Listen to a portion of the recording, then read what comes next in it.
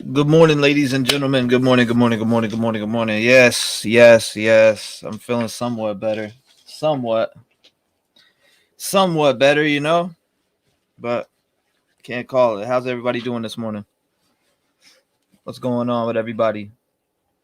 What is going on? How did I drop? What did I drop? Oh, well.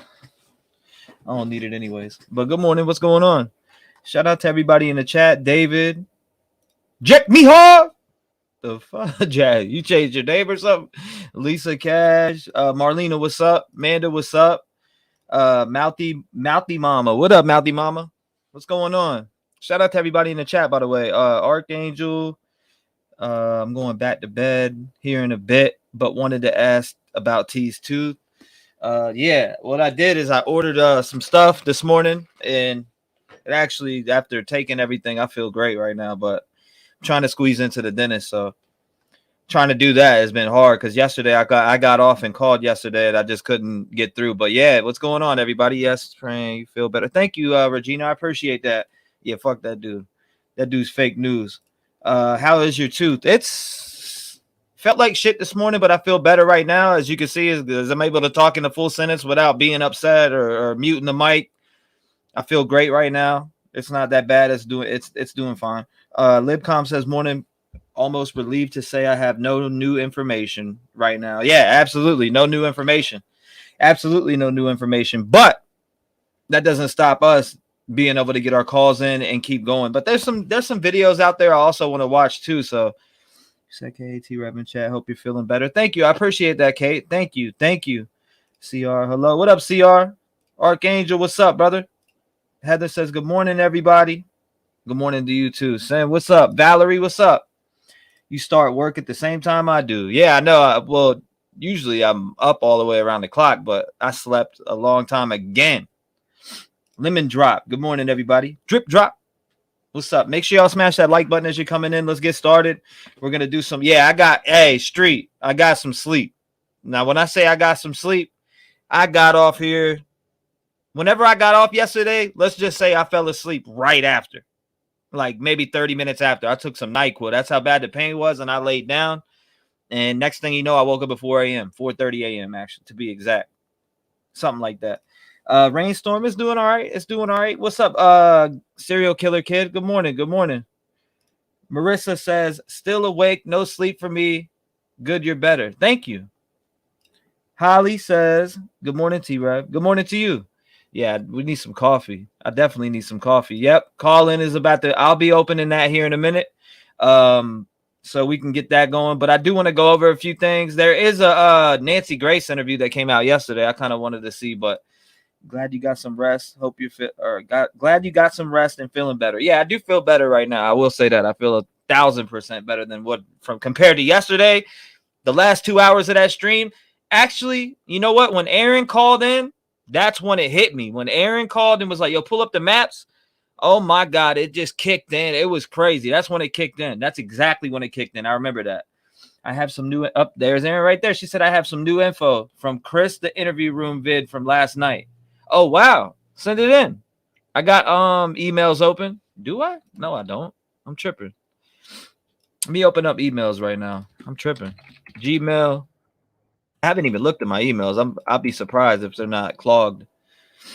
I haven't even been able to look at emails yet. Let's see. All right, now I got the emails open. We do got tons of web capture. What's this? Look at this. It was behind the house the morning after the murders. Got it off channel. So I zoomed in the interview. Okay, I found it. I would blow it up if I was you. Huh. All right. Let's check it out.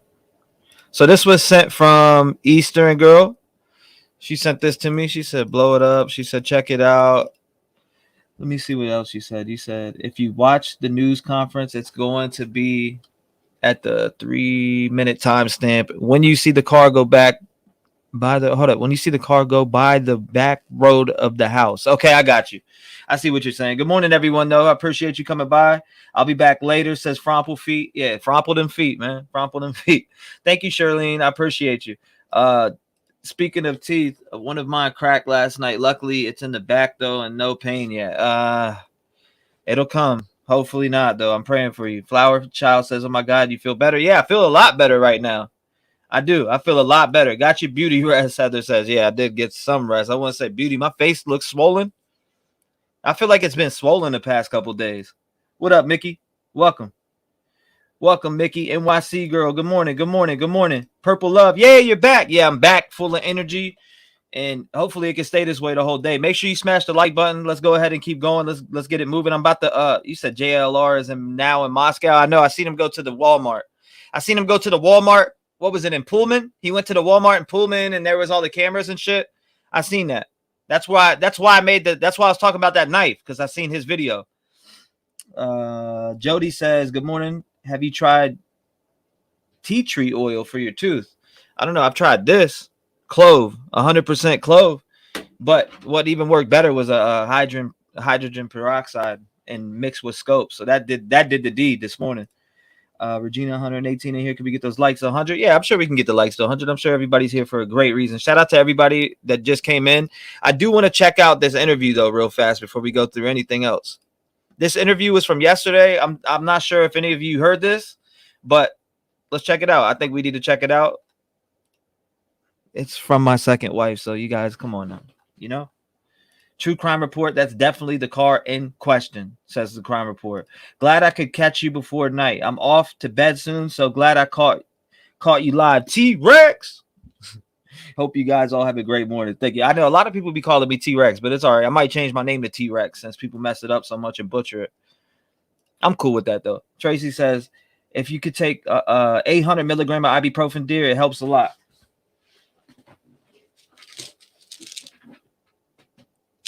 All right, I took 800 milligram of that. I already did.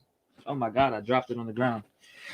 But yeah, I do want to check this out. Morning, what's up, Michael? Nice to see you again, Michael. I'm glad you're here. Weaver, what's up? This guy found the glove also. Yeah, you talking about the interview room, Chris. Chris is great, and I think he's in this.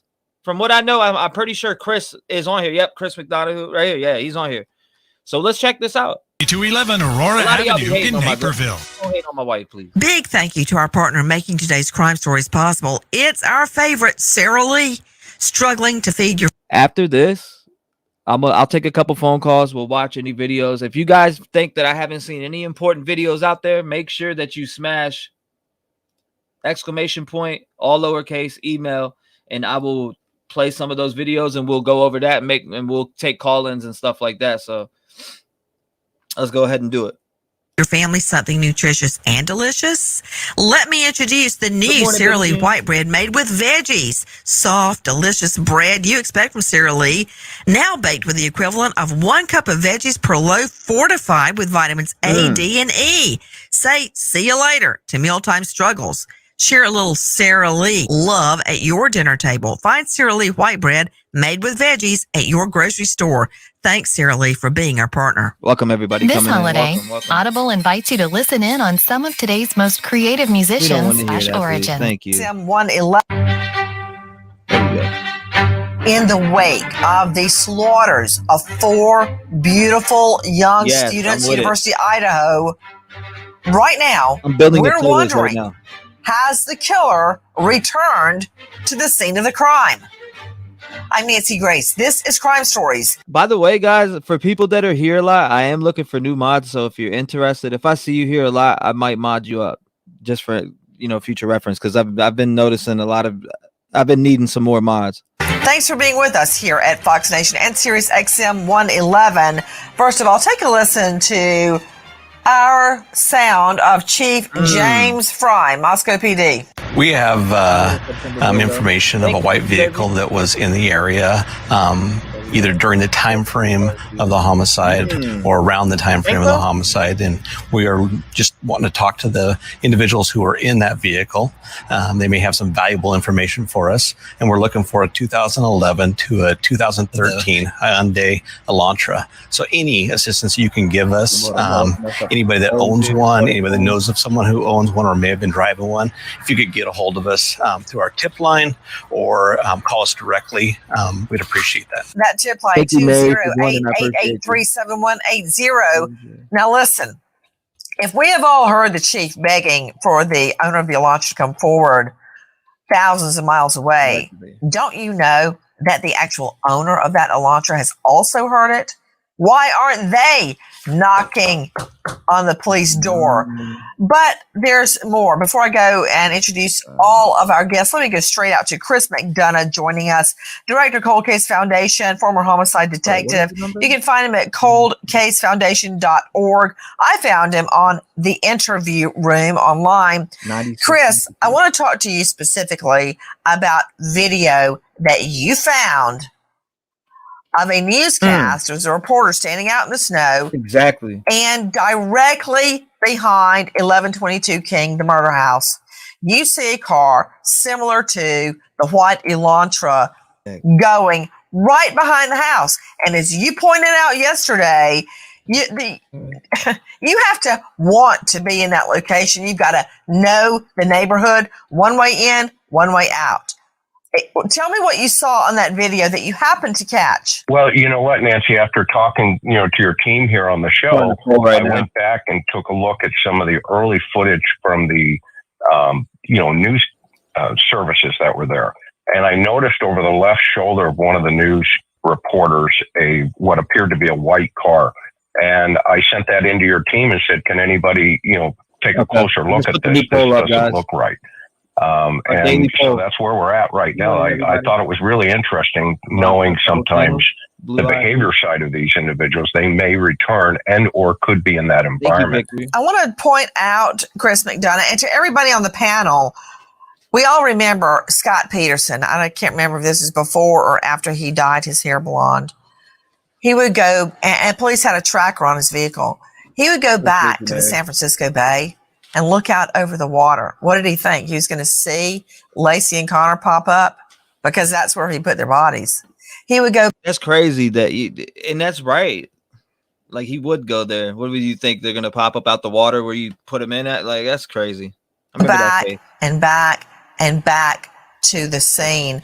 Also, if you recall the case of Sydney Sutherland, just a stunning young woman out jogging, and she was rammed by this farmer in the area who then molested and murdered her. And he also went back. He even acted like he was helping to search for her. So it's a common phenomenon that I don't understand. Cheryl McCollum joining me, forensic expert, founder of the Cold Case Research Institute at coldcasecrimes.org. All right, so if you just came in, make sure you hit the poll up top, right? Because I'm going to open the lines up after this interview. I like to always watch a few things between phone calls, between people calling in and you guys calling in and stuff like that. So I said, who is your number one suspect, allegedly? Vote and call in at 219-885-9693. So Jack D, allegedly. Jack S, allegedly. Roommates, 7%, which is and then other would be shriveled balls. It could be anybody else that you mean. And other seems to be the majority right now. Other has been the majority yesterday. There was 2,000 votes on like other yesterday, and it literally was the first time that I seen Jack S lose in a poll. Seriously. We've seen it a lot. I've seen it in my own prosecutions. Sure. It's pretty simple to me. They are getting something out of it, some sort of gratification. Like we all know arsonists love to go back and actually watch the burning. They love it. Cheryl, I just said that before we started taping. I said arsonists love to do it, and here you are. Is this an echo chamber in here? Come up with your own stuff, McCollum, but go ahead about arsonists. But it's true. And regardless of what it is, even at a homicide scene, when I get there, one of the first things I do is take pictures of the crowd gathered. Because I don't know who's in that crowd, but I know later on we're going to go through it one person at a time. You know who else always came to the scene? And I mean almost always? Wayne Williams. Yep. For those of you that have been living under a rock in a cave far away without any cell reception, Wayne Williams is credited with many of the Atlanta child murders. Then I would say maybe 3 or 4 other well, they weren't children at this point. They were teens and older, were lumped in with him because the MOs were the same. But Wayne Williams murdered, at least a dozen young people in Atlanta. Nancy, jump in. I worked on that case. I worked the Wayne Williams case in Atlanta back in the 80s.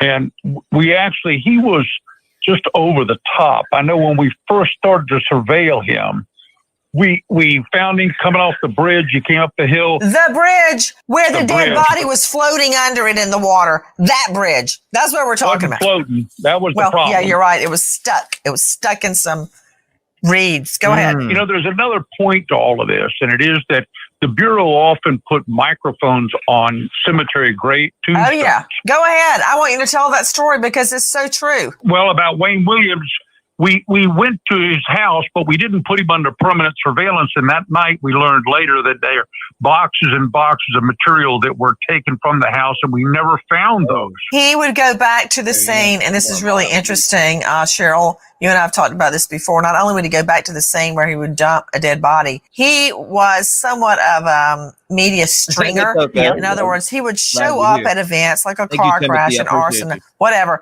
and take video of it and then sell it to the news stations, to the big stations, the network. Oh, there's a movie about that, Night Watcher or something like that. There's a movie about that. Thank you for your professional opinion, Dr. Priya Banerjee. Yes, there is. Guys, you're hearing Dr. Priya Banerjee, board-certified forensic pathologist. You can find her at anchorforensicpathology.com. You are also hearing Dale Carson, high-profile lawyer out of Jacksonville, but also former FBI agent, author of Arrest Proof Yourself at DaleCarsonLaw.com. So my point is he was a stringer and he would be at the scene of the crime. He'd get there sometimes before the police did and claim he heard it on CB radio, on the police band radio. So, all right. So Erin had sent me an interesting video. I don't know if you guys want to watch it, but she says, go to the 19-minute marker on this video here. So what I'm going to do is I'm going to pull it up now. We're going to go to it. It's from Chris. So she said, go to the 19-minute marker.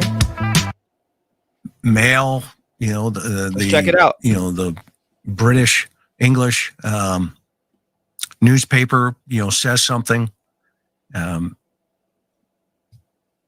Sometimes it's taken as gospel, sometimes it's not. I'm not speculating because that is a white car over the left shoulder of that reporter. Oh, yeah. Okay. Had he turned around, he would have said, "Oh, there goes a white car." Okay. But at this time, he did not know about that, nor did we. So I'm pointing it out to you tonight that my question was, in my experience, do these suspects or have suspects ever returned to the crime? Nightcrawler. Good morning, because Regina. It's part of the fantasy. What up, Buford? It's part of the thrill. And then simultaneously, I asked myself, all right, is that an area where somebody could park and look and cut through to come into the back of the house? And the answer is yes. Oh, okay. So I thought it was really interesting you sent a screenshot, that road way back there. Now, you got to remember that if you go down King Street to the end and turn left, you hit a cul-de-sac. It is a dead end. If you go up the road, okay, it is also a dead end around the apartment complexes. Remember, that comes around behind the Target house. So this vehicle is on a... Am I looking at what right here? Or am I tripping? Other road behind... Am I tripping? This apartment area. Tell me if I'm right. All right, so guys, look here. Do I see a vehicle back here? Let me know in chat right now. I'm looking for it. Is that it? Yes, I see it with my own eyes right now. I literally am sitting here looking in, and I'm focused. I think I see it right here. There's a white vehicle sitting right fucking there. What is that, guys? Holy shit! I got 20/20, so I'm not gonna miss shit. So I mean, I see the vehicle sitting right there. It looks like a white vehicle sitting up here to the right hand and through the trees. And all right, guys, hold on. You want me to blow it up? Watch this. All right, so let's go to here. It won't let me pull up my screenshot thing from over here. So, all right, so I'll do this. So what I'll do is I'll grab from here to here, or maybe from like this, and maybe we can zoom. Maybe if I grab a little bit more, I don't know. Let's see. Let's see how it works out here. All right, so let me save this here. White car, maybe we can zoom in on it, right? So I put white car. Let's drop down here. White car right here. Zoom.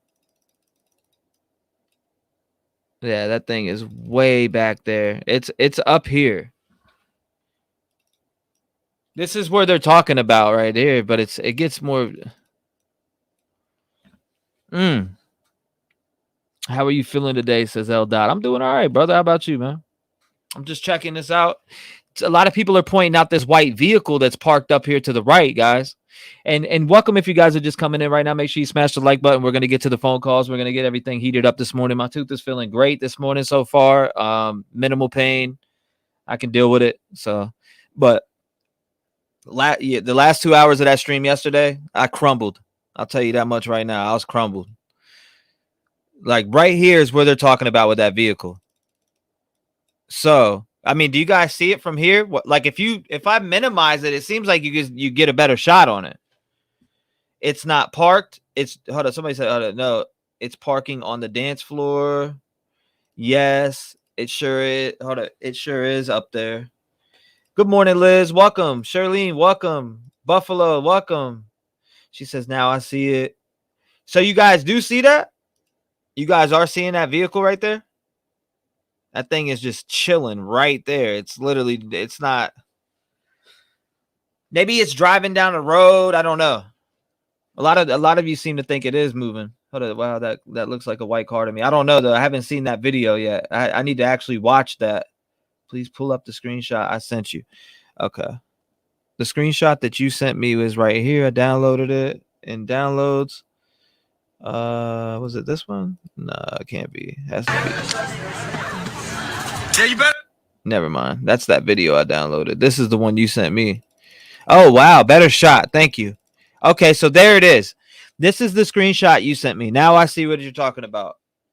Hello, Carly. Welcome. Welcome. Welcome, Donna. Welcome, Street. Street said, holy shoot. Said, holy shoot. He pauses it in the video. I got you. Hold up. I blew up the car. Yeah, it looks. I mean, this is a good shot. Thank you. I appreciate you sending this. This is definitely a good shot. It does look like a car. That's a vehicle. Now, is that an Elantra? What do we think about that? That's it. Whoa. So was he returning to the scene of the crime? Was he returning? Let me know. Was he returning? HD, they said on the maps, that is where Jack D lives, where the white car is. I have the video of where he's standing up on the roof doing his thing. Yep. Tinted windows too. Oh shit. Definitely the car they are looking for, and he is returning at the scene of the crime. I bet you his ass ain't there no more. The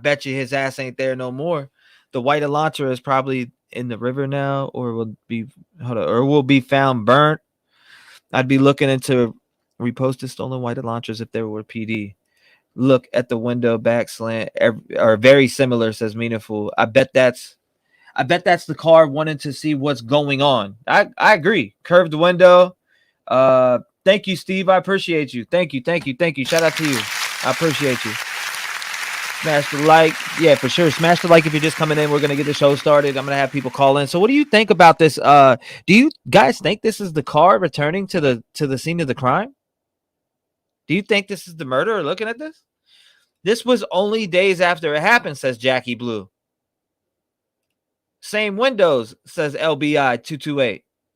Welcome everyone joining us. I appreciate you joining us this morning. Make sure you smash that like button. Let's get an algorithm and get the podcast rolling, because I am going to be taking live in calls. Guys, do you think we should do 5 minutes today, or do you think we should stick to 8 minutes? Let me know. I feel like 5 minutes will get more people in on the line, because some people didn't get through, but you let me know. Let me know what you think. Look to the left of a car. This is wild, says Skinny Luther. Guy standing to the left. Regina says, people do lurk after crimes. Looks like someone standing in a white sweatshirt. Huh. Oh shit! You talking about over here? Like right here? White sweatshirt? 5 minutes. 5 minutes. Got to the left. Got to the left. 5 minutes. 6, 5, 5, 5, 5. Tell me you're gonna cover that store guy. Oh my god. What store guy? There's a white to the left. Shelly Ray says 7 minutes. Regina says 5. Who lives in the house with Jack? That's a good question. Punksy says 5 minutes. Regina says 5 minutes. T-REV. Victor, I definitely think so. It was before they were looking for this vehicle and the person was getting too cocky. And that may be the case. Yvette MC says 5 minutes. Tree Baby says he goes more than once. David says 8 minutes. Yes, Marlena, smash a like. Okay, so Language of Horses said 3. She said 3 minutes. Your channel is really great. My favorite. Now, thank you, Eldad. I appreciate that. Shit, yesterday was a disaster for me. I had a friggin' toothache from hell. That was weird. Like it happened 2 hours, the last 2 hours of my stream. White hoodie. Yeah, there's a dude in a white shirt right there. It does look like it. I mean, I can't really tell because the picture's so grainy, but I mean, it does sure look like an object or some type of maybe a person. I don't know. 5. A lot of people say 5, so we'll run with the 5. Hold up. 7 minutes says Allie. Alyssa says, "Oh my God, there is something standing there. There was someone or somebody standing there. So you think that's somebody standing there? Get you a Rev Gang hoodie. I want to see the whole world revenated." Thank you. 8 minutes for a good callers. Hello from London. 8 minutes for. See, you can't do that though, because if I'm like, oh yeah, this is a good call, I'm gonna make it 8. That's not fair to everybody who calls in. You know what I'm saying? Like, yeah, this is a great call. Oh no, you're bad. I gotta hang up on you. That's just disrespectful. I feel like. That's just my opinion though. But hey, 5 unless it's a great call, huh? All right. So if I see a lot of you voting, I'll give them a little bit more talking time. If I see a lot of people that are enjoying the phone call, I'll give you a little bit more talking time. How about that? Good morning. Moonfish says good morning, T-REV in chat. The chat gang. Appreciate you, Moonfish, coming by. I appreciate you, brother. Someone in chat said they sent you something. The car drives by twice. So I'm looking at my email right now. Let's see if we can pull that up. Eastern Girl says with the car in the background. Original. Okay, car drives by twice. First time stamp 150. Second time stamp 258. Marlena sent this to me here. So I suggest slowing speed to 0.28. And going full screen, maybe zooming in. Now to North Idaho, where 4 University of Idaho students were found dead in an off-campus house yesterday morning. Today, both the university and police identified the students who were killed. Timestamp. 3 of them are from Idaho. Our Andrew Bartline just arrived on scene a short time ago. So, Andrew. Digest, a 21-year-old next to this house where this happened. She had no idea that any of this happened the night of. She says that the next. Okay, so she's saying next day they saw these police cars out. I see it right there. Okay, so guys, look, it's entering the screen right there. Hold on, let me go full screen so you guys can see. And actually, my logo is blocking that right now, so we're gonna bring him. The logo is blocking him. Look. House. So it's in the back there, but the logo blocks. All these police cars out and. Everybody in that look right house. There. You can see that vehicle going through back there. Now, is that a white launcher or are we wasting our time? You know what I'm saying? Is that a white launcher? 6 people live there. That house. 6. That house. That house. All right, so let's put it on a slower speed like Marlena suggested in the first place. I'll go to 0.25. Let's turn the volume down so we're not hearing him speak. Okay, so it's about to come by right now.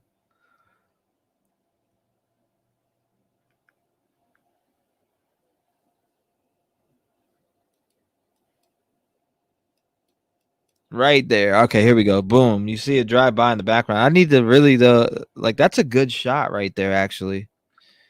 If I can get this one laid out, I'll show you what I'm talking about. A lot of you can't see it, but let me pull it over to my screen over here. That way I can screenshot the whole entire screen. You're not going to see it for 1 second. Hold up.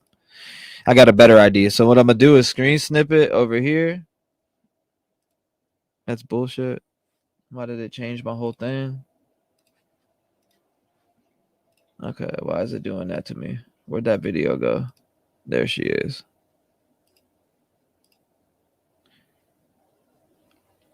All right, that's pissing me off. It's disappearing every time I go to do it. That's bull. Anyways, that's it though. I can't pull, like, I don't know, the logo's in the way, and even if I move the logo, that friggin' Steam, I think StreamYard will be. Let me see. Let me remove it real quick for 1 second so you guys can see what I'm seeing, because it seems like it's a better shot. All right, there we go. I removed the logo, so if you can see it right here, right? Let me know if you guys see that. Serial No Mercy here, right? Guy in the smoke shop gave an interview. I sent you in the link, the crazy guy's interview last night. Which crazy guy's interview? That's a Walanta. That's a Walanta. Let me say that's a Walanta. Not in the launcher. That car is squared off. The launcher slopes.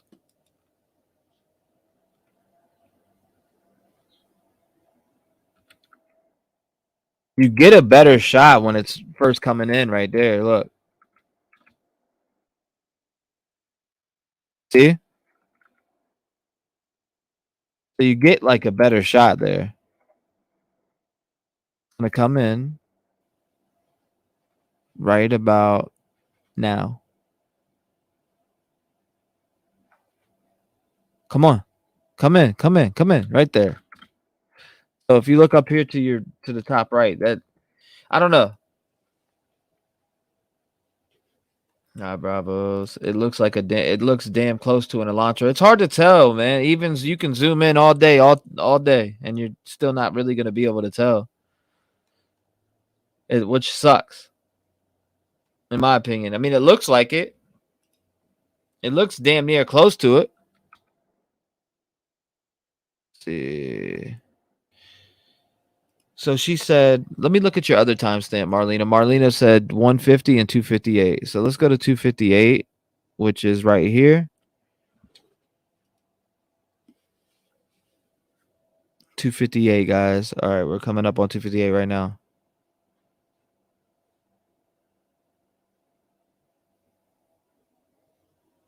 I'm not seeing anything.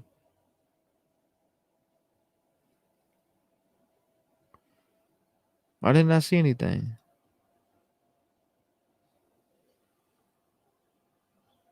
Where's that 258? I don't see it.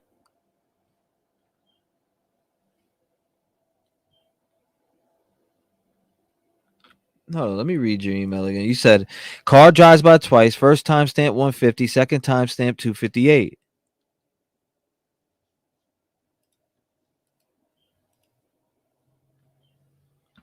I don't see that other. I don't see it on the 258 part. Oh, it's coming. It's past that. I got you.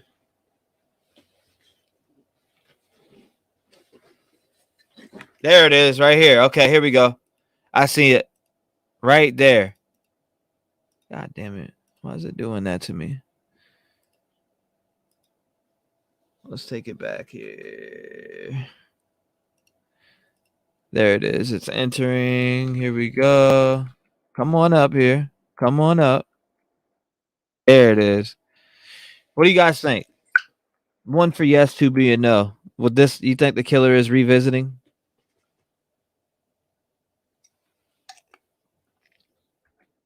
I mean, he clearly goes up and comes back around. Clearly goes up and comes back around. Yes? A lot of y'all think, yeah.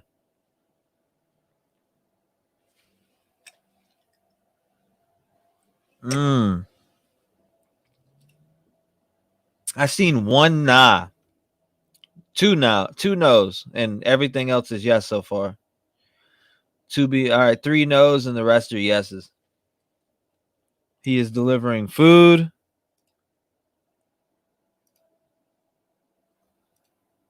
Wow.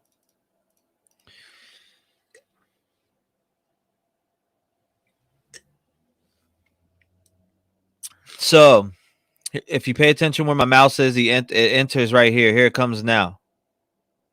Boom. Following. It's damn near close to 1. Boom. Hold on. Let me pause it right there. That's a good shot because you can see the You could see the tinted window from there, but is that the Elantra?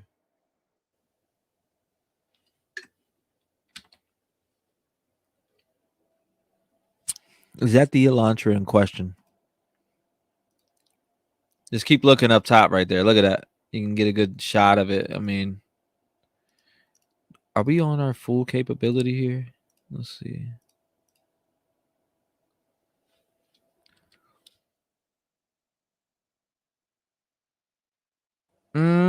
Bam. Definitely close, says Meech says that's definitely close. So many people have the same car. Adi says, Adelino, nah, bro. The murder could be a delivery guy. Morning, I think those streets are dead end. I don't know. So I mean, you know what? I'm gonna open the lines, call in, let me know. Let me know what you think. Let me turn this up. Why it says your browser may prevent calls from ringing. Change your browser settings. Why does it say that every time? Pisses me off. All right, it's open. Call in. Lines open. Anybody who wants to call in, numbers at the bottom of your screen. Let me know what you think about that.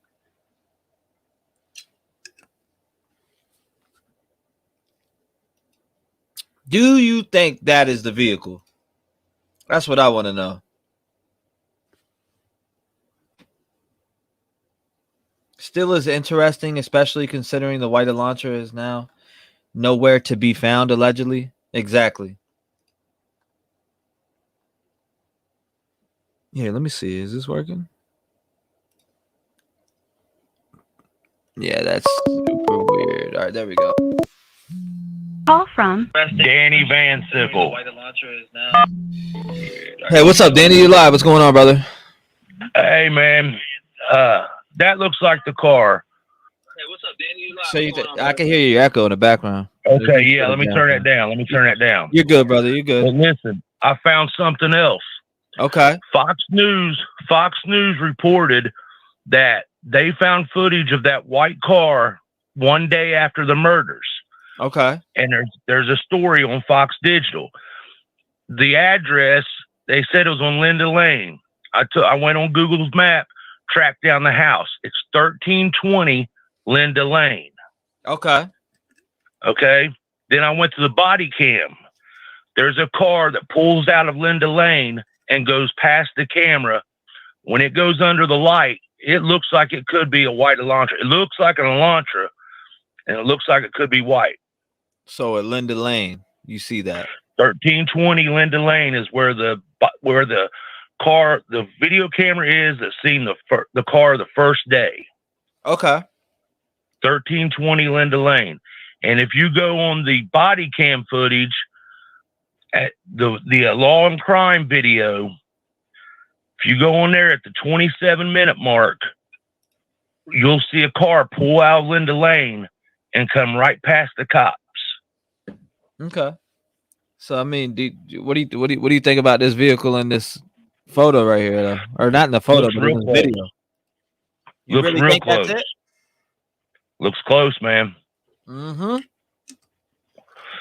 And that's the road that goes up to Jack's house, ain't it? Yeah, but my thing is, though, is if that's the vehicle, then they got to have him somewhere in town driving by on those days. They should be able to use these tips right here to check cameras around the area. True. You know what I'm saying? True. Yeah, they should be able to. They should be able to check in street cams, too. They should be able to map everywhere that dude went, especially that night. Because the cops got to have history of them street cams. Because they go back and look at that shit all the time.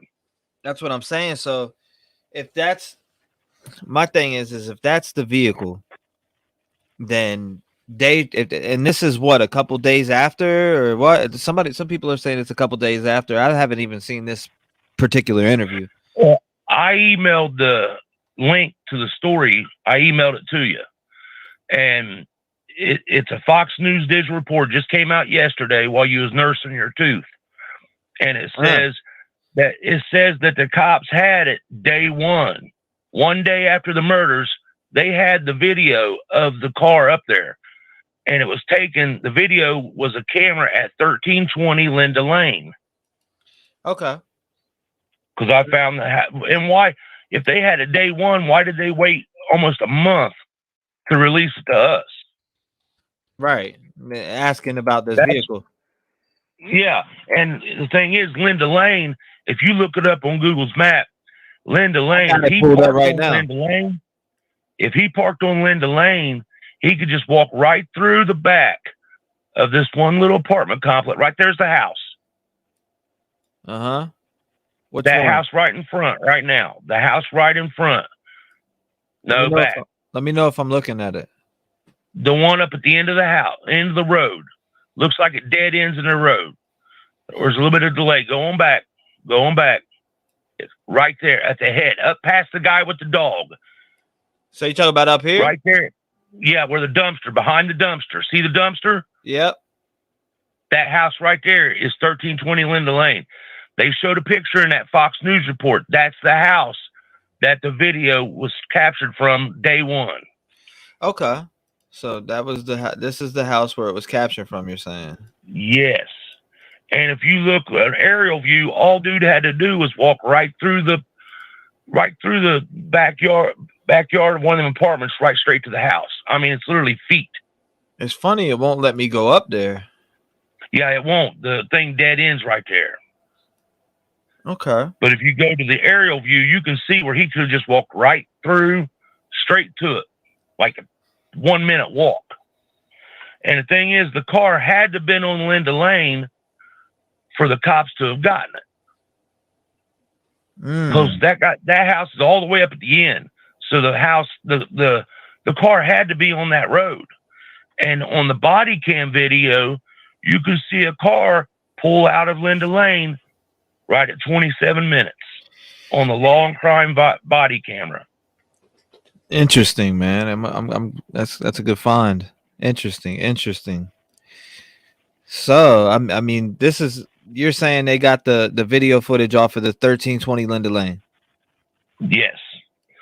And I sent you my emails. Is that little apartments or what? Yeah, it's apartments. They said it's like there's 6 apartments in them buildings, is what they said. That's the landlord found it. Okay. I'm looking at it here. Yeah, if you go to your email, you'll see an email from me, Tatman Dan 1974. I'm looking for your email right now. When did you send it? Last night. You sent it last night to me? I got tons of emails. Hold up 1 second. I guarantee it. Oh, I do. I got tons of them. I'm looking through them right now. So you said you sent it last night. And yeah, it'll say my email's tatmandan1974@gmail.com. Now, what did you label it? Tatman Dan. Fox News reports that the cops had it day one. I see one from Joe, the Patriot Breadman. That's him, Patriot Breadman. Patriot Breadman. That's what it comes. Yes. I don't know why it comes up there. I see it. Okay. Check that out. Then go to the body cam at the 27-minute mark. You'll see a car roll out of that street. Yes, that's the story right there.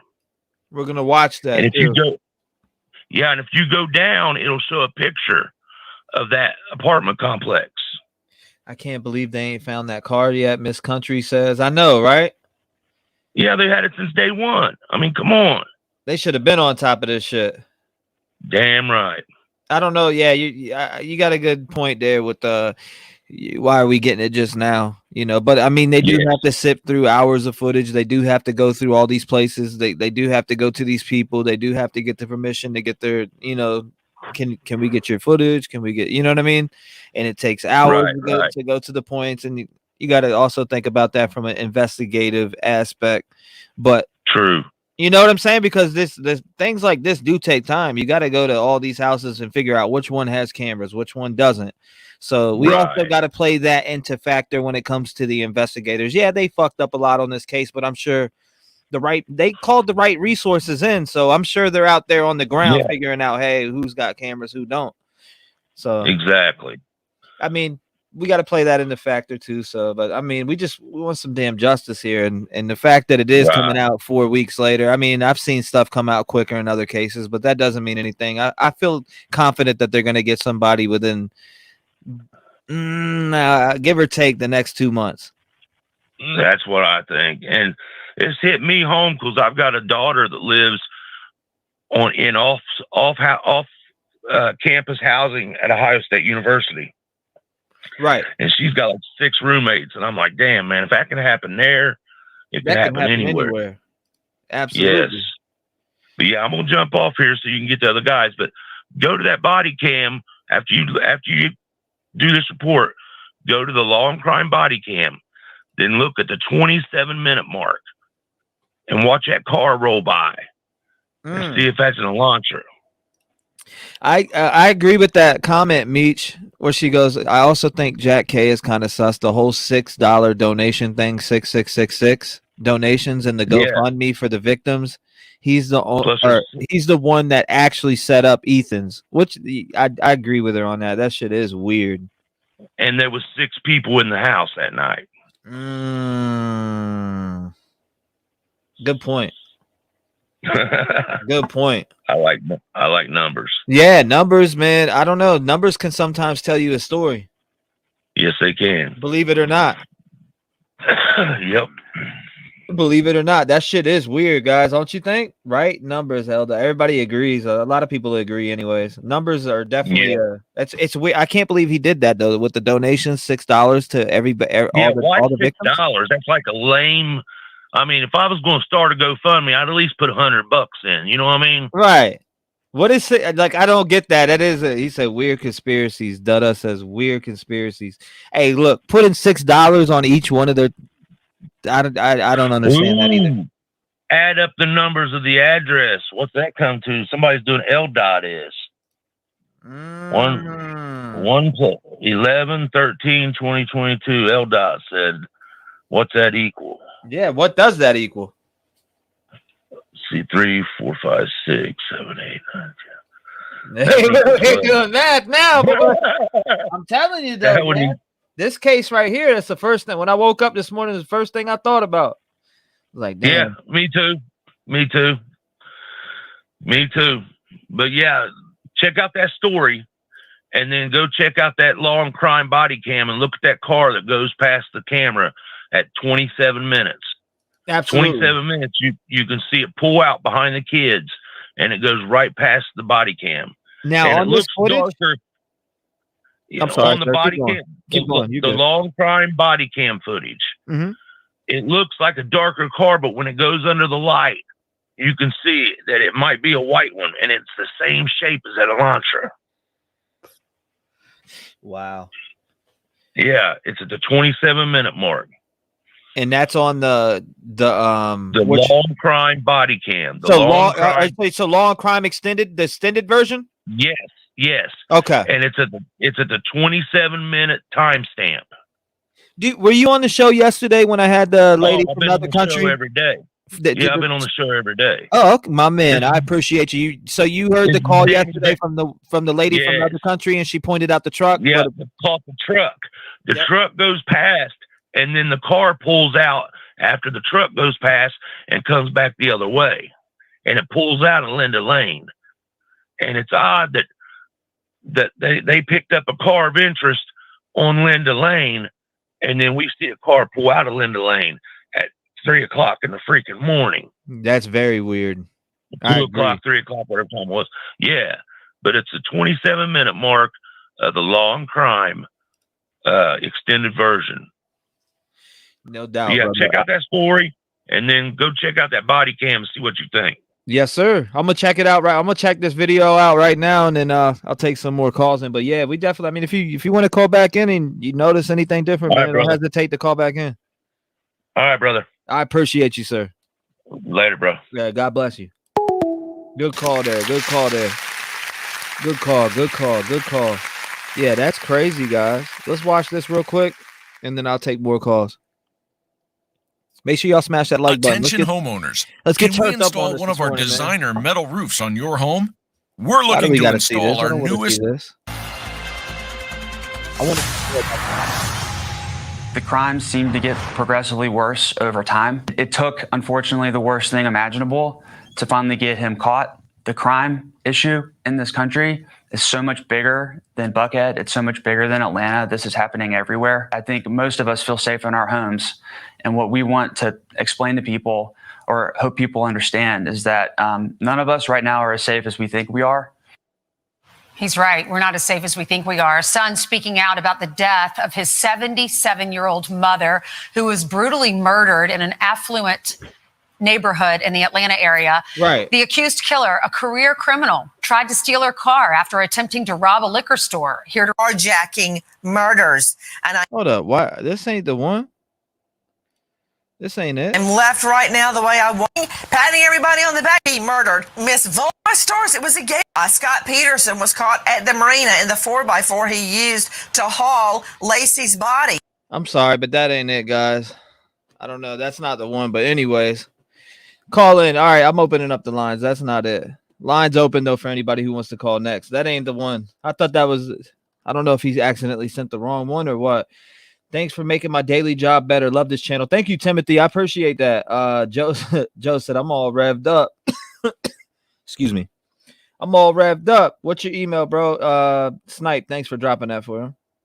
Good morning, Snipe, by the way. All right, here we go. Call from Austin. Hey, what's up, Austin? You're live. What's going on, brother? Yo, what's up, bro? Hey, I'm taking a break from the case today, so I ain't calling to talk about that. But I just want to call and let you know on some tooth pain remedies. You ready? What's up? So, alcohol is the best way to kill tooth pain. And, like, I don't even drink alcohol, but go get you some whiskey, bro. Take a shot and hold it on that impacted tooth, and it will literally kill your pain. There will be no more pain. You don't even have to take the shot. You can spit it up when you're done. But Okay.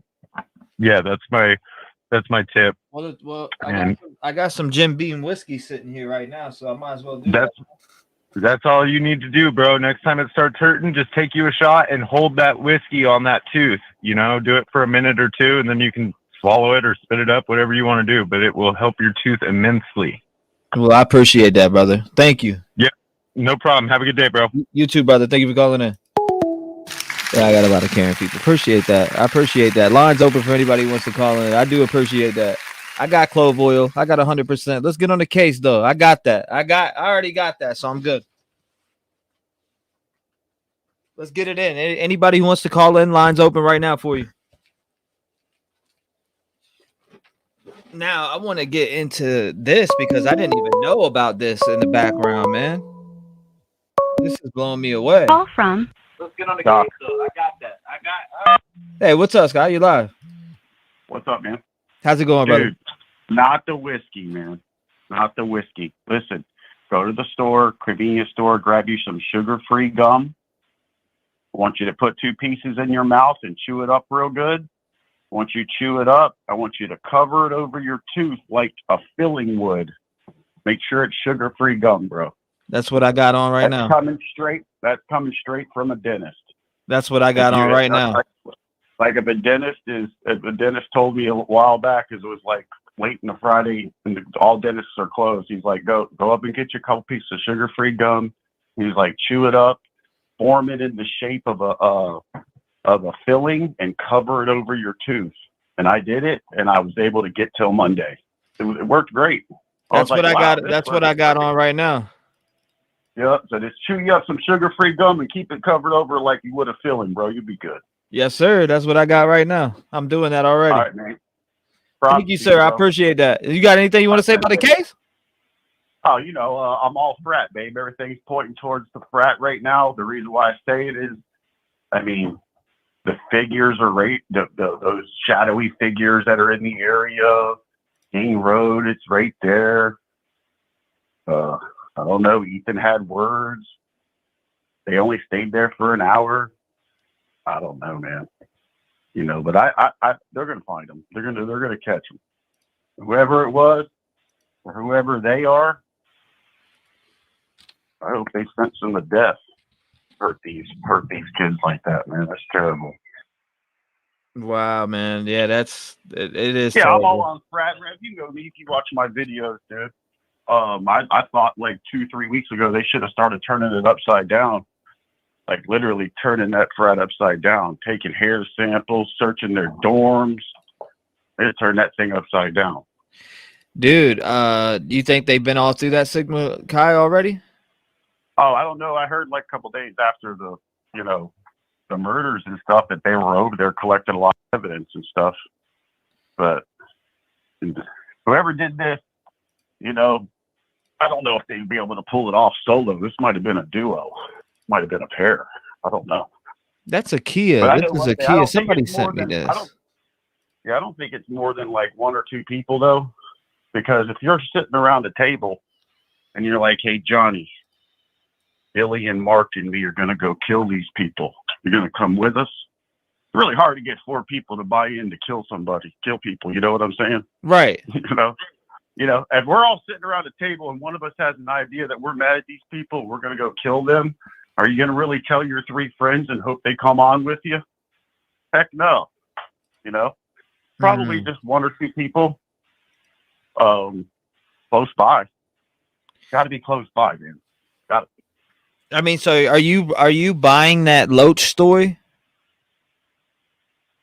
I'm on that Fortran thread, dude. Somebody knows something in there. That's why I figured this case might get cracked, is because one of these frat brothers, they may decide that their career, their education, is more important than going down with their buddies. Right. So, one of them might squeal. I mean, that nerd. Are you buying that 4chan thread, man? Like, I'm serious about that because I want to ask you because a lot of people, dude, I've seen it all over Twitter. Like, it is everywhere immensely right now about this 4chan thread and David Loach and old boy with the shriveled ball sack, and I'm serious, and they're talking about it. They're talking about it like crazy. If you look on Twitter, dude, the chatter about it is going nuts. I mean, I'd say it's viral. I don't know who that anonymous guy is, man, that's in there putting all that stuff out there. But I tell you one thing, he's painting a picture. Whoever that is, either it's somebody who has their own hunch or something. But that person, he's going back to knowing who the deans are back, like, I'm talking like 8 years ago. This person, he knows a lot. So whoever it is that's typing that stuff, he's either doing a lot of research or he's been there. One of the two. I don't know. Now, do you think the killer was returning to the scene of the crime right here? I mean, on this picture that I have up on the screen, or because I mean, it's a big talk right now. Also, on top of the 4chan thread, is this? Well, the craziest thing is I didn't even know about the when that guy was talking just now, the caller before. I went in and looked what he said. Now I did 2 videos. I did a full. I mean, I looked at that body cam for days. I've spotted 2 or 3 things already. Well, that guy just gave me another piece of the puzzle, because that white car, that he's talking about, right, that passed by the cops, I just saw it, and I got it in the body cam earlier, passing through. But before, so now what you're looking at, what the young lady showed you today, now I got 4 times that a white car's passed through here. Yes, sir. Did you see my email I sent you yesterday? I've seen tons of them. I'm pretty sure I went through. There's some I didn't get to. Yeah, you actually played it while you were you were looking at it. You could hear it in the background while you were on the caller. What's the name? What's your channel? It's Doc Thrifty. Okay. All right, this is Doc Thrifty on the line. Shout out to you, Doc Thrifty. I do a lot of eBay reselling, so I do a lot of thrifting and stuff. Man, shout out to you, Doc Thrifty. I do see you in that chat, man. I'm glad you told me who you were. So now I know I talked to you. I sent you one yesterday, dude, when that body cam. See, that body cam, there's a lot of information in that body cam. I'm just thinking that. So you're all right. So let's get this straight. You said you're on to this as being a frat. This is a frat thing. This is a frat murder. Sneaky little squirts that were caught on in the shadows back there in the body cam. They ran across King Road. Yeah, you're talking about the 4 or 5 heads. Yeah, they were trying to avoid the cops down there on the right. So, I mean, they ain't going to go right. Your only other place they could have gone is towards the frat. I mean, that's what. Because where they crossed that was at King Road and Taylor, right there. Danny, when did you send it, brother? Somebody in chat says they sent me a Fox News report I need to see, but there's probably I've read a lot of Fox News reports, so I'm trying to figure out which one he's talking about. Hey, keep it rolling, Rev. I appreciate you, brother. Never know, man. You might be the one that cracks this shit. You don't know. You never know, man. I don't. The thing is that there's a lot of good brains in the community, man. There's a lot of good brains out here, and I get a lot of my information from you guys. So, and on top of, digging through Reddit and 4chan and trying to decipher the bullshit from what's real and what's fake, and you know what I mean? So it's like, I'm working on a video right now that's quite telling, but I can't remember a case that's had me sucked in like this one has. The Delphi murders were. I was sucked into that for a good while. I was sucked in that. I was sucked into that from day one when Nancy Grace went live on HLN. But literally 2 weeks ago, I was sleeping in naps. That's all I could think about. And then I ended up taking a week's vacation just because I didn't even want to go to work for the week. Because of this case, man. So, I'm like the other guy that just called in and gave you some advice on your tooth. I'm fixing to take a day or two break, man, because it's getting kind of crazy. Shit, no breaks, no days off over here, man. Yeah, it's like sucking me in big time, and I feel you on the break, but I just can't. I don't know. I find myself. You're different, man. I find myself, bro. I can't get. I don't know. I'm gonna be live for 10 hours today. Guarantee it. 10 hours at minimum. What I will say is, we need some more of the locals calling in, man. That have been calling in, giving the info. Those calls have been some of the great ones, man. When you've had the locals call in, from Moscow. Yes, sir. Now, we've had quite a few of them call in. Matter of fact, there's been one, and I got it, and I'm keeping her anonymous. She actually wrote me her husband, and I did the research on the name that she sent me. Her husband is indeed one of the Moscow detectives.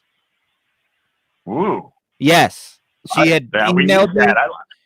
I love those calls. In chat, her name was Jordan, and she actually emailed me the information. She said, "Look, she broke it all down to me. I won't put her out there like that because when somebody asks me to keep their identity, hidden, I respect that. So, but she my gut's telling me somebody. Yeah, my gut's telling me somebody's going to be right here.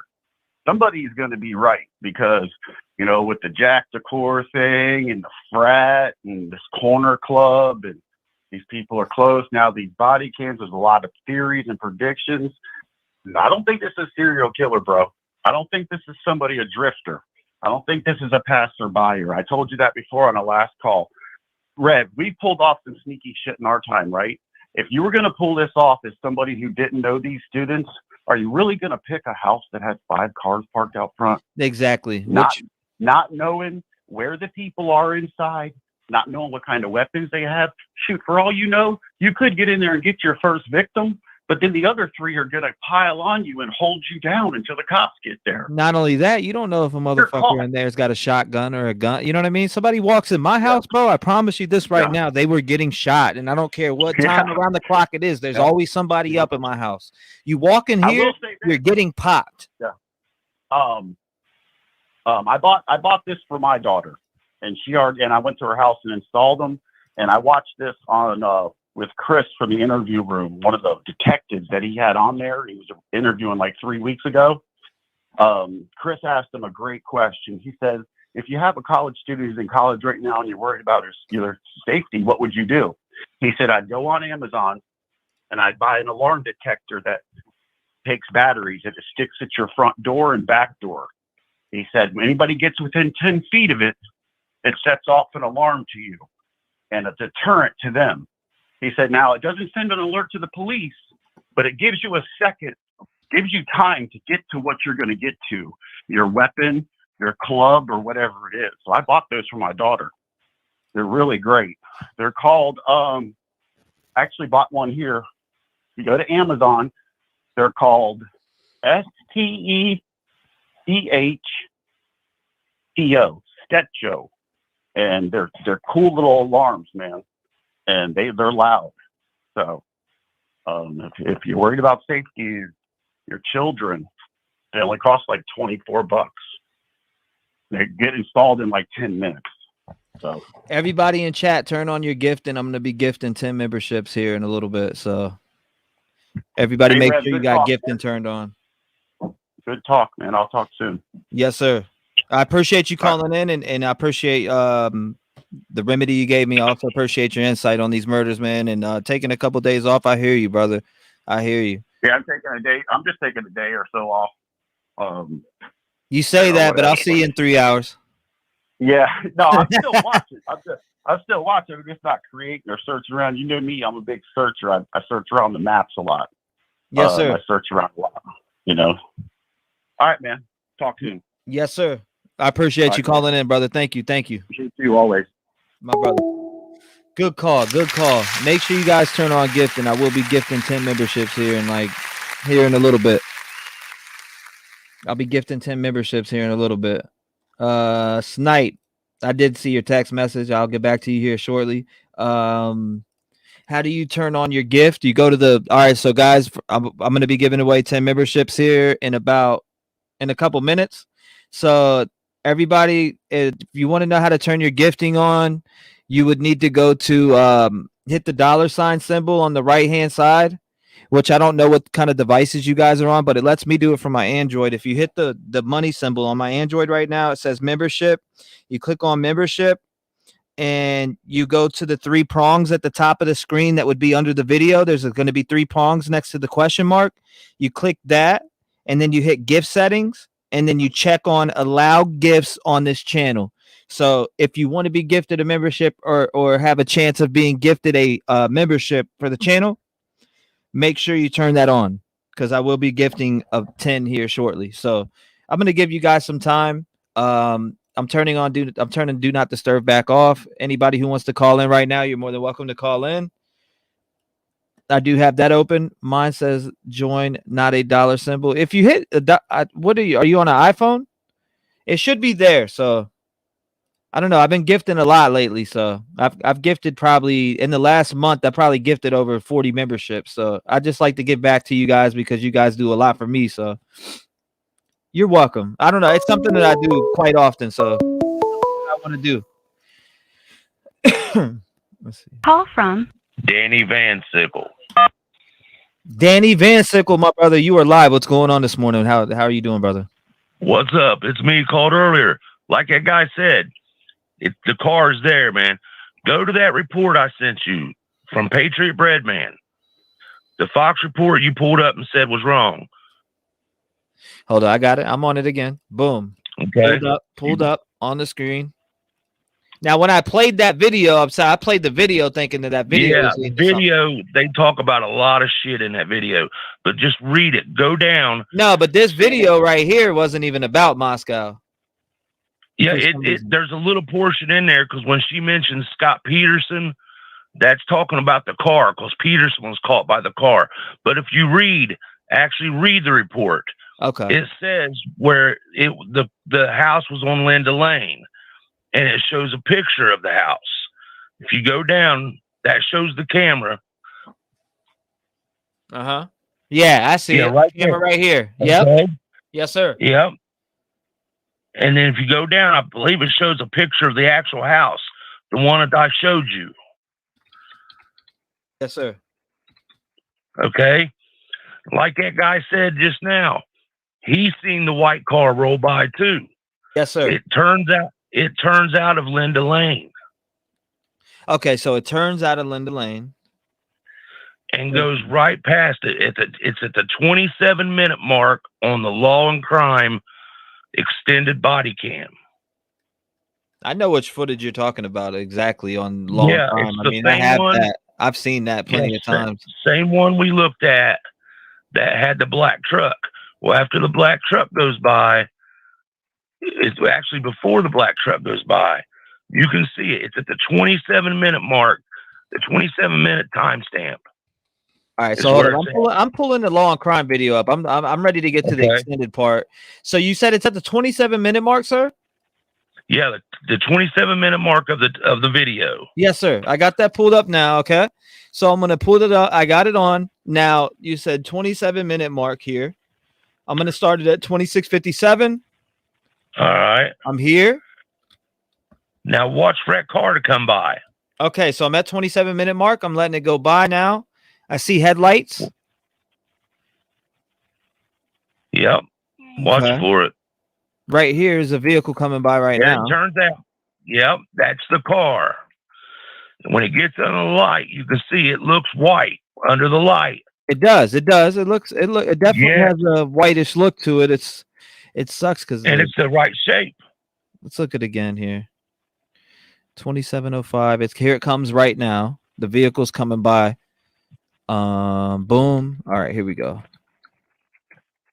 Yeah, it does. It does look white. I'll give you that one. And it pulls out of that Linda Lane where the camera captured it that night. What do you guys think? Is that a white vehicle, guys? Chat. What do you think? 1 for yes, 2 for no. Is this that vehicle? I mean, it's hard to tell with that light, but I know it's hard to tell with that light, and it pulls out of the street that they got the video the day after the murder. They got the video at 1320 Linda Lane. It does look kind of silverish, like a lot of people are saying, but it's hard to really tell. The light. The light.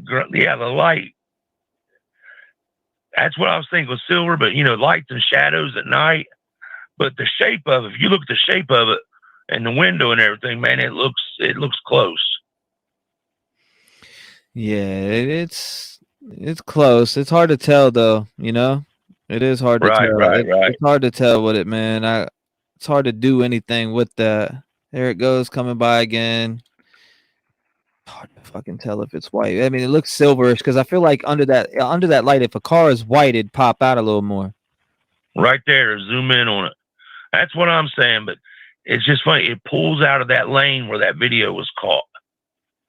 Because the video came from 1320 Linda Lane. Now, what is this vehicle doing here?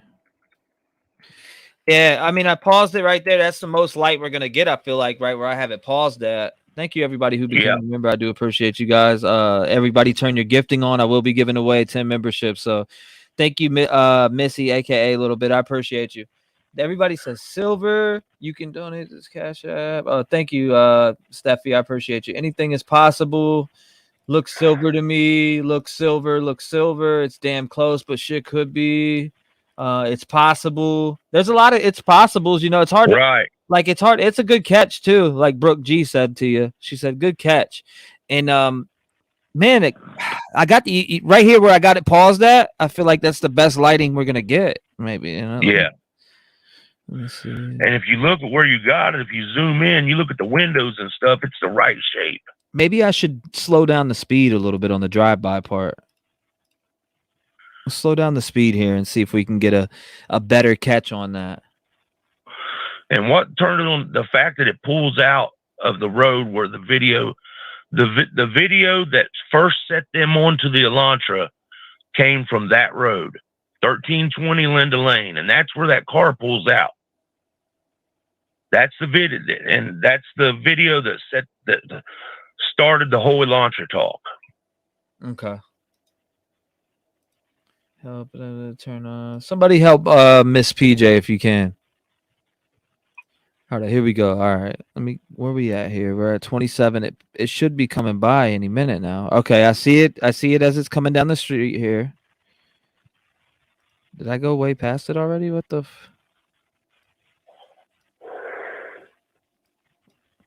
Oh my God, I'm missing it totally. Yeah, if you start right at 27.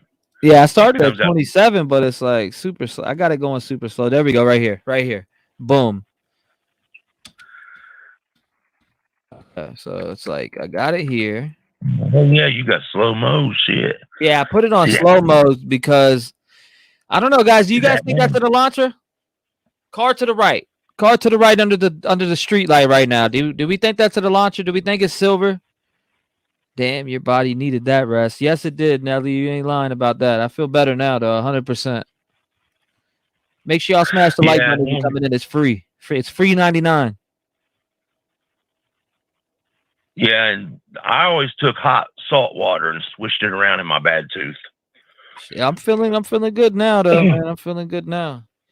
But yeah, man, I appreciate you calling in. I'm gonna get some other people on the line. Brother. I'm gonna definitely do some looking on this. I'm gonna screenshot that and maybe throw it in my program that I have and see if I can do any lighting switching and see if I can get down and see if that's I mean, it looks silver, but it's hard to tell.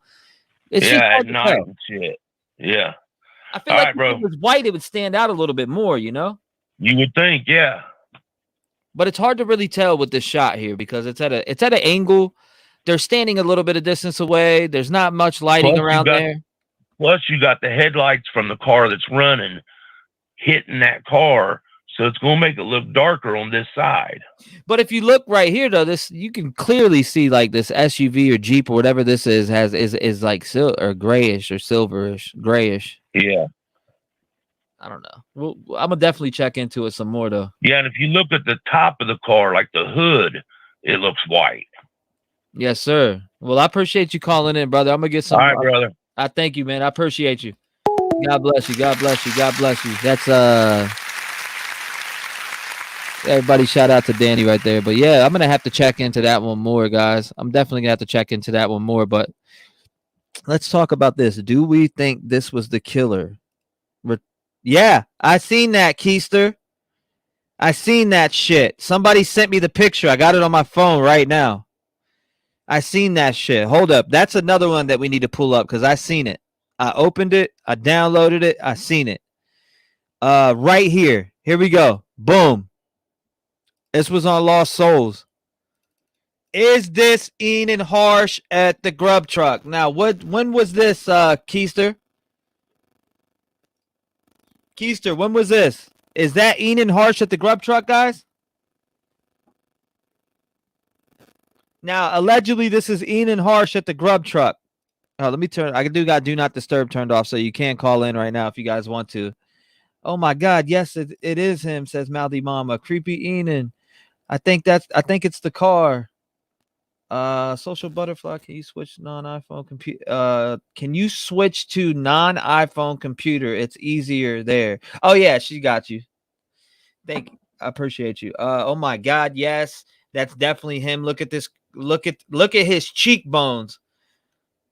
Chris Doheny says, nah, no, accept gift there, only buy. That's fucked up. Do the desktop version, you'll be able to do it. It looks like here, let's answer this. Call from Jessica.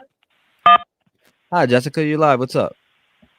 Hey, well, I just wanted to have you, this case is terrible, but I called to have you go in your spice cupboard, and if you take a full clove, you know, they're little and round, and you just stick that clove inside your tooth, it'll numb your tooth. You said a full clove? Yeah, they're little and round. Yeah, you can just stick one right inside your tooth, and it will numb your tooth. Thank you. I appreciate you letting me know that. No worries, I have the little clove seeds and all types of different clothing, like all that. I got everything that you could think of. So I'm that's why I feel great this morning.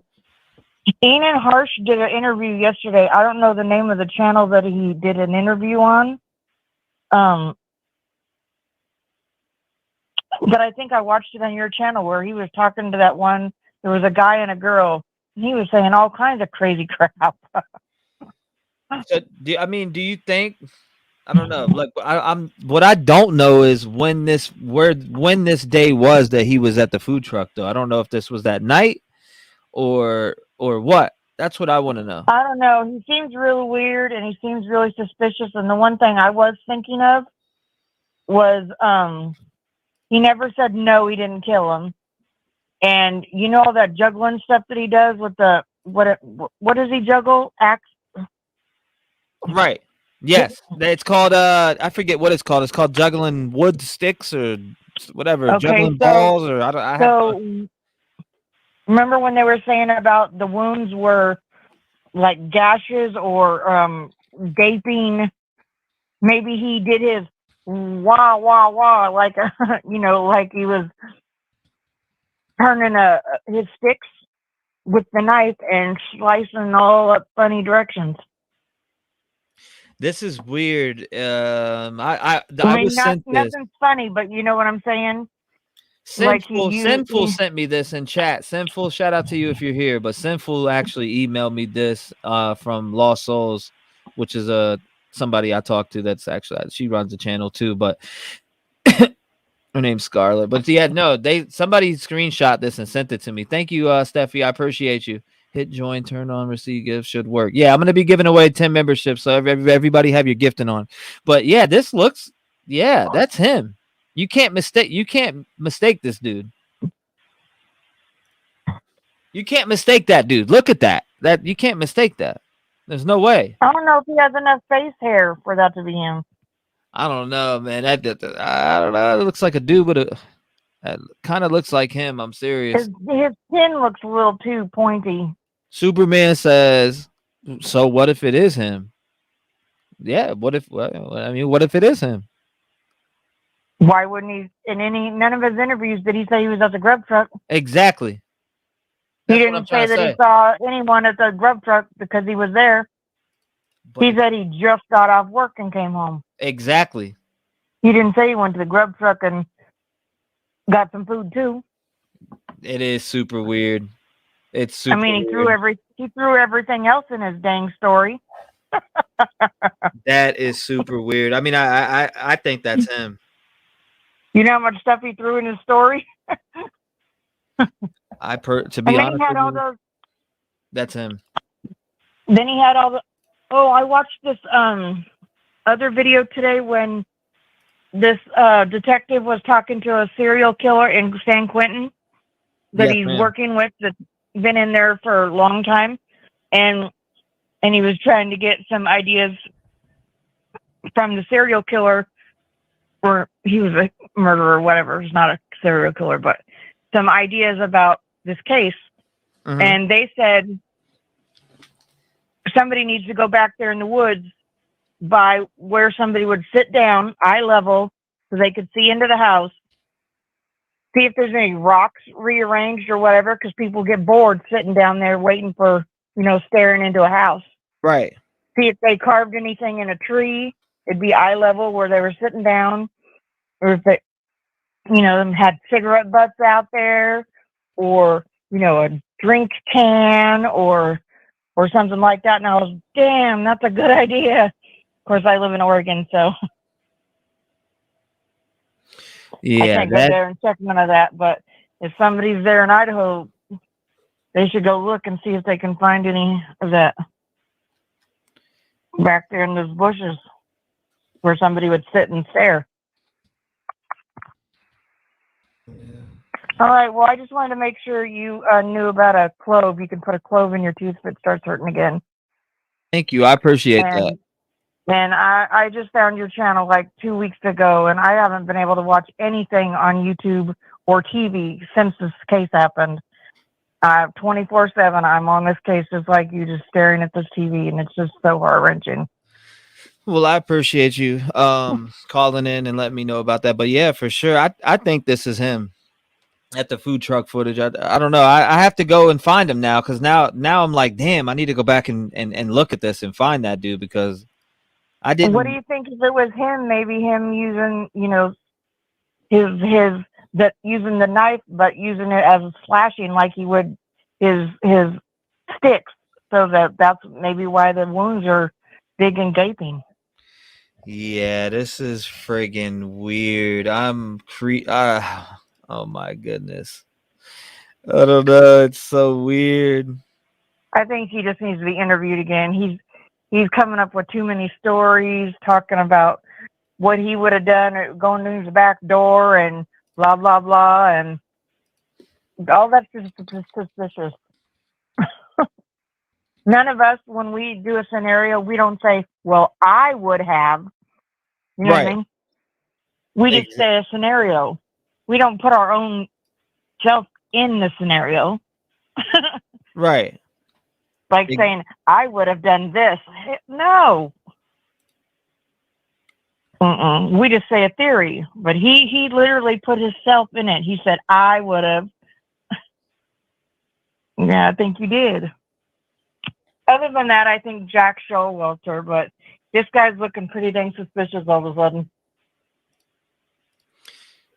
Yeah, I don't know. This is weird. I want to figure out if this is him. Sorry, I'm over here. I'm looking at the footage. No worries. All right. Well, you're doing a great job and love your channel. I already hit the like button and stuff, so I hope your tooth feels better. Thank you so much. I appreciate you. We definitely need to take a second look at this. All right. Bye-bye. Thank you. Thank you. I'm over here looking, trying to figure out what the hell. That is weird. Anybody who wants to call in, do you think this is him? This is weird. Definitely harsh in that video. Who's Joe Vidic? That's the big guy that's at the food truck. Bye. Thank you for calling. Superman says we being a dick. I'm just playing. Let's leave him alone. He's fragile. Stick juggler is fucked up, regardless if he is the killer. He's got 10 screws loose. His nose is big. Call from Bridget. Hi, Bridget. You're live. What's up? Hi, how are you? Good morning. Good morning. Okay, so we got more to go on now, right? Do you think this is him? I know it's him. There's no doubt in my mind. I absolutely put my life on it. Okay, but this makes it crazier, right? Here we go. Here we go again, right? They just throwing stuff in this case. I can't. So I watched Chris McDonough's stream about the white car going by when he caught it on the interview. With the interview. Yes, ma'am. And he saw a white car go by, right? And you're talking about this one right here that I have it on screen right now. Yes, with the reporter that looks like he's about 14 years old. Yes, yep. Okay, yeah. That is very interesting to me. I love Chris McDonough, and I respect the shit out of him. Okay, and I think that is so interesting that he found this a month ago, right? And now they're throwing the white car in, right? Yes, ma'am. Huh. Very, very intriguing. Now, you watched the body cam footage, right? Yes, ma'am. Okay. Now, what I'm finding very peculiar is the way that those kids were acting and the way that the cop was undercover car. One cop was dressed, one cop was in civilian clothes, and the way that they dragged this on. Okay. Uh-huh. Now, what are you doing? You're giving them citations, right? Why? Where'd you pull them over? In a field? At a fraternity? And you're in college? What? Okay, weird. All right. So you're going to pull over some kids walking in the field, right? Across the street. At 3, what was it? I know the scream is at 3:12, and I heard it, and I got chills all up and down my body, and I had my friend on the phone with me last night, and I said, you got to listen, and tell me if I'm crazy. Tell me if you hear this. And she said, yes, I did. I hear it. Okay, so the 4 people walking in the background of the cop car at 3:12. Okay. What's going on with that? Yeah, I'm with you on that. What is going on with that? What are you talking about? You're telling me there's 4? I saw 3. I'll say possibly 4 people walking in the background of that body cam footage. Right. Okay, explain that. I can't explain it at all. I don't know. I mean, are they other college students? I have no idea. Bizarre. This is so bizarre. In my opinion, I don't know, like I said, it's got to do with this frat. And for some reason, I get a feeling they went on too long with these little citations. And that scream the same time. And then there happens to be people walking in the background of them at the same time. I don't And the light going on? I know. Okay. Well, it's very bizarre. 3:12 was the screen. They said 19 minutes later, that brings it to 3:31, and then the car goes by at the gas station at 3:45. Right. Okay, that brings it pretty close, don't you think? And then what I don't know how to explain or pronounce his name. Enan. Yeah, Enan Harsh. Enan Harsh. Okay. Well, he says he gets home between 1:30 and 2 a.m. Okay, so he sees a black SUV, which was already previously mentioned. Then he says he sees plates from Arizona, Montana. Says there was no parties that night, but he heard a scream after he heard a car and door shut. Okay, fine. I just don't know about him anymore. I watched Grizzly True Crime today, and she was trying to make him seem like maybe he's just a true crimer, right? Nothing weird about him. Nah, he's not no fucking true crimer. But you just, or your caller that was the last caller was right on. Well, this dude is not a true crimer. This dude is not a true crimer. No, I don't think so either. And your last caller, I think, was dead on, because she said, why would you put yourself in, you know what I'm saying? Like, place yourself in that kind of scenario. That's weird, right? Like, he inserted himself. He inserted himself in this. Right.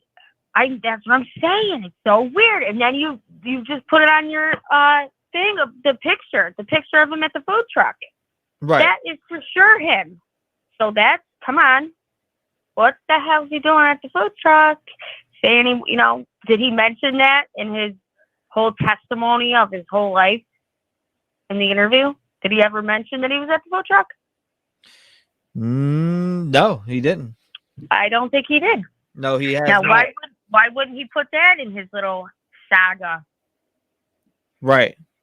I mean, it's super weird. I don't understand. This was emailed to me quite a few times, but the one that I happened to open was this side-by-side picture, which was from Lost Souls TC's chat, or actually stream, and this was sent to me. Oh, that he was at the food truck. Well, now, when I examined the food truck, I examined from when I think I maybe went to 10 minutes before the girls got there just to check out at the furthest, and I haven't checked before that, but I haven't noticed him being there. Now, I would like to see. We need to go over the footage. We need to watch the footage again, and we need to go over it. So, I mean, yeah, absolutely, because that just throws another wrench in the mix here. And one last thing, I just want to point out, people, I wish everybody would take a look at that body cam footage one more time, and look at the way these kids are acting.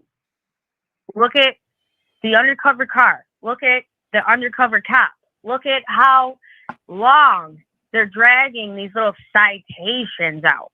Right in front of the house at 3:12, and I did hear the scream. Heard it. There's something funny about that. There's something funny. Why are you dragging this out? I don't even understand that. The whole thing was weird. Watch it again. Watch it a couple times. You're going to ask yourself a couple things. You're going to be like, why? What is going on here? Right. It's very bizarre. I'm just telling everybody to look it over one more time. Kaylee's new car. Well, I do appreciate you calling in. Thank you so much. I'm going to get the next person on because the time ran out. But I thank you so much for calling in, and I appreciate you enjoying the show. And yeah, I love your show. Have a blessed day. Thank you so much. Good call. Anybody who else wants to call in, thank you. Let's see. You didn't hear a scream. If that's Jackass Money Paid, I don't think it's him, but definitely Ski Mask. Randy First says timestamp is 3:26. 3 hours and 26 minutes on what? The food truck footage or what? I did take it off Do Not Disturb, so you can't call in. Let's see. Oh God. Call from Jake Conspiracy. What's up, Jake Conspiracy? You're live. Hey, I just wanted to quickly come on and ask why no one is demanding the videos from the Corner Club, because I see all these channels out. I'm with you on that. I think that could answer a lot of questions. Like, that's going to answer a lot of our questions, and no one is getting that. And I think the dad is kind of hinting, like, hey, this video is disappearing. The cops waited 9 days or 10 days to go to these guys. It's just, I think all this red herring nonsense is to take the spotlight off of Showalter. I mean, the dude is visibly stalking them. I mean, if that is indeed the hoodie guy. So right there, I mean, and then all the other stuff with the carcasses on the lawns, the guy's parents are doctors. So he obviously, grew up hunting. So he knows how to quickly do away with an animal quickly. I mean, I don't know. I think they should be demanding this Corner Club stuff. Yeah, I'm with you on that, and I've mentioned that on my past phone call, or just with people on the phone, or just on my panels talking. And I've said this I feel like this Corner Club footage could tell us a lot about what's allegedly Jack S was in there doing with the girls. Supposedly he had got booted out and all these other things, but I'm sure the investigators are sifting through that footage, and I'm sure they're not putting that footage out for a reason. Yeah, I don't know why they wouldn't if they're asking for the public's help and they're saying, hey, there's a lot of conundrums, and there's a lot of things that don't make sense with what the police are doing. And the more I dig into this, the more I see these other murders. Now I'm looking into Kenya. There's some university students that were murdered over in Kenya, trying to figure out a timeline of when Jack was there. When was Jack? It was Jack around the fishing derby down in Washougal, Washington, when that person was killed in her sleep on the 13th, or on August 13th, a couple were killed. I know he didn't like vegans or liberals. So, I mean, there's a few other things that some of the true crimers aren't putting together here to match these things. And these are all just hours away from his parents' place in Boise. If you draw a line to all these things, it's just, they're all right there in their sleep, stabbed with a knife. It's just so glaring. And then this Hudson Lindau, I'm hearing from other people, other students that I've been contacting, that this was a hazing accident. And these kids are hazing these freshmen with sleep meds, over-the-counter sleep meds. And so that's why they're all disoriented and they wake up in the other side of the campus. And so we need to start looking into that too, because I'm not sure. I don't want to throw all this nonsense out if it doesn't make sense. But it's just, man, there's a lot of coincidences. There's a lot of death. There's a lot of cover-up, and there's a lot of mishandling of evidence and investigation in Moscow for some reason. It just seems a little strange to me, but I don't know. There's a lot to unpack. I'm with you. And I know you're covering it like every single angle, which any good journalist would do, and we need to be doing that. But also we need to circle back and, where's the Corner Club video, man? I've tried to create a hashtag that says, we want the Corner Club video. That's going to answer so many questions. Like, was Jack buying these girls drinks? Did they have some kind of an agreement for a ride home? And then, they stiffed him, ditched him in the end, and he got pissed. That seems like a very likely scenario to me. That's why kind of when they came into the camera angle, when we first start the grub truck video where everyone is analyzing it, he's just like hovering. He's like behind her, or like within inches. And that's kind of crazy, because even if you and I are just, walking, go to the game or something, we have a little bit of distance between us, even if we're buddies, but they didn't seem to be talking or socializing. In fact, I saw a video where she's doing the girl nod, and I've only seen one close-up of this. It's on TikTok. If you type into TikTok, girl nod, Jack Showalter, she's visibly like doing her head over, the girl nodding, like, hey, here's that guy again. He's watching us again. I mean, they knew it the entire time. I think they were clowning on him, and he knew it. I think he knew it. So. I seen that, Jeff, that truck that drove by, bro. I seen that yesterday. We did it. You talk about the one where Jack's with the dog going in it. I feel like that the back of that truck, it had chrome, and the one that Jack was getting into didn't have the chrome all the way through the back, but that's just me. Yeah, I mean, there's a lot of stuff out there, man.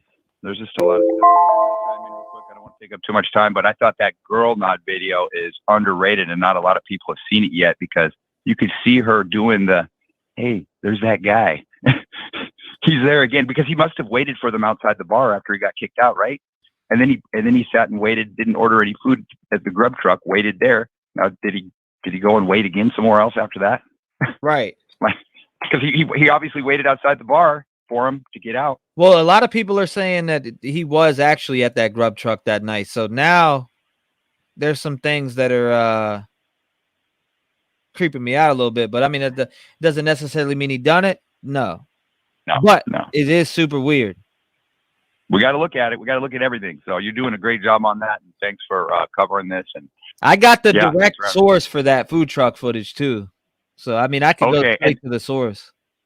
Well, somebody should be compiling these. I thought, because this information is spread out over so many social networks. You got some true crime YouTubers that are like, I'm not going to look at this because it's here. I'm not going to look at that because it's on TikTok. But it's just I'll look at it anywhere. I don't give a shit where it's at. I know you do. I know you do. I know you do. And that's good. That's what they all should be doing. But I think some of these people have blinders on and they're not seeing the entire picture here. So I think we got to look at every single thing. And what I see is there's a guy that's visibly stalking two people on video, and he lives, a minute walk away from their house. And he's the only guy we haven't heard from, so heard from everybody else and their stories, whatever they, so yeah, I want to see that. I want that Corner Club video. And I know that there's a couple of journalists there right now. Why aren't they outside the Corner Club saying, hey, here's the bartenders that were working. Why haven't we heard from the bartenders that kicked him out? Or those people? They won't come up off of that, I believe, I really don't think they'll come up off that. Because they're probably working right now. I mean, any of us could go into that Corner Club and be like, order a drink and say, hey, what do you guys know? Off record, on record, whatever, talk to me. So I know Jonathan Lee Riches, I don't really agree with everything he's doing because I think I'm not sure, I just don't know what his motive is. If he's just I know he's published a couple of these red herrings and things that, like the Joseph Morris garbage nonsense. I can't even believe that guy's still doing anything on YouTube anymore. But yeah, man, just wanted to jump on. I don't want to take too much time. I got to run, but I want that Corner Club video. I want that. I want to see that. Yeah, absolutely. Absolutely. So I'm with you on that. Thanks, bro. Thank you, brother. I appreciate it. Have a great day. Well, man. God bless you. Yes, sir. Later. Yeah, thank you. To remove the hold on your account. That's super weird, man. I don't know. That's creepy, right? I mean,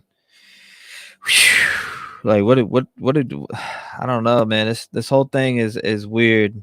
This whole thing is weird. All right. I'm taking the next caller who wants to call. I mean, we can go to the footage real quick, actually. Do y'all want to see if that's Enan? Let's see if it's him. Hold up. I'll go to the footage right now. I have the direct source, so it's the best quality that we could possibly get. It is on here. We'll click there. Here, I got it there. Let's go to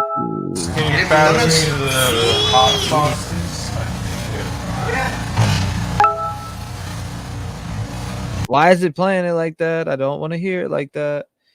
Okay, so view all. So we're going to go to the one down here. Everybody wants to pull this up and find Waldo's dumbass. All right, here he is. And this is it right here, guys. This is the footage. Now, let me see in the chat. Where's the timestamp at?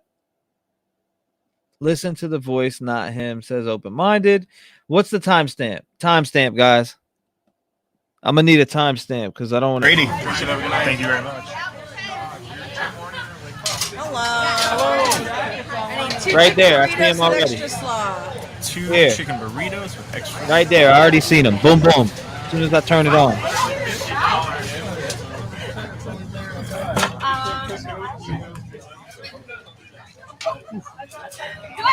$19 for you. I know I have a $6 waiting for me. I would like to use it. Okay, awesome. So, Let's see rewards. Rewards. We need to see when he comes up to the window, though. That was definitely the lookalike. Anyways, we're gonna call him the lookalike for now. But where does he come up to the window at? Yeah. That's what we want to know. Where does he come up to the window? It's like $12. Thank you, Miss PJ. Thank you. It's been $12, so it's just gonna be $5. $5. Once I clear, yeah, it should just be $5. 326. Yep.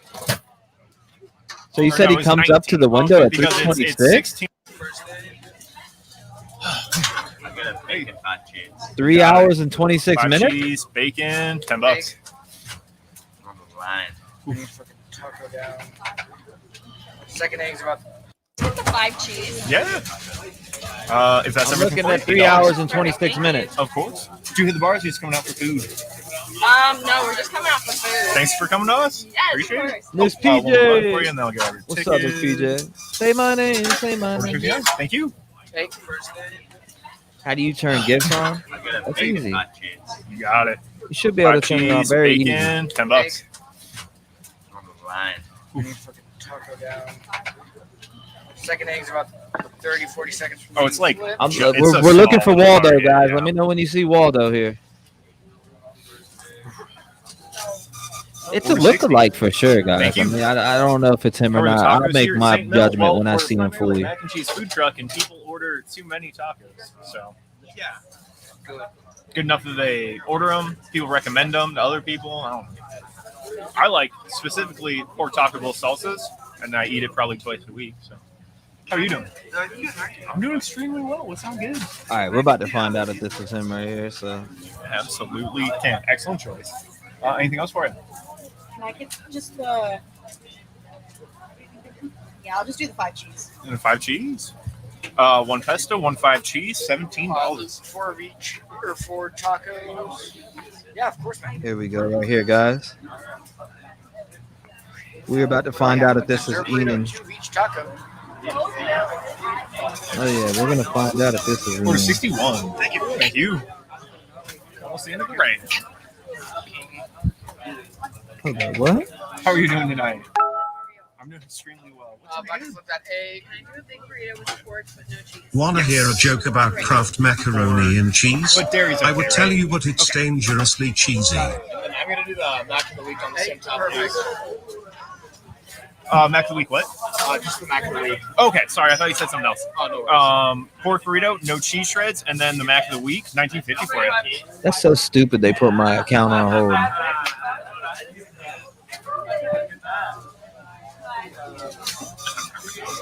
Order 62. Awesome, thanks, man. Thank you. That's so weird. You guys are keeping up. I don't know what I want. You go first. Can I do your barbecue? Yes. Okay, got it. Hell yeah. All right, so hold on. Let's see if we see him here. I don't. I'm getting 5 cheese. I'm getting 5 cheese with bacon. Okay. Anything else for you? Just those 2. Yep. Hell yeah, man. $20. Good night.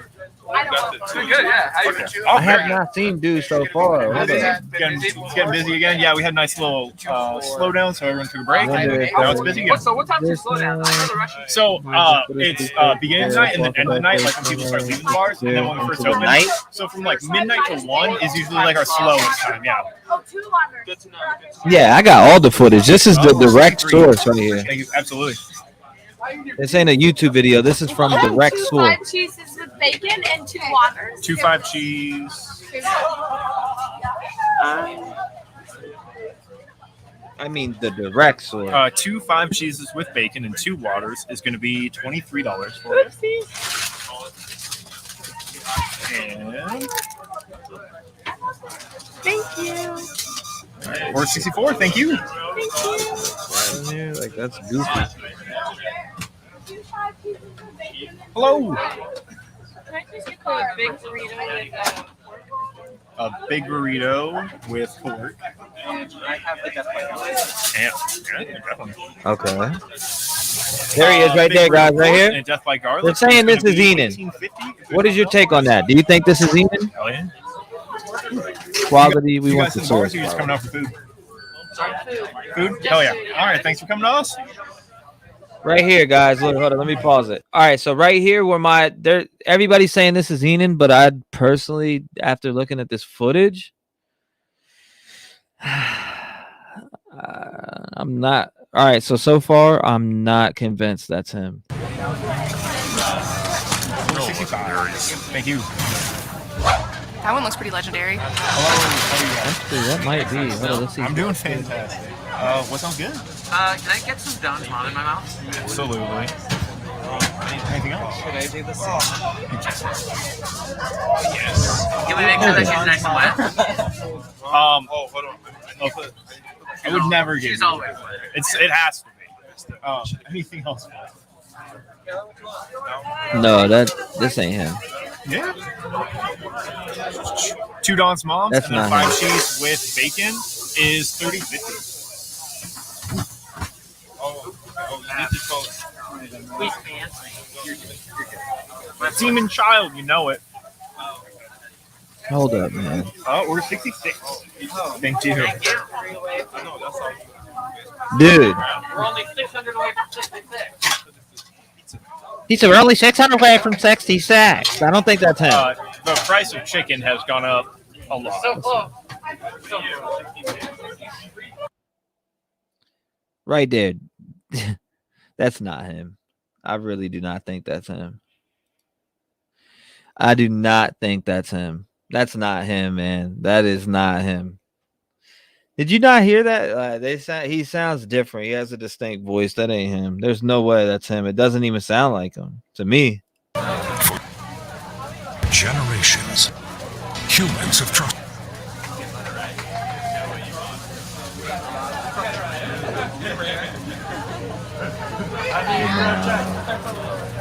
Chicken taco, pork burrito.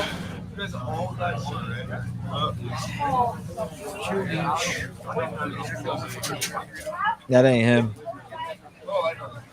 That's not him. That's not him. He has that weird voice and that weird sound, but I mean it was a try, right? That's not Waldo. That's not the Waldo we're looking for. Close match, close look, right? Close identity and look and all that, but that's not debunked. That's debunked. You are fake news. Back to the vehicle here. Do we think that this vehicle, I'm going to open up the lines. You guys can call in. That's definitely not him, but let's talk about the vehicle. Let's get back because that was a distraction.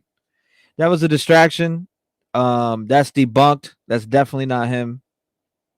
Definitely not him. Thank you guys, though. Let's go. Anybody who wants to call in, you can call in. I took Do Not Disturb off, so the number's at the bottom of your screen. If you want to call in, it's 219-885-9693. Let's jump back onto some things. Let's get back into what we were talking about. Do you think the killer revisited the scene? Now, right here is the alleged vehicle that had pulled back up, but is this just another distraction? I mean, it's being talked about a lot, so. But that definitely wasn't him. What do you mean, Keister? What happened? You tried what? What'd you try? Exactly. I said it. Let's keep on track. This is the car. Poncho. I can't. That's definitely the car, not him. Brittany Joel says he would have chef pants on at least, right? Distractions everywhere. That was definitely a distraction, but I mean, it definitely wasn't him for sure. There's no way. It didn't even sound like him. It didn't even sound like him, but wanted the mac and cheese truck, but no longer after the sneeze and the food serving laughed my ass off. The white vehicle is a red herring. I don't know. Like the stream if you're enjoying the show. Like I said, lines open again if you want to call in. Anybody want to call in? Who wants to? There was people calling in before, but somebody tried to hit me with an LLC number. Like, get out of here with that shit. Hi, I'm here to clean your carpets. I agree with that statement, dude. There's about 6,000 white vehicles in Moscow. I'm pretty sure there's probably more than that. But hey, super weird shit. Why won't it let me do it from this account? Like, it's super friggin' weird, dude. Weird. Come in. All right. Canada loves T-REV. Thank you, Lee. I appreciate you. I appreciate you guys. Yeah, call in. Let's see. Is that the vehicle? Is that the killer returning to the scene? Let me know. Call in. I got it pulled up right now. Let's see. Let's see if this is our vehicle right here.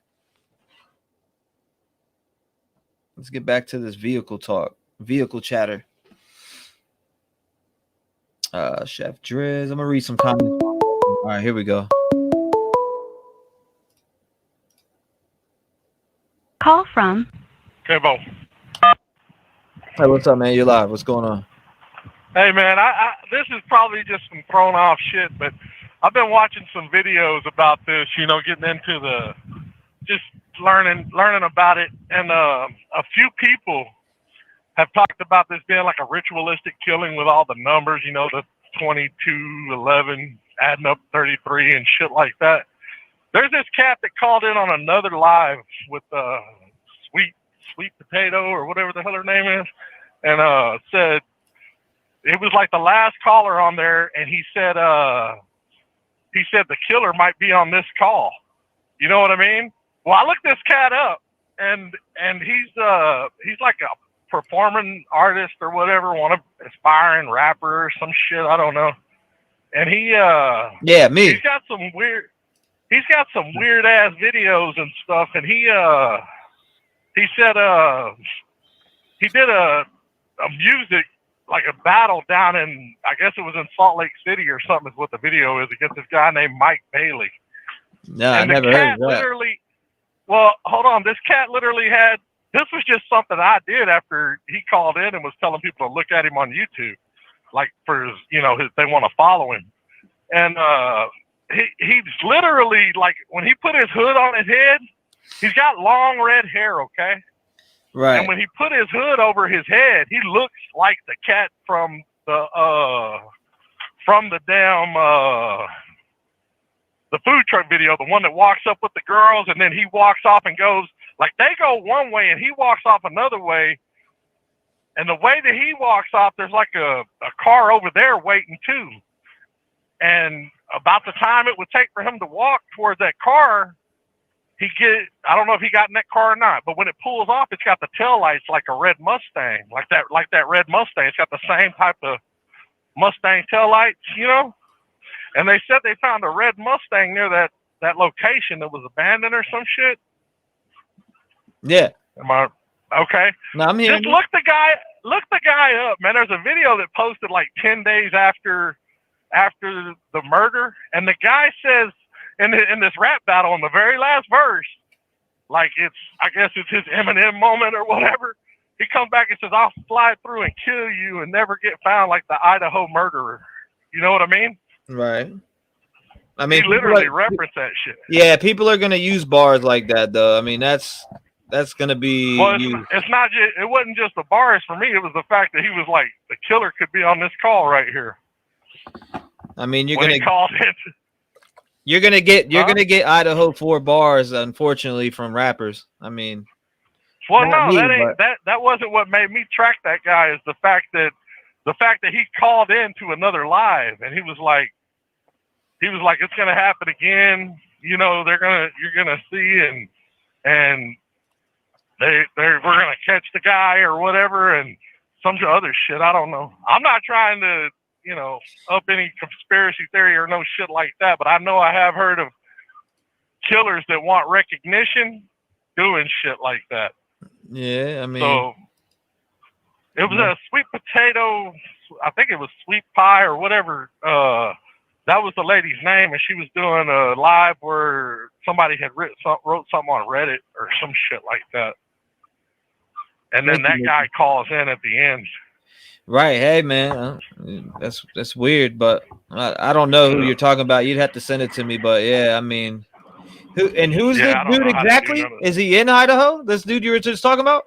Yeah, like he's somewhere around there. I mean, Salt Lake City ain't very far from fucking where you guys are from Idaho, and like everything that he does, like if you look at his videos and stuff, he's like, they're gonna dig it up. They're gonna dig it up. I don't know if he's just talking about that shit, but apparently this person, like whoever, there's like a map or some shit. I guess I was watching a video yesterday about that. There's a map. What's his got, like, name? All these pinpoints. What's his name? ROEPOE. A redheaded dude, looks just like the guy in the video, but he's got he's got like long hair in the videos, in his videos or whatever. And I don't know if that guy had short hair or not. I just seen with the hoodie on. I seen it look like he might have had a man bun or something up underneath his hat when he took his hat off for a minute. But yeah, I mean, you're gonna get people that are gonna rap shit like that though, man. So it's like, what threw me to it was the fact that he called in on that damn show, and I actually looked the guy up. You know what I'm saying? Oh, I feel you. No. I hear you on that part, 100%. Yeah, it's like, follow me. You know what I mean? Yeah, follow me. That's another dude just trying to insert himself somewhere a little bit, you know. But whoever done that shit from all the videos that I'm seeing, they're like, or whoever thinks they done it, or whoever they think done it, whatever, they're like leaving freaking pin drops on maps and shit. All I know is I think that dude you're talking about is a straight distraction. Yeah. That dude was that's all that was a distraction. Very well could be. I'm gonna definitely put my head out there whenever when I see some shit like that or hear some shit like that though. Yeah, that's what he wanted. That's what he wanted. It worked. Yeah, that's what he wanted. It worked for, I mean, a couple people, but I guarantee not that many did. Yeah. That dude just said, "Yeah, man, go check out my music. My name's Ropo." Man. No, he didn't say check out my music. He said follow me on YouTube or whatever. It's not all this stuff. Ain't got a bunch. It ain't all about. Like, I don't know. It's just strange. Like that shit threw me off when I seen his face, and I was like, damn, that looks like the guy in the hoodie. You know what I mean? I feel you, man. And the fact, like a lot of people are saying that those girls, that the light, whenever those girls left or whatever, that car that came to get them was the one that pulled up in the video. Like they got like tail lights from it. Right. Well, the tail lights, when that tail lights pull off, if you look at that car when it pulls off, them tail lights just go right on with that Mustang shit. Right. Well, shit, man. I appreciate you calling in, brother. I'm gonna get the next one in since the time's up and try to squeeze some more phone calls in and be fair here. But I appreciate you. Where you calling in from, bro? Man, I'm by Mexico right now. Man, shout out to Mexico, man. You're in Mexico? I'm in McAllen, bro. Nah, I'm not in Mexico. I said shout out to Mexico though, bro. I'm in Hammond, Indiana, right on the line of Chicago. But I appreciate you calling in, brother, and tuning in. If you got anything, hit the email. You know, what's your name in chat? It's probably Lost Saint 33. Okay, brother, I'll be looking for it. Yeah, do some studying on battle rap though. You'll see people be using them bars all the time. Oh, I know about that part. I'm just saying the way that like they're talking about it being like where I get mad is like you fall into that like Illuminati and shit like that, and they follow all the weird numbers and rituals and all that stuff. Right. And it's always like they talk about it being aspiring artists, you know, no doing doubt. like blood sacrifices and shit like that. And everybody was, you know, so I was like, damn, hold up, man.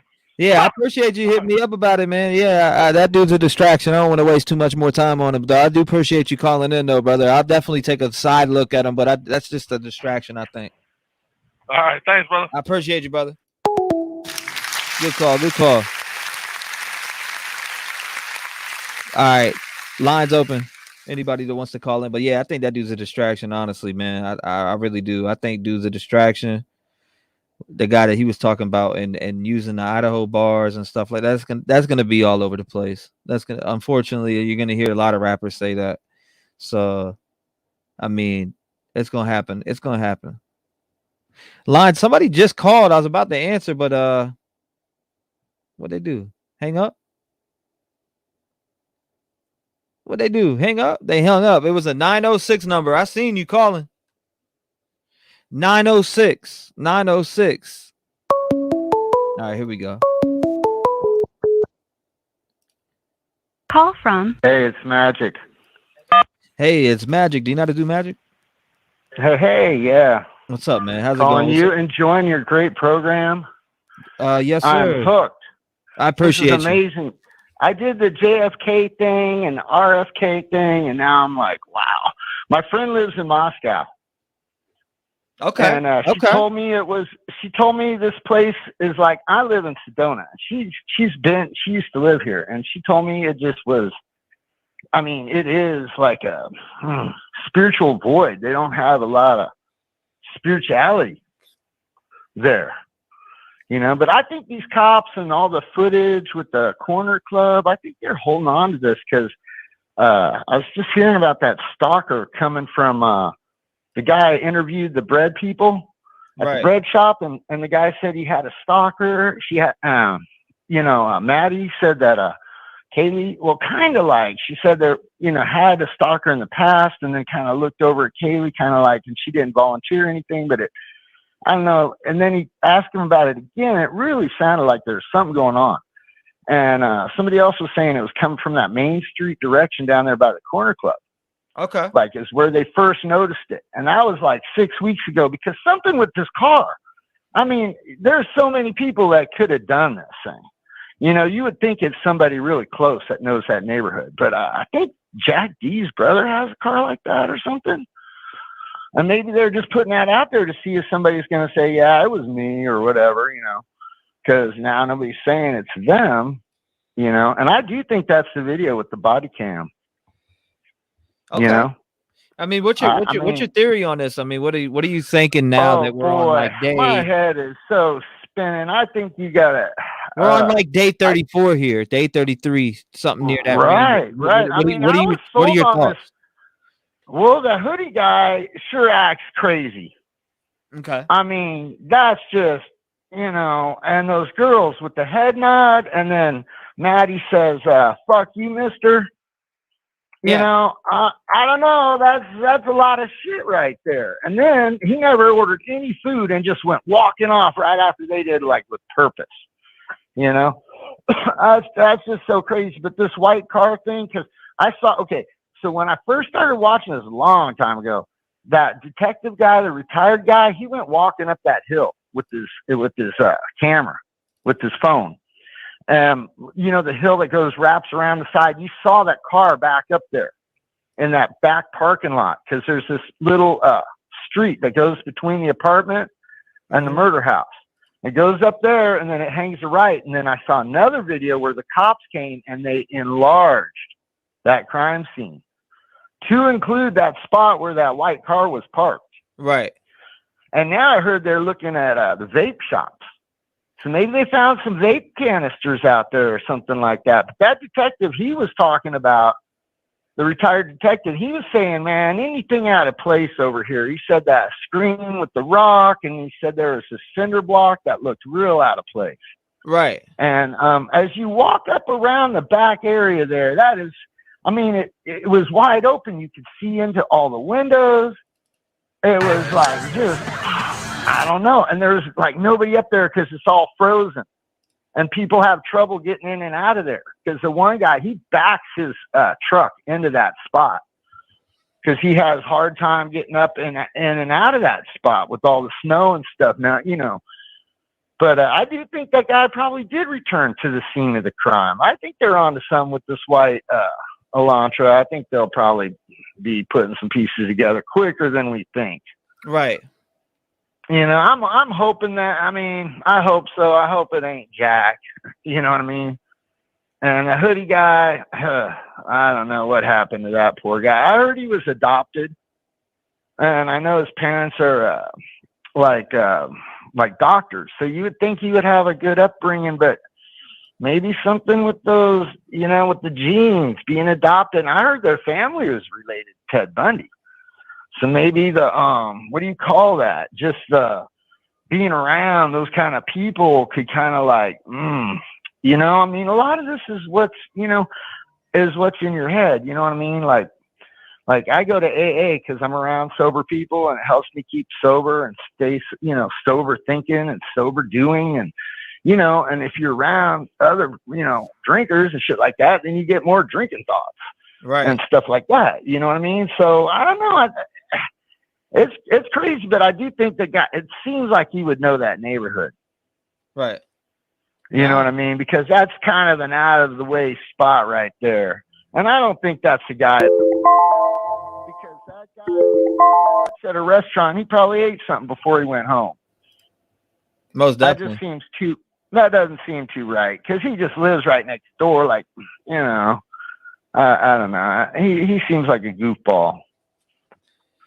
But that Jack, the one Jack T though, he looks all skinny and kind of mild mannered, but he's a little more athletic than he looks. Yeah. But man.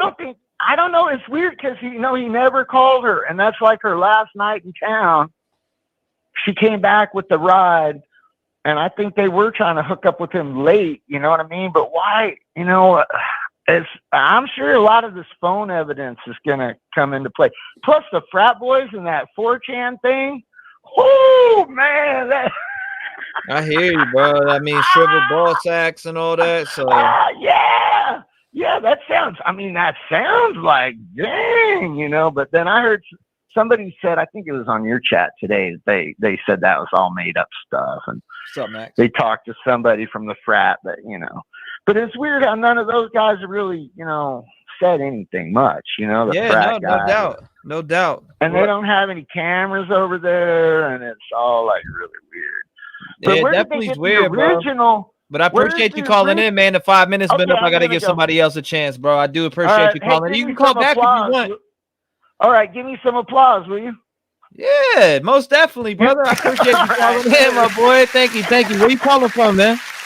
Sedona, Arizona. Man, shout out to Sedona, Arizona, man. I know y'all smoking on that good out there, man. I appreciate you calling better up. Come on out here. You better come on out. It's badass. Check it out. Most definitely, brother. I appreciate you calling in. If you got a bike or you like to hike, this place is bomb. Most definitely, brother. Man, I appreciate you calling in and love and light, dude. You're doing good work. Thank you, my man. Great entertainment. Appreciate you, brother. Damn, I just banged on him. I didn't mean to do that. He was still speaking, but hey, you can call up, man. I didn't mean to hang up on you like that. I thought you were finished. He started talking as soon as I hit end, man. I kind of feel bad about that. But anyways, the number is down at the bottom of your screen. If you want to call in, it's 219-885-9693. Make sure you call in and voice your opinion. Voice your opinion. What do you think? What do you think? What do you guys think? Let's see. Let me read some comments while we're waiting on the next caller. We got let's see. Okay, here we go. Solarverse. Call from Solarverse Advanced Solutions LLC. Solarverse Advanced Solutions LLC. You're live. Hey, sorry about that. That's my work business. My name is Daniel. Jay, I'm with the Drunk Turkey Show. Yeah, what's up, brother? So I wanted to talk to you. We're actually kind of covering this case as well. We're on YouTube also.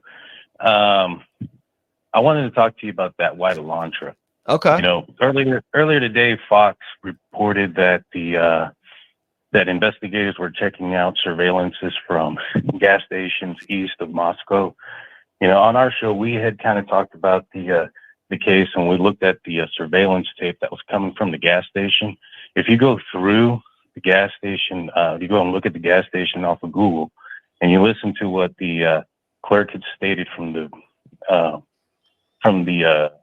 news clipping, that the vehicle turned off of Idaho 8. And so based on the positioning of where that gas station is on Idaho 8, there's only one intersection that vehicle could have turned off at. Right. And it's going towards the house. In fact, if you look at Google Maps and you put the gas station there and you put the victim's house, it's the fastest route there. And so in my opinion, they would have had to have been coming east of that direction, which is now being opened up 24 miles away. Now, when we were speaking about this on my show, we were kind of putting our heads together, me and the guys. I was telling them, I was like, look, on the body cam footage, lights go off at 2:55. Somebody had something trigger him to the point where he goes and kills 4 people, right?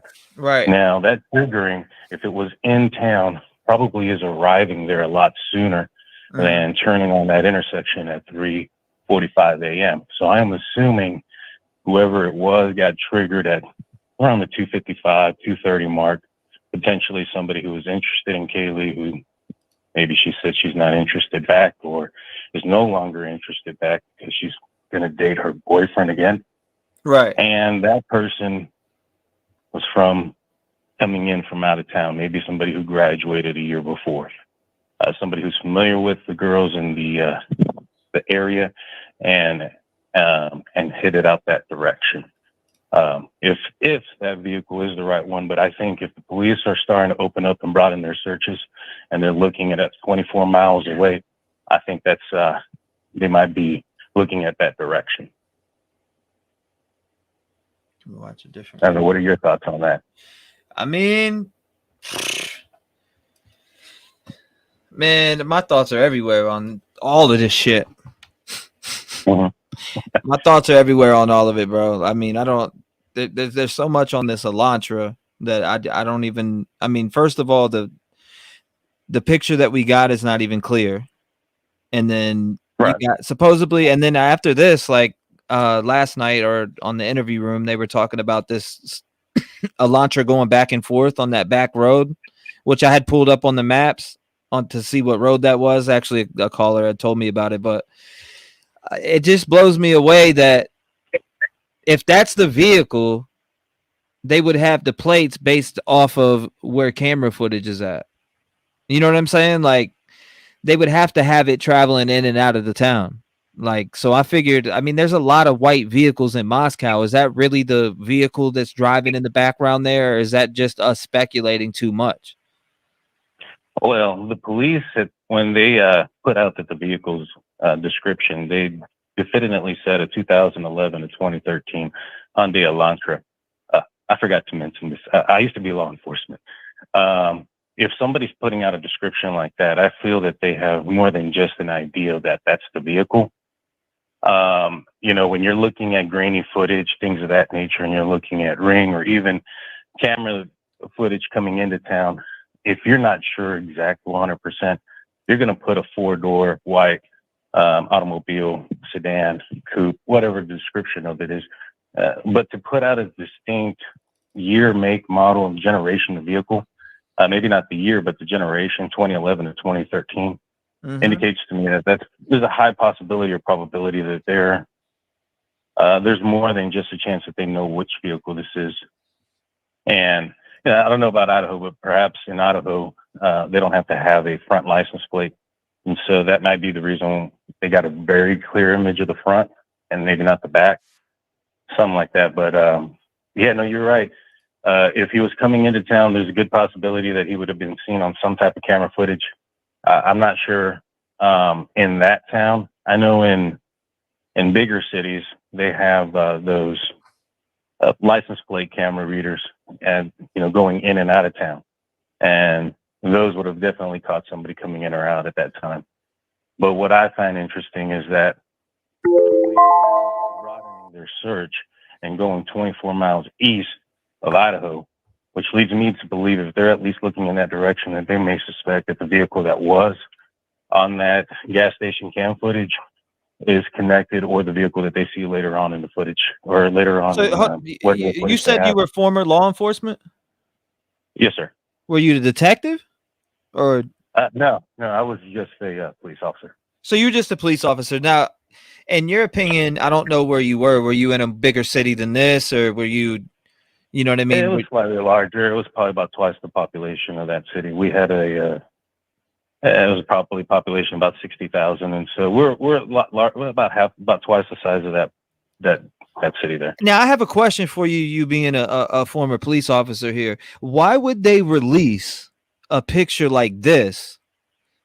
You know what I'm saying? Like a grainy picture like this, if it's possible that they have a better one, or do you think this is the best that they got?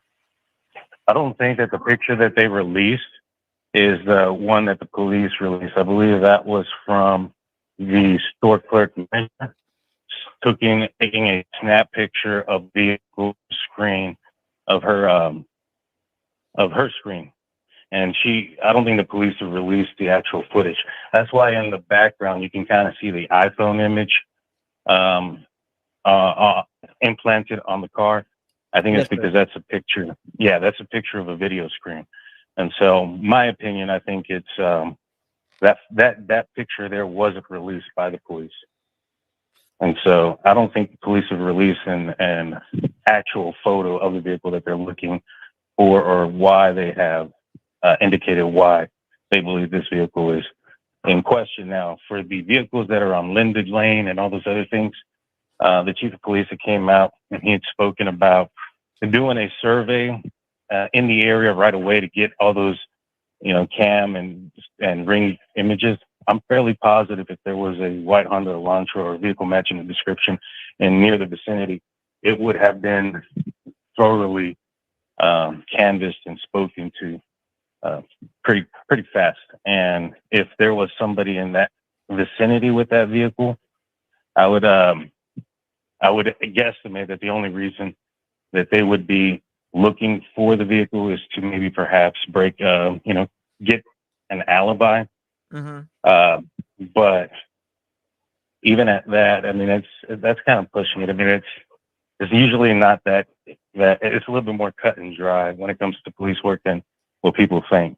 And so, the fact that they're going out in the direction that they're going out in leads me to believe that they're speculating that this person at least traveled to this house from a good distance.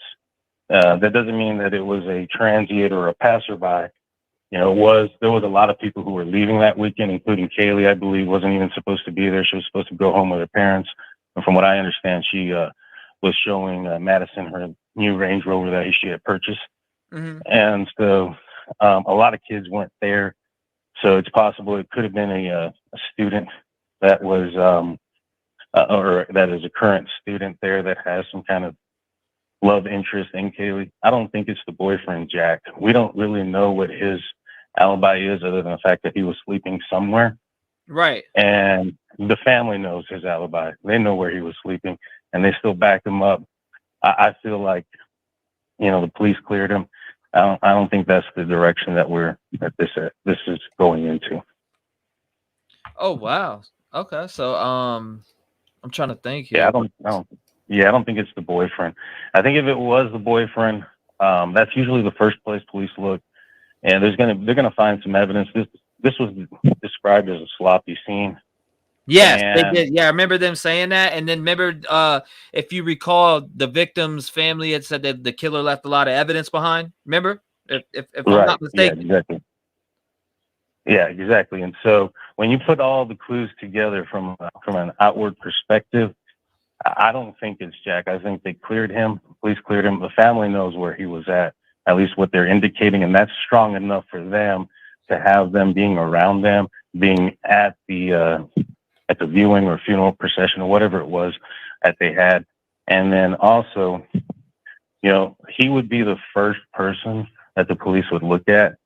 And if, based on those things and based on the scene being sloppy, I wouldn't think that he would still be a free man if it was him. Right. No, I appreciate you giving me the insight on that. I don't know if you had any good friends in the force that were, or in the police force that were homicide detectives or anything like that you've maybe spoke to about this. But I mean, who would you be leaning towards that would do this? Would you take a stalker, or I mean, who would have the most motive? She's about to go to Texas. Kaylee's about to go to Texas. She allegedly has the most wounds on her. From what Dad said, and I don't know if you watched the video that I had put together, but I had got an interview where it sounds like she says she had a strong alibi, but a lot of people say that the dad says shared a strong alibi. So I mean, I hear she in that interview when I put my headphones on, but I'm curious to what you think about that part, that segment, and I'm sure you've heard it. I'm sure you've seen it where it's the dad, the daughter, and the mom, which is of Kaylee, Steve, and I'm pretty sure it's Autumn and I forget the mom's name, but they were sitting there talking, and Steve had said she had a strong alibi. It sounds like she to me, but I was curious what's your take on that? Yeah, I heard that. I also thought that it sounded like he said she. I think that when it comes to the father, I think he's looking at a bunch of different things, and he's looking at it through emotional goggles, which is very understandable given the circumstances of what he's going through. And he's looking at things and grasping at, oh, that looks weird. That looks weird. That's a red flag. And, not getting the answers as fast as they'd want. And which is why he's disclosing a lot of the information that he's done to try to get something to spark or get something to get moving in the right direction. When it comes to she had a strong alibi, I'm not sure who we'd be referring to. I don't believe that the police have told him the alibis of anybody else. Okay. So, that's why, in my opinion, he doesn't know what the food guy or the hood guy at the food truck's alibi is. And that's why he's asking for them to release the alibi. So whatever alibis he does know has to be close to him. In my opinion, it's probably one of the roommates. He's probably referring to if he said she. And so that would be the way I would deduce that information to bring that down. As far as my suspect is who I'm thinking it is, if it's somebody who's traveling a long distance away, somebody who had, targeted her and it's not the current ex/boyfriend, it's probably somebody who had a recent love interest in her, somebody who probably have known her for a while. I'm guesstimating, and this is what we're actually going to break this down later on my show tonight. But me and my guys, we've been talking about it. I'm thinking it's probably somebody between the ages of 22 and 25, somebody that recently graduated out of there, who's partied there, who's been close enough to be apart or even make contact with Kaylee, and somebody who was turned down by her, perhaps maybe someone who is a friend of Jack's. I do find it weird that white vehicle was at one time parked down the street. I don't know if that vehicle is parked there anymore. And I'm talking about the one where you see in the Barstow, Idaho Instagram video. If you look at Google Maps, that video, you have to look at it from a distance. That vehicle is still parked there. And so, like I mentioned before, unless that person left and they can't get in contact with them, period, I would assume any white vehicles in the area has been thoroughly canvassed and the owner has been spoken to appropriately. And so, with that being said, I do think it's somebody who's close to them. I think it's a love interest that was turned down here recently. I don't think it's the ex-boyfriend. Could it be the hood guy at the food truck? Maybe. I'm not sure. The in and harsh guy does seem kind of suspicious. I've looked at his Reddit posts, and he described some things that are kind of weird. I'm not sure if you've seen those, but on that long ass fucking thing that he wrote. You talk about Enan? Yeah, Enan Harsh. That dude wrote a book, damn near. He did. And when I want to say like the third or fourth paragraph in, he talks about like ripping apart something and leaving it sloppy. And I'm like, whoa, man, this seems kind of weird. Like it describes almost similar to what was going on now. Could he be a guy that's looking for some kind of clout from it, notoriety or publicity to gain some kind of become his 5 minutes of fame? It's possible. At the end of that entire deal, he says he's creating a YouTube channel to show people how to stick juggle for free or something like that. And so, if you go through his Facebook, there's some weird stuff there. Talks about not hearing a scream, changing his story. And his story on Reddit talks about being sad and crying and all these things where he said that he was crying at work. And in my opinion, maybe he's just trying to explain some behaviors that the cops were saying to be looked out for. Has anybody changed their behavior recently? He's crying at work. That's changing his behavior. And so those things kind of stood out to me, reading that. And then, what do you call it? Could it be that he's throwing things in there just so that he could grab some attention? So, he put it on Facebook. I'm viral. I'm famous. This, that, and the third. So it could be that. It could be he's actually involved. He talks about other people in his family or friends that are close to him that are missing. Yeah. So What that was was your kind of weird too. now? What city did you used to be a police officer in? I was out in West Texas. I'll leave it at that. Okay. Now I was just curious. So Texas has got some rough streets out there. Yeah. We were out in West Texas near the border, so I dealt with a lot of different type of stuff. I did try, and my career ended with a back injury, and so prior to that, though, I was going into trying to be an investigator, going down that path. I have Didn't one get a more chance question to. for you before I let you go and get another couple callers in here. Go Regina ahead. Wright, one of my subscribers asked if one of my members and subscribers asked T-REV asked caller if he finds Ian's story about the black SUV a don't look for white car distraction. No. What I did find about it, and I was kind of curious because there was some different things that came out about the vehicle that dropped them off, the Uber. Now, that guy's been cleared. I was curious if maybe he perhaps when he got home, maybe it was a little bit later than he anticipated or thought he did. And he said he was home about 1:30. The girls were, probably arriving home around 1:55 or so, 1:45, depending on the Uber, depending on what the mom said, as far as they arrived at home. And so if it was closer to 1:45 and he was closer to getting there around that time, he may have seen the Uber driver as, they dropped off the girls and him, doing his whatever it is that he has to do after the fact, after the vehicle's dropped off, sign off of Uber, put available, look for another call. Maybe he got another ride or share, and he was putting in that information at that point. But at 1:45, 2 o'clock in the morning, I don't know. I don't think the suspect vehicle would have been there, and I'm not sure. Maybe perhaps he is putting out a vehicle that is out there. But I believe in another interview or at some point he mentioned a white Elantra as well. And so, yeah, no doubt. I appreciate you sharing your insight, man. And how long were you in the force? The police force? I was there for 8 years. You there for 8 years? Yeah, well, hey, man. Thank you for serving and patrolling the streets. I know it's not an easy job, and a lot of police officers are, they get shit on. But there's good police officers out there and there's bad ones, and we all know that. But I do appreciate your service, man, and thank you for calling and thank you for your insight. No problem. I appreciate you taking my call.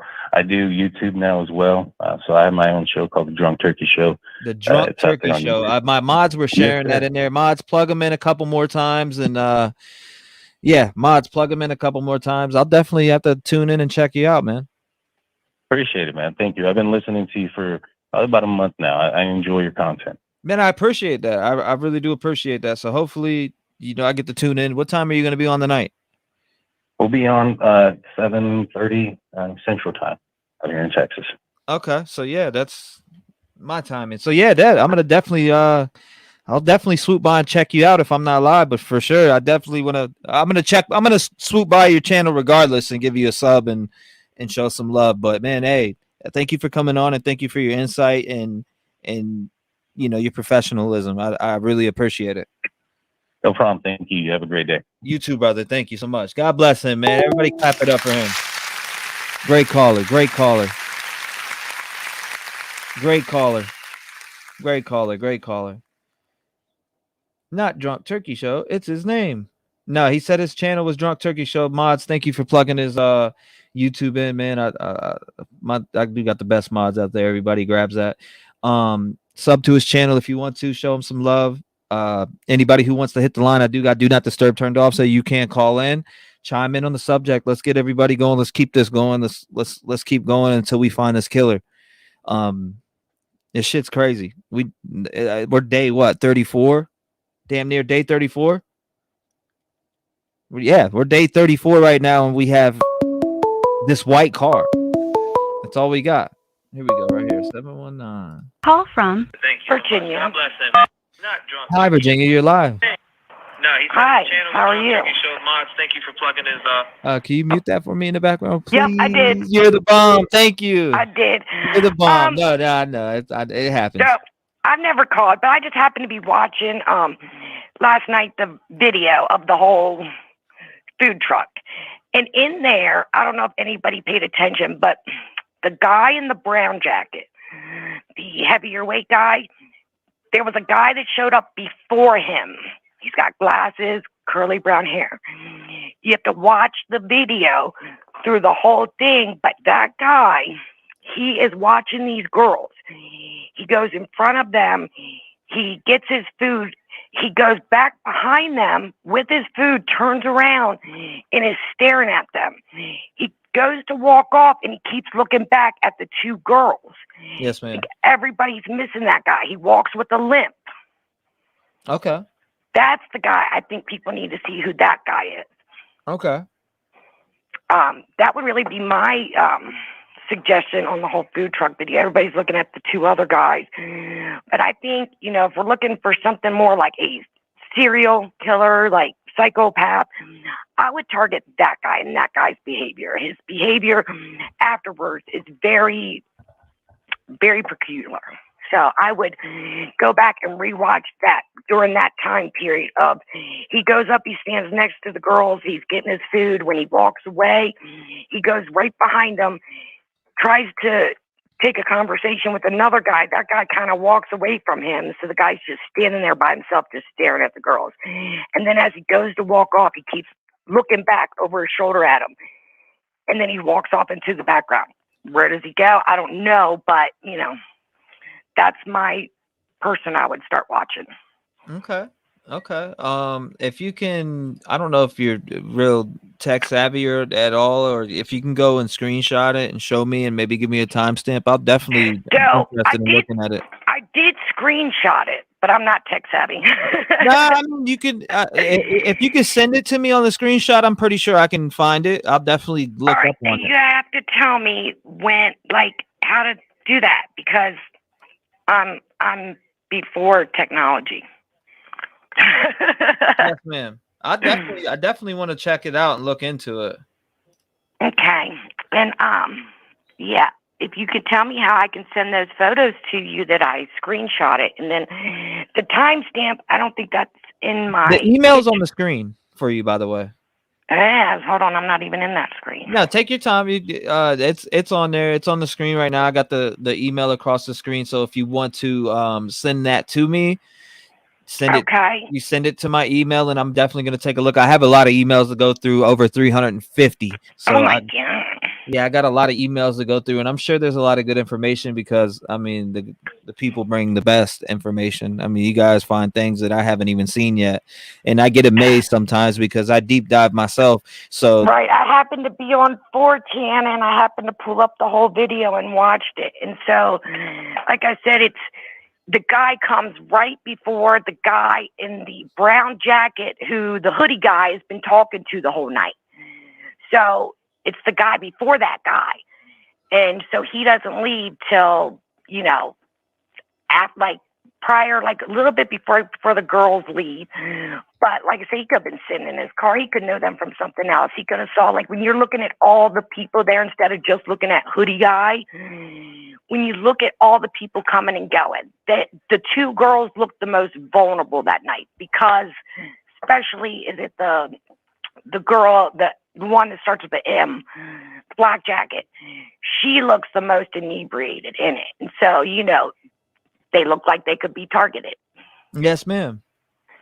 So, but yeah, I did screenshot that. I will send that to you, and then you can go back and look at the video and watch his behavior. Yes, ma'am. I definitely want to go check out what you're talking about. I mean, it sounds interesting, and I want to see. Maybe I haven't even paid attention to that part because I'm so focused on other areas. We're too busy looking at hoodie guy and his reaction that nobody's paying attention to the people around him. I mean, I did pay attention to a lot of other things that were going on. I feel like there was maybe a drug dealer. They went around the corner and smoked some weed, or maybe did some type of, there's no telling what they did, but I noticed. Yeah, but a psychopath ain't going to do that. Like a psychopath serial killer is not going to do that. They're going to look the most normal out of all of them. Yeah, absolutely. And So like you, I so said, you, your this guy theory is a looks serial killer? normal. You know, I have to say, I think it is related to the one in Pullman. Okay. To be so similar to that. Okay, to be so similar, to have such similarities, is, unless it was a copycat. You know what I'm saying? And then, but beyond that, like, I mean, who knows who it is, right? We could think it's a serial killer, it's somebody they knew. Right now, it's anybody's game. Like, it could be anybody. So don't discard one part because you think it's another. And that's where we get blindsided, is we're always looking at the wrong person. We're looking at the person that gives us the most visual, like, oh, he looks like he can do this. That looks like him, right? Oftentimes, it's the one you're not looking at. Right. So, no, yeah, I want to check out what you're talking about. I definitely would love to take a look at it. yeah, well, I'll get that to you. I'll jump off here, let some other callers call in, because I don't need my minute of fame. I'm just saying, y'all need to look a little further. Yes, ma'am.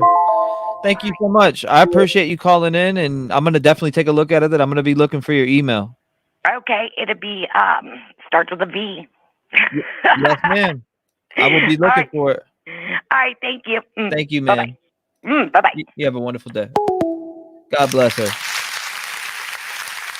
All right, lines open for anybody else who wants to call in. Red mods, you are on point. I'm trying to figure out why David got smoked. I did see him saying a few things, but I don't know. That was such a sweetheart. Oh, yeah, so kind to the callers. Thank you, Taylor. I appreciate it. I try to be kind to everybody. Call from Jessica. Hi, Jessica. You're live. What's up? Yeah, what's up, Rev? What's up, community? What's good? So I was called Rev. A good show as always. I gotta tune in every day now. Can you hear me? Yeah, what's up, Rev? What's up, community? Let me mute my TV. Hold on. Okay, you're good. You're so, first I want to go back to Enon, the neighbor. Yes, ma'am. Well, like I was saying yesterday, like I read a little bit more in his manifesto, which is what I'm calling it because that's what it's giving. He also stated how he took like a half a bottle of wine over there and like to introduce himself to the girls and what Shook his people hand aren't with like. Kaylee and all that. Yeah, and what it's giving is like you're a 30-year-old cook that wanted to be cool with these kids and they were not interested. Maybe he is the stalker. That's just allegedly. It's just another avenue that we should kind of travel down. And then I want to go back to Hoodie Guy at the truck. Mm-hmm. Now, because the police have not confirmed if Hoodie Guy is Jack Showalter or Jack D, we don't know. So we're kind of putting two and two together. But at the same time, I'm gearing towards Jack D, the ex-boyfriend, being at the truck because of the way Kaylee's attitude, body language, it was giving my ex is following me around all night. I don't want to be bothered. That's what it was giving when like they were saying like he was trying to trip her. He, you know what I mean? Especially like towards the end when they went and got into the ride share and he like kind of walked off and like pointed at them. It was giving like, God, I'm sick of this. You know what I mean? Like that's the type of, because all of us females that have had an ex have probably dealt with that at a time or another. Because I know I have, you know, maybe your ex pops up, you know, it's giving stalker, but at the same time, you know, you guys know what I mean, right? You get what I'm saying, Rev, what I'm trying to get out? Yeah. What do you think? What's your opinion? No, I was reading a damn comment that said local, which was actually a person I got the email from. I'm reading comments over here. She said, what? JKR13, please call in when you can, Jordan. Rev Gang Local has new info. It's not Hoodie Guy. Well, call in. I'll be looking for your call. But yeah, no, I mean, like about the, I don't know. You think it? So who do you think it is? I think it's Jack D because it was giving Kaylee and Natty kind of knowing him. The body language was like they knew him, even though they know Jake Showalter. Right. I'm thinking it's Jack D just because of the way that his attitude was at the food truck. Like maybe he was tagging along kind of, but they didn't want him tagging along because she was trying to do her own thing. And then like the way he walked off of the food truck was just like, all right, whatever, I'll get at you. You know what I mean? And then like maybe she got home and was like, you know what, let me call him. You know what I'm saying? Drunk girls know how it is sometimes, especially when you're in college. You're going to call the ex over if nobody else is answering. So that's just another avenue to travel down. Allegedly, it can be Jack Showalter. Allegedly, it can be Jack D. We still don't know. I think the police do have a suspect. I'm just hoping that it doesn't take 5 years like the Delphi case. Don't you? Oh man. Oh man. I hope I mean, not.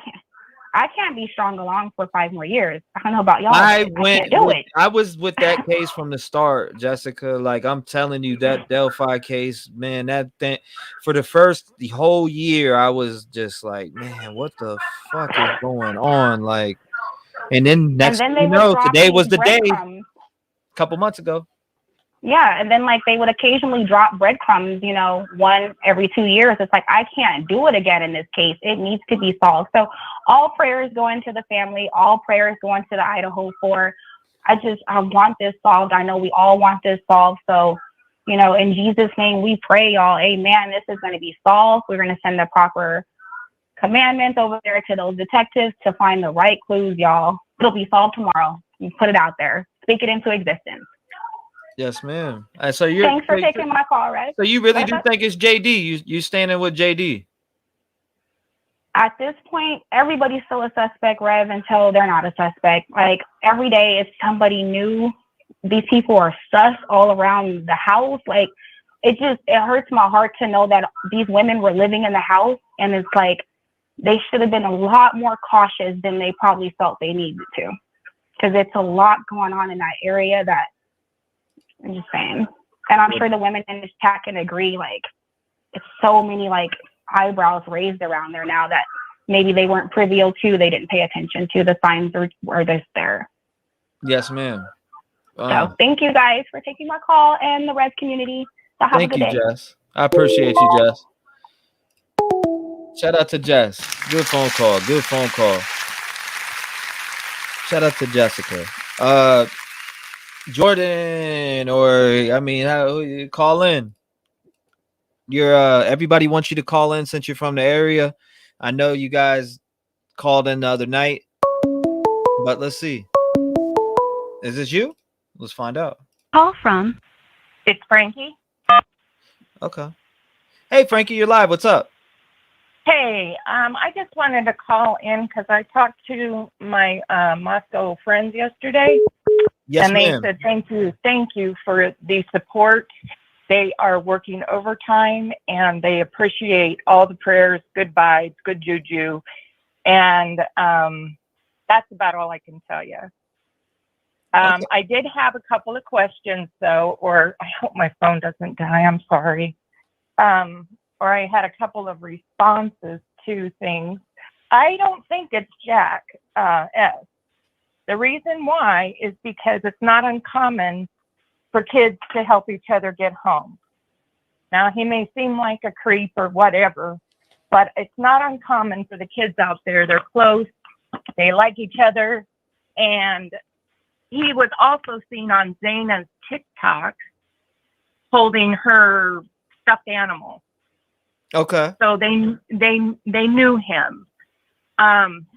The bait shop is being questioned because it had an outside camera as well as an inside camera, and one of the girls was vaping at the vape truck. And I think that they went there to see if they could get any information. And the guy corroborated that they one of the girls had a stalker. There's lots of Elantras here. And, you know, you're going on a wild goose chase if you look at everyone on a camera, you know. But it also could be panning out for an alibi for somebody they want to rule out. Yes, ma'am. So what I know you said you have people in Moscow. So how's everybody right now? What are they doing right now? Are they? It's bittersweet. You know, you've got my friends are, you know, looking at their own kids. One of them told me last night that his daughter said, "You've got to catch him." You know, this is a holiday we're coming up on. This family's going to go the second holiday without their loved ones. They are desperate for answers. But you got to look back at a lot of cases. They take more than 30 minutes on a TV show. And I know for a fact that that dad is not helping. They are not going to get a fair trial because so many people are talking. And if he's going to complain about the Moscow Police Department, it's basically been taken out of their hands by the FBI. Chief Fry knew he was over his head and said, stop, I need to get more help. I mean, how do you go through 22,000 registrations? Are they all in Moscow? Does it have, in Moscow, we don't have to have a front plate. This could be an Oregon plate. Kids come from Seattle to go to school here, come from Korea. They come from all over. Oh, yeah, yeah. So, I've noticed that a lot of people from different areas, Washington. Montana. I mean, several they do. different areas. Right. And I personally think this was somebody that they interacted with at a bar. This person is male between 25 and 30. He's known, but not necessarily from Moscow. I think he's more on the outskirts. Troy's not that far away. Wow. He's going to be about 6 feet, maybe 185 pounds, 200 pounds. I have a feeling that he got rebuked or rebuffed by the girls at some point. And he was a fan of the girls, then he had a fantasy about the girls, and then he turned into a fanatic. And the criminologist that was on Surviving the Survivor explained that beautifully. It's really, really good. But I honestly think this is somebody who is local, but yet invisible. So you don't think it's any of these guys that are inserting themselves or anything like that, or from what you've heard anyways? I'd be surprised. I don't think it's the ex-boyfriend. Yeah, they might have called him for a booty call. I don't know.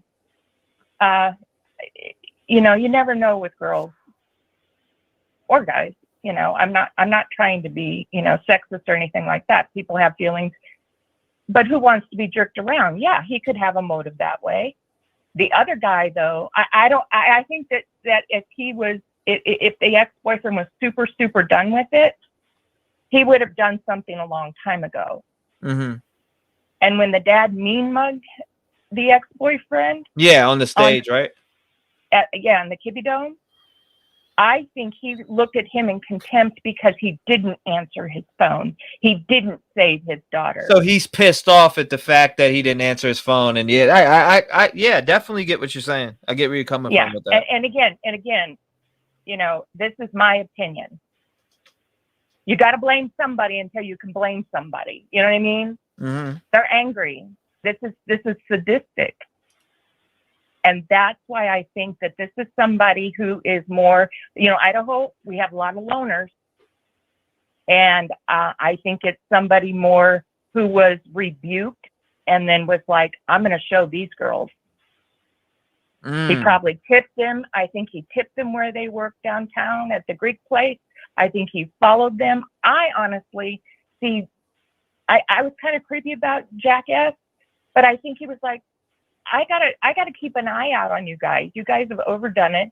You know, he lived in the area. They partied frequently. Right. I think he was trying to be a gentleman, if you will. Yeah, he kind of creeped me out. I'm not gonna lie.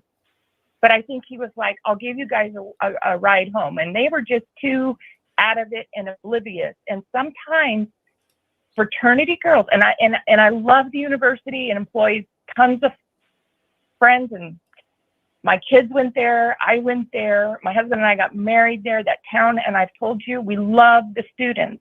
But sometimes girls not from our local area can be considered kind of bratty or, you know, fraternity. When they go do things, there's like 14 of them that do something together. You know what I mean? They don't ever do anything alone. Right. When they, and here I'm going to reveal myself, and I don't want to. When they came to our store, they did, there was like 10 to 11 of them.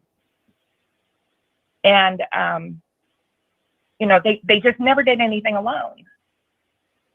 And they can be considered kind of, when they have money, they spend it, and they spend it freely, and they go shopping and they go do things. And, you know, they might have come off entitled to this local. And that's where I'm getting at. That's where the rage comes in. That's where the fanatic comes out, and the sadistic came in. And I think Ethan heard the struggle. And so that door got unlocked. He encountered him, and then realized Zaina was in there, and took care of her and booked it. Wow. So when you mentioned the store, I know you said something about revealing yourself, but you don't have to say the name of the store. But when you say 10 of them, are you talking about, who are you talking about? The fraternity girl. Okay. I just wanted to get that just for the viewers and everybody who's listening right now. Okay. We don't own that place anymore, Yes, ma'am. but we owned a tattoo shop and a piercing shop on 3rd Street. Okay. So you see a lot of the college girls and maybe some boys come in from time to time and get gauges and all types of stuff. Oh, get piercings, belly button piercings, matching tattoos. Okay. I mean, some of them were fun. I mean, my husband's writing a memoir on it, because one guy literally had my husband tattoo your name on his butt, right? Wow. 21. He got your name, literally, YOURNAME. By the time that kid graduated, why? Because he would go down. No. I said, wow. I said, wow. It wasn't very big, but the kid, he had a plan. He was ingenious, and he's probably in prison right now or in the CIA. I don't know. But he did that because he would bet girls at the bar at Mingles or at John's Alley and say, I bet you a drink that I have your name tattooed on my ass. Wow, that's crazy. So would you say you're a local? Yeah. So you're a local in Moscow? Yeah. Okay. I just wanted to clarify that for people who are listening right now, because I've had quite a few people call that say they're locals, and we're just speaking about the town. Look at my phone number. You said look at your phone number? Yeah, I see it. I'm not going to read it out loud. I know you don't have to read it, honey. No, hell no. I wouldn't read it if you asked me to, because I don't. That's rude. No. I wanted you to see the caller ID. No, I see it. Yes, I see it. Yes, ma'am. Yeah. I see it. Anyways. So, all right. So I want to ask you a couple more questions before I. Okay, let me let my dogs out. Can you hang on 1 second, or we'll never get through it? Hang on. Go ahead. You're fine. Absolutely. Okay. Yeah. Yes, doing gifted memberships for sure. I'm trying to give everybody a chance to turn that on. Okay, go for it. No, okay, so all right, so you're local to Moscow and stuff like that. How would you say everybody is acting right now? Is everybody scared around town? Like I said, it's somber. I don't Moscow is resilient. It's somber. Everybody feels for the family. Everybody feels for their friends. I mean, I cried yesterday when they told me that, you know, the daughter said that. And I know that daughter, she's sensitive. She's scared. And, you know, some people are scared. Some people are trying to help. But look at other crimes. Look at who just got convicted for, you know, brutality and dumping their 20-month-old child. How long did that take? Right. Yeah. How long did it take?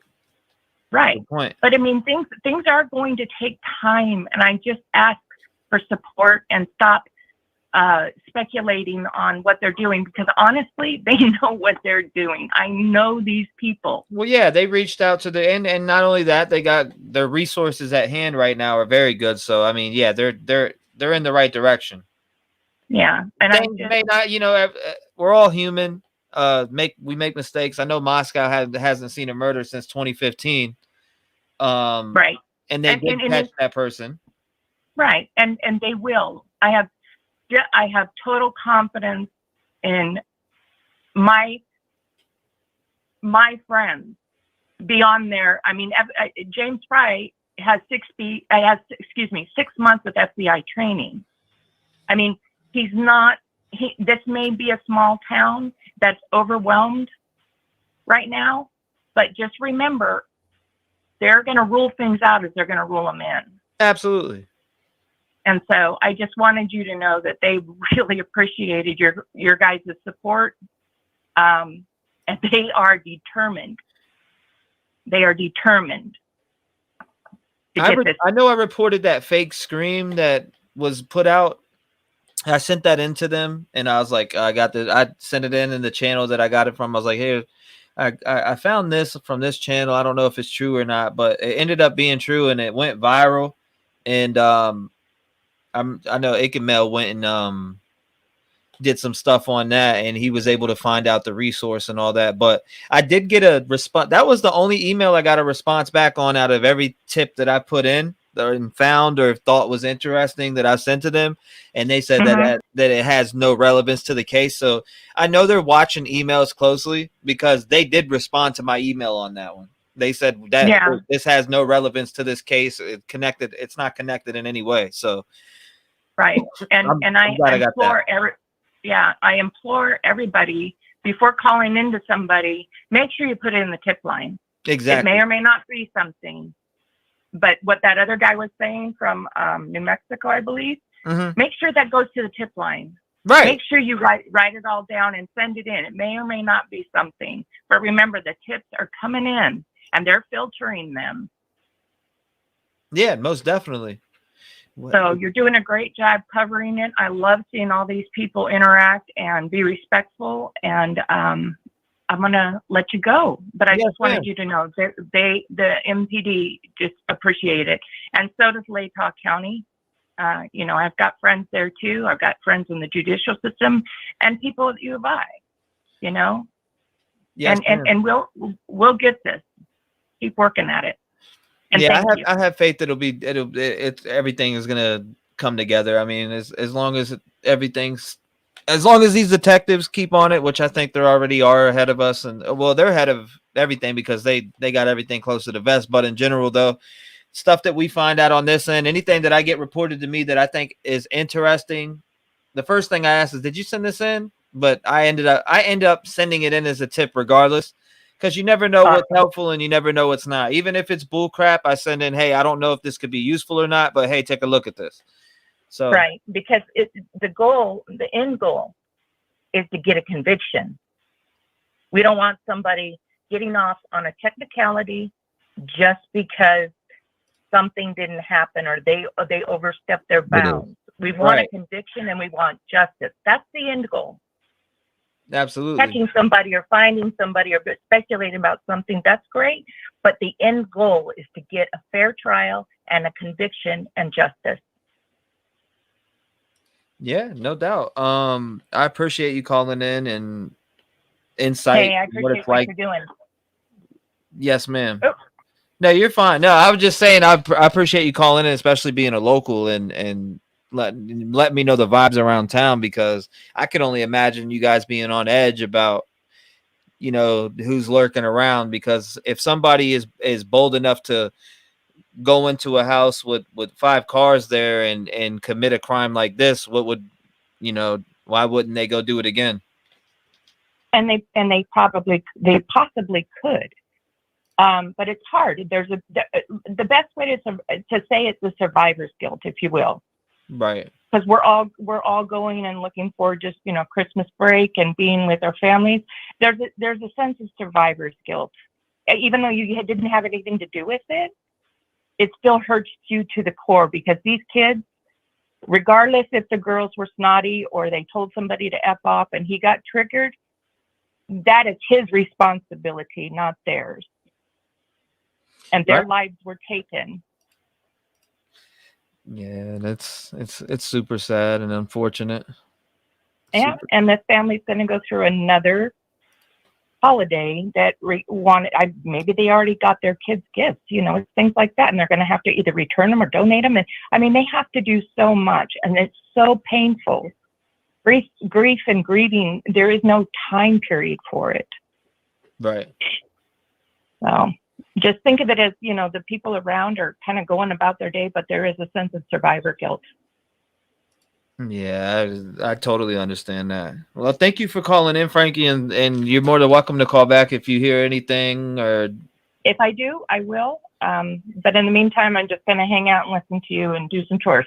Yes, ma'am. Thank you so much for tuning in. I appreciate your presence and you being in the chat and you being around in general. And I'm glad you're safe. Keep your family safe, and God bless you. God bless you guys too. And if I don't talk to you before, then have a wonderful holiday, all of you. Thank you, and man. Hug your loved ones, even if you don't get along. Yes, just ma'am. appreciate it. Because you never know when your last day is. That's here on right. Earth. All right. Take care. Thank you. Thank you, Frankie. You have a wonderful day. Great call. Great call. Great call. This caller is amazing. Thank you guys. Thank you guys. Yes, this is about opening opinions and open. I seen somebody talking about it. Well, isn't this channel about open opinions and open talks? Yeah, we're about that. But once you start disrespecting and talking crazy ass shit, then that's a little bit out the window. But I don't know what happened. I can barely keep up. Chats fucking flying 1,000 miles an hour. I'll try to read all you guys' while listening also. So let's see. Call from Melissa. Hi, Melissa. You're live. What's up? Hey, T-REV. How are you? I'm good. How about yourself? Good. I've been listening to you for, I don't know, about a week now. I'm so psyched that you opened the phones. It's really cool. Yeah, I thought it was a great idea, and it was something that I wanted to do, and I gave it a shot, and people love it, and I love it. So I mean, I get to connect with you guys, and it just gives better insight to people, and it adds a little bit of spice to the show, and I love it. Just because it gives you guys a voice, Yeah, absolutely. And I don't think I have too much to say that hasn't been said by anyone else. But I will say, a couple of days ago, you had a caller who called in at the end of the day or at the end of the stream, and he was a little weird. Yes. And I get what he was trying to say, and I think there was a little bit of confusion about it. And so I just wanted to clear it up because, sorry. I know what you're talking about. You're talking about the dude that called and said the Sigma Chi and the 10 people. Exactly. Yep. So he was a little weird, and I don't believe what he was saying, but something interesting. I thought maybe it was confusing you because he wasn't making it clear about how the fraternities work. So he's talking about Sigma Chi in Utah, right? Mm-hmm. And obviously this is a Sigma Chi in Idaho. And how those fraternities work is that there's a national chapter, or there's a national organization, right? Sigma Chi is a fraternity, and they have little chapters all over the place. Even the school I went to had a Sigma Chi. So what he was trying to say, all these places are, all these fraternities, they have their own little traditions and secrets, and all of their stuff is usually pretty much the same. The way their initiation stuff, all that stuff is the same, the way it works. And so, or at least very similar. So I think what he was trying to say is, I met a bunch of Sigma Chi guys, and they all kind of asked me the same question. And I didn't think about it much until just now. What if that's something that they do at Sigma Chi, nationwide? Is that the question that you ask people? So you think that it was completely normal that people at Sigma Chi's come up and say, "Hey, how can we get away with murder?" I don't think so, but I think that's what he was trying to say, where he was like, is this something that it's a culture at Sigma Chi? It's some sort of popular question. Is that the thought experiment that everyone there talks about? If we were going to get away with murder, how would we do it? I kind of doubt that. I've known a bunch of guys from Sigma Chi. I didn't ask them if this was a thing or not, but they were all very normal young men. So I don't think that there was any truth to what he was saying, but I don't think he was as crazy as we think. You know what I mean? Yeah. I mean, yeah. So what's your theory on this whole thing? Oh, I've been saying it since the beginning, and I keep, you know, I'll go down a different path every once in a while, but I always come back to Jack D. I don't know. There's something about the boyfriend stuff that, I don't know. I feel like I watch enough true crime. It's so rare that it's someone else. You know, it's usually an intimate partner or a friend or, it could be a stalker for sure. But I don't know. My mind just goes to him. And there's a little bit of interaction that's been happening between like the family and him that I feel like they're saying, we stand with Jack, we love Jack, but their actions don't necessarily show it.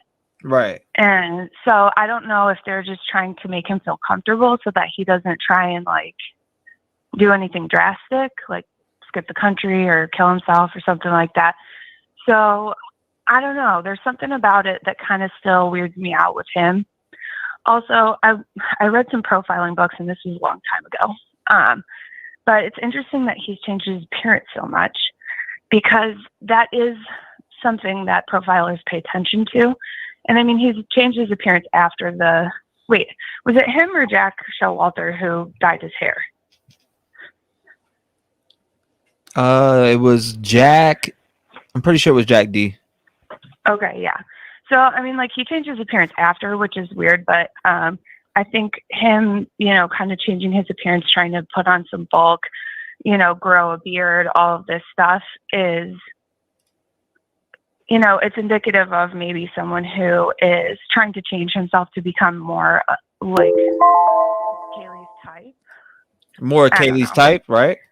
Yeah, and that I've read, some profiling books in the past, and that's something that can potentially be, it was a small blurb in a book. I wish I could remember the title of it, but they did talk a little bit about if someone has an obsession with someone, and like the end game is to possess that person, right? In some way, shape, or form. And he couldn't have her as a girlfriend anymore. So what's the ultimate possession? You take her life. And if he's trying to morph himself into the type of person that she wanted, and he kept failing even though he was changing himself, maybe he got crazy. I don't know. Yeah, I don't know. What do you think about the eye contact with him and Dad on stage? Or did you pay attention to that? I did, and it could be weird. It could also just have been one of those fleeting things, like where your adrenaline is high. My adrenaline was high at the beginning of this call. I don't know if you could hear. I was a little short of breath because I'm like, oh my God, I'm talking live. But, adrenaline is high when you're presenting and you're, he's already at the top of his emotions because of what's going on with his family. But then you're presenting in front of people. If you're not a very strong speaker, then, maybe your eyes are darting around. I don't know. It could have just been a fleeting look, but it did give me a little bit of like, oh shit, I don't know if they like him as much as they keep saying. Yeah, this thing it drives me crazy. This case drives me crazy. I mean, I feel like I change my mind all the time with who I think, and I do. Like yesterday, I was convinced for a second with that interview that we watched on Enan. I'm like, man, he's got characteristics of an SK, but allegedly, and I'm like, yeah. But then I it's could like, see man, it. what the fuck? You know? You can tell that guy lives a little on the fringe of society. That Enon guy, just like he's talking about, obviously he was involved in drugs and he's spinning Firepoi and doing all that stuff. Like I grew up in Detroit. We have a big rave scene here, and I know a lot of folks that, I used to spend a lot of time with folks that did that kind of stuff. Definitely living a little on the fringe, but the majority of them aren't killers or, actual criminals. I mean, maybe low level stuff like doing drugs, but that's it. So I don't know. I think he really wanted his 15 seconds. I know other people have said this on the stream earlier. I just think he's reveling in a little bit of fame. And I could tell because the first thing he said, he's like, well, when I went back into work, everyone was like, shit, you're famous. And, you know, I think he liked that. And he's like, I got to keep this going. Yeah, he absolutely loved that. He absolutely did. You could tell he was all over it and eating it up. He still is now. I wouldn't be surprised if I check my Facebook right now and he's like, yeah, I'll come on. Right. I didn't check my Facebook yet, but I'm about to check it right now. Let's see. I got one message. Did I miss a call from him? Oh, no. See? Yeah, he wants to talk. I don't know. That's something you'll have to decide if you want to platform him or not. I mean, I don't know. He seems a little sus. I mean, anything's possible with this case, you know what I mean? Where it's like, it could be him. It could be, you know, Kaylee's old boss at the Mad Greek. I don't know. I'm just throwing weird stuff out there. Like, it could be anybody. So, I don't know. I'm trying not to get too pegged down into one thing, but.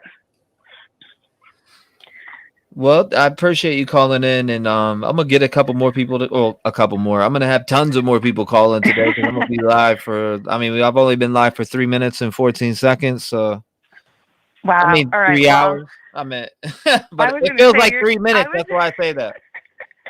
I was gonna say I was behind on your stream, and you were going for a couple hours. My hours are minutes to me because it's like it's what it feels like. I feel like I literally only been on here for 3 minutes right now. So. Well, when you love what you do, you know, time feels like it's nothing. So I'm proud of you. I'm happy that you're enjoying what you're doing here. We're all loving it. So keep going. I'll look forward to listening to all the other callers after me on the stream. And I hope that you have a great rest of your day. Thank you, sweetie. I appreciate you. All right. You have a good one. Thank you. Good call. Good call. Clap it up. Clap it up. All right, here we go. Psychic Medium Lorenzo. Call from Psychic Medium Lorenzo. What's up, Psychic Medium Lorenzo? What's going on? Hello. What's up, man? Psychic Medium Lorenzo. You got echo in the background. What's up? Hey, man. How are you? I'm hanging in there. Can you turn that down? Yeah, I can. Can you hear me? Yeah, I can hear you fine. You're good. There's just the echo in the background. Okay, is this better? Yeah, you're good. What's up? So this is my theory. If you don't mind me telling you my theory. Nah, go ahead. That's what it's for. Yes, sir. Yes, sir. First of all, I love your program. I haven't been. I just recently, like the past 2 weeks, been watching you, and it's amazing. I love it. Your Thank you, YouTube sir. channel. Yes, sir. So just follow with me for a minute, okay? Yes, sir. I'm going to be working with numbers a little bit. This is your time, man. The floor is yours. Yes, sir. If you want to grab a pen and a paper just to follow with me, this way you won't get confused. So Go the ahead. address of the house is 1122, right? Okay. 1122. Add them up. What does that give you? 6. Yep. Okay, so you have 6 right there. Okay. I'm When you did following you. your safe place, 1113. Add them up. You have 6. 1113. Yep. Is 6. Okay. That Venmo that came through donation, how much was that? 6. What do you have? 666. This is my theory. Okay. I am a medium. I connect with angels, Archangel Michael, and spirits. And the only one from those four souls that died that night that I've been able to connect with is Zana. Okay. Not the blonde and not the guy, but the brunette, Zana. And I don't believe the blonde girls were the target here. Okay. Zana is the target with Ethan. And some people might not agree with me, and that's okay, but this is my theory. The murderer is from that fraternity house. There is a demonic circle in that house. put all those numbers together, I was so scared they might hit again on December 21 because that totals 6, or December 12 that totals 6. I am very worried December 21, something might happen on December 21. Remember that date? Total Okay. of that, add them up, that's 3, and 3 is 6. Mm-hmm. There is a group of those fraternity boys there that are in a demonic cult. There is a demonic cult going on in that fraternity. This is my thing, because I believe that they were so angry at Ethan, the guy. Something triggered. He knew something that was going on illegally in that fraternity there. Okay? They could call out that the target was Kaylee and she was the most, but how many rooms are in that house? 6. How many roommates supposedly should be there? 6. They were supposed to kill 6 people, but Ethan triggered and stopped it at some point. Everything that connects me to that story is 666, the demonic number for evil, and Lucifer. And this is not a hitchhiker. This is not somebody that's been stalking. This is somebody that is friends with those 6 roommates. This is somebody that's slept in that house, that knows in that house. One more thing. This killer is left-handed. Okay. I would bet anything when they catch him, he will get caught. He's going to get caught, by the way.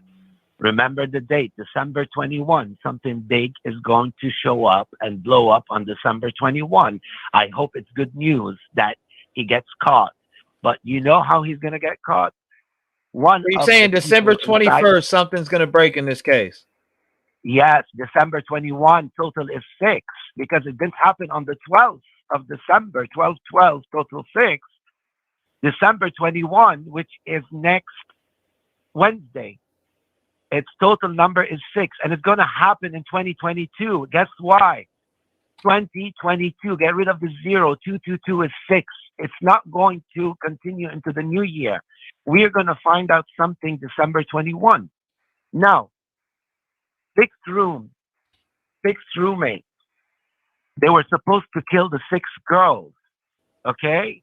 Ethan is the one that triggered and stopped it from going on and continuing. Now, if I am right-handed and I am stabbing you with a knife with my right hand, you're going to protect yourself, pushing my right hand away, right? Uh-huh. Okay. Remember my words. The killer was left-handed, and when we see them, there is cuts on his left hand because they were trying to protect themselves on the left side. Because when I saw the knife. The knife that I saw has teeth on it. It's not like a chef knife that's like smooth. It has teeth on that knife. Okay. Mm-hmm. Ethan's body was on the ground. When this story comes up next year, Ethan's body that I saw was on the ground. Ethan, I saw in my vision, his neck was cut. There was a cut around his neck. The person is taller than Ethan and stronger than Ethan. He's a white male and it's a man. There are tattoos on his arms. Tattoos of a rope or a snake, but there's a demonic tattoo on his hand. And it's gonna come up. I might be wrong completely, but that was the vision. And they were so angry at Ethan. How long have you been a psychic? Zana was the first person to get murdered that night. Zana was the first person that got murdered that night. Ethan was number 2, and they continued to go up and started with Kaylee, and then the last was Maddie. The reason Kaylee has the most cuts, Kaylee is a very powerful girl. We see her very feminine and very a model and beautiful, but Kaylee is she put up a fight. That's why he was so angry that she was fighting him. Okay, Kaylee was fighting him. That's why she has the most cuts, because of what her dad said. May his soul rest in peace, her soul, and all of them. But Ethan, Zana was the one. Somebody was in love with Zana, but this is a demonic cult, and they had to do it in 2022 with a total number of 6, which is Thanksgiving. 11, 13 is 6, and then 6 people. So those 2 roommates at the bottom, they either had a really hard lock, the door couldn't open, okay? And the second thing, they cannot kill. If you look and do research on demonic cults, if they're going to kill people, they do not torture animals. They torture the people. They leave the animals alone. It is a known fact. I have done my research and my studies. That's why that dog was not harmed. They do not, when they torture people, they don't torture animals. Last time they tortured the dog, okay, that poor little black and white dog, and now they tortured the people. So that is my 2 cents. And this is just my opinion. Nothing, we don't have facts or anything. I'm just saying, and I'm not saying, but when this thing blows up and there's something big going to happen on December 21, which is total of 6, 2022, total of 6, I am worried that somebody might get hurt, or the killer is going to blow up and somebody from within that cult, within that fraternity, is not going to be able to take it anymore, and they're going to confess. Who do you think it is? Before I go on to the next caller, who are you in envision? Who are you seeing? How long you been a psychic? Oh, over 30 years, my dear. Over 30 years, man. Okay. Over okay. 30 So years. over 30 years. Where you from? Originally, I'm from Raleigh, North Carolina. Okay. So you were my neighbor in Virginia. You could see that I'm legit. I'm on Google. Just Google psychic medium Lorenzo. No, I mean the way North that Carolina. your number came up as a psychic's number. So I seen that it was something. I seen that it Yes, was. sir. I'm telling you how I feel, because no, I'm with you. I'm listening. I mean, not everybody's gonna believe with psychics, but I wrote down everything pretty much that you just said and all the numbers and all that. So if something pops off on December 21st, we'll be looking for you. Yes, sir. Yes, sir. Who do I believe it is? Yes. All I could say, I'm not going to say a name, but I'm going to do a description of the person that I saw. Somebody tall who is 6'1", 6'2". He's not a big man. He's slim. He goes to the gym. He has muscles and whatnot. But my gut feeling is Jack D has a hand in it, but he's not the murderer. But Jack D has a hand in it. He's not the murderer. Somebody that looks like Jack D, okay? But this guy is dark hair. He's dark hair. He has dark hair, and he's pale skinned, and he has colored eyes, blue or green eyes, okay? He has tattoo on his arms. He's left-handed, but he has a demonic soul. And I will tell you one thing. His energy is pointing to me. When I woke up at 4 a.m. this morning, he is in Idaho. He is in Moscow, Idaho. He's watching everything that's going on. He's walking amongst all those people, and he is a student at Idaho. Okay. He might be a senior graduating this year. Oh, wow. Okay. I'm December 21st, man. I'll be I hope his guilty conscience or one person's guilt blows up and is not allowing them to sleep, and they're just going to mess up and say, you know what, we can't take it anymore, and they're going to confess. There's going to be a confession to solve this murder. One of those guys in that fraternity is not going to be able to hold it anymore, because he probably was raised Baptist, Christian Baptist, and he's going back to his faith. And it's like he knows I'm going to hell. I'm going to burn in hell for what I did. This is not a stranger. This is not a stranger at all. There's somebody, and let me tell you one thing. I truly believe he has had one intimate connection with one of the girls. Okay. One intimate connection with one of the girls, sexually, I mean, like a one night stand. No. I definitely I took that right off the rip when you said that. Yeah, but it's not the blonde girls. May their soul rest in peace. It's Zana. The poor Zana was the target. Everybody's saying it's Kaylee. Kaylee is a fighter. Kaylee is a fighter. She got guts. That girl got balls. May her soul rest in peace. He fought him. That's why we hear she had more bruises and more cuts. But he was angry at Zana. Zana was the first one to get murdered that morning. It's Zana. She's the one who connects with me, the brunette. Her poor soul, the brunette is the one who connects with me. I can't connect to the blonde or Ethan. But Ethan was found on the ground, and he cut some of his neck, part of his neck. And when all this comes up, you'll remember my words. Yeah, no, I definitely will. I mean, most definitely. Psychic Lorenzo, right? Yes, sir. Yes, sir. Yes, sir. I And you appreciate know what? you calling in, My man.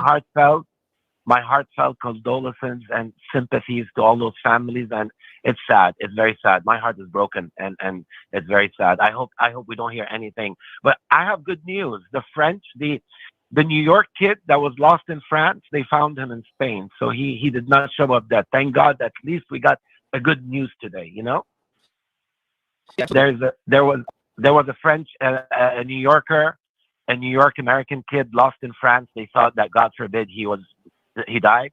They found him in Spain. So thank God, at least some good news is coming from the world today. Yes, sir. But anyway, Thank you. man. I appreciate you Yes, calling sir. I in, man. appreciate you. Wonderful Thank you so much. breakdown.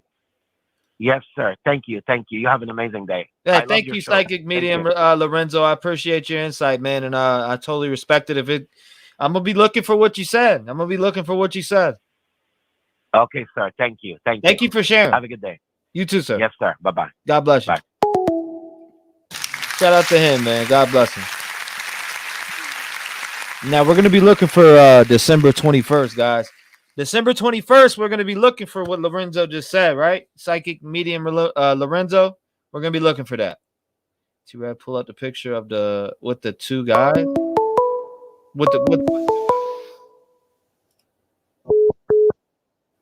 Call from John. Hey, what's up, John? You live? What's going on, brother? How you doing, T-REV? I'm hanging in there. How about you, boss? Pretty good. So earlier this year, we had a relative who was in Colorado with all of his friends, childhood friends. They started doing mushrooms. Next thing you know, childhood buddy shot his long life friend in the chest and killed him. Okay. So, these kids are in that house, and Dylan has references to mushrooms on the wall. She comes from an edgier crowd. They're kind of skaters, FTDS, screw the dumb shit. They probably think Maddie is a little kind of a punk. She made that horrible video, about Dylan right towards the end. They've shunned Jack D. That could be him hanging out with Dylan's friend, Brittany. He's doing that to get a little edgy and get some attention from Kaylee. Just kind of see these kids all meeting up, several groups of them. I think they all know something. They got together and started partying, and things got out of hand. The 4 kids running into body cam video were in the area or at the party, and they left when things got crazy, maybe before it went down. You got the black truck, the white car, possibly the G-Wagon. I don't know. It just kind of seems like something like, they're all involved somehow. They're all tied in together. And all those kids lie. We've seen episodes of them talking to the police, talking on the internet. The general culture in that area is just to kind of not tell the truth. So there you go. So what's your what's your theory here? So the theory is they were all there partying, Okay. and things got out of hand. I don't know who did it, Now, but it when you had to say do they with were all there partying, who are you speaking of? the girls that were downstairs, Okay. their friends. You got the black truck and the white car. What's her name? Brittany, and then the boyfriend, in the big black truck. They're all there. And something terrible happened. This is going to be a real sad story when it all comes out. Right. These kids were there and things went horribly wrong. They've all got a little bit of money. There's lawyers everywhere. Nobody's going to tell the truth because of the age and all the connections. And then, you've got a fraternity. And so, I don't think it's like some huge, I think it is what it is. There was partying going on everywhere. It was a big weekend. I mean, if you're going to pull some shrooms out, it's going to be that weekend. That video of them making fun of Dylan, the last TikTok that Maddie made, it was pretty disgusting. I think that would make her really mad.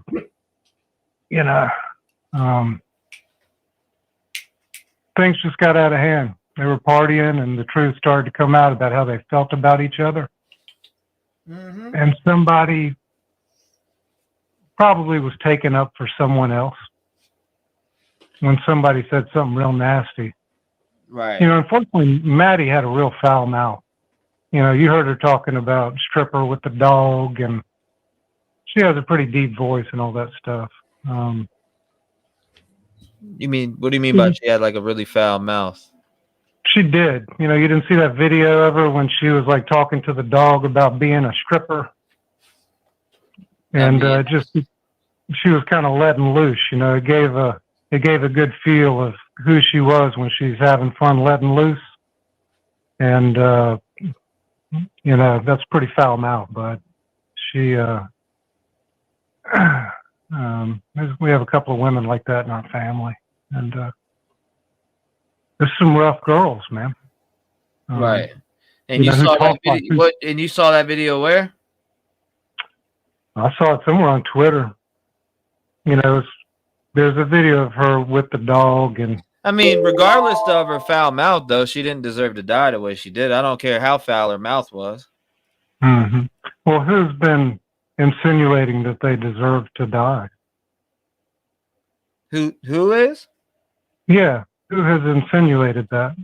No one insinuated. I'm just saying in general, foul mouth or not. I mean, even if she had a foul mouth, it doesn't mean she deserved to die in general. I'm just saying that. I'm not saying anyone's insinuating that. I'm just saying I don't care how foul somebody's mouth is. That doesn't mean four people deserve to get brutally murdered.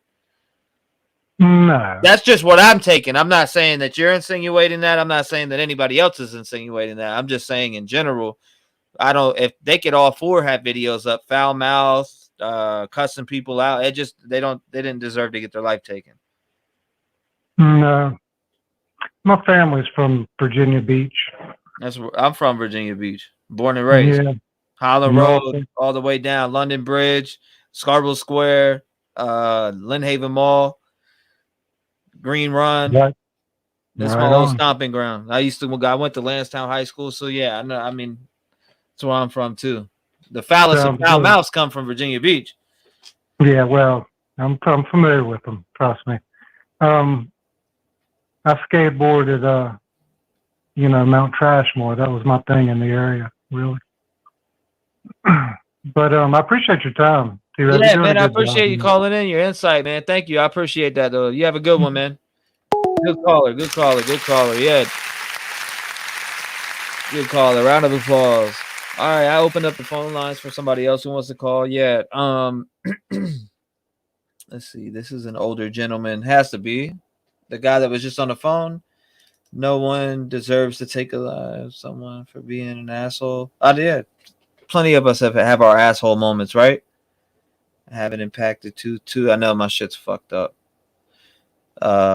Good caller though. I mean, I ain't hating on him. I was just saying in general from what he was saying about the foul mouth. I mean, even if there was a foul, even if you know what I'm saying, it's with. I mean, I'm sure we all have our foul mouth moments, but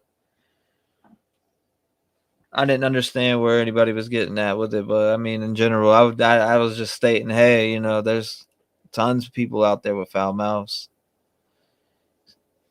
I don't think it really has anything to do with bust out Sage. Everybody wants to see like a spirit box session. I've been seeing a lot of spirit box session comments. I mean, the spirit box is right here, guys. I mean, spirit box is there. You got the big speaker right here. You know, all day is going.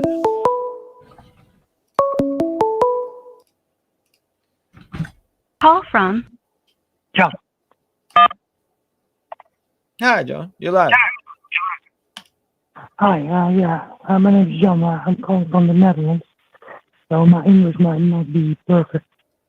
But I want to bring something up that I hadn't heard from many people state, and that is that I can't hear you. I can't hear you. This better? Yeah, that's a lot better. Oh, I'm sorry. I'm calling from the Netherlands, so English isn't my first language, so it's not might not be perfectly fluent. But what I wanted to say, and I haven't heard many people state this, is that I would find it very hard to believe that if the killer the killer or killers are also that young that they can keep it up, that they can come away with it so many days without cracking, because it takes one thing to a very sick personality to pull something off, or an enormous amount of rage, but to with all the scrutiny and the watching eyes and all the people around him, if any of the people of interest that are brought up,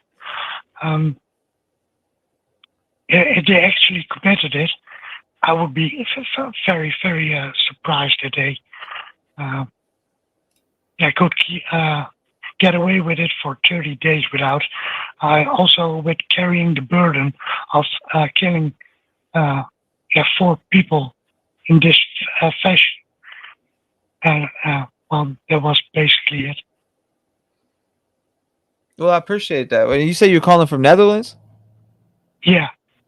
Well, thank you. I appreciate you calling. And is there anything else that you want to share? No, that was basically it, because I think if you got that I just can't imagine, first of all, committing such a horrible crime, but then also I mean, who is going to cover for you if you admit to somebody? Or I mean, 30 days is it's pretty long.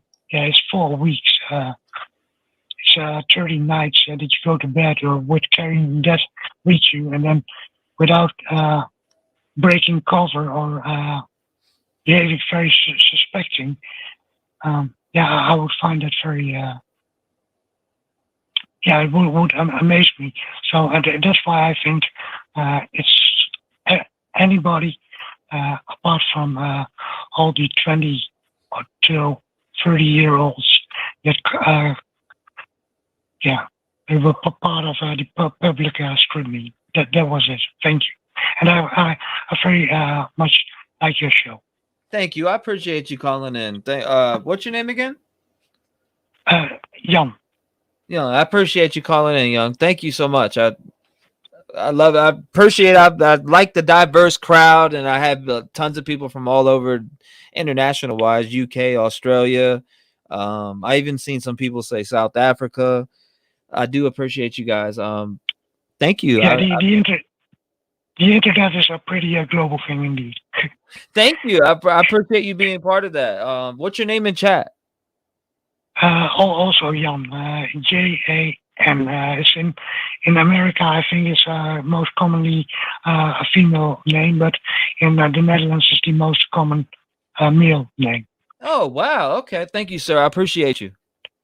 Yeah, and I'm a bit nervous too, because I never called in to in the show or something. So I might call back another day, but then I will be more at ease and maybe come across more a bit clear.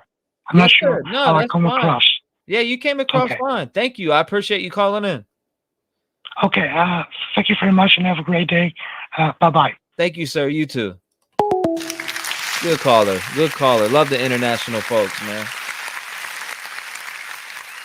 Love the international folks. Lines open for everybody, though. You can call in. Let's go. Good caller for sure. You got to show love. I mean, everybody's different. I mean, it's worldwide, this case is. You got people from all over attracted to this case. Virginia in the building. Shout out to Virginia. You already know what's up. Norfolk, VA, 7 cities.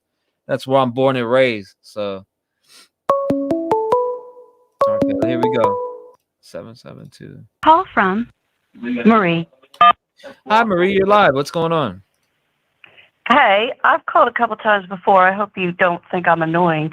But I want to agree with the whole. Oh, why would you be annoying? I'd be an asshole to say that. Well, you're definitely not. But like, I'm the same as everybody else. Like I say when I go to bed like midnight, and I say I am not going to watch this stuff tomorrow. I'm going to take a break, and as soon as my eyes open, I'm back. So it's scary. It's just on your mind to like you just can't let it go. So I got two little things I want to talk about. One you may have already discussed. The San Quentin guy. There was an interview. An ex-cop talked to a member who lives in San Quentin on death row, and he lives with people that are serial killers. He is not. But he said this has all the earmarkings of a serial killer, and that if you look around behind the house and look at the trees, because he's bored, because he's sitting out there stalking, that he might like carve into the trees or rearrange the rocks or, and that he probably just had a chance encounter, got fixated, and that this went on for weeks prior to the killings. So I don't know if that's anything.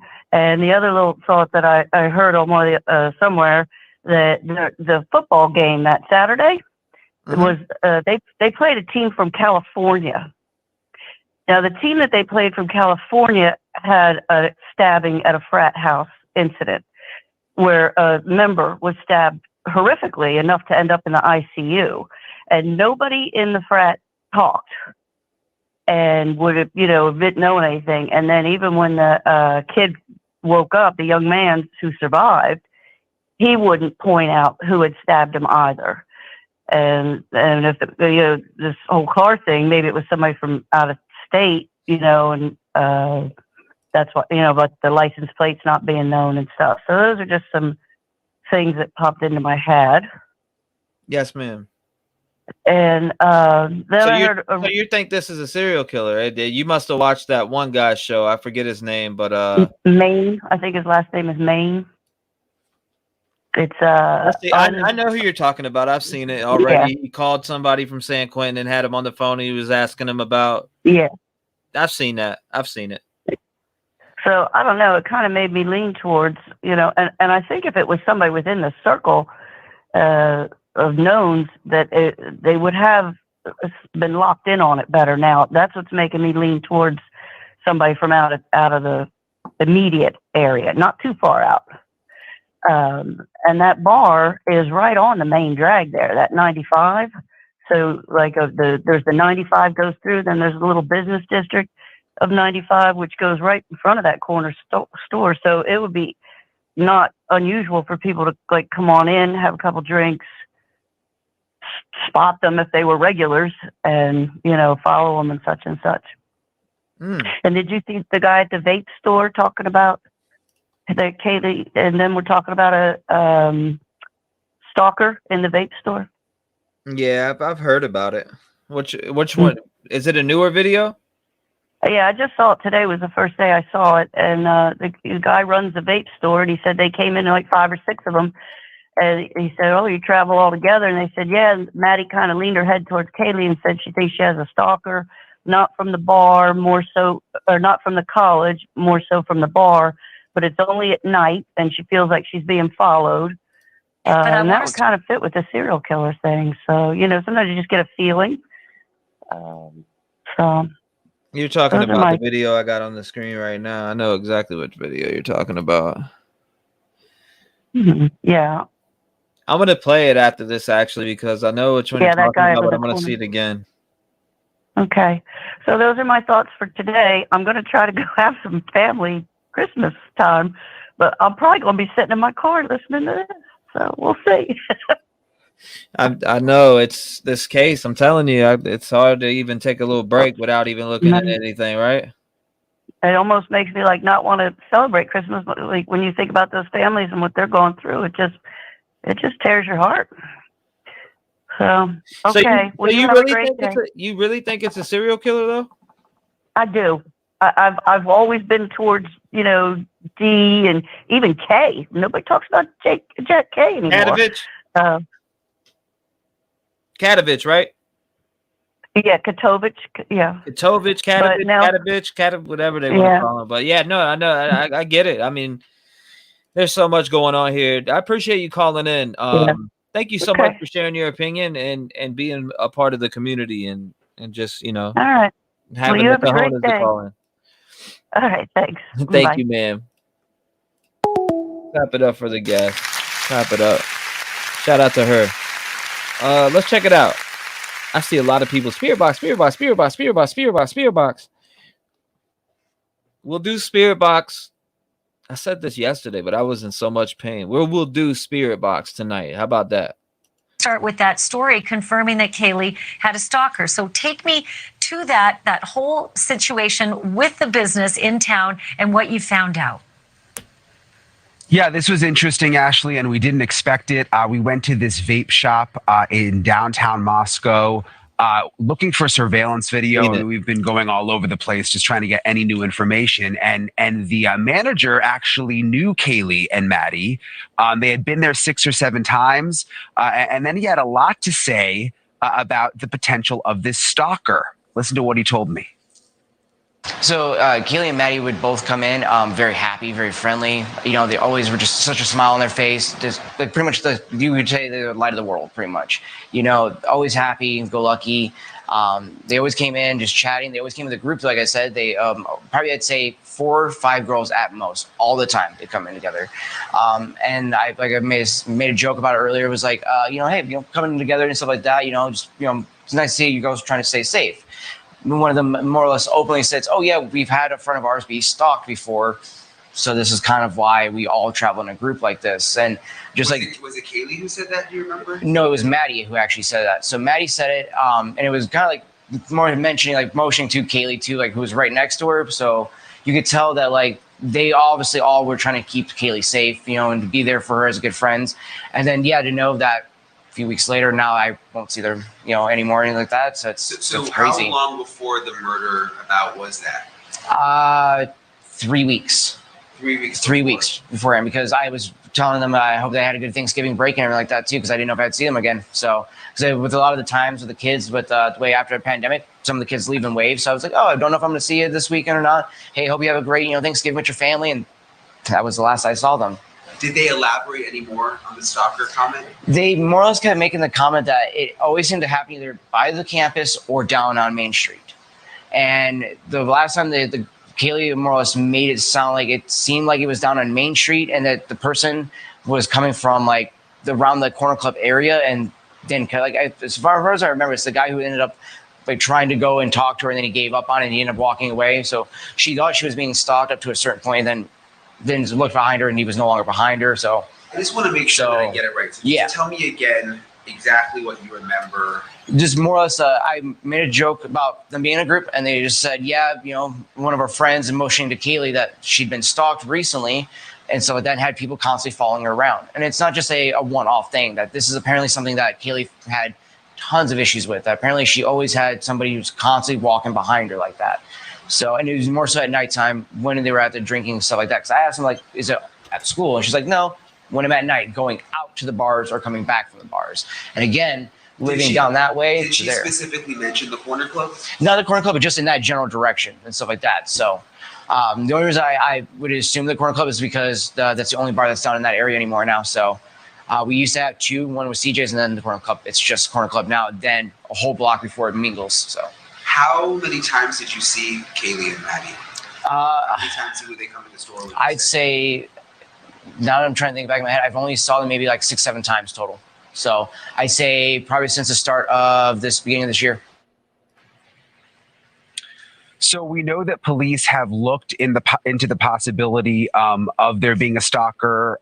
Latest we know from police is that they've never found anything to corroborate there actually being a stalker. They looked into an incident, Ashley, you might remember, from mid-October from a business downtown and said there was nothing there that they could figure out that it was actually a stalking incident. We're not sure if that's the same incident that Kaylee and Maddie were talking to the vape shop manager about, but certainly interesting to hear him say that. It seemed like he had spoken with them multiple times and about that topic multiple times as well. What about surveillance video from his shop, that manager? Was he asked? Shout out to Harsh Reality in the chat. If you don't watch Harsh Reality, man, make sure you go over there and check out him and his little baby pup over there, man. I'll be checking Harsh out. Shout out to you, Harsh, man. Love your work. For it? Does he have any? Would it be helpful anyway? Yeah, so he says police came to his shop a couple of days after the murders and the video had been deleted there. He doesn't have cameras on the outside, but I guess they were still interested in video on the inside since the girls had been there so many times. But like so many other stores that we found, the video deletes after a week or two. It didn't work, Jeff, for some reason. What about the police? Did he tell the same story to the police that he told you? He says yes, and he mentioned that he has called the tip line and also that the police had been in the store. So it appears that they are aware of the story. Well, that's incredible because they had been saying that they hadn't found anything to corroborate it. And that sounds awfully like that fella heard them talk about concerns multiple times. Okay. Thank you for watching. Go to newsnationnow.com to find News Nation on your television provider. Anyways, let's get back to our phone calls here. Back to the vehicle. Let's get back to it. I opened the lines up. Anybody who wants to call in, call in. Let's go. Damn it, cheap ass video storage. I said cheap ass video storage. I crush on the harsh. Regina said, I crush on the harsh. Regina, are you cheating on me? Are you cheating on me, Regina? I'm just playing. I'm just talking shit. She wouldn't have known who it was. He was in the shadows. So that whole segment's crazy. Hold up, Trev. That guy what? You said that guy even has a chan now? Oh wow. I'm sure he's gonna eat that shit up, bro. That dude's gonna eat it up. It's either we're gonna fall for his shit or that's battle rap. That's how it works. Oh, Steven, you're way behind, bro. My man Steven's way behind. Harsh is a crush. Regina's cheating on me, man. Who else is cheating on me out here? Damn. I'm getting cheated on, man. Nah, I'm just playing. Free stick and judge. We all want the same thing. We want justice for these children, man. They're really kids. They were just hitting adulthood. So free stick juggling sessions if you want to, go check those out. Make sure you go check them out. I need to see this Harsh. Christina said, I need to see this Harsh. Harsh Reality's got a good channel. He's, the first time I really seen Harsh Reality, and I'll tell you when I seen Harsh is when he covered Sean Daughtery. In that case, man, it hits home with me because that kid lived 45 minutes from where I'm from.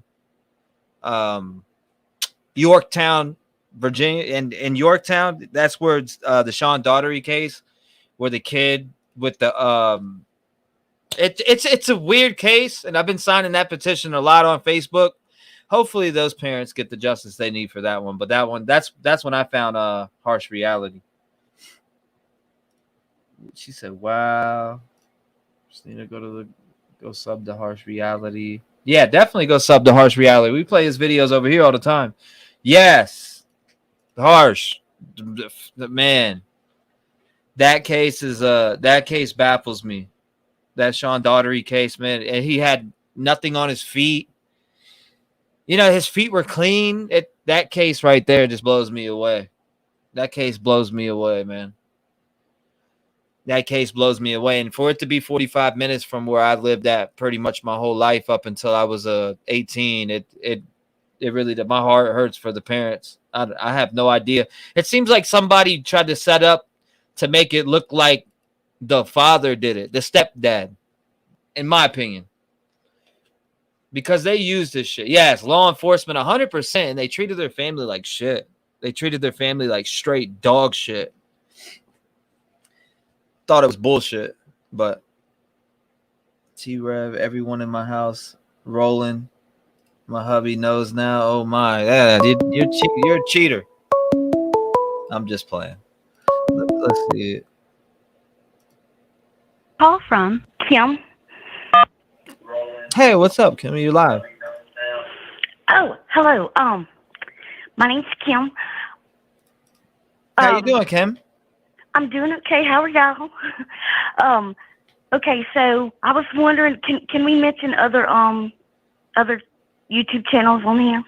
No, hell no, you can't. No, I'm just playing. Yes, absolutely. I don't care about that. Some people are big up about that. I don't really give two shits. I mean, yes, sir. A lot of people will delete your comments and all types of weird shit. I personally don't care. Okay. So, all right, here's the deal. You might already have this information, but I just saw it last night. On the interview room, he on last night's show, he had went and looked at some old, like from the very beginning of the case, some old local news footage. Yes, and he was watching in the background, and he saw a white car. As a news person is reporting in front of the crime scene, in the background, there's a white car that passes twice. Yeah, you're talking about this. Are you talking about the one I have on screen now? No, not that one. Hold up. Let me get the right one on screen because I actually have it. It is where the hell is it at now? Okay. I have it on. I just had it. I don't know why it disappeared on me like that, but hold up. I'll get it back up in 1 second. You can keep going. Okay. I didn't know. I just didn't know. I was like, if y'all weren't aware of it, if he wants everybody to try to, look at this car and see, Oh, I have it. I have it. Okay. Oh God, I hate my accent. Thank you, Marlena. Well, a lot of people love your accent, so. Okay, it's Cajun. I'm from Louisiana. You're talking about this one right here. I have it on screen now. You're talking about the white car in the background. It was in that it was in the one interview on that news channel with the dude that looks like he's about 15. Yes, that's it right there. And you can see it going by and then it comes back. Mm-hmm. So okay, it goes back twice. I didn't know. Wait, I'm sorry. What? It comes by once and then it comes back the other time. So it passes the camera during that interview 2 times. Yes, that is correct. That is correct. Okay, I was just wondering if you were aware of it. What do y'all think? Do you think it's the car? I don't know. Is it and that's the thing. I mean, is it the killer going back by the crime scene to see all these news stations and to eat up, yeah, I'm winning, I'm victory. Is it him? I have no idea. I mean, could it be? Possibly, yeah. What I was wondering is, because I'm not good with technology, I was wondering if could somebody go like on Google Earth and take us to that street so we could get a view what the street looks like from there? See what, in other words, see what that car's seeing now. I pulled it up earlier. Oh, I'm sorry. No. Don't be sorry. You don't gotta be sorry. Okay. Well, all right. Well, thank you for taking my call. I don't want you to be sorry about nothing. I actually pulled up the street view. I went straight like down that road, and there was some apartments or whatever. And okay. I'm trying to remember the name of the road right now. I've been through so many Google Maps roads. Does that road connect to that parking space that is behind the house, or no? You said, does it connect to the parking space behind the house, like those apartments? Yeah, that parking lot that's kind of behind the house. I was wondering does that connect to that road or no? Because that parking lot is like right there. It's just weird. I don't Let's know. pull it up. Hold on, let me go back to it because I had it up this morning and I went through it and what was it? I can't remember the name of the road. It was 11. What was it? 11? I forget exactly. Chat. What was it again? I forget the name of the actual road again. There's so many different ones I have in my notes. I love you, Harsh. Everybody loves Harsh in here. Shout out to Harsh. Make sure you go subscribe to Harsh Reality if you haven't. Let's see. I'm trying to remember the exact address. I have it. Yeah, exactly. 11. I mean, we could start there. I could start there. I know that one. I know 1122 King Road. I know that one already. Because they had they already have that blocked out though. But so the road that we're looking at, are you still on the line, Kim? I am here. Yes, okay, sir. Hold up 1 second. We're gonna go. The road that's behind the house is, I want to say it is Wallina or something like that. Yeah, that sounds okay. That sounds familiar. I heard somebody saying that. Walenta. Oh, okay. So this is where I'm at on screen. 1 second, I'll show you. Where I'm at on screen, I had it on the wrong screen. Where I'm at on screen, this is kind of like where the vehicle was. Oh, okay. Well, yeah. I can't see it right now because my TV, I think, is there. We go. My TV's a little bit behind because I had paused it at one time. Yes. Okay, I see. And there's that little house. Okay. All right. Well, thank you so much for the. You see the view though, that like this would be like, I don't know. I wouldn't say the killer could stop up here. He didn't stop. He drove. I wouldn't even say. I mean, allegedly, possibly the possible perpetrator's car is how I put it, or the possible car they're looking for. Correct. And now, yeah. If he wanted to take a look at the crime scene, if it is the killer, yeah, he used that road to kind of scope things out. Yeah. Mm-hmm. Absolutely. Oh, that's so creepy. Okay, well, thank you so much for taking my call, and I hope everybody has a very Merry Christmas. You too, ma'am. Thank you so much for calling in. I appreciate it. Where are you calling in from? I'm calling from Louisiana. Well, shout out to you in Louisiana. Louisiana's got them fire wings out there. I'm telling you. My dad said he learned how to cook in Louisiana. Yes, sir. There's great food out here. Yes, sir. Thank you so much. Thank you so much. Thank you. Bye-bye. You too. Shout out to her, man. Shout out to her. Chat, this right here, this would be where he was. Or, allegedly he or whatever, but he, whatever. This would be the spot that you would see that car drive by. Now, when he went down this way, where would he have went? I want to try to see if we can map out where he would have went. He would have had to come down this way and maybe U-turn right here. I don't know, or maybe go down a little farther and U-turned, because if he U-turned immediately, let's go down this way real quick. Okay. We've been down this street. Let's go down a little bit further and see. Let's drive down here a little bit, So it takes us around. Let's go back again. So did the vehicle come down here? Was the vehicle checking on the news that was out in front of that house? You can see straight 1122 from the left side of Valenta. Yeah, that's what we were looking at before. I'm pretty sure I was on it. Nah. Hold on. Let me turn around. Never mind. Keep going. We got to go to the stop sign down here. So turn right at this stop sign. It's going to be on our right-hand side. Now that we're going back this way. So we go back down this way. The house is going to be to our right.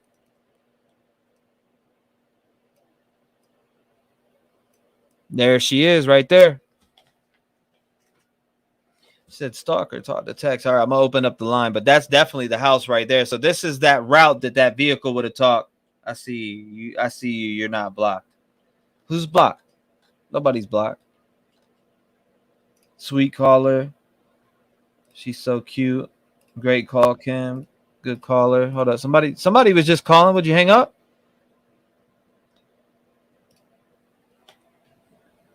Emily Potter says bye. Bye, Emily. You can see straight. Can you tell me why I'm blocked? I don't know. Who blocked you? I see you perfectly fine. Let's see. You're not blocked. I call bullshit. Who are law enforcement following, watching? That's a good question. All right, here we go. Call from Ken. Hey, what's up, brother? You live? Hey, Rev. What's going on, Good man? to be here, man. My name's Ken. I'm glad that your tooth feels better. Thank you, brother. First off.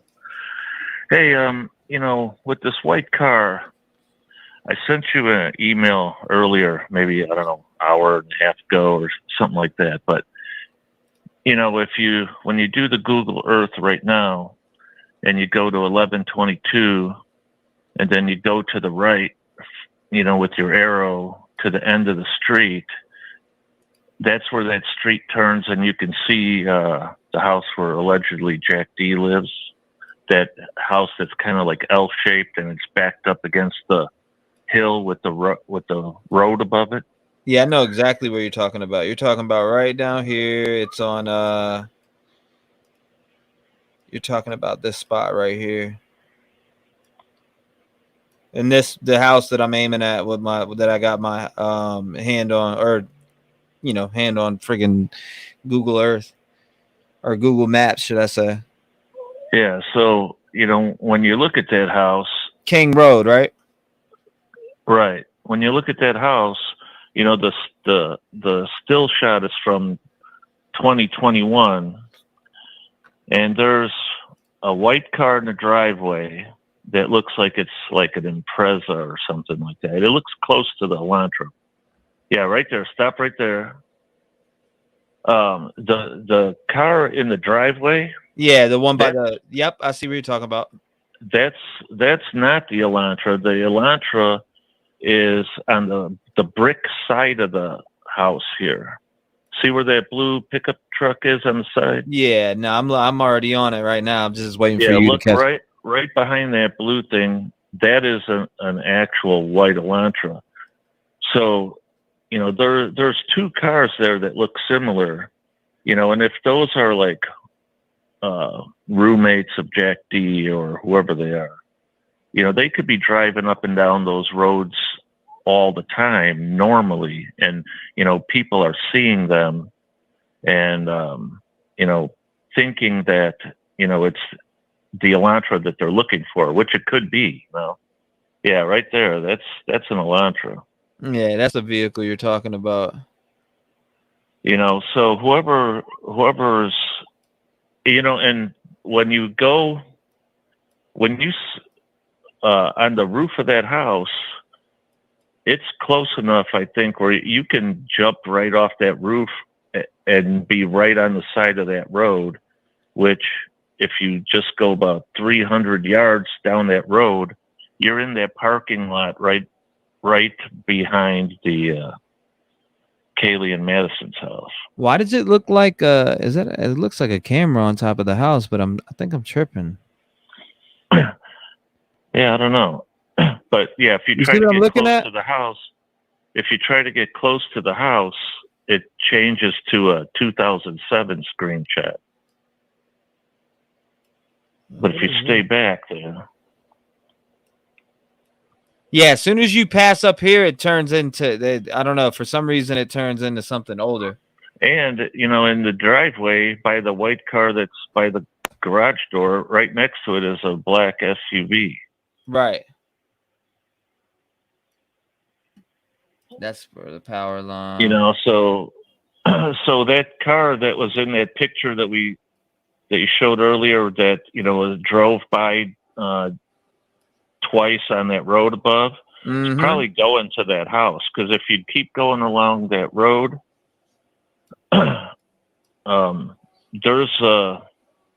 if you go down this King Road, I believe there's a turn that goes to the road behind the house.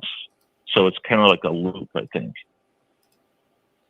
Like when you go down Walenta, you can see the house from over here, but yeah. So the white car that everyone keeps seeing, I think, belongs to somebody that lives in that house. I don't know if Jack D. It might not be his car, but he does live in that house along with other guys.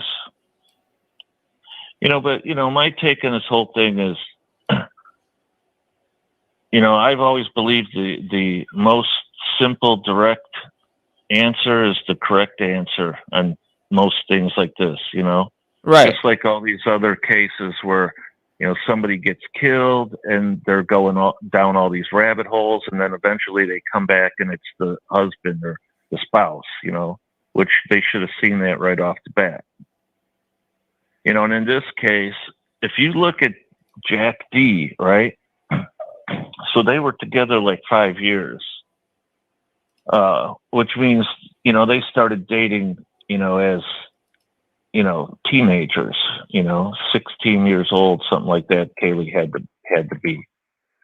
So, probably she grew out of this dude, she's getting older, and now not interested in the boyfriend, now looking for, husband type material, and he wasn't it, So they break up. And I've seen it a million times where, people break up and then, they're really close to like, one person in the family. Like, I've had exes that, would always be like, when I was younger, trying to like keep in communication with my mom or somebody like that, and just to stay close to you, So that's why I think that mom is like hanging on Jack, and he couldn't have done it. He couldn't have done it. But you could clearly see the dad and the siblings kind of don't feel that way. Maybe they don't want to come out and say it, but you could see it in that dad's face sometimes. That he's not buying it. I don't think. And you got to think too. This guy, she's leaving. She's leaving. This is his last chance. He's the only person that, could have known that she's going to be there for the one last day. He knows the house intimately. He knows exactly where everyone's at. He knows all the cars in the driveway. To me, it just points right to him. And if you look at, you were showing the other day, Kaylee's Instagram or social media pictures and posts where he's like leaving comments underneath them. Yeah, and he's talking about like wiping himself off with a rag and all that shit. Yeah, weird shit like that. Now, if you look at all those comments closely, you could see underneath when they were posted, and all his responses were like 3-4 months after the fact. Right. Which means he's like, she's not responding to him or even liking his post. So they're probably already broken up. He's like obsessing, he's stalking her social media, and trying to make comments to get her to interact with them. And she clearly ain't having it, So to me, man, that's total like jilted lover shit. And he probably, this was the last straw. He knew this is final. She's going to Texas. Now he has no chance. So he probably lost it. It had to, it looks like a crime of passion, You think so? Oh, you think it's a crime of passion? Well, you for think sure. You think it's fueled by rage, jealousy? For it to be that targeted attack. I mean, nobody has seen what happened in there yet, other than law enforcement. But if the way they're describing it, with so much blood and the giant gashes in the body, and that, to me, if that was just some kind of frat boy that's, an idiot, and going in there. They're going to kill him as quick as they can and get the hell out of there. They're not going to be, I just don't see them doing all that extra energy. You know what I mean? Yeah. So, yeah. Plus, it's Jack's dog. He could easily, have put that dog in the room. He could have been hiding in that extra room himself. He's best friends with Jack S. too, and, Jack S. told the one guy in that food truck video, he's like, yeah, I'm just here to watch over the girls or something like that. Right. So Jack D could have asked Jack S, hey man, watch these girls, make sure, it could have been more of reporting back to him what they're doing.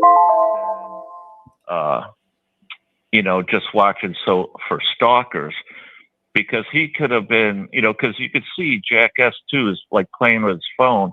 He could be telling Jack D, hey, the girls are leaving. So that way Jack knows that they're on their way home. He's already set up in the house. To me, it's very suspect, Nah, I mean, I'm hearing you out, brother. So you're leaning on Jack D? Oh, for sure. It's my opinion, allegedly. No, absolutely. I mean, allegedly. He's got the motive. He has all the motive there, and he could have easily got out of that house, ran up that tree line, jumped on his roof, been back in his house in like 10 seconds, And I don't think the white car really. I think it's So what do you think about the somebody in that calls, though? house. The 6 calls from Kaylee's phone, the 3 calls from Maddie's phone. What do you think about that? I think he could have been calling his phone from their phone. Yeah, but wouldn't his DNA be on those phones? Well, we don't know that it's not. Or if No. he had I'm not gloves saying we know it's not, but I'm saying in general, his DNA would be on those phones, or at least you would think so, right?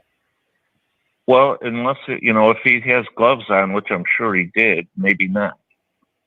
Unless maybe some hair fell on it or something. But we'll find out when the cops tell us what they got. No, I feel that. Because his phone was turned off. Which is kind of suspect too. Because most kids, they don't turn their phones off at night. Mm-hmm. So you only turn your phone off if you don't want it to be pinging somewhere or whatever it is. But I don't know. He could have been calling himself, or maybe he could have he could have been telling Kaylee all kinds of stuff. If he's like the jilted boyfriend, he's trying to get back with her. He could have been saying, "Oh, if you leave, I'm going to kill myself," or making up some kind of bullshit. And, they're calling him to who knows, Yes, sir. Who No, knows? I appreciate you calling in and sharing your opinion, man. I'm going to get a couple more up on here, but Hey, what's your name? One real quick thing. Uh-huh. Somebody earlier in your chat was saying that supposedly live at this moment, there was 6 cop cars at the frat house. Maybe you could follow up on that or something. Yeah, I'm gonna definitely take a look into that. Twitter will get me there. Yeah, sure. Sounds good, brother. I appreciate thanks you for your sharing good that, work, man. What were you All saying? right, thank you. I said thanks for your good work. Thank you, brother. I appreciate that. I'm trying to get I'm trying to get the community involved here and let them voice their opinion. I see you guys chat all the time in chat, and it's like, damn, I want to get a lot of you guys that want to call up on the phone and voice your theories through the phone, because I know that some with 1,800 people, 1,300 people typing in chat, it's hard to really dig through a lot of stuff, and the chat moves super fast, and I like to give people a voice and let people speak out. Sometimes you look at me for 8 hours on panel talking about the case and watching videos and just me discussing and reading comments, but this gives more insight, hearing all the opinions. Exactly. And I appreciate you calling. Where are you calling in from, sir? Chicago suburbs. Yeah, I'm right here. Yeah, me too. Yeah. I'm right here with you right now. I moved out to Chicago 2 years ago. Well, on the line. I live in Hammond, Indiana, so I'm right. I mean, I'm literally right here. Yeah, that ain't far. Yes, sir. It's All crazy right, out thank here. you, brother. Thank you, man. God bless you, man. I hope you have a Merry Christmas. And what's your name in chat? Ken. Ken, I'll be looking for you, brother. All right, brother. Merry Christmas. Merry Christmas to you too. Bye. Shout out to him, man. What a good caller. Great caller. Great caller. Great caller. This dude is making a lot of sense. Yeah, great caller. Like I said, it was a great caller. I have no idea. You would have to go to his channel, man. I have no idea. This dude is making a lot of sense. Let's see. JLI. 5 state troopers parked their flag. Call from Renee. Hey, Renee, you're live. What's up? Hi, how are you guys? I'm good. How about yourself? Good, good. So I was just calling to see if this I found late last night on Fox News website, but that apparently the apartment owner, like right by the house, turned over surveillance video from 2 a.m. until noon of that night, and he would not turn over like any screenshots or anything to the media when he was interviewed, but he did say that there was a white car that was driving west on Taylor Ave around 2:45 to 3:15, which I find very interesting. And the guy also did mention that they did see the car that they believe was giving Kaylee and Maddie a ride home. So they give it to police right away, like within 1 day or two after the murders occurred. So I find that very interesting. And then I find it very interesting too, because if the car is driving during that time, okay, well, that might rule out some neighbors of walking and everything. And I don't think that they would, because some people are saying that the white Elantra is just a cover. I don't think so. But I think that timing also goes along with the last caller, where these girls are calling, and the last call was at 2:52 to Jack. And then if that car came through at that time, that's very suspicious because it's right after those calls. I did see someone tweet that it was closer to 3 than 3:15, but that was not listed in the article. So I don't want to repeat that too much. But I can't get over the coincidence of everything the last caller said, plus the timing of it. Because what if she said one little thing like, Jack, I'm moving on, or something in one of those voicemails, and he just snapped, went over there. That was his opportunity. I don't know. I just can't get over it. And then my other thought process would be if he hired someone, but I don't know how a college kid would get enough money to hire someone. Right. So that's just kind of what I wanted to share. It was on Twitter last night, and then Fox News now. Very interesting. Like the title of the article, if anyone wants to look it up, it said, Idaho murders, white car spotted in footage obtained by police 1 day after killings. And like I said, that came out last night. So I think that's very interesting. And it did say the rental building is on Linda Lane and then facing Taylor too. So very interesting, but just had to share that and see what people thought about that. Interesting. I just found something that somebody I follow on Twitter. Her name's Sleuthy Goosey. She's actually pretty good sleuther. She posted something up here. Interesting. They seem to be following someone's movements. I got it up on screen now. So they have. It is an article too. So it looks like they're on someone's ass on Highway 99. Let's see, all the way down to Kendrick. That's interesting. Yeah. Oh, yeah. And then also they were going. I did see a tweet about that, but I didn't check the source on that. For that, police were looking about 24 miles out, I believe it was, around the town of Kent, And they were obtaining security footage from over that way too, east of Moscow. Oh yeah, let's see. So I mean, they're tracking somebody's movements. They're tracking somebody's definitely. movements. So I guess like who, if it was I don't think that the roommates are involved. I don't think that the frat is involved. I don't think that Jack, the food truck guy, is involved. I think in my head, like logically, the only people that we know, like I personally think that it could be either Jack B or a random that hated the college girls, the cliquey college girls, maybe an incel that hated women, and they were picked out, whether it's based on social media. I do struggle with how they found that specific house, but something like that. Or if it was kind of a random person we haven't seen yet, then it might be like someone Jack hired or someone, you know, who was doing him a favor or something. But I just can't get over. You can just tell, like Kaylee, I feel like the more we find out and the more we hear, now obviously half of this isn't backed up, but I feel like she was just moving on and he didn't want to, and it was the one last chance. And I don't think that can get over the coincidence of that. And then the dog thing too, which is very interesting because some people think like maybe the dog was outside and she was calling Jack, you know, maybe she lost it. But then I'm like, I feel like Xana and Ethan would have been outside looking for the dog too. Like it would have been a whole house looking for the dog. So I don't, and like all the noise of yelling for a dog's name and stuff. Mm-hmm. So I don't think the dog was lost. I'm curious as to how the dog did rule into the scene and everything like that.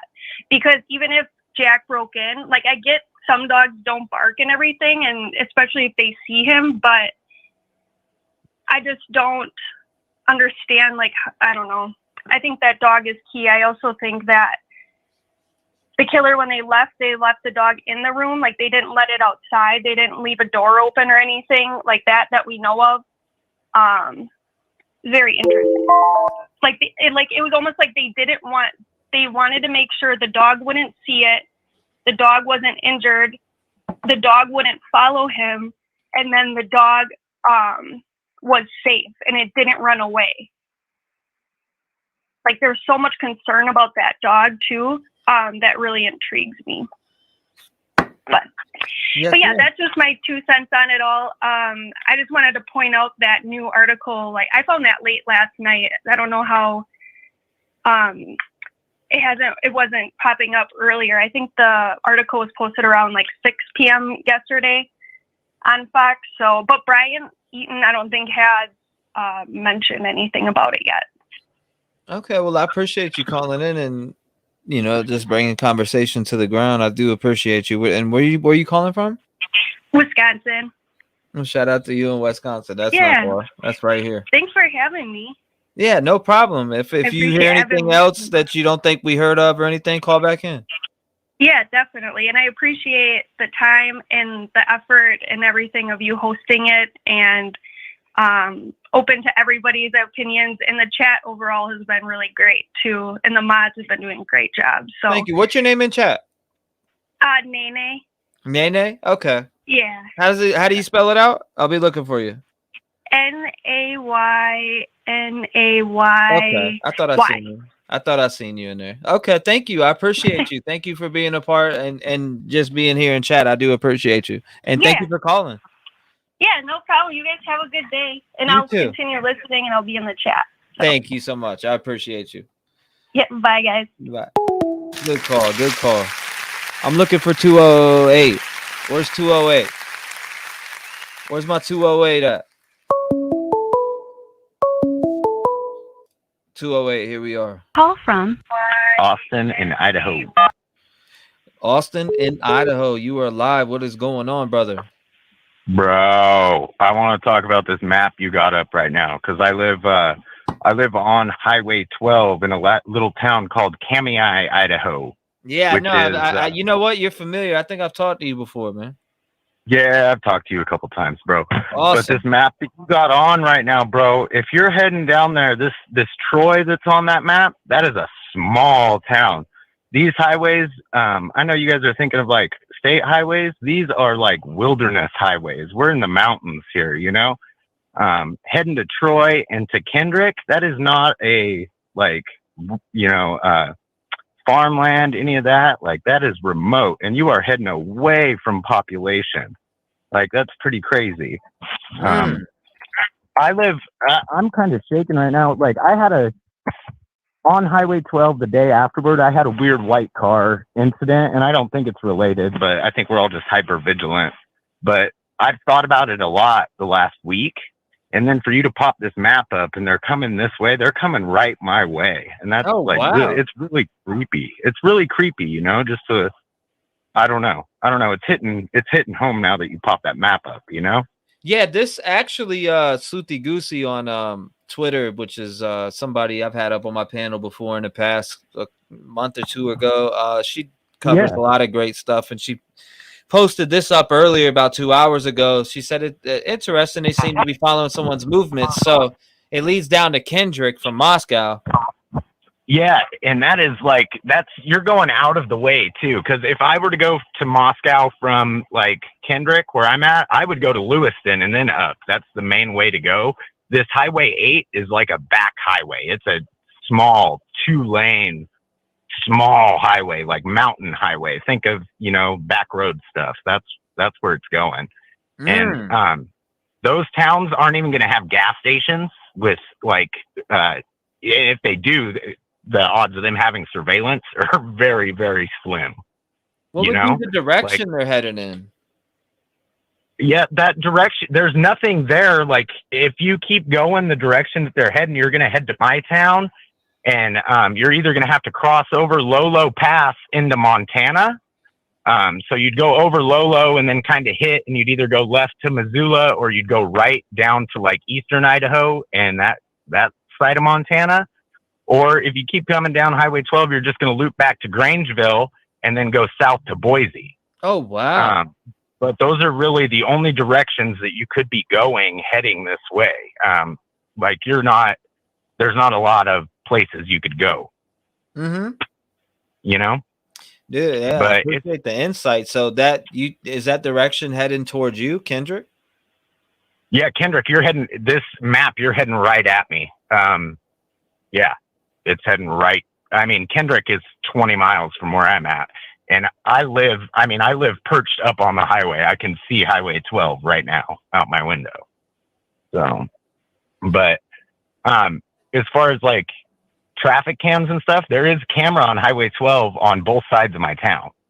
And we use them a lot for snow, for road season. But I don't know that they're good enough to be able to pull like a plate number off of it. You know, I've heard some people say like, do they have plate scanners and stuff? No, Idaho is way behind. We don't have traffic cams. I don't think that there's a plate cam in this whole state, you know? So yeah, a lot of people are saying stay safe in chat. I see says stay safe, safe. Oh yeah, we're safe. We're safe here, man. But I just wanted to kind of give you some color on, you know, what that's a weird route to take. If I was going from Kendrick to Moscow, that is not the route I would take. Being from here. Wow. That is a very weird route. So that, I mean, is that a desolate area out towards Kendrick? Is that very, yeah. It's a mountainous region. There's some agriculture, but not a lot. You're getting into the mountainous areas. You know, if you were to keep going down this highway, like if the yellow line were to keep going, you're going to run into the biggest wilderness in the nation, which is the Frank Church. Oh, wow. That's the biggest federal wilderness preserve in the nation is about 20 miles from where you're at. So if he was going this way, like I said, he either took a weird way to get to Boise, because this isn't the way you'd generally take to go to Boise from there either. You'd go down to Lewiston and then back. So if he was going to Boise, this was a weird way to go. The only real other option is either around my area, they're a local around here, or they crossed over into Montana, or they took a weird route south to Boise. So wow. But that's my input on that. So I mean, do you have? weird. Did you have? I know I asked you this last time, but I need to refresh my memory. You got friends that live in Moscow, or? So I'm originally from Boise. My grandparents are from up here, so I haven't spent a ton of time up here. But I have a lot of friends in Boise and stuff that graduated from Moscow, were U of I students. You know, people that I worked for are alumni from U of I. Yeah, we got a lot of. You know, Idaho's a pretty small place, so this hit all of us really at home. You know. Yeah, man. This I can only imagine how you guys are. You know, especially with a quadruple murder and somebody willing to walk into a house with 5 vehicles. Yeah, man. It's cold. It's cold. It is super cold, and I'm honestly praying for you guys down there, and you know, hopefully you got a little heater tucked away just in case. Oh, you know it. You know it. Right by me at all times. We fully just set up a surveillance system here. I mean, we had a doorbell cam and stuff like that, but now we fully set up a surveillance around the house. I mean, we've already had a few things, but I mean, we went full on with it. I mean, all the way back to the backyard, all the way to the front. Oh yeah, I don't blame you. And you know, it's just, yeah, it's a good idea with the way the world is going today. But we appreciate your coverage and keep it up, man. Thank you, brother. I appreciate you, and I appreciate you giving us insight on what's out towards Kendrick. Desolate area. Was it open fields or what? Before I let you go. Yeah, no. So up towards Moscow is more like fields and agriculture. Once you get into like the Troy area and down to Kendrick, you're pretty mountainous. You're in, you know, kind of like you're right on the edge of the national forest. So. Yeah, it's very rugged terrain, you know, mountain man type stuff. And this, like, again, I'm just calling because this is not a normal route. Like this is somebody that knows my area, because anybody that was, you know, Google Maps or anything, anywhere is going to take you a different route to get from Kendrick to Moscow. This is a back way. So. Wow. That's crazy. So I wonder where they're heading. Yeah, it's really weird because they're either in my area, like I'm saying, because the only access out of here is Lolo Pass to Montana. Otherwise, Highway 12 just kind of runs into Highway 13 and then it loops into Grangeville and then you go down to Boise. So they were side skirting everything. You know, the more I look at this was so planned, because that's exactly the way I would go if I did not want to be seen. If I wanted to ensure that I stayed off of traffic cams, highway cams, gas stations, that is the route I'd take. Wow. This is insight from a local, guys. Yeah, in that area. I mean, how far did you say you were to Moscow? If you were to get into the vehicle right now and go to Moscow, how long are you looking at sitting in the vehicle? Just over an hour. I think I'm 80 to 90 miles from Moscow. Oh yeah, okay. But, so I remember you saying you shop about 30 miles away from Moscow. Yes, sir. Yes, sir. Yeah, I shop in Lewiston, which is where, if you were going from Kendrick, you can kind of see on this map where it's all dark. That's a river, and that runs down to Lewiston. That's the main highway that you'd take. You wouldn't take this Highway 99 to Highway 8 to get to Moscow. Okay. So, well, man, it's it's very planned looking to me. And they're either, like I said, they're either in my area, or they took a very back way to Boise, or they went over into Montana. But if this is their route, those are their only 3 options. So. Yeah, this is crazy, man. I see that. So you're aiming towards it being maybe a hit. Yeah, yeah. The more I feel on it, it's got a conspiracy vibe to me, like more than one involved. And man, just looking at this route is very, very telling to me, because there's nowhere to get at unless you're going to Montana. Like I keep repeating, unless you're going to Montana, you're staying where you're at, or you're taking a roundabout way to get to Boise, but you're still going to get seen at Grangeville going to Boise. So they're either around me or they went to Montana, because they're not going to be seen on cameras either way. That way. Wow. So yeah, that's crazy, man. That's crazy. I'm glad you gave me some insight on the lay of the land there to Troy down to Kendrick. Yeah, yep. Highway 99. Sure. How long do you go on Highway 99 often? I've never been there. Never been that way. I've been to Kendrick once, and then, like I said, I came back down to the other highway, but I've never been fully up that highway. No. Wow. So. Well, I appreciate you calling. Like I said, man. Van Hager in chat. I'll keep up. I'm riding with you, man. What's your name? You said Van Hager. Van Hager, like Van Wilder, but Van Hager. All right, man. I'm looking for you, brother. I appreciate you. Great information. Very informative on the lay of the land. Like I said, I appreciate you calling up and explaining this map to me. That gives insight to the people that are viewing now and gives insight to me to what I'm looking at on this map. Because I mean, I look at this map and I'm just like, okay, yeah, but you know that area, so I'm glad you were able to bring it up. Yeah, and that's why I had to call, is because it's not like, it's really weird. Like go to Google Maps and type in Kendrick to Moscow, do the, and watch the route that it gives you. And I guarantee you it's probably not going to be this route. It'll be down Highway 12 to 95 and then up. So, but anyway, yeah, I just wanted to call and give you guys some insight. So keep up the good work, man. We're going to be riding with you. Thank you, brother. I appreciate you. Yeah, you've been riding for a couple days now, man. Yeah, every time I wake up, you're on, man. I'm like, what did I miss? What did I miss?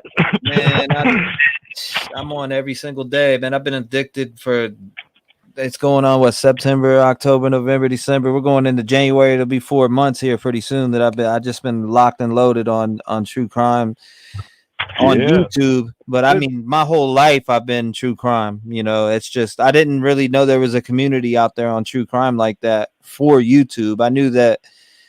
I'd always go on YouTube and watch clips, especially when like HLN was over, when I was done watching Nancy Grace or Dateline episodes, just to follow up on certain cases. But I never knew there was such a broad community of true crimers on YouTube that came together like this. And I'm glad that I was able to find that and connect with a lot of people, because I didn't know the true crimers were on YouTube like this until, like I said, September 6th. Is when I fell into it and jumped on the Kylie Rodney case. Dang, man. So you're blowing up quick. But I got to say, unfortunately for me, it took something crappy like this happening local, I mean, I was a little bit on the Gabby Petito thing, but I didn't fall into it. But I've been hardcore on this because it hits so close to home, So, absolutely. But you found your niche, man. I really enjoy riding with you every day. And I know you got a lot of good people in chat that do too. So hopefully we'll be a part of this growing community for a while to come. So, man, appreciate that, brother. I really do. Shout out to you, and stay safe up there, man. If you hear anything else or catch wind of anything, call me up. Yep. Any more insight, I'll give you a ring. Thanks, bro. Yes, sir. Thank you, boss. Good caller there. Shout out to Van. Everybody give Van a round of applause. Good insight. For sure. Good insight on that. Shout out to Van. I'll be looking for you in chat, brother. Anybody else who wants to call in? Somebody said 208. That was a 208. Was that the right 208? Or was there somebody else from 208? All right, here we go. That's suspected spam caller. Let's see about that. Call from Justin. What's up, Justin? You live. What's going on, brother? What's good, T-REV? Hey, man, I'm calling in. I got a theory about the late night phone calls there, because that always kind of hung me up a little bit as to why that was going on. So, like, I didn't notice didn't even think about it until either yesterday's show or the day before, that might not be Jack S at the food truck and could possibly be Jack D. So, yeah, hear me out. Yeah, so hear me out. Let's say it is Jack, and he's just kind of trying to be around Kaylee, whatever. She doesn't want anything to do with it. And then at some point after the girls go home and he goes whatever, he calls Kaylee and basically says fuck you for leaving me. I don't want you in my life, that kind of thing, and hangs up the phone. That would definitely prompt her to call over and over again to try and make amends to him and then get Maddie to do the same thing.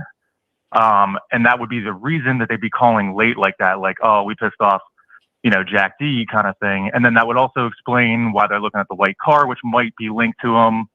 And if that's the case, then the cops probably have this lead like from the get-go. They might have a text or a phone call or something from him, like in the 1:30ish or like a 2 o'clock hours, something like that.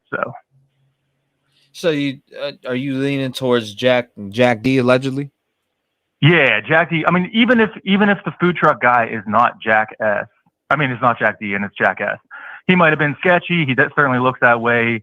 Might have been thinking that he could probably get with one of the girls or whatever, but he might have gone home just salty or something like that. He might not even be involved, even though it's a horrible time for that to happen. But like from the beginning, I kind of thought Jack D, and then I was going through all these different alternatives. I'm like, yeah, I could see that. But like explaining the phone calls from the girls at night, that's what I think is that Jack D called Kaylee pissed off or even texted her or something like that. And she was just trying to get a hold of him and like calm him down or something like that. That's why the whole message of like, we own a dog together kind of thing. I don't know. It's just a theory. So don't you think that and I always ask this when people say Jack D. Excuse me. I always think this when people say Jack D. So Jack D's phone was called 6 times from Kaylee's and then 3 times from Maddie's. Don't you think his DNA would be on their phones? Yeah, but what I'm saying is, I'm saying not on her phone. Like they were actually calling his phone. That's what I'm saying. So his DNA might not be on their phones. No, I'm saying that what if he did that? All right, so what I'm just throwing it. It's allegedly and something that I'm thinking of speculation. If and I say that wouldn't his DNA be on their phones if he tried to give himself an alibi? Because a lot of people state that. Yeah, that's not what I'm saying. I'm saying that the girls actually did call him the times that they did. Okay. Because he called ahead of time. Maybe he was the dude at the food truck. Maybe they were blowing him off that night, or Kaylee was blowing him off, or something like that.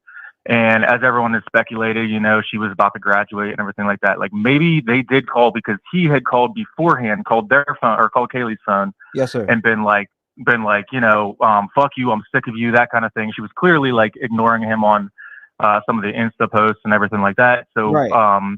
So maybe that was the reason for the 6 calls was Kaylee, and then being like, Jack D won't answer my calls. Why don't you try calling him? So that would be the reason. But he was already pissed off at that. That's why they don't have that. And I think that the reason that the police or like law enforcement, FBI haven't like said he's a person of interest or anything like that is just the same reason. Everything, they don't want to like tip their hand, but they probably saw, if I'm right, they probably saw like a phone call or something from Jack D that night, and they're just trying to pinpoint everything and put him right there. Yeah, no, I okay, I get what you're saying now. For sure. I was saying something. Yeah, no, I get what you're saying, but I was trying to figure out the 6 calls. Like, I mean, I think that's everyone's kind of trying to figure that out, But it would kind of wrap everything up, like in a neat little bow if that was the case, because the dad looking kind of salty at him at the memorial, and then the white car that could possibly be associated with him. He knows the area, possibly knows the inside of the house really, really well. The dog, not making more of a fuss or not being harmed or anything like that. The 6 phone calls to him are just super sketchy. It's just like, she didn't want anything to do with him, or like didn't respond or reply to any of his posts on Insta, or a lot of them. And, but now they're going to call 6 times, like randomly in the middle of the night. It seems like something had to have been a precursor to that, but. Yeah, I definitely get what you're saying, bro. Like, it's crazy, man. Fuck with the whole Jack. A lot of people say that Jack D was verified by Joe V, or not Jack D, but Jack S was verified by Joe V. Oh yeah, but they showed him I agree with you, and actually, like looking at the camera and like it's a grainy image. I totally saw Jack S, and I'm like, oh, okay, that is that dude, and maybe he is sketchy, but like where I think all of us kind of like initially went to the ex-boyfriend, and then he was vouched for and stuff like that, but it looks like an oddball matchup anyway from high school. You know what I mean? Like she was probably definitely moving on, and he probably wasn't having that. So I don't know. I don't want to accuse someone without really knowing, but that's just a speculation. So. Yeah, dude. I appreciate you sharing your theory on that, man. Is that so? Like, you think we're gonna end up getting allegedly getting a Jack D arrest on this one? That's just where I'm leaning, man. Like, after I've gone through every single one. I mean, I saw the a little bit of validity to the fraternity one on 4chan. Like, if there's accuracy behind that, I could see that being a motive. But like, it just seems like I don't know. It's just such a rageful thing to do, you know, go in and stab people to death. Had to be like a reason, like someone was ready. They had a reason to get rid of somebody. I don't know. I just keep going back, but that's just my thoughts. But hey, man, love the show. Thank you for sharing your theory. I appreciate it. That's what I want a lot of you guys to do, because I see people typing in the chat, and sometimes, you know, people's comments are overlooked or maybe not read or talked about, and everybody has different point of views. And I think it's There's a lot of interesting. people on there, man. I think it's interesting hearing what you guys think. Because I mean, like I said, you guys hear my dumb ass sit up on panel for 10 hours or 9 hours or 8 hours with whatever guest I bring up, and you know, you guys listen to us. It's about time we listen to you guys. Yeah, man, I fucking love it. Your show's great, dude. I just came across it this week, so yeah, all good, man. I appreciate you, man. Where are you calling in from? Columbus, Ohio. Man, shout out to you in Columbus, Ohio. What's your name in chat? Justin. I don't have anything else going on, but Justin, yeah. Yeah, I'll be looking for you, Justin. I appreciate you calling in and sharing your theory, brother. And I hope you have a good holiday, and hopefully I see you in chat, man. Yeah, you as well. Appreciate you, brother. Easy. Later. Shout out to that man, Justin, man. Shout out to Justin. Shout out to Justin. Oh my God, called 6 times. Yes. Kaylee called 6 times to Jack D, and then Madison called 3 times to Jack D. Now, a lot of people, there's a lot of chatter about it. Was it a alibi? What was it? You know, here we go. Call from Michael. Hey, what's up, Michael? You're live. What's going on, brother? Hey, T-REV, how's it going, man? I'm hanging in there. How about yourself, man? Good, good. So what's your theory on it? First of all, at the very beginning, when they're placing their order, she has a really hard time actually trying to figure out what she wants to say at the very beginning. And it seems like there was something going on before they went up to that window that made her, if you go back and watch the video, she really has a hard time putting together what she's trying to say. So I don't know if you picked up on that, but when she's first trying to make that order, you can kind of tell something's happening in the background of her mind. Mm-hmm. So that was something I picked up. Also, I think the calls is kind of like a heavy topic. So I'm not necessarily convinced those calls were to the boyfriend. After hearing the sister talk, that could have been Jack S. I feel like she would have clarified that, but she made it seem like, why were there calls made to a Jack? So they seem to know each other. So that wouldn't be out of the question. And then I don't know if you have any feedback on that. I don't know, man. I have a lot of feedback. I mean, my theory is a lot different than a lot of everybody else's. Yeah, definitely. I hear you. Everybody, tells their opinion. And then I also heard somewhere, probably like a week or two ago, that there was a death on campus related to the fraternities, which was interesting. But back the previous semester, there was a kid, and I think it was associated with a similar frat. Mm-hmm. But that was something to look into as well. I don't know if that's gotten too much coverage. Who are you talking about? The kid's name was Hunter. If people want to look it up, and it could be Ethan's brother? speculation. No, this is actually another kid who was at the school, part of a frat, and then they found him in like a creek earlier in 2022, but it was just there were some people like saying that the investigation was pretty quick, saying that it was an accident. But I think he has ties to the same like fraternity as other people. Hudson Lindo? Yeah, that's the guy. Yeah. No, okay. Somebody in chat, one of my mods wrote that. Hudson Lindo. I love that. Yeah, so if there's some connection between I don't want to say like who I think did it, but I think the food truck video definitely raises like a lot of questions that still haven't been answered yet. But yeah, those are just my thoughts. But definitely going back to that original thing, definitely when I think Kaylee was trying to make that order, you could tell like something was going on in the back of her mind that was like had like rattled her or something was going on. So yeah. I hear you, brother. Well, let me see. Where is it? Where did I just have my? There it is, right there. So they seem to be tracking somebody here. I wonder what this is going to come out to. It's not out. This world to speculate 99% of the time.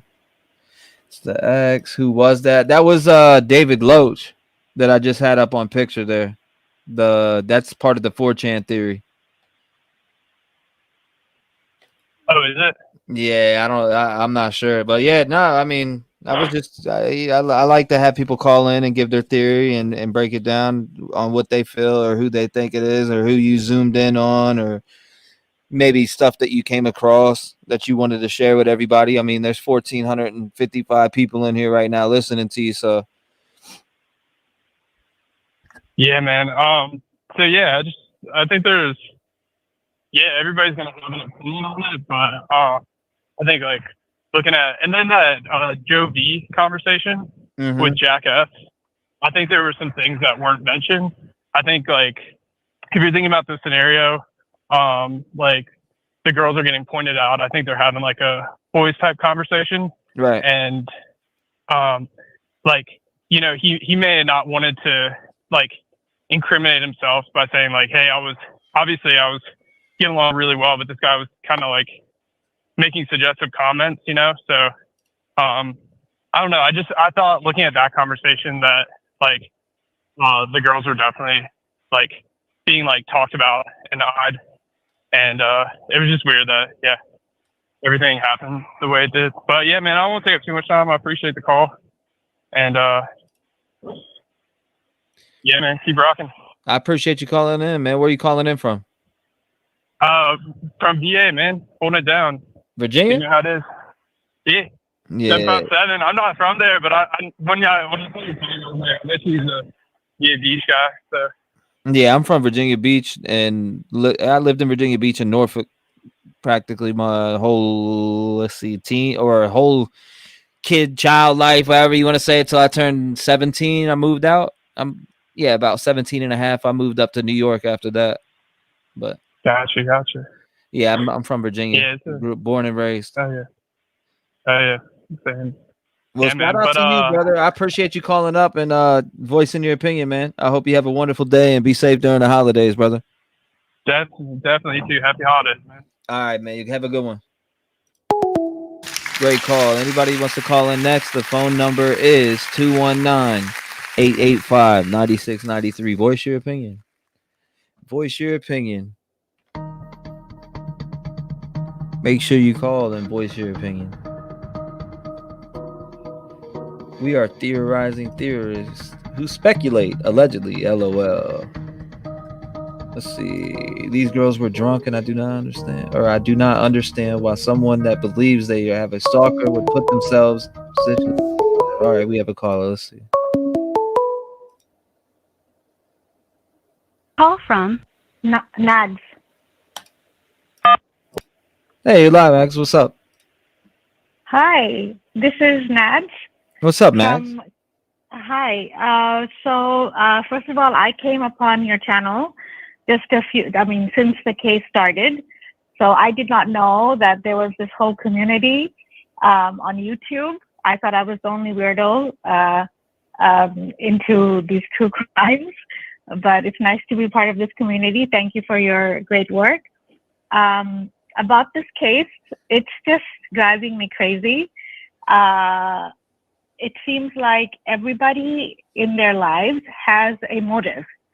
If you look at, Jack S.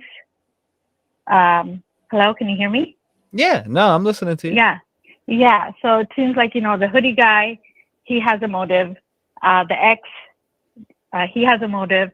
Then the 4chan, the newly, released thread on 4chan, they also, seem so viable.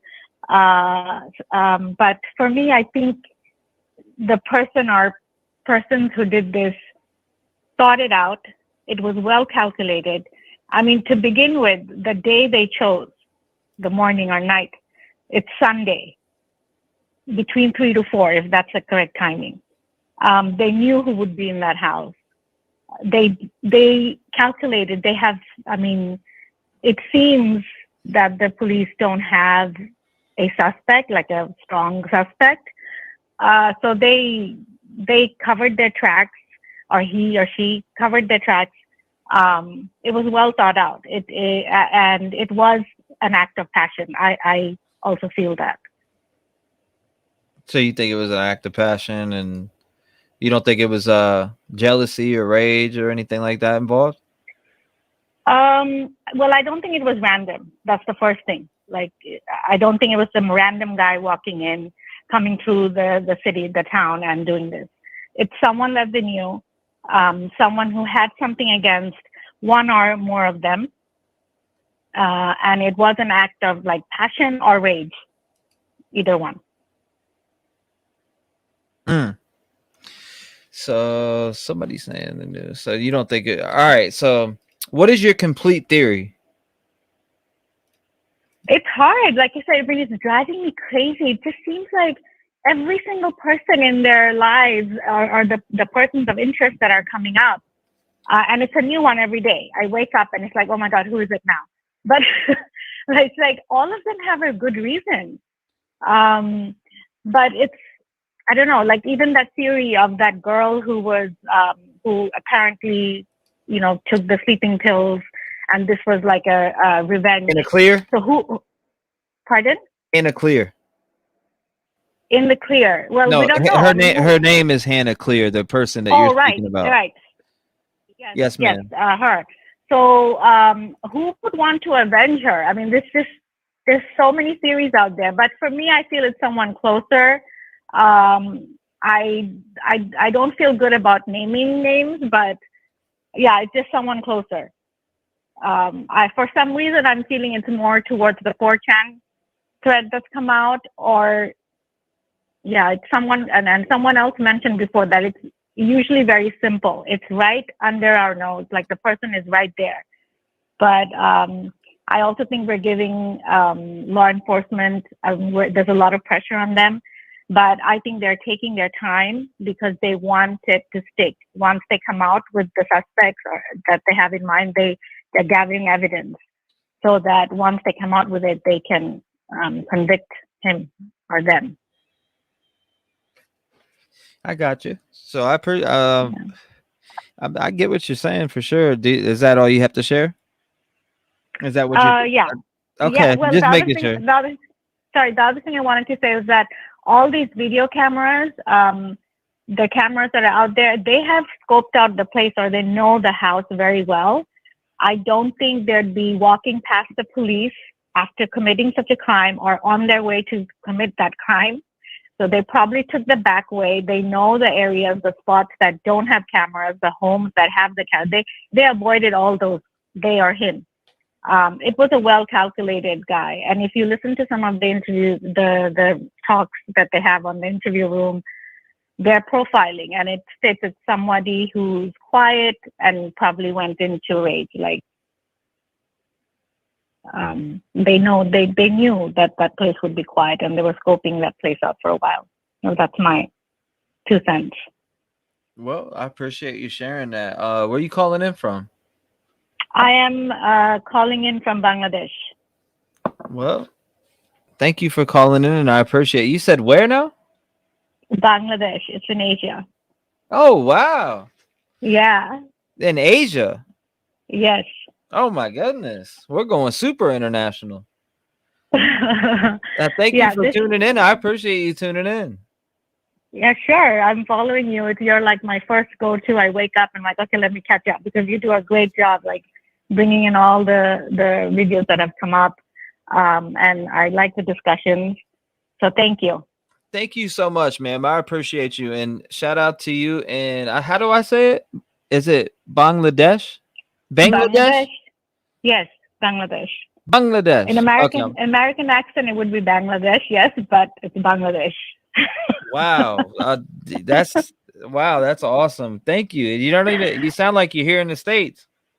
Well, I come visit here, so I stay here and I go back and forth. Wow.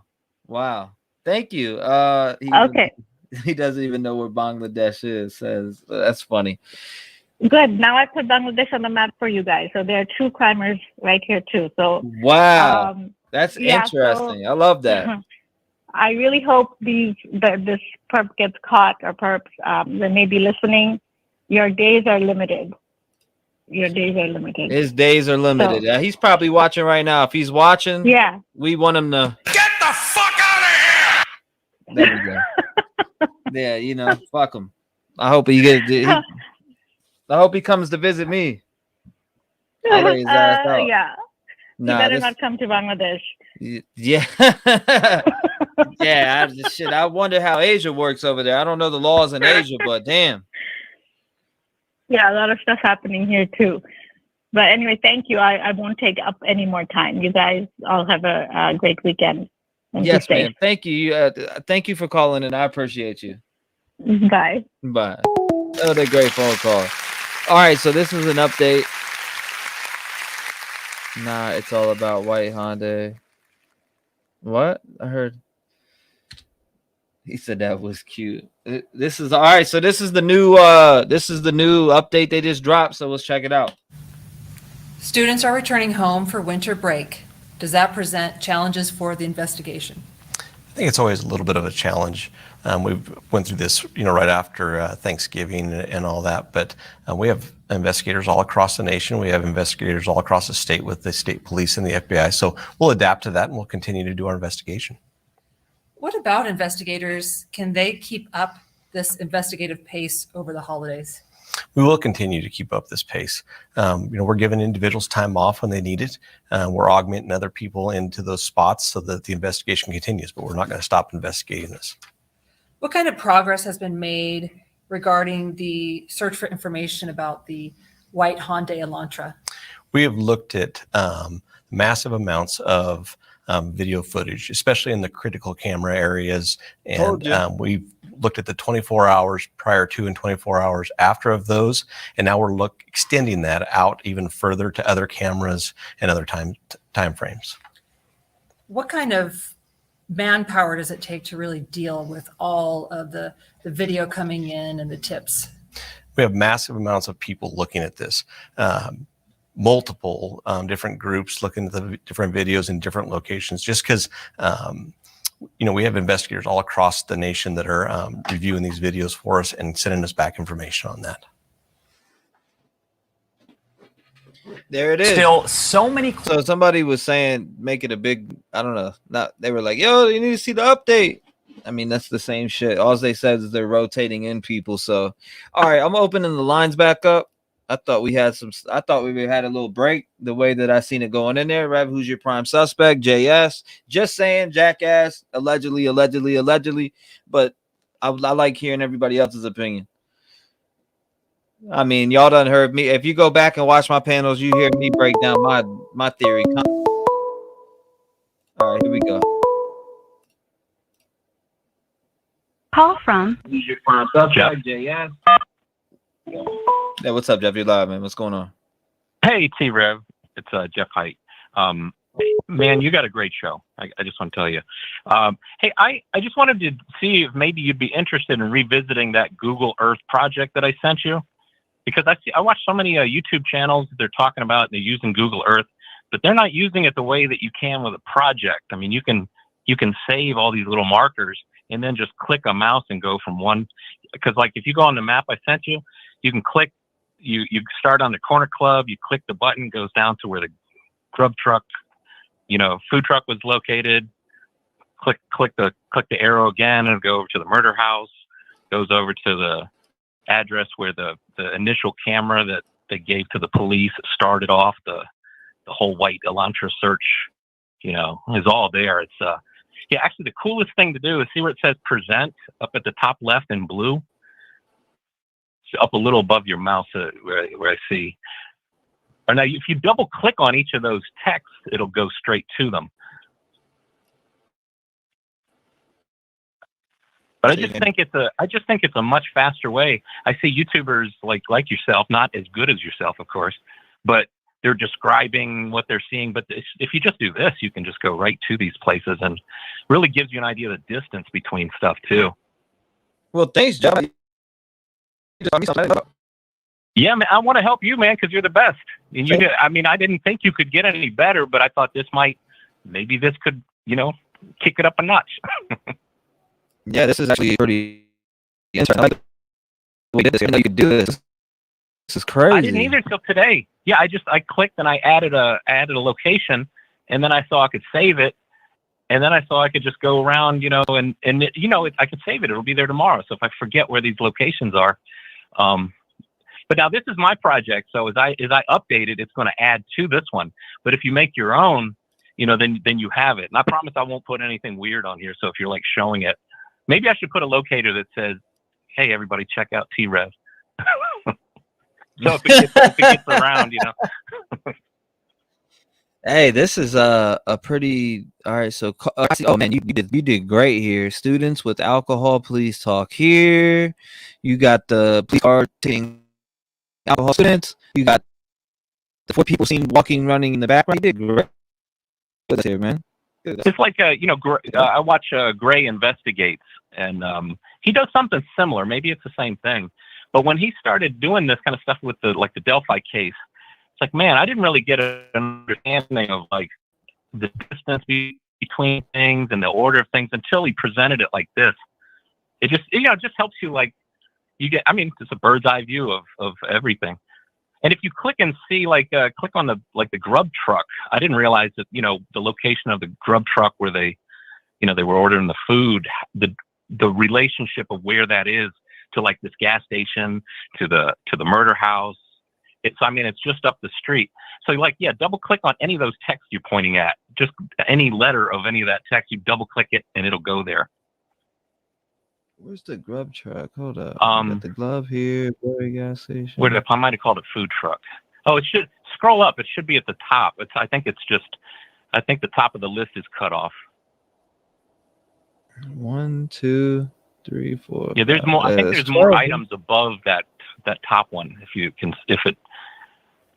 Or go to the bottom where it says 8 of 12. Just click it until it goes to click the left arrow till it goes to 1 or 2, because I put the main locations as 1, 2, and 3. You're on number 8 right now, but if you were to look at number 1, 2, or 3, actually I can look at it and see which one it is. Yeah, the food truck is going to be the third one in the list. Okay, 1 second. Let me pop it back up. I see the third because that's all right. So first is gas station camera at car wash exit. Guy Jack on roof ? And then you know what? Refresh your browser. I think that what you're showing is the list as it was probably an hour ago. That's not because you got 12 items. 1, 2. I got 1, 2, 3, 4, 5, 6, 7, 8, 9, 10, 11. Yeah, I got It have to make an audio bug out. I don't know why it's doing that. I don't know why it makes my shit bug out. But if you click refresh on your browser you got Google Earth on, just that little circle right above my little picture of my ugly face. No, you're fine. Yeah, then I think you should be seeing the list of 15 items. Yeah, there you go, 15 now. So now if you go to the bottom left corner and make it say number 3, you would see the Grubhub or Grub Truckers food truck. It's the third item in from the top of the list.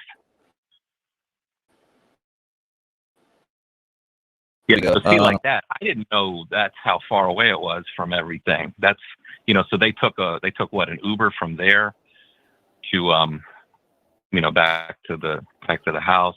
And then like above that in the distance is the Corner Club, which I don't know too much about that other than I think that was a bar they attended, right? Corner Club is like the second item on the list, I think. Yeah, Corner Club bar. So you just click that arrow to the left, and it'll take you there. So click the arrow to the left, so it says 2 of 15. And this is the Corner Club. Boom. Yep, Corner Club right here. Which is like a super like stark bar. I mean, it looks like it's just a gray concrete rectangle of a building with a cool neon sign, but that's it. It looks like, I mean, it's like somebody on another YouTube channel was saying it looks like a prison bar or something. It's just so plain looking. But maybe inside it's awesome. Maybe they just, you know, they know you can't be, you probably can't be drinking outside, so they put all their money in the inside. Yeah, that's crazy. This I'm gonna have to save this one. Love found here. Gas station, blurry gas station photo. Maybe here. 4 people. Yeah, this is a good put. You did this one, man. Thanks, man. Yeah, I just started it. I just learned how to do this today. It was totally by accident. I was just trying to follow along with YouTube channels just to like, because I couldn't picture and I couldn't understand what they were trying to what they were trying to present until. And then when I thought I could save it myself, I was like, shoot, it'll be here tomorrow. I can wake up tomorrow morning. I get an idea. It's like, wait, how far was this from that? Well, I know every one of us just wants to figure this out for the police. We want to help. We want to be, and you know, not for ourselves personally, but you know, it would just be awesome to like. Sometimes it just takes one brain to put 2 things together and say, oh, this must be it, and there it is. Idaho crime breakdown. I'm saving that. That's a good one, Jeff. But yeah, I'll keep updating it as I hear things, and you know, try and always stay as accurate and nothing crazy. But yeah, definitely feel free to bring it up anytime and use it yourself. You know, make yourself one. I don't know if you need to have like a Google Gmail account or how that works. It probably do, but it's really easy to get started. Email me back if you're like, what? Hey man, show me how to do this or walk me through it. I'd be happy to. Yeah, most definitely. That's a well put together. That's organized, very good. It has all the different markings of the locations. That you did a good job on that one, man. Thanks, man. Thanks. I appreciate it. I appreciate your show. And do you ever sleep? Seriously? Yeah. Shit. How many hours did you get? When I got off yesterday, when I had so much pain. If you realize at one part of the show I get real quiet. Yesterday, that's when I started dealing with tooth pain, and I was like, "Oh my!" I was walking around like pacing back and forth. I had the video on. I wasn't talking at all. I was like, "Oh my god!" I was grabbing my mouth, like it was so bad. I went and took NyQuil, and I went to sleep, and I woke up 4 this morning. I think I slept from yesterday like 6 p.m. to 4 in the morning. Oh man, well, good. Get some sleep. Well, brush your teeth more, man. That's all you got to do. Yeah. I've been on it. I'm actually waiting to get into the damn dentist, man. I'm like, shit. You know, I never started taking care of my teeth until later, like mid-20s, going into 30s. All right, you know what I'm saying? Like 26, I started caring, but back then I didn't. But I mean, I'm glad it's not as bad as it could be. You know what I mean? I could be toothless right now, which I'm not at all. So I don't know. I just, I'll be making my way to the dentist. Good. Get these impacted. I have an impacted wisdom tooth trying to grow through, so I'm waiting to get through, but I can't. They said after Christmas break, so that's what I'm waiting for. Oh man, well, that's dedication on your part, man, to be pushing through the pain. I was 2 hours straight during yesterday's live. I was screwed. Man. It seems like you're always on here. I was assuming you were going to tell me you got like 2 hours of sleep and that's it. Nah, man, I slept my ass off. I'm gonna be on all day. Good. Well, I'm glad you're here, man. I echo what a lot of people say when they say you're the first place they check when they wake up and see what's going on. Same here, man. You're the first place I go to. I appreciate that, Jeff. That means a lot. That means a lot. Being I just got in, I just started really. I brought true crime to YouTube. My true crime journey to YouTube at September. So, and I love it. I mean, I've always been into true crime my whole life. I mean, since like I said, since I was 5, sitting on my grandfather's lap watching Unsolved Mysteries at 5 years old, I've always been fascinated with it. I wanted to be a homicide detective, but then I didn't want to go through the force or not. I didn't want to be a regular police officer. I wanted to solve murders. You know what I mean? So, right. Well, when this is all wrapped up and solved, you take a break, go to Bangladesh. Yeah, right. Yeah, go to Bangladesh, right? Well, I appreciate. All right, man. Well, I don't want to overuse my time. I know everybody's got great things to say. So, man, thanks so much for you. Yeah, thank you, brother, man. I appreciate you, and thanks for that map. Sure thing. My pleasure. My man, thank you. Shout out to Jeff, man. That was a great call. Great call by Jeff. Yep, that's what I gotta get. Oral surgery. I appreciate you guys, man. Who lines open? Anybody wants to call in next? Lines open for anybody who wants to call in next. So yeah, that update was it's the same bullshit. We're not getting any updates. Call from Tyler. Hey, what's up, Tyler? You live? What's going on, brother? What's up, T? Yeah, I was just looking at this map, and I know the local was talking about it earlier. Do you think this is like a back way to get to Boise? You know, because he was saying like this is like, you know, mountainous roads, not a lot of like cam traffic and stuff like that. I mean, I know they said what Jackass was supposed to allegedly hit that cabin that night, and it was near Boise. Would this be a route that he would take, you think? I don't know. It could. It's allegedly. I mean, you know, allegedly. But I'm saying, you know, whoever took this, in my mind, is either A, you know, he gave the story about him, or, you know, it's out there allegedly that he, you know, hit that cabin up, and I'm guessing you say cabin, that's going to be, you know, mountainous in the middle, you know, desolation, or it could be somebody that, you know, like a lot of the mediums and stuff has said, like, could be somebody that's like a part of the community, but not part of the community, like farther out in one of those tiny towns that comes into like Moscow to get their food and stuff like that. And they were just, you know, rolling back out to maybe where they live or to dispose of evidence. I don't know. Just when I saw that from Sleuthy Goosey, I was like, man, like, you know, they're extending it out. You know, the local guy said this is like a really backward way you could probably get to Boise from. Like, I don't know, man. That just something that sticks out to me. I mean, they're really like stretching it out now. So like, it could be something to either the Jackass theory or a guy that lives farther out that comes into town, you know, like it may be like, you know, like a lot of the psychics and stuff have said between, or the profilers, like 22 to like 30 years old, like, you know, incel or something like that. I don't know. That's just very interesting. I mean, I had to call in to see what you thought about that.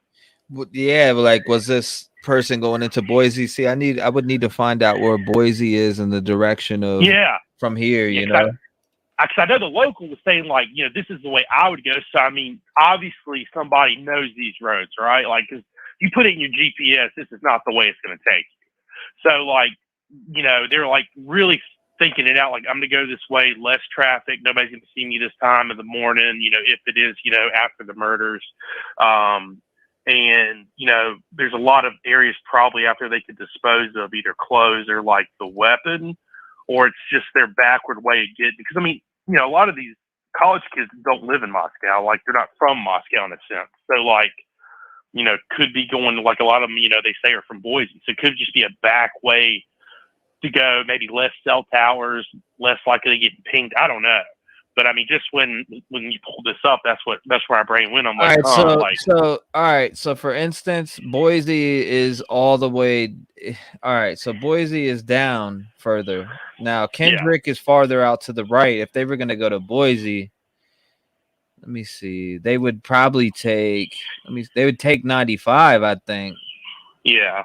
They would take 95 and get on to. Let's see. What highway is that? Leaving from Moscow, yeah, they would definitely take 95, I would think, to go down towards there and then get on 129 and shoot down towards Boise. But I mean, yeah, to go to Kendrick, to go to Kendrick, that means they hopped on what 8? What is that? Yes. So basically saying 8 to Highway 99. 99, yes. To Kendrick. So like there's something with that 24 miles out that's the reason they're like extending out that far. And I mean, it just looks like on the map like they're hitting real mountainous around Kendrick. So like, you know, and then I think sometimes it's like those 5 like marshals or FBI agents that we saw a while back where they were, you know, going into the house and coming out within like 30 minutes.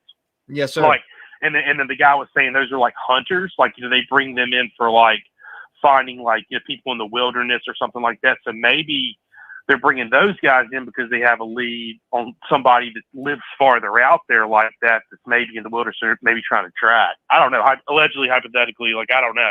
That's just where my brain goes. It's like, are they extending it out that to try to get some type of, you know, somebody that's living out there that's coming into town that they feel? I don't know.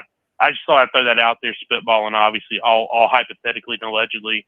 But I just pulled up the map and was looking at the highways to go there, and that way would be a little bit out. Like they would probably shoot straight down, not this far out. But I mean, are they avoiding something? I have no idea. You know, I don't know the tolls and all that other stuff. But yeah, because the local guy's saying like only a local would know to go this way, and like that would be like out of like CCTV footage. That really just piqued me right there, because it's like, okay, so like somebody knows this area to go this way.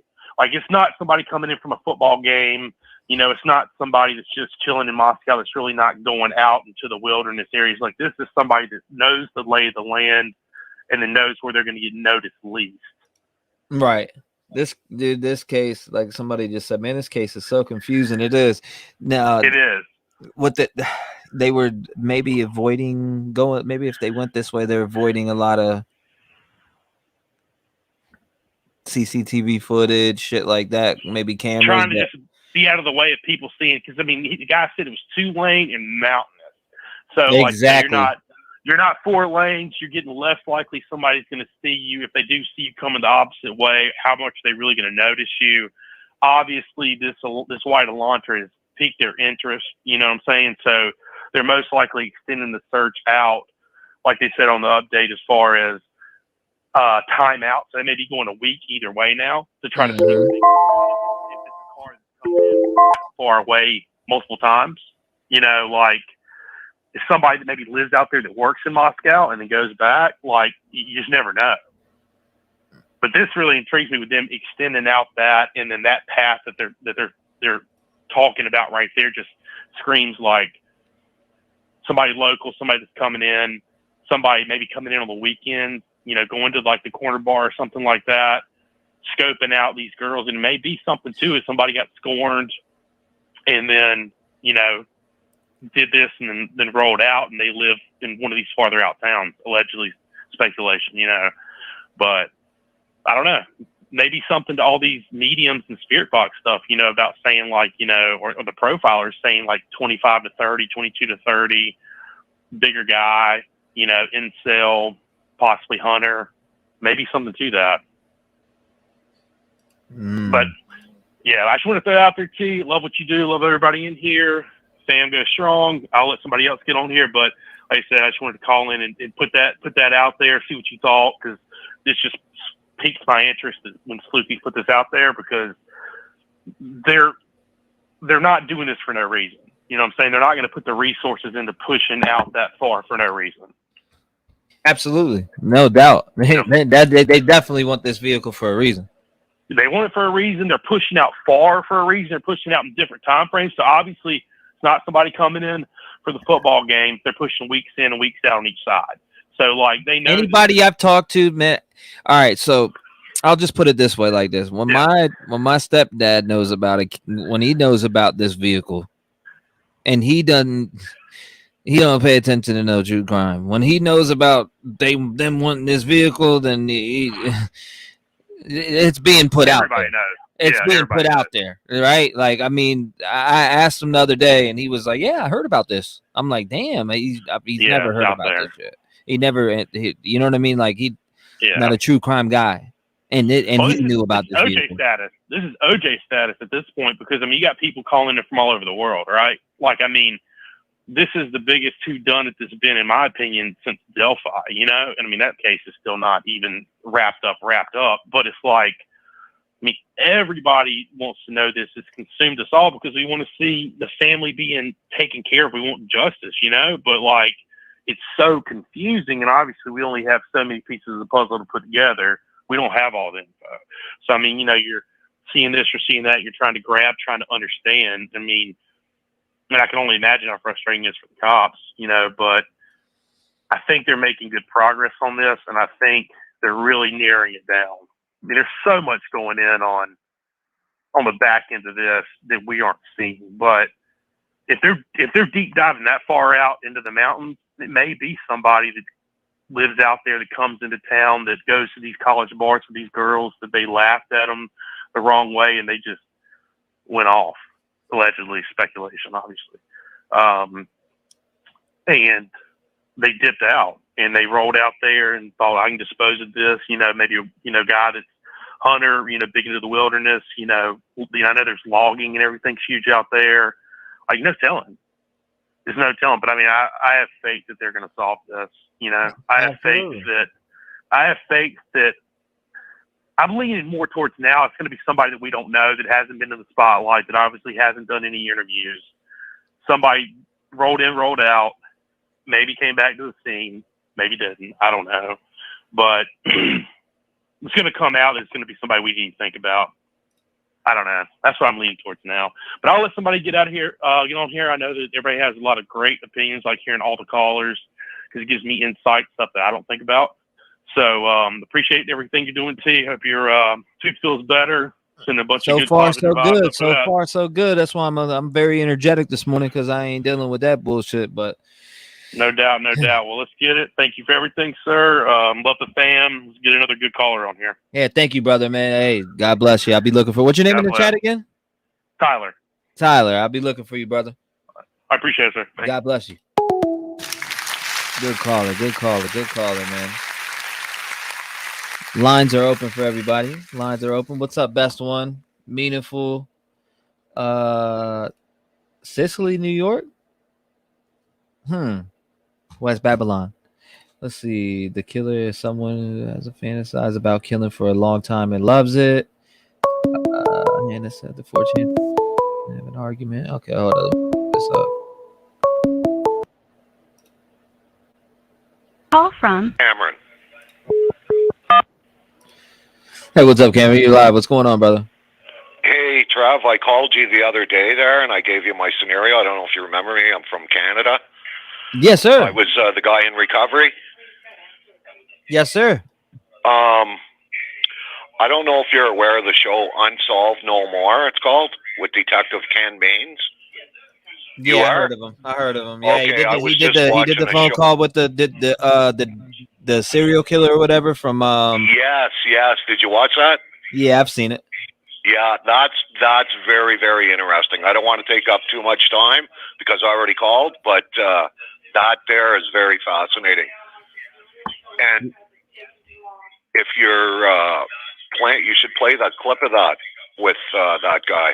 That's quite interesting with the audience, you know what I mean?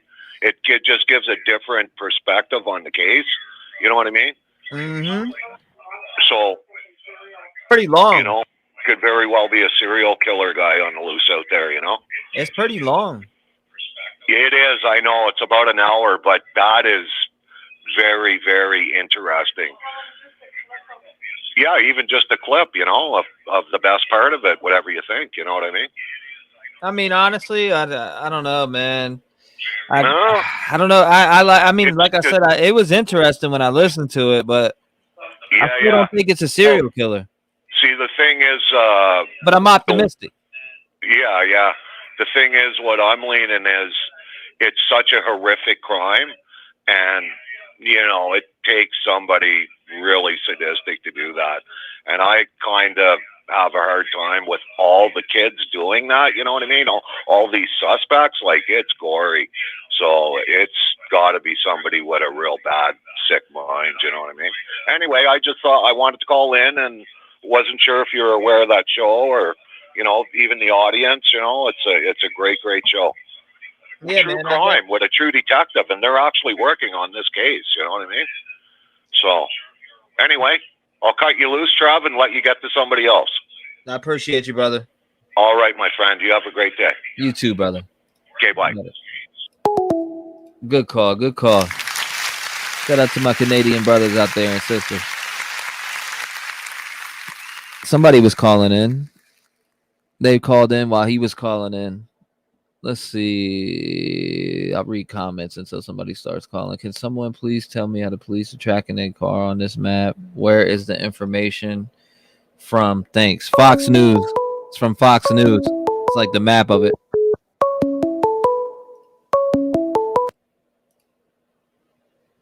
Call from Tara.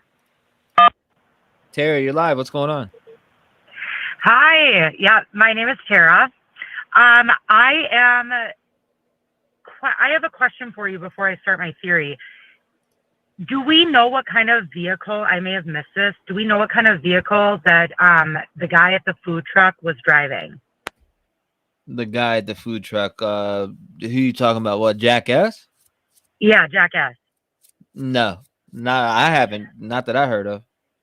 Okay, that's what I was confirming, because I know I've seen a lot of speculation online about him driving a Hyundai Elantra, but I just find that, the 2011, but I find that honestly shocking just because of his family has money. I'd figure he didn't even know what a Hyundai Elantra was, especially a 2011. But I think that it is somebody that is like once removed from the victim. So I think it's somebody that has been in the home, obviously, has seen these people, has partied with these people, but is not super, super close to them. And I'm very, very curious because I heard somebody live talking from, did they say they were from outside of Troy? Is that what I heard? Yes. Okay. Is this new information today that they're pulling surveillance footage from that far away? I mean, this information that's on your screen right now, you talking about the one that I have pulled up now? Yes. It says Idaho murders. Investigators traveled at least 24 miles to collect surveillance, video related to the killings. Okay, so that wasn't done recently. That was done right after the murders. That's what I was trying to clarify, because I was like, oh, that's interesting that they went that far away. But I was trying to figure out if they went that far away right after the murders or if they went that far away like recently. Does that make sense? Yes. Well, it says you know that December answer? 16th. It's saying December 16th. This was just posted up this morning, so Okay, that's why I missed it. I was like, how did I miss this information? no, this just came out okay. today. It says an employee at the gas station in Troy, Idaho, about 12 miles east of Moscow on Idaho 8, tells Fox News investigators asked for a video, but their property doesn't have camera facing outside. So they're traveling all the way out there and asking. Yeah, that is very interesting. That is very interesting. I was immediately thinking it was probably, the family was so defensive over the ex-boyfriend. And so I was thinking immediately, like, it could have been him. And possibly, I know people have come forward and said that he drives some type of white car. Again, all speculation from online people. But now that doesn't really make sense, does it? That he drove from that far away. So that's what's interesting. Okay. But yeah, so anyways, I think it was somebody that was close. Obviously, they've been in the house. They understood that there was going to be multiple people there.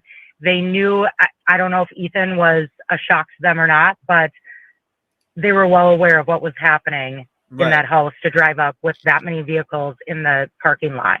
And I think the dog situation was interesting because I'm guessing what happened there is since it was Maddie's dog, she probably just locked it in her room for the night. And I don't know if she was the target and maybe the killer went in there first and realized she wasn't in bed, but I'm assuming he was watching the house, so he knew she was there. So then went to Maddie's room. But I do believe the dog was probably locked in her room at night, and that's why the dog doesn't have evidence on him. That was my theory behind that. Yeah, I mean, so who are you leaning towards here? I was leaning towards the ex And the reason why I'm not so sure I'm leaning towards him anymore is because that's the complete opposite direction of where he is from. So when I was listening to your show and this map is coming up of Troy and Kendrick and whatnot, that's the opposite direction of where he was from. So even if he was going home, that wouldn't make sense, right? So I thought maybe they had the make and model wrong. But I don't think the guy in the food truck, I don't know, unless obviously he went a roundabout way of going to Boise afterwards. But I think, people make a lot of it. I think it was more so somebody like once removed, like that we don't have on our radar right now, that knows these people, that's been to the house and partied, had some sort of vendetta against the girls. I'm guessing they were killed first. I'm guessing something alerted him that Ethan or Xana woke up, and that's why they were attacked. There's a reason why the two in the basement survived. And no way somebody went in that house not knowing that layout, not knowing who lived there with all those vehicles in front, and didn't realize two people were in the basement. That I'm just not buying. So I don't think it was random whatsoever. I think if it's not the ex Jack D, I believe it is, because all these Jacks are really confusing me, quite honestly. But if it's not the ex Jack D, I think it's somebody like once removed that isn't super close, but has been in the home and partied and understands the layout. Right. Yeah, most definitely. But I also think the authorities obviously know way more than we do. And obviously this Hyundai has been on their radar since basically the 14th, from what I'm understanding from the interview with the guy that was in the apartment complex next door. So that's why I feel like it's probably not in their inner circle, only because they would know who had that car. But also with that being said, thinking about when I was 20 or 21, your best friend might drive a 2011, 2013 Hyundai, and you're like, well, of course they didn't do it. I'm not going to call them in and give this tip. Like, I would lose their friendship. So I think some of that is also going on. Not to say the killer's that young. I'm just saying that I think that can definitely play an effect on whether or not we're getting these tips in and why somebody hasn't come forward. Obviously, the person knowing that, but, that's kind of my theory, is that people are afraid to come forward, afraid to lose relationships and accuse their friend, their neighbor, their son, their brother, whatnot. Yeah, no, I mean, somebody said she's confused. Jack lived right there across from the house. Which Jack? Both of them. Right. Supposedly, Jackass lived off to the right if you're walking out their front door, and Jack the Core lived off to the left, allegedly, also. Which is, they're both in walking distance within a minute to 30 seconds. So from my understanding, the ex-boyfriend was supposed to be in Boise sleeping. Is that what I understood? Or did I get that news wrong? I could have it wrong. But I'm aware they both lived in town, but I thought that one went to a cabin, the one from the food truck went salt to the cabin. And then I thought the ex-boyfriend was also back home sleeping or something of that nature, which was the opposite direction. Is that not right? Say again? Okay. So I thought the one at the food truck went salt to the cabin. Which is Jackass. Yes, ma'am. Yes. Okay. So I thought he went from the food truck salt. Is that correct? They're saying that he went from the food truck. When he left there, they're saying he went to the parents' cabin. Okay, which is salt, correct? It's by Boise area. Is that right? Allegedly. Okay, allegedly. Yeah, I guess we don't know for sure. I thought they said the ex-boyfriend or the current boyfriend or whatever they're stating, Jack D, was also at home at his parents. Is that not correct? They said, they're saying that he was at home. So. Okay. So that could very well be. Like I said, Or his friends had said his friends had said he was sleeping or something like that. Gotcha. Okay. That makes sense.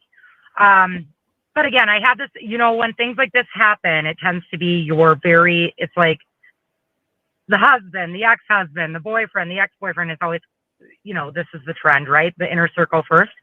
But my main theory has always been that it's somebody like once removed, which is somebody that is known to them, but probably not well, which is why maybe the friends can't pinpoint exactly what everybody drives.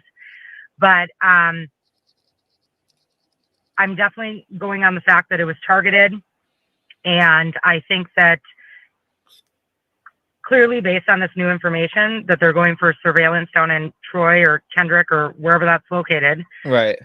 They're probably heading home for the holiday or whatnot. I'm not entirely sure. But I don't think somebody just randomly came into town and was like, I'm going to target this house. That is what I don't think. Well, yeah, definitely. Well, I appreciate you sharing your theory. I'm gonna give some other people some time. It's been 10 minutes, so I do appreciate you calling in. What's your name? Tara. Tara, thank you for calling in. I appreciate you sharing your theory and your thoughts on the case. All right, thanks. Bye-bye. What's your name in chat? She said, "Fucking, I ain't telling you shit." Shout out to her though. Much love. All right. Anybody else who wants to call in? Come on. Yeah, she was definitely over 5 minutes, but it's all right. I gave some other people more than 5 minutes, so to be fair. But we'll stay on track. I got a 6-minute timer right here. 6 minutes is fair to me. 6 minutes is fair. So as soon as someone calls, I'll put the timer up. I let people go over a little bit. So I said, block that number. That's rude. That's rude.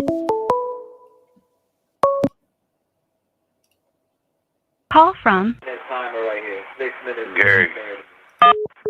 Yeah, what's up, Gary? Hey, I gotta be quick. Who had the dog? Who was always taking care of this dog?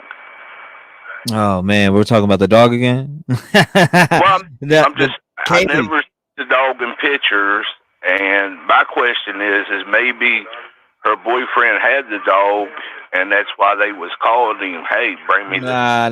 It's been verified the dog was locked in the bedroom. Oh, well, he could have. Okay, I got you. Yes, that sir. was my only question, man. I just never seen the dog in any of the pictures with her. The dog was in the bedroom. Everybody keeps bringing up the dog. So if you look on the Moscow Facebook, the police they corroborated that the dog was locked in a separate bedroom away from the crime scene. Okay, so that means the dude couldn't have been ticked off that she was taking the dog. I'm just saying the dog has to play a part in this some way or another because it's too big of a. You know how a dog is in. The dog knows what goes on in a house. You know what I mean? Yeah, nah, the dog was locked in a bedroom. I mean, this dog's used to partying sounds and all that. You know what I mean? He's used to college parties, music, all that stuff. But I hear you. I was just wondering because they show all the pictures of her traveling, and she never has the dog. So I was just curious who always had possession of the dog when she was away. Yeah, the dog is really out of it. You know what I mean? The dog is I don't know. If you heard any of the prior call-ins that we have, yeah, the dog's done. My man said, "Fuck you." My man, shout out to him though, man. Shout out to him. Shout out to him, man. He may be new on the case or don't know. You know what I mean? I had to fill him in on the dog. Well, shout out to him, man. So thank you for calling in. My man wasn't hearing it. My man wasn't hearing it, but hey, it's cool. The dog. All right. So for anybody who wants to know about the dog was locked in a bedroom away from everything. The dog is used to partying. The dog is used to sounds. So that wouldn't. I mean, I don't really think the dog. You know what I mean? But yeah, let's go ahead. 219. Call from Jen. Jen, 219 representative. What's up? Hey, thanks for taking my call. I have a question for you, and I'm not sure if you'll know the answer. Have you ever requested anything from police departments through the FOIA Act yourself? Nope. Damn.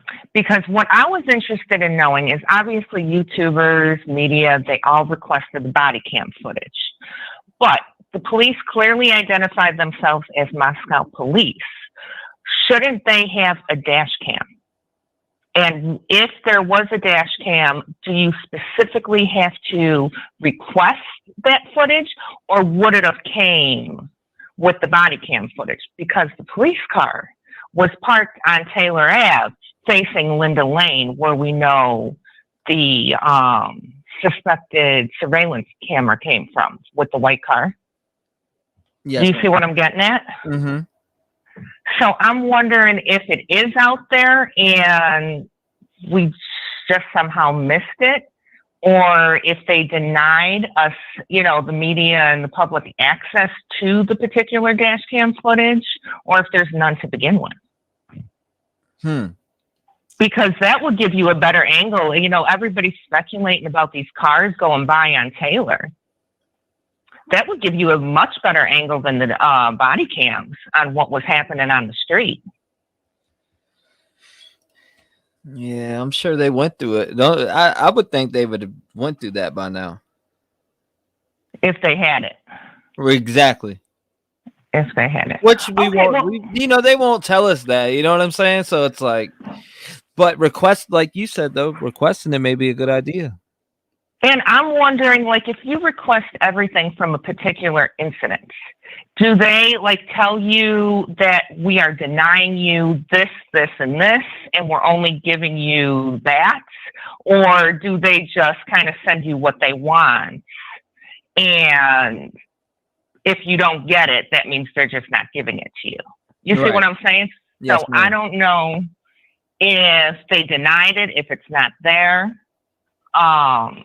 But that's a very interesting thing. And if it was available and could be received, that may shed a lot more light for the public's version. I'm sure the police already have that.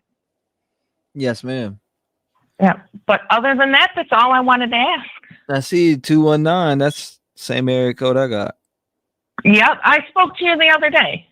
I was saying something about the street that you later we later seen the car on in one of the other interviews. The Walenta Drive, that would be an area that I haven't seen police take too much of an interest in. Right. I think I know what you're talking about. Yeah. The gas station? Is it near the gas station or no? No, it's behind the house where the crime happened. Oh, you're talking about Malenta, where we were up earlier, when I had it up earlier, where you could see the guy. You could potentially see the guy that was with the news station out front, but we seen that white car go past there twice. Okay, I get what you're saying. Yeah, I called a couple days ago and mentioned that street and how there was you didn't really see any police activity on it. Yeah, that road right there is right, you go out, make a left off of King Road, and it takes you right on to Malenta. Yeah, I know. Yeah, and Walenta has a couple different, you can weave through the neighborhood and come out of that particular neighborhood at a couple different exit points. These friggin' names of the roads, they get me every time. King Road, what we got? King Road, Malenta. There's just a shit ton of them. Well, if you know the area in the side streets, Walenta will give you access to other roads to weave you out onto Sand Road, which is south of the community, 95, which is east, or even to Taylor, which is north of where the crimes happened. So, if you're on Walenta, you have a lot of different exit plans to go through, where a lot of these streets that you're seeing right around the house by the crime are kind of dead ends or, L shapes and stuff like that. Walenta would be a good spot, in my opinion. Also, I wanted to know what you thought. Now, I've heard before that the police did not touch the house. Like the blinds that were open remained open after the police left. The lights that were on stayed on, things like that. Something is sticking out to me about the third floor bedroom, where it is suspected that the two people had lost their lives in that room, the two girls. Do you notice how the front blinds are open? Right. But yet the back isn't? The back blinds towards the backyards and the woods are completely closed, but the front is open.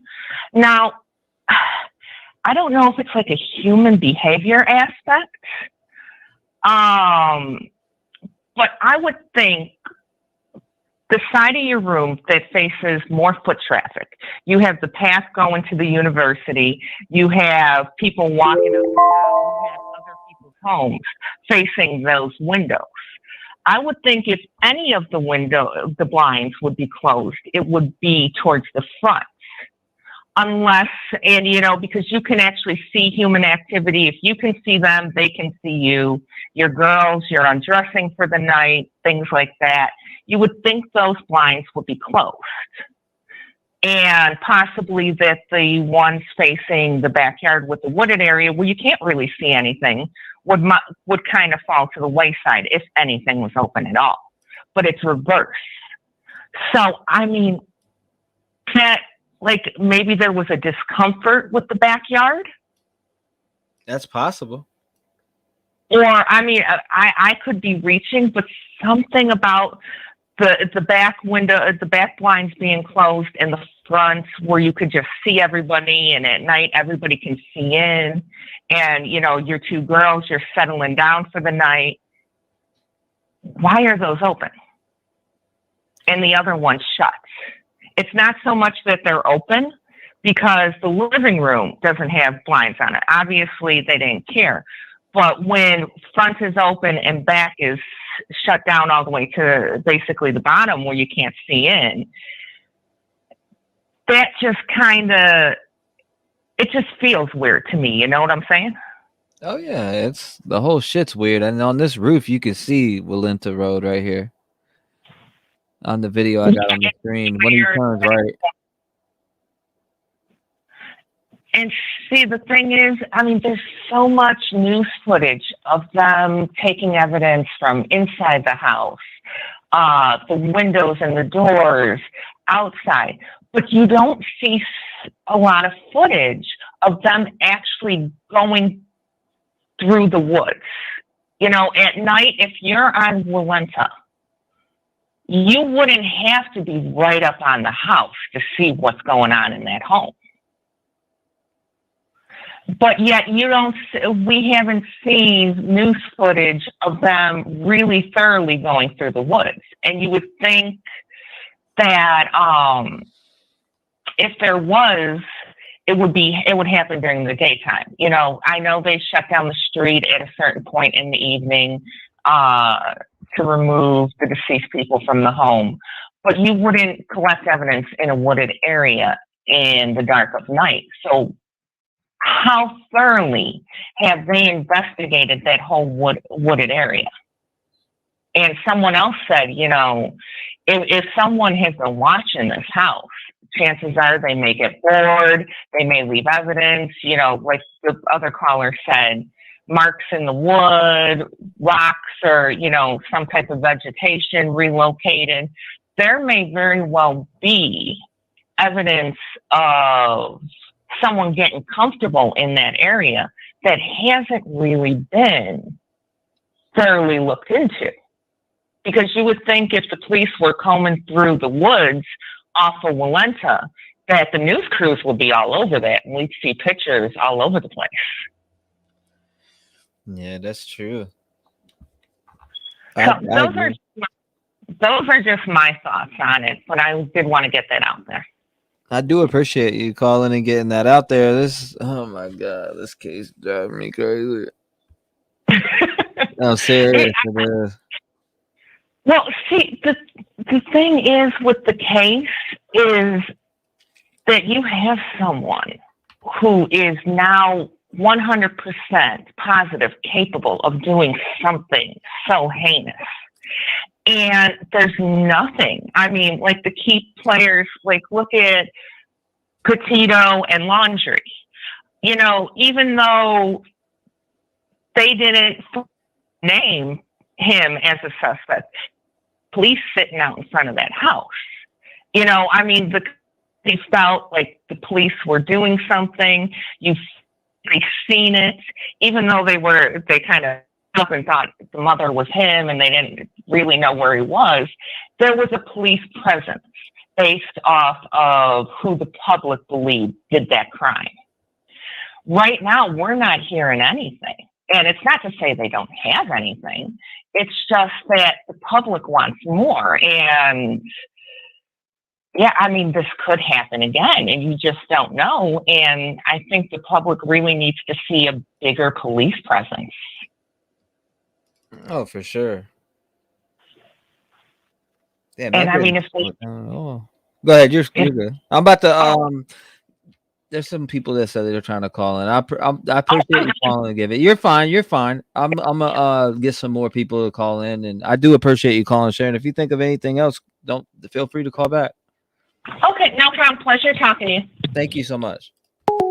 Shout out to her. Let me try to create this slow-mo real quick. Hold up.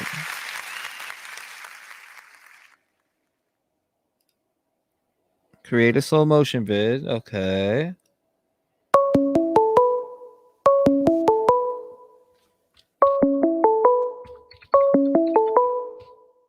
Okay, here we go. Call from Connie. Thank you so much. Hey, what's up, Connie? You live. Hey. I was wondering if she was trying to call him all them times because she heard him in the house and he was putting the dog up. And so she was calling him to see if it was him in the house. I mean, it's possible. Yeah. And I was wondering if they cleared the neighbor. One second. What if they clear? What's your neighbor? Are you talking about Enan? Enan? Yes. I mean, it's possible they cleared him. Yeah. I don't know. But it doesn't say it. It doesn't say it on any of the reports. Oh. Well, the reason I was asking is I was watching a psychic, and they said that somebody in the blue house with the chain link fence was the suspect, and they buried the knife under a tree, and it will be somebody that nobody suspects. So it'd be nobody that somebody. You said it'd be nobody. It would be someone that nobody expects. And you're. Yes. I'm assuming you're talking about Donna. Talking about who? Donna. The No. psychic that did the. No, that wasn't her. Who was it? If you know. Am I allowed to say? Yeah. The psychic sleuth. Okay. And she said she's not watching it, and she's doing all these readings, and she's on top of everything. And she has a verifier with her that watches it to verify what she's saying is true.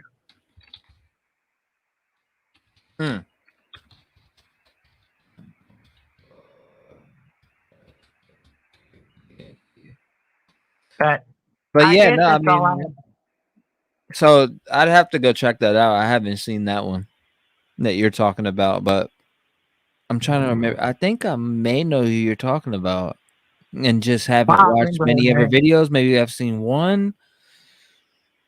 Does she have blonde hair?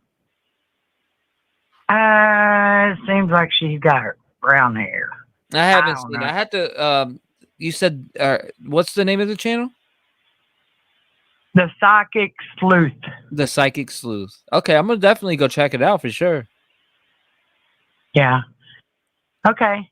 So what was there anything else that she brought up in there that was interesting? You got 3 more minutes, so I just you don't have to stay on for the whole time. I was just asking. Yeah. I don't remember a lot of things. I'm old. It's okay. It's okay. What's your name and where are you calling from again? My name is Connie, and I'm calling from Nebraska. Thank you. I appreciate you. My name on your thing is Smiles Are Beautiful and Contagious. Yes, I love that name. I actually remember seeing that in chat quite often. Yeah. Thank you so much. I appreciate you. Okay. And God bless you. Thank you. God bless you. Good call. Valerie, call in.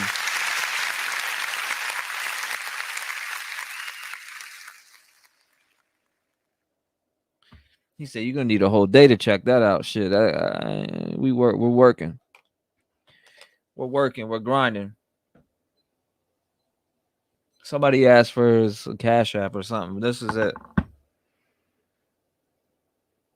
We are working over here. Hopefully Valerie gets through. Call from Willen. Yeah, what's up, Willen? What's going on, Bubba?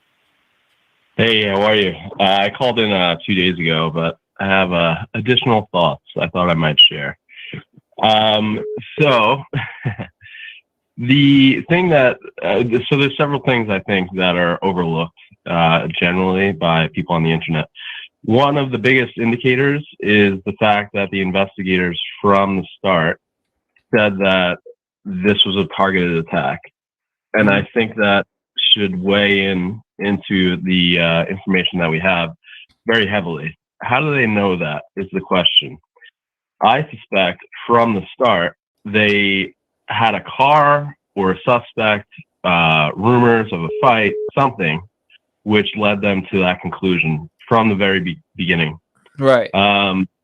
Right. So then the thing is with the car, I personally believe that car which you're showing right now is very likely the exact car in the gas station footage. And there's some curiosity surrounding that. I mean, I saw you showing the map earlier of where the investigators are looking at cameras. Where is that from, if I may ask? You said it on the.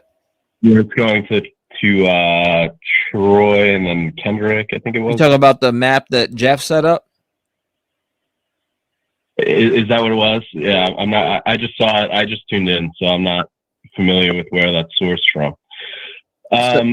But my suspicion, like they're looking for like on the gas station and stuff like that. Right. So my suspicion is that the killer lived nearby. And they took back roads, Willenta Road. They just took a left at the end of the road. Whether they left the scene at the exact time of the crime, and that could be seen in the neighbor's footage, that's a question. They may have parked the car behind the house and then egressed by climbing the hill behind the house and getting into their car and leaving from there. But I strongly suspect that they drove through the back roads, Willenta Road, and then it leads all the way to Steiner. And then Steiner exits right where the gas station footage is, which is the footage that we have online. But the one curiosity is they pass, if you take that path, you pass a gas station. It's a 76 gas station at the first main intersection that you reach. It's the intersection with Main Street. This is, I think, it provides some information with maybe where the investigators' minds were at the start. They may have seen that white car in the neighbor's footage, or at some point in time. They may have, if they had planned this murder, which it seems very likely it was all planned. It doesn't seem like a spur of the moment attack. They probably saw it leaving the area again, maybe earlier in the night. Who knows? But there's a Daily Mail article, and this kind of brings me to my point, where they retrieved footage from that 76 gas station the exact day after the murders, the Sunday, which I was looking at this route, and I was thinking to myself, they should retrieve footage from there. Apparently, according to Daily Mail, they did retrieve it the day after. What I think may have happened is that they misidentified the car as a Hyundai Elantra, whereas the one that you're picturing now, it's a Hyundai Accent from everything that I've read. But I'm assuming that the car that they may have picked up at the 76 gas station was perhaps grainy footage. And the closest resemblance they had was a Hyundai Elantra. I think possibly the killer or an accomplice, or at least the car that the killer was using, is essentially hiding in plain sight. And this goes very much into the realm of speculation at this point. But the killer may have returned that very same night and just parked at their building. And it was overlooked because nobody thought that somebody that did this vicious murder was parking right next door. So that was kind of my thoughts along this line. But it is worth mentioning that I just saw a post on Reddit. So I had this suspicion to begin with, that maybe they're hiding in plain sight. But there's a post on Reddit today where you could see what looks like, again, the exact same car or something that is strikingly similar to the same exact car on the hill driving down Walenta Road back to where the murders occurred. It's behind the victim's house. You can see in the foreground the police cars, and in the background you can see a car that is that car or something that looks very much like it driving back to where the murders occurred. Which, to me at least, in my own mind, I think it's possible again that the killer is hiding in plain sight. And they may have gone back to the scene several days after. They may have went somewhere to dispose of evidence, etc., and then they came back. And the photo, it's worth mentioning again, there's snow on the ground in front of the victim's house. There was snow on the Wednesday following the murders in Moscow. So it was sometime after Wednesday when that car was returning. And I believe personally that the investigators are not searching for the killer per se. I think possibly they have a pretty good idea of who committed these murders. What they're in actuality doing, and I say that because they have said that from the start, which was very bizarre, they said the public's not in danger, this was a targeted attack. I think they know some of the drama surrounding that house. They saw the car. They know who did it, possibly. Okay. What they're really doing, they're trying to trace down the evidence, which was disposed of, to solidify their case and make their arrest. They want to know where this car went to, where they may have disposed of the murder weapon and the clothing, which was undoubtedly soiled with blood. But they're not necessarily looking for the killer per se. They need something to make an arrest. They need DNA. They need a murder weapon. They need the clothing, something. So that's why they're tracking down this car.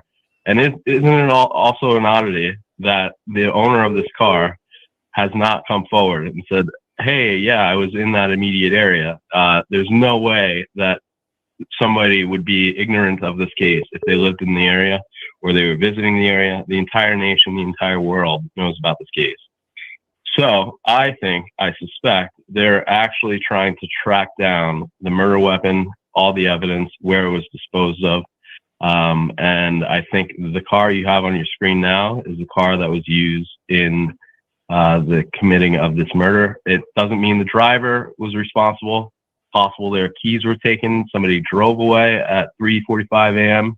And again, they may have come back that very same night. It's unclear. I don't know that answer. But that's why it seems like this person's a ghost. They used all back roads. They planned this. They took a route where they knew they wouldn't be caught by cameras, etc. But yeah, I just thought I would share that. That's my personal thoughts. Again, could be totally wrong, but some of these things aren't adding up, and in a way, they are adding up. And I just thought I'd share that. But I appreciate you sharing that, brother. Where are you calling in from? New Jersey. Shout out to New Jersey, man. What part of New Jersey you in? I'll keep that anonymous. Hey, I'm completely fine with that, brother. I respect that, and I appreciate you calling up. A lot of people loved your phone call. And if you think of anything else that you want to add in or chime in, man, make sure you call back the number, and I'll get you up here again, brother. Thank you so much. All right, brother. I'll keep thinking about it. Take care. Man. That was that was great, man. I was hooked into that like a damn story. You know what I mean? Yeah, In the man. If you mind think of of anything children. else, you think of anything, email me or call back the line, and I'll pick up, and you can go right back at it. Yeah, That's some good where's your insight, email? dude. That was some good insight. Where's your email? Looking for it earlier. It's Trev, like TREV 757 PSN, like PlayStation Network at gmail.com. Say it again. Sorry, it's Trev what? Trev 757 PSN at gmail.com. Okay, cool. Right, you should go on Reddit, R Moscow Murders. And yeah, then I'm already on there. I'm on there. Okay, one of the top posts, you could see the car coming back down Walenta Road to where the victim's house is. And it, again, was after Wednesday. It had to be after Wednesday because it snowed on Wednesday. So it's a very, in my mind, very curious circumstance. Email me that right now if you can. All right, I'll try to. All right. I appreciate you, brother. Thank you. All right, Good call. Good call. Valerie, I seen you were trying to call Valerie. Calling Valerie to the front floor. Where are you at, Valerie? Call in, Valerie. I'm looking for you, Valerie. I was asking for your area code, but I know you've been saying you've been trying to call. I'm trying to get you in here. Girl. Let's see. Is this Valerie? Let's see. Call from Andrew. What's up, Andrew? You live? What's going on, brother? Hey, man, that last guy that called, if you notice this picture you have of this white car right now, if you go back to the surveillance video, it's got the same, like, rear passenger window. It's got like you call it a slant, I guess, instead of a point like the Elantras has. So I might actually be onto something. So, and you're talking about which one? I'm probably a little bit delayed, but the one you have of the kid on the roof. That's still there. It's still there. Yeah, where the back windshield, not the windshield, but the passenger, like the back seat. If you notice that window, you can see where it's got a slant to it. Elantras they're like a point at the back of it. And this one's got the same, I mean, it looks damn near identical to the surveillance because the back window, the passenger window. And all right, so for instance, I have a video. All right, so I'm going to put up a different picture that I have. This is the same exact. This is what I have up right here. Boom. Yeah, I'm a little delayed. I'll see. You'll see. Yeah, you'll you see. Look at the back window. You see the back window, how it's slanted? Mm-hmm. Yeah, it looks just like it. This is what I've been having up for the last probably 2 days. I've had this up on stream. Now I had got them side by side like this because I wanted to see if anybody thought that this was the same vehicle, and a lot of people think it is. Yeah, you can kind of see like the surveillance video. It's a little blurred, but the rear view, the passenger mirror, whatever you want to call it, you can see it's got like a little bit of black under it. Right. So yeah, that's pretty crazy, man. I mean, I guarantee you, I bet it is, allegedly, I'd say, in my opinion, probably somewhere in that area. It'd probably be one of those college kids, to be honest with you. Now I'm trying to wonder why they're putting out a 4-door Elantra. Yeah, see, I don't know that either. They're probably, I mean, I'm not no forensic person or anything, but to me, I mean, these pictures line up perfect. I mean, the kid in the black on the right side of that picture, you can see where the headlight has like a little angle to it. I mean, man, it's like almost perfect. I'd say they're probably looking for this car because they don't have a license plate number on it. It's probably the real big thing there.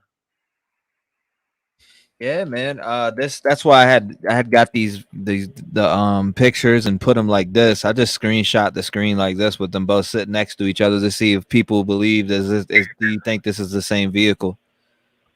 Yeah, I mean hell, it's pretty close to it. I'll give it that. That's what I thought, and that's the reason why I did that to see what people think. Do they think this is the same vehicle? That I thought it was damn near similar.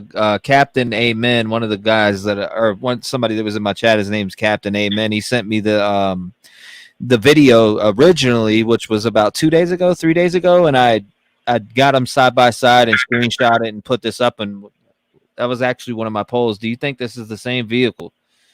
Yeah. I mean, man, it's damn near identical in my eyes. I mean, that's crazy. Because while you were on the phone with that guy, I was looking up like pictures of white Elantras and stuff. But the back windshield, the passenger side, it's like pointy. It's not slanted like this one. Mm. I don't know, but all really I had to say, man. I appreciate you calling in, brother. Thank you so much. Appreciate you for having me, man. Yeah, no doubt, brother. Good phone call. There it is. Capital Amen in the building. What's up, man? Yeah, you're welcome, brother. It's Capital, but thanks for the shout out. Yeah, Capital Amen. There we go. Capital Amen. There's a good brother that sent me that video. I appreciate it, man. So yeah, that's where I got the comparison from is Capital Amen. He sent it in. All right, let's see. Hopefully it's Valerie. Call from. I called in. Hey, you're live. What's up? Hey, you. I just want to apologize to everybody in the chat, and I'm sorry that somebody said that I need Adderall. I'm a little hyped up, I guess you could say, on this case because I'm invested. Who said you need Adderall?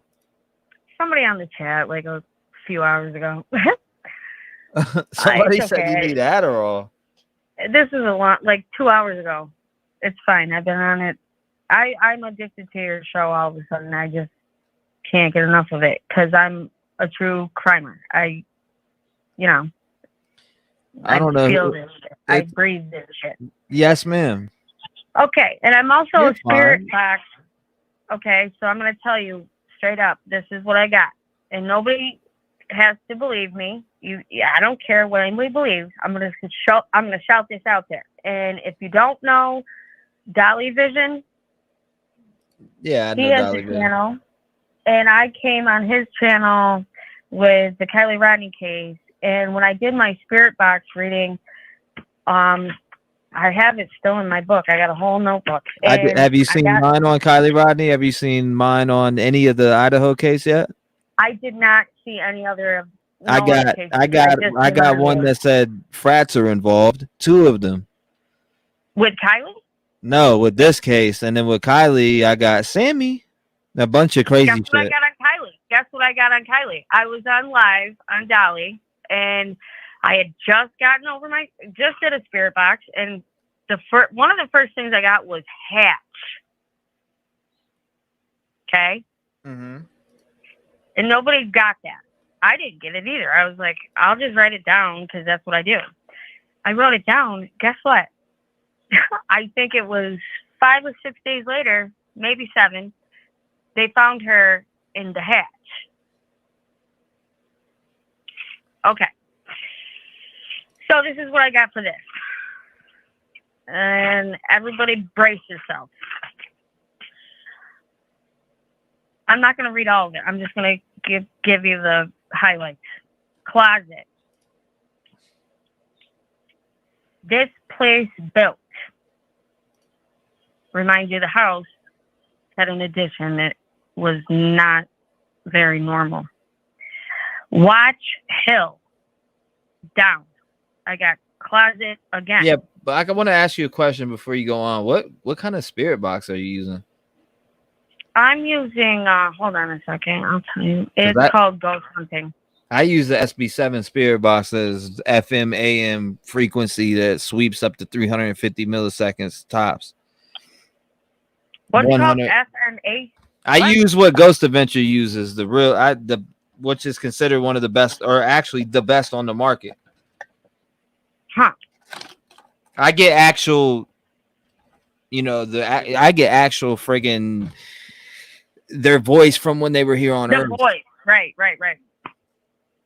I'm actually considering getting one of those myself, to be honest, because the stuff I get from the apps are pretty bizarre.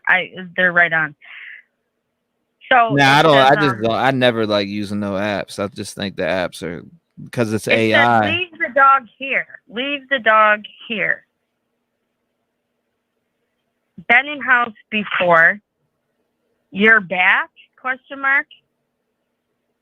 I didn't stop him. Leaves in 2 miles. Redhead. That coat he wears was black. Venmo. I got farmer, which kind of reminds me of how his family, I'm talking about Jackass, has a house on a lot of acres. What else did I get here? I just did another one. Oh, the one I got today was invasion clear, which to me, clear means who'd they clear.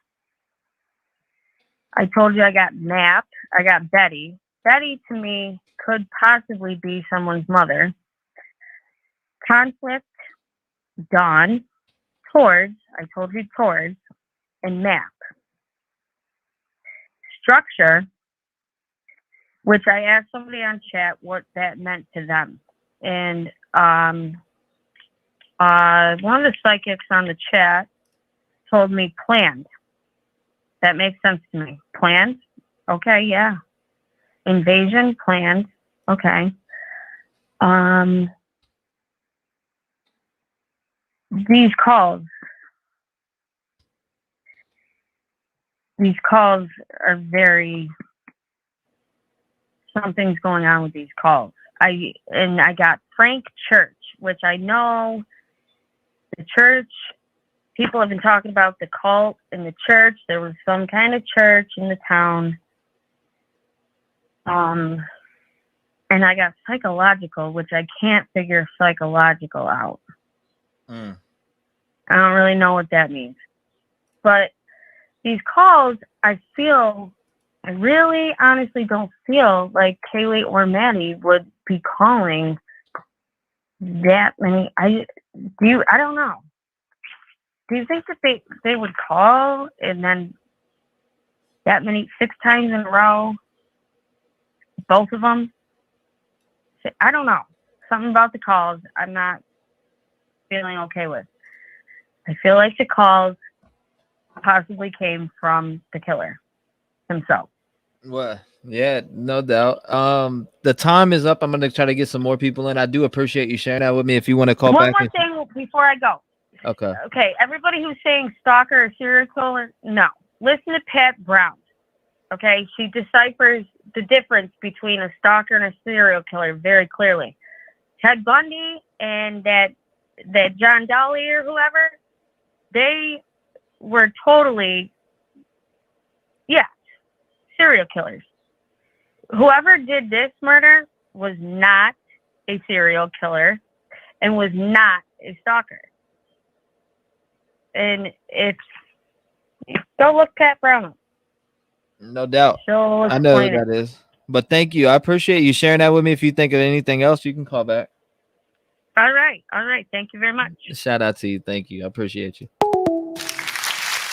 All right. Shout out to her, man. You just gotta show love, man. You know, I just don't like AI spirit boxes. I don't touch no AI shit. That's just me. You'll never catch me using a spirit off a phone. That's just not my style. Call from Valerie. There she is. There's my girl Valerie. What's up? Hey, what's up? What's going on? Nothing. We've watched so many videos on your channel. I was wondering, did we ever watch the food truck video of before they arrived? In the window, you see the reflection of the white car. Did we ever watch that? No, I don't think we have watched that. Let's watch it because I'm trying to see, because you can see the back of the car. You can see it's a white car and it circles around the food truck. And then like a couple of minutes later, Kaylee, Maddie, and Jack S shows up. But after the white car circles the food truck, like one time you can see the back. I'm curious to see if it was a Hyundai Elantra. What is the what's the name of the video? It's a food truck video. Let's see. It's the Grubhub video. I mean the Grub Truck video. I'm sorry. Do you know the timestamp? Or is it from the Twitch one, or is it from one on Yes, YouTube? from the Twitch one. Started from the beginning. It's not from the beginning, but it's go 5 minutes before they show up on the video camera. I got you. I'm going to it right now. Let's see. Grub Truckers. I'll put some sriracha on my fucking mushroom. How you doing today?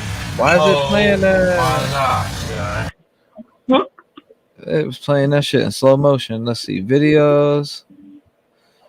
Let's get down to that one here. All videos. View all broadcasts. So you said play like 10 minutes before they come up? No, 5. 5 minutes before they come up? Yes. All right. Here we go. And then focus on the you know how they were standing and there was like a big window right there. You could see the reflections in it. Mm-hmm. Where they were kind of standing along there. Look in that window. You can see a white car in that window that comes to the food truck and circles around the food truck. And then shortly, a couple of minutes later, here they come. So my thing is, did Jack S drive them to the food truck in that white car? Because I think they went there together. I think they all showed up together, but they left separately because they didn't want to go home with him. But I think they were like, yeah, let's go to the food truck. And he drove them there because I'm telling you, there's a white car before they show up. And it circles around the food truck. You can see it. I think it circled around like maybe 2 times. Thought I'd just seen one in the right there. Look at that. Do you see it? Look at this vehicle right here. This is way before. I'm talking 20 minutes before. I could see it through the mirror. Maybe it's 20 minutes before.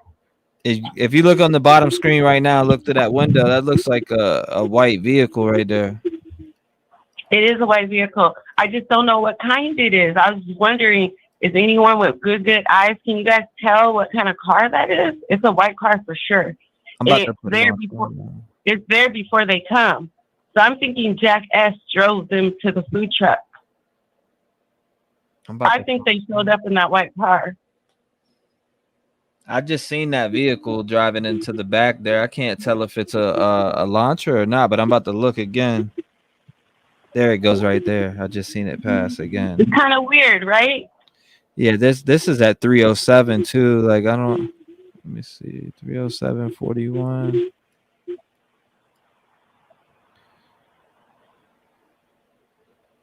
I see it drive to this on this part of the screen in the mirror, or not in the mirror, but in the windows from here. Yeah, the window, and that's before they get there. Mm-hmm. How soon after do they get there? This, I'm pretty sure they get it. They get around the 3. Let me see. I want to say it's around. They're walking in the camera around 3:35 ish. Mm-hmm. 3:36. What was it? 3:36. Let me get up to the right part here. All right, there's a white vehicle right there. It just seems like it swung back around the block. Yeah, that car. Let me see. Now, did they come in that car, or the person that was stalking them out kind of just watched them at the food truck and was sitting? Very possible. Waiting for them to go home and then left and then followed the car, you know? That's very possible. But I just wanted to point that out because I was wondering, did we ever see that? And then another thing I was going to say, yesterday I was on the maps and I went through all the neighborhoods. I know you see my crazy ass. I screenshot like a couple of cars. I screenshot all the white cars in that area and I sent it to your email. But if you go behind the house and you go down this one road, it's like a section right there that they like blurred it out. You know how they start blurring stuff out on the maps now? Yeah. They blurred out a section on that back road that goes behind the house too. Like you can't see what was right there. They should be going in camera any minute. Let me see.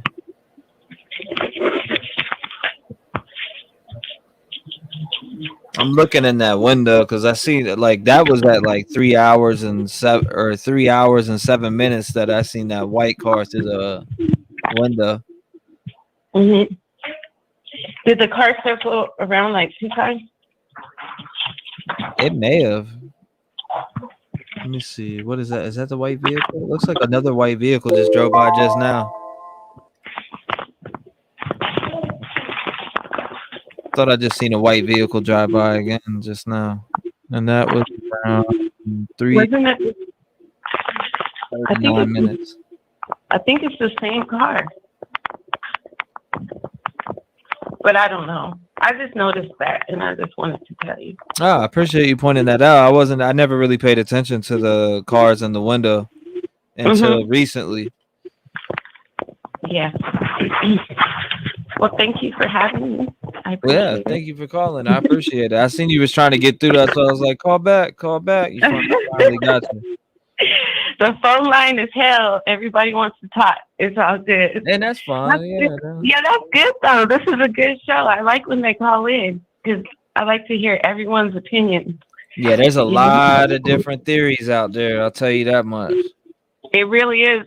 And I was gonna put it out that Jack D. No, it's not Jack D. It's Maddie's ex-boyfriend, Jack S. Is it Jack S? Jack K. Jack Katovich. Is his last name Katovich or Schrunger? What's Maddie's boyfriend's last name? I thought it was Jack K. Maybe I'm tripping though. I thought it was Jack K. Jack S. Or Jake S. Yeah, Jake S. Well, Jake S. used to buy cars and sell them because I went on his Facebook and I noticed that's what he does. He sells cars. He buys cars and he sells them. And all the cars that he was selling on his Facebook, none of them had license plates on them. So I just want to put that out there too. If you go look at his social media, you'll see he has like cars for sale. So that's very interesting too. So if that car didn't have a license plate, who knows? That is very interesting. Mm-hmm. Fuck yeah. Do you have the Jack K's Facebook? I'm gonna send it to you on the email. Yeah, send that to me. Now that you're saying that, I want to look more into it. All right. You have a great day. Yeah, thank you, Valerie. You too. You're welcome.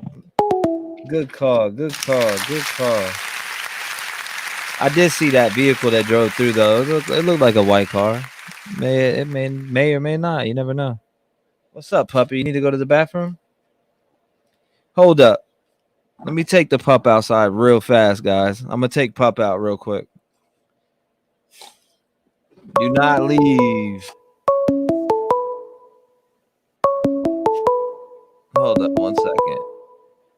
Call back in 1 second. I'm gonna take my pup out real quick. He's smacking me. He said I need to go out, Dad.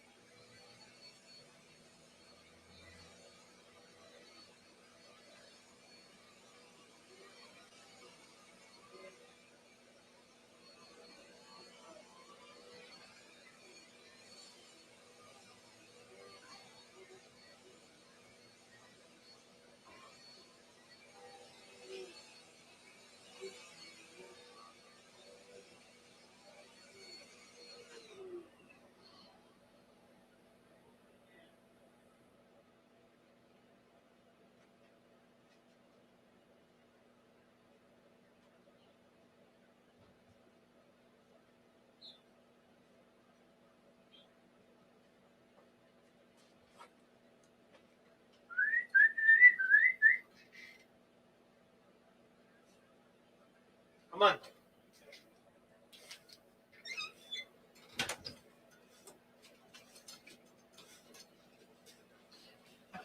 All right, guys, I'm back. He just wanted to play in the snow. All right, calls are back on. Let's get it. All right, you can call in now. Pup had to go to the snow. He's like, man, I need to go. I want to go run around in the snow.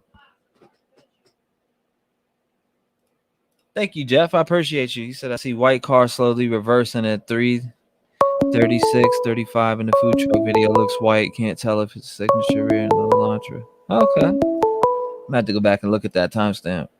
Call from Regina Wright. Regina Wright, you were live. Hey, T-REV. What's Sorry, but you had someone call and comment on the serial killer, and some things they said were not true. Mm-hmm. They were off kilter, and I have to say that while I think that the killer is, in fact, somehow connected, whether it be location-wise or whatever, to these girls, a serial killer cannot be ruled out. Knowing firsthand a serial killer and what he did and how he acted and his victims, look, a serial killer can see someone that day and be interested in that person and decide whenever the opportunity rises that moment, that day, that they're going to kill that person. Robert Eugene Brashears planned out his first attack on Jenny Zutricki. Okay. But the Shears in Missouri, the 12-year-old little girl and the mom, completely random. He was just driving by, and we know all this. I mean, it's all been examined thoroughly and everything. They were victims of opportunity. Let me tell you something about serial killers. If in fact this is a serial killer, for everyone out there listening, yeah, we all need to lock our doors and heighten our security. Because the simple fact of the matter is, a serial killer does not devolve, they evolve until they are so out of their minds and random that it wouldn't just be a case of, okay, these 4 people were killed on that night. If this is a serial killer devolving, then there are going to be victims that aren't named yet that we don't even know are victims of this person. Either he tried breaking in the house to kill him and alarms got set off and the cops were called or not called. I mean, that's perfectly plausible. Or this is a first-time person that is going to be a serial killer eventually, because this case screams to me crime of passion, and the passion might have only been the fact that the serial killer wanted to commit these murders. Does that make sense? Mm-hmm. You think it's a serial killer? I think that it's either a serial killer devolving that did this, or it is a person and this was their first kill.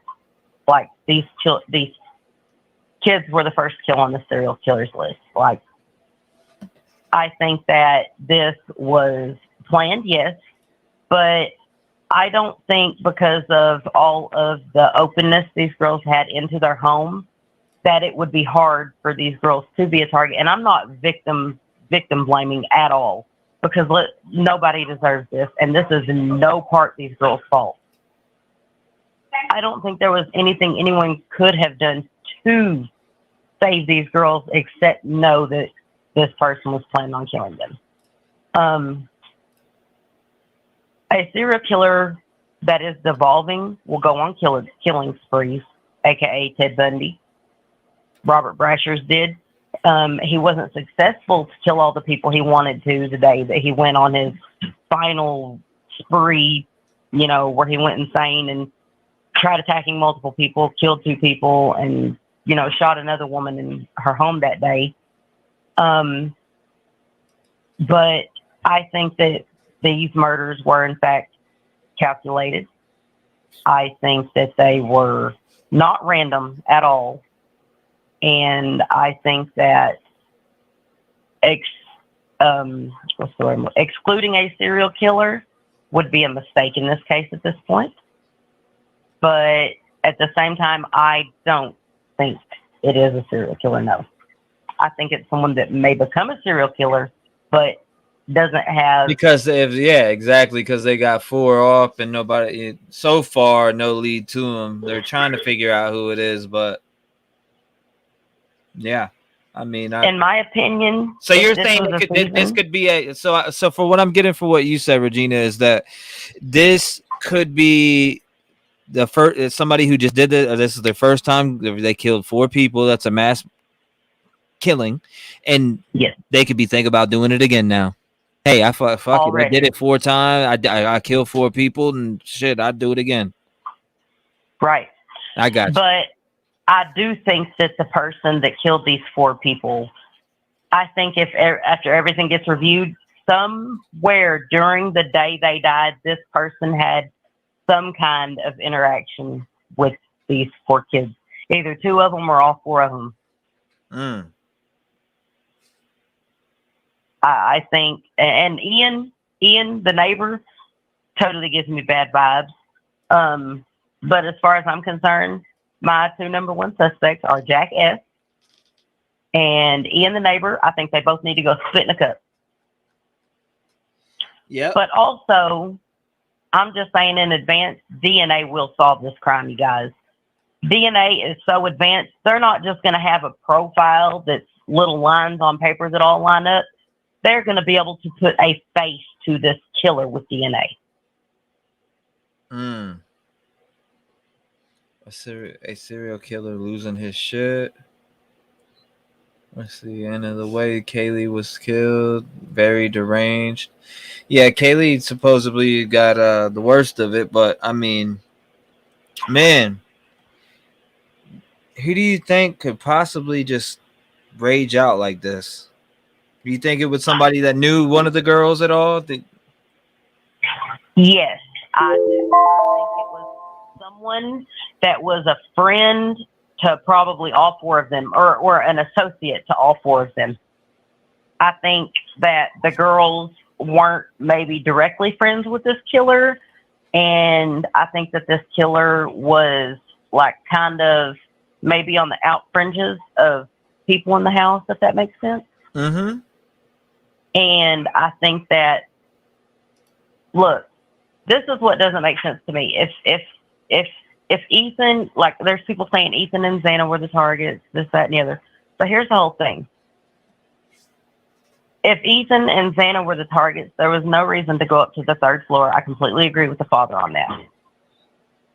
Right. But at the same time, I also don't think that Ethan and Xana survived this, because I think Ethan heard the commotion. Everyone knows he was not in his bedroom now. This has all been put out there. I think Ethan heard the commotion. I think Ethan was probably running back towards his bedroom when the killer caught up to him. And got hit and in the back? think, yeah. And I think that Ethan knew his attacker, and Xana did too, and that is why they are dead. If it were a serial killer, I'm sorry, but a serial killer either doing this the first time, maybe he did only get 4 of them before he freaked out and ran off. You know, if this was his first kill. But if it was a seasoned serial killer, like some people are suggesting, no one in that house would be alive. Okay. He would not have quit.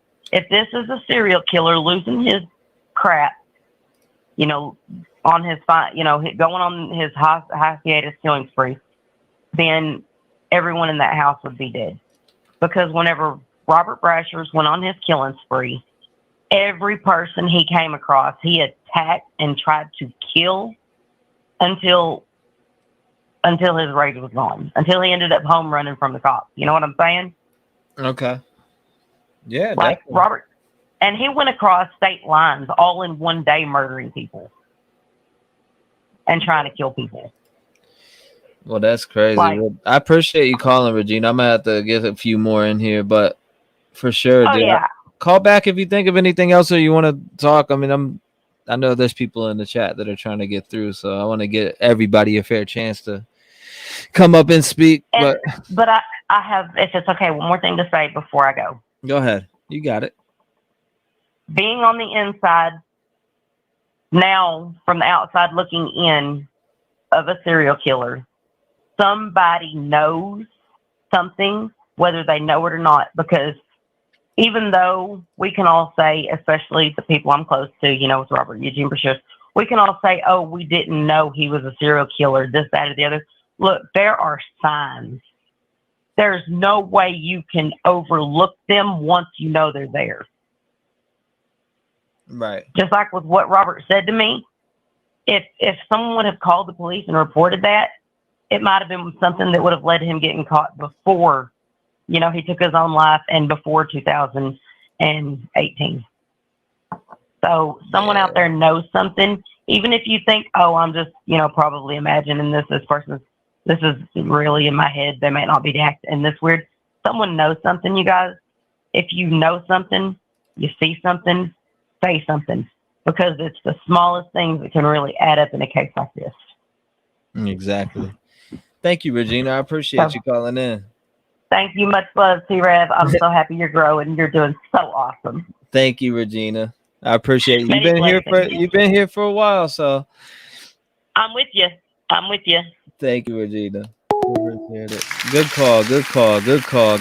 Glad I got her through. Glad I got her through. I'm over here stuttering like I'm in the country. I'm in the country out here trying to find all of them. Nah, but look at number 8, look at number 9. They're going to make a little drug dealer hit the little blunt around the corner real quick. Look at them. They're going to make a quick right here. Look, check it out. Lines are open. Anybody wants to call? But look, far left over here. I'm talking about these two right here. The corner to hit the bowl or something. They're definitely going around the corner to hit the bowl. Call from Josie. Hi, Josie. You're live. Hey, T-REV. I just want to be short and sweet on this. Touching on one of your callers a few back that talked about the psychic that mentioned a tree, yada, yada. Mm-hmm. Everything in that psychic's reading, she talks about a blue-gray house, a chain-link fence, one tree, which was weird. And she kept repeating it like a weirdo, saying there's only one tree in the yard. It's really weird. If you go on Google Earth and you pull up 1317 Linda Lane, Moscow, there's a blue house with a chain link fence, one solitary tree, and not a white Hyundai in the driveway, but a silver one. Elantra. I know, I have an Elantra. It's not the same year as the 2013, though. So I just wanted to throw that out there. Food for thought. I appreciate it. I'll definitely email me that address and stuff. The 1317 Linda Lane? Yeah, you email it to me. Okay. You could put it in Thanks the map for all or you do. whatever. Yeah, thank you so much. I appreciate you calling in. Have a good one. You too, man. Good call.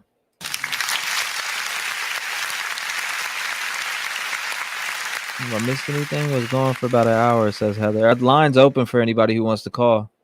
Look at her hugging it up with old Burrows over here. Here's the sleep motion right about sleep motion. Ready? 1, 2, 3. Now. Was I behind on that sleep motion? He's gonna do it in a minute. Hold up. Am I tripping? Yeah, there he goes. He just did it. Call from Kimberly. Kimberly, you're live. Welcome. Hi. I just wanted to make one comment, and it's not really like about who the killer is, but it's just the integrity of some of the people that have come forward, like Joe, the big guy in the little coat, you know, with the mac and cheese guy. So he had made those TikTok videos, and he said he brought his friends there from out of town to show them around, and then you see him in the video, but it seems like everybody knows the friends that he's there with. Like just a few minutes ago in in your video you have playing, a girl even came up and hugged the guy in the sweater, and like they're friends with everybody there. So it's kind of like I just was commenting more on the integrity and the truthfulness of the big guy. It just seemed like maybe what he was saying wasn't all truth, because how could he be bringing those people there and they've never been there, and he's showing them around and showing them the grub truck, yet those people know everybody there. Right. Like they get more contact with people and get hugs and talk to everybody more than people do him. So I just wanted to bring that out. It was just that his TikTok that he made where he said that. It just completely made him not credible to me now. Yeah, good point. But, So, okay, I mean, what's your theory on this case? You got 4 more minutes. I mean, if you want to discuss your theory, like, who do you think did this? I think there was a confrontation coming from the frat house, and that Vanna and Ethan were already attacked before Kaylee and Maddie got home. And maybe a car was in front of the house. So when they got home, they witnessed who was there, but they didn't actually witness they didn't actually see that Ethan and Vanna were already attacked. So I think then they went up to their bedroom and went to bed, and then the attacker was still in the house, and they went up there and attacked them. That's what I think. But I think it's somebody who, I think the attack wasn't targeted exactly like one person, but it was like the police that made the house was targeted in the sense that the group of people that controlled that house. Because the other two were freshmen downstairs and they were new to the house. They weren't really the people, they were roommates and they were there and they were on the lease. But the ones who were in control were the ones who had already been there for a while, the other the four that were killed. So I think it's somebody maybe who was outcasted, not accepted by the group, probably from the frat, things like that, angry, mad. Maybe they wanted to be a roommate and they weren't allowed to be in there. Were told to leave. A lot of people were leaving from that area. You could see in the videos, even those guys that were stopped, they didn't want to say what party they came from. So evidently there must have been some type of partying coming from up on that hill, because all those people are leaving at that time from up there towards that hill in the police video. So there must have been some kind of gathering that ended around, the end of almost 3, the end of, 2:50 to 3 a.m. when everyone's leaving from that hill. So there must have been some kind of party up there. So maybe there was a straggler, somebody who stayed behind that was still in the house, got in a confrontation with Ethan and Vanna, and then Kaylee and Maddie came home after the fact, and then they were attacked after that. That's what I think. I think it happened in 2 different attacks. Wow. So that's my theory, though. But I appreciate you sharing your theory. Right. Interesting. Right, and it's going to be somebody in their group. I don't think it's an outsider and a stranger. It's somebody in their group. But so you definitely think it's somebody that knows them, and maybe they had some type of a beef or maybe a fantasy or whatever it may be. Right. And Hoodie Guy could be one of those. Hoodie Guy could be in that. He could be in that. The other thing too is I thought it was kind of weird the guy with no clothes on in the Grubhub video or the Grub Truck video. There's like, if it was something planned in this group, like they're saying on 4chan, why doesn't he have clothes on? Was he there as another, is it a group of the frat people that are angry with him? And then I thought that was kind of weird too, that guy, and he stood behind them with no clothes on. But I don't think it's a serial killer at all. I think it is actually, a rage killing, revenge, somebody they knew, somebody that's in their social group, yet that was outcasted from them. So they feel like somebody has a grudge against them. And I have one other theory that's completely unrelated to that, is the Vanna mom theory. The mom did get arrested that same time frame, and Enon saw an out-of-state tag there that was kind of strange. That's the only other thing, the theory, like, was it a hush? Was it something to hush the mom up? That was my other theory. Like, is it completely out of this group would be the hush theory on Vanna's mom had just got arrested for drugs and trafficking. The guy did out of state tag vehicle there? Was it, you know, was it something to do with that? That would be, if it's completely out of this group, it would be that to me. You know, somebody going there to shut that mom up. Right, by right. Doing something. That's it. You know, but that's my theory. But thanks a lot. No, I appreciate you calling and sharing your theory. Thank you so much. If you think of anything else and you want to call back, you're more than welcome to call back. All right. Thank you. Bye-bye. Thank you so much, sweetie. Thank you. Great phone call. Great phone call. I love when you guys call in and share your theories, man. There's a lot of theories out there. Lines open for anybody else who wants to get through. I'm trying to get to everybody, even people that have just joined. I'm trying to have everybody come up and speak what they feel. You know, speak what they feel. We've been live for 7 minutes and 4 seconds. So. Call from. To accept, press 1. To send a voicemail, press. Yo, what's up? Yo, T. What's up, This brother? is John. John, Hey, welcome. How you doing? So since you're on this video, can you rewind a little bit to where it's just the Jersey boys and then the girls come in? The Jersey boys. Yeah, 8 and 9. The Kobe and the other dude. So what part though? Well, you're gonna have to rewind the food truck. Oh, I'm already back. I went back.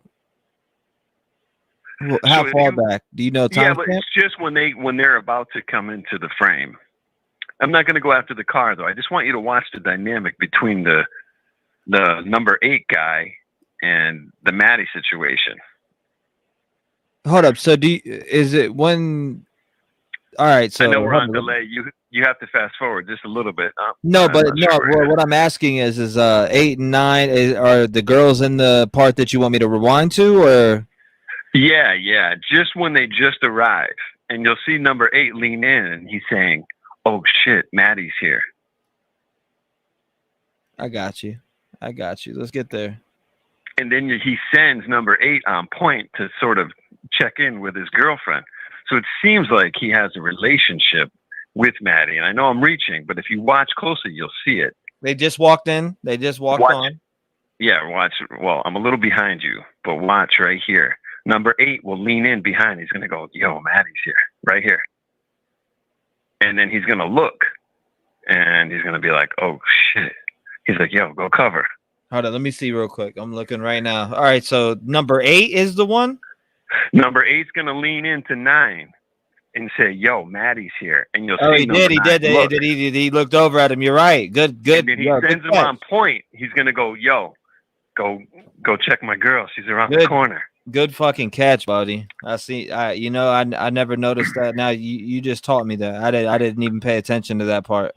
So now Good catch. Maddie comes in, and it's very strange as it goes on. When the girlfriend kisses number 9, Kaylee's watching, and she whispers something to Maddie, and Maddie wanders over, doesn't say anything, and it gets weird. He walked up, and then this is where she goes and bumps his chest, and then he walks up. She walks off, and he does the sleep motion here in a minute. That's really weird too. I didn't understand what that means. Like I kept thinking about. They're both talking about her. Right. Watch, sleep, boom. Yeah, and then I was like, "What?" I always wonder what that one is. Yo, she's gonna be sleeping tonight. I don't know what he means, you know. Yeah, but John, the next big portion, catch right there, John. the girlfriend comes in, and you'll see Kaylee looking over, not Maddie, and she says something, and then they both look. The girlfriend walks off. Maddie goes over, says something. So it seems like they definitely had a side relationship. But here's the thing: was Maddie's boyfriend watching this live on the internet? Because when I first got into this whole case, I was saying, "Wow, this is live on the internet. If you were a serial killer, you're live. You know exactly where your target could be in real time." Here's another thing for everybody. See these 2 guys walking in the back? Oh, yeah. Yeah. All right. These guys go stand in the shadow. Okay. Behind number 8. I see you're talking about. And then they come up to the front of the truck. They talk for a while. They move multiple times, eyes on the girls, and then they leave. And if you watch till the end of this, you'll see them down the street, and they keep looking back. I know there's a lot to take in here, but I had to reset the time for you. I had to reset the time for you, man. You got some good points going on, you know. Nah, I had to, give you a little extra bonus. But yeah, all these guys are together. Tank top guy, number 8, number 9, and then the other dudes, they come in. Watch those two in the background, though, the shadow guys. They move and watch Kaylee and Maddie perfectly. So you see them standing back there. They're watching right now, and Big Joe gets in the way. So he bumps the blonde guy with the gray in the middle. So the guy with the hat in the dark, he's smoking a cigarette back there. Watch, Joe gets in the way, and he's going to bump the other guy over so they can keep eyes on. And then they finally move in front of the truck, and they look pretty normal. They order nothing. They walk off. That was a weird one for me. All right, I'll let everybody go. I just think that there's a lot of dynamics here, but. No, man, I appreciate you actually. I've went through this footage over 100 times now, and I didn't realize that. Oh shit, there's Maddie. I didn't realize that. Yeah, you need the multi-angle because I think a lot of us watch the single. There's another thing too. When Maddie's standing there in front of the window, right here, she not only goes towards his hand, she's touching his dick the whole time. That's why he covers himself. She hits him. You can rewind it a little bit, watch it again. She puts her arm down and she either hits him or she's rubbing him. One of the two, and that's why she makes that kiss. Like she's like, you coming over there? And then those two dudes are up there too. So there's another thing to watch. If you look up watch those two guys, and if you follow this through, and I know there's a few minutes left, it's amazing. So I'll let you go. Thanks everyone. I love your show, man. I've been watching every day. I'm totally addicted to this case. Dude, I appreciate the insight, man. I never caught that. All right, I'll talk to you. Bye-bye. All right, brother, man. You have a good one. Where are you calling from? New England. Shout out to my man in New England, man. Bye-bye. Y'all are done without Brady.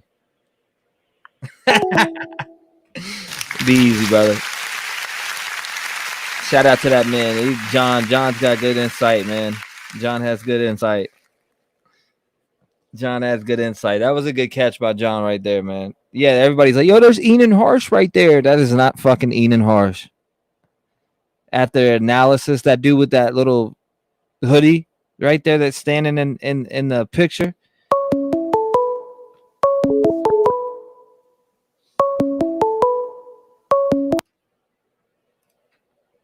Call from Boss.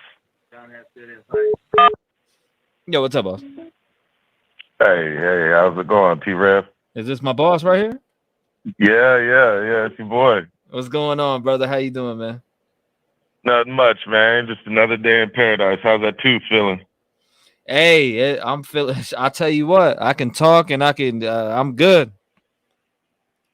Yeah, that's what's up. I've way had better, man.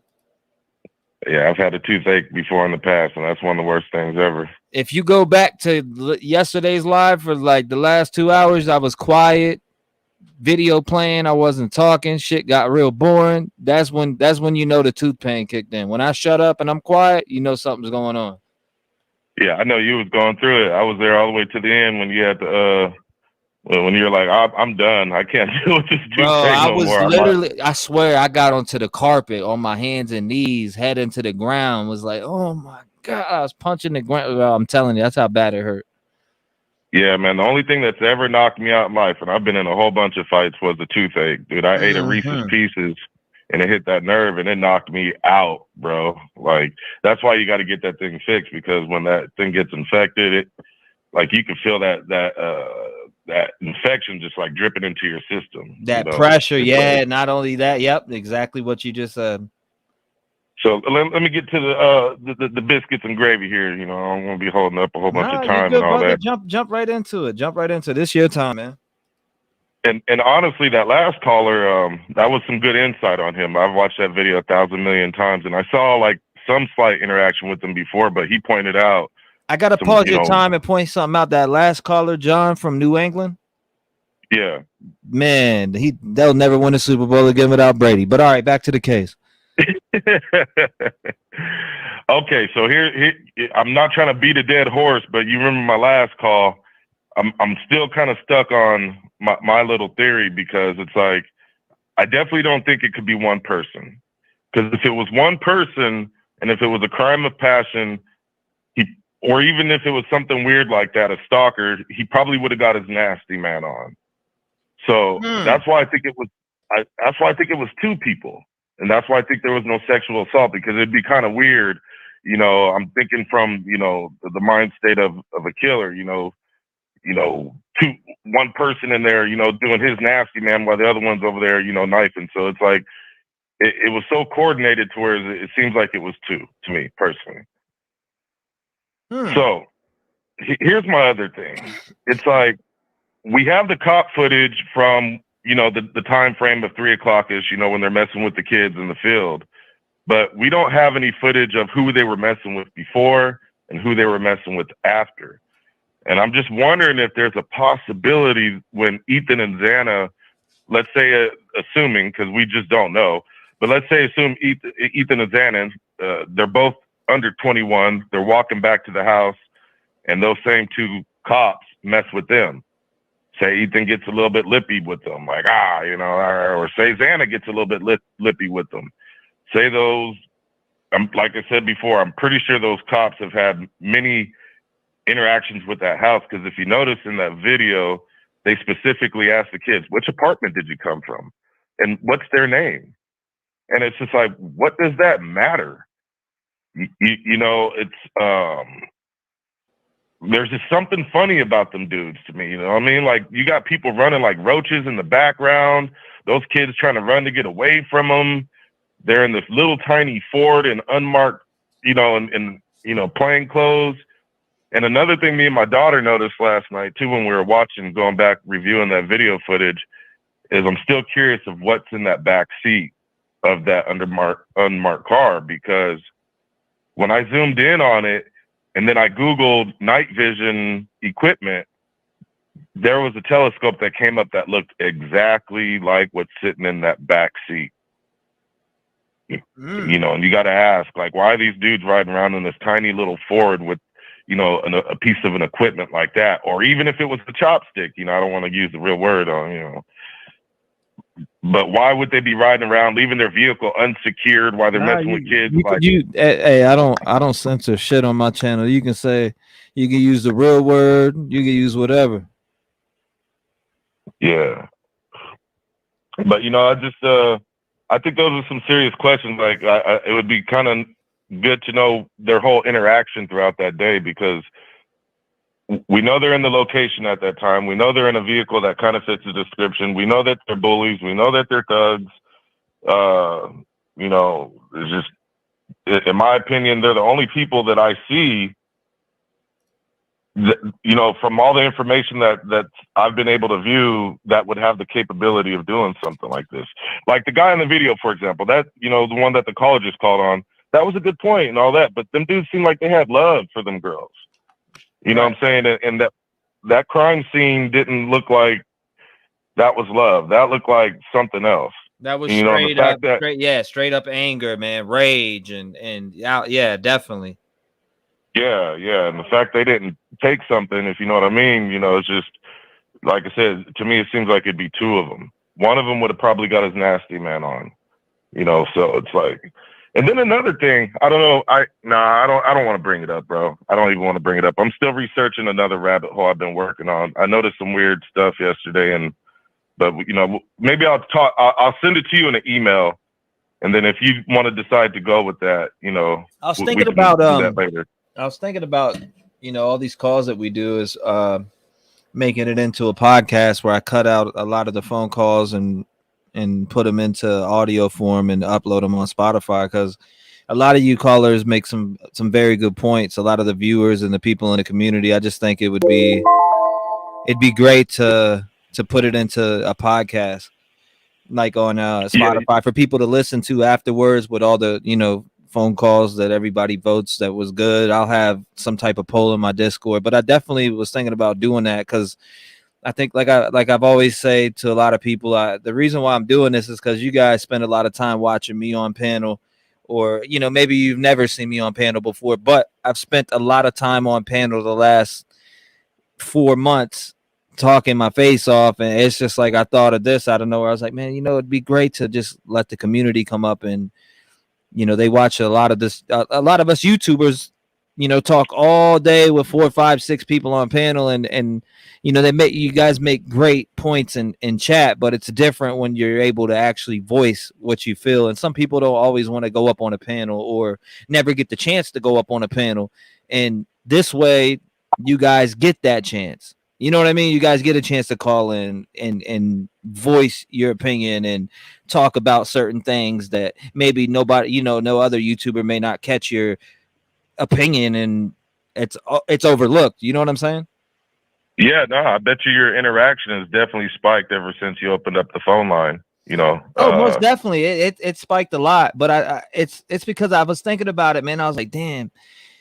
I need to get the community involved more, because a lot of people are, they either want to come up on panel or, they want their comments read, which I do go through and read all the comments. But it's different than it's different when you're able to give your audience a voice, and this is a great way of doing it. Yeah, and you're doing a good job too, man. It takes a lot of patience. Some calls might be a little bit abstract than others, and you deal with it all very well, so salute to you for that, plus with dealing with a tooth pain, on top of that. No doubt, brother. But, I appreciate your phone call, your insight. You don't mind you don't mind me using this segment right here to put in a podcast, do you? No, it'd be perfect, man. And like I said, I think you already got my email. You just type in boss, B-O, you got my email. Like I said, I'm going to send you another one. So we, like I said, I do music. We can link up on many levels, and yeah, use it. I appreciate you, brother. Hey, thanks for calling in. If you think of anything else you want to talk about, man, chime back in. I'm going to probably be live all night long. We've been live for what, 7 minutes and 20 seconds, something like that. Something like that. Yeah, something light. Yeah. Nah, but seriously, man, that's what it feels like. It feels like 7 minutes. It's really been 7 hours, but it really does feel like 7 minutes, man, because until these families get justice, there's other cases that I'm ready to chop into too, but just this Idaho 4 is hitting me differently than a lot of cases that I've been talked about in the past or looked at before I came to YouTube with true crime. And the fact that there's a broad community out there that are into these cases, it's wonderful to find that there's a lot of good souls out here and people that stand for justice and people that want the right thing. You know what I'm saying? I didn't know there was this community out there like this until 4 months back. You know what I mean? So I'm glad I found it, and I just love it. I think it's my calling, and I'm gonna stick to it. Yeah, with this situation, I think a lot of people feel it because, on the surface, it seemed like these kids were good kids. It's not like your normal murder where it's, 4 gangbangers got shot up. It's like, oh, okay, that's normal news. You click past that. But, with this situation here, we all can probably relate to each one of those personalities. Like, oh, I know someone like that. Or, I know someone who looks like that. Or, or I have kids in college. Or, there's probably, different perspectives that people are able to relate to this, and that's why they really want justice, because nobody deserves this, and those 4 students definitely didn't deserve this. Absolutely, man. Well, I appreciate you, brother, and I'm gonna get some more people to call in. But yeah, bro, I appreciate you. I'm gonna holler at you. Yeah, for sure. And everybody out there, hit that like button. Yeah, man. That like button. You heard him. Hit the like button for me, man. I mean, it's free 99. Yeah, that's from the boss, man. The boss said go ahead and hit that like button. Yeah. All right, T-REV. I appreciate you, brother. Shout out to that guy right there. Go ahead. Do it. I want you to. All right. Now we're opened up. Let's go. Next, anybody else wants to voice their opinion or has got something on their mind? Let me pull this back up. We got the vehicle here. Yeah, definitely great call. All right, here we go. Call from Melinda. Melinda, you're live. Welcome. Hey. Oh, gosh, it is delayed by a few seconds, isn't it? Yeah, it's. I think it's delayed 10 seconds, to be honest with you. Alrighty, I was wanting to call in yesterday, but I never got in. This is such a messy case. It just seems like there's so many early mistakes, but anyway, so a couple of things that I wanted to mention, if I can even remember what I wanted to mention yesterday.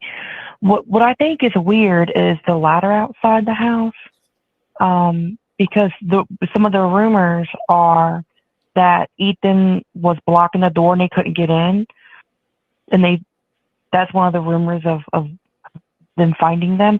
So then how does someone attack him and get out of that room if he's blocking the door and no one can even get in? Mm-hmm. Because that's their side of the house. That was one thing. And then a lot of people are saying that there's no evidence there's a stalker. Well, I mean, if someone's a good stalker, what evidence is there? Bad thoughts? If someone's making contact, that's harassment. If they're just following you and watching your social media, or just they're constantly in the area, what evidence is there? This town doesn't even have CCTV. So what evidence is there going to be if she was being followed? I mean, clearly she was being followed enough to call her mom and say, oh, someone's behind me. Oh, never mind, they turned. I mean, if she's to that point, then something's been going on for a little while. Right.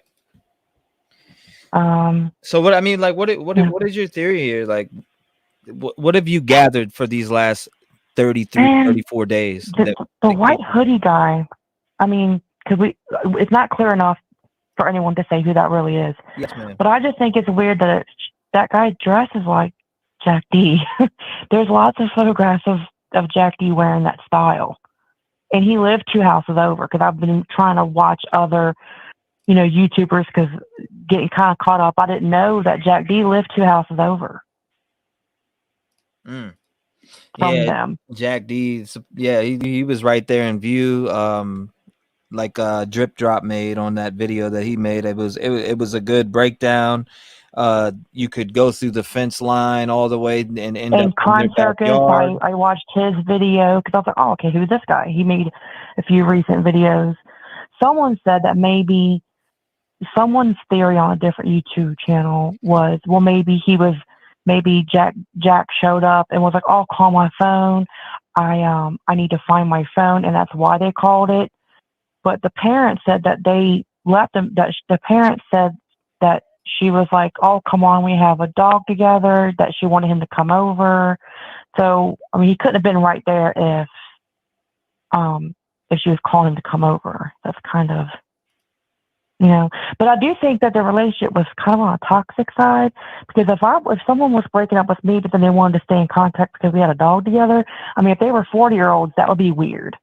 But they're 20 and it's cute. See what I'm saying? Mm-hmm. Yeah, no. Definitely. And there's white cars everywhere. Someone else was showing footage of all the area. I'm wondering if they're looking for a Honda Elantra because someone specifically called it in. Very possible. I mean, they called it in. I think they maybe seen it. I think they seen it on footage, but it may have been called in. I mean, you could be right. Right, exactly. The only thing we have is the shitty, grainy footage. I'm trying to think of everything I remember from yesterday. I don't know. I think, and then someone else's theory, which I agree with, is the reason why it's so clean is because it's someone that's been there before. So they're not finding new evidence because whoever did it has been there. And you can't really go on what a good, quote unquote, good motive is. I mean, I've seen homeless people knife fight over $5. So, I mean, anyone can have a reason. I mean, this is kind of like live action Scream right here, 15 million different things could have happened, and you got someone doing something around there. But I think that also there's a picture. I mean, I do have them saved, but if you look up the house, and they've got several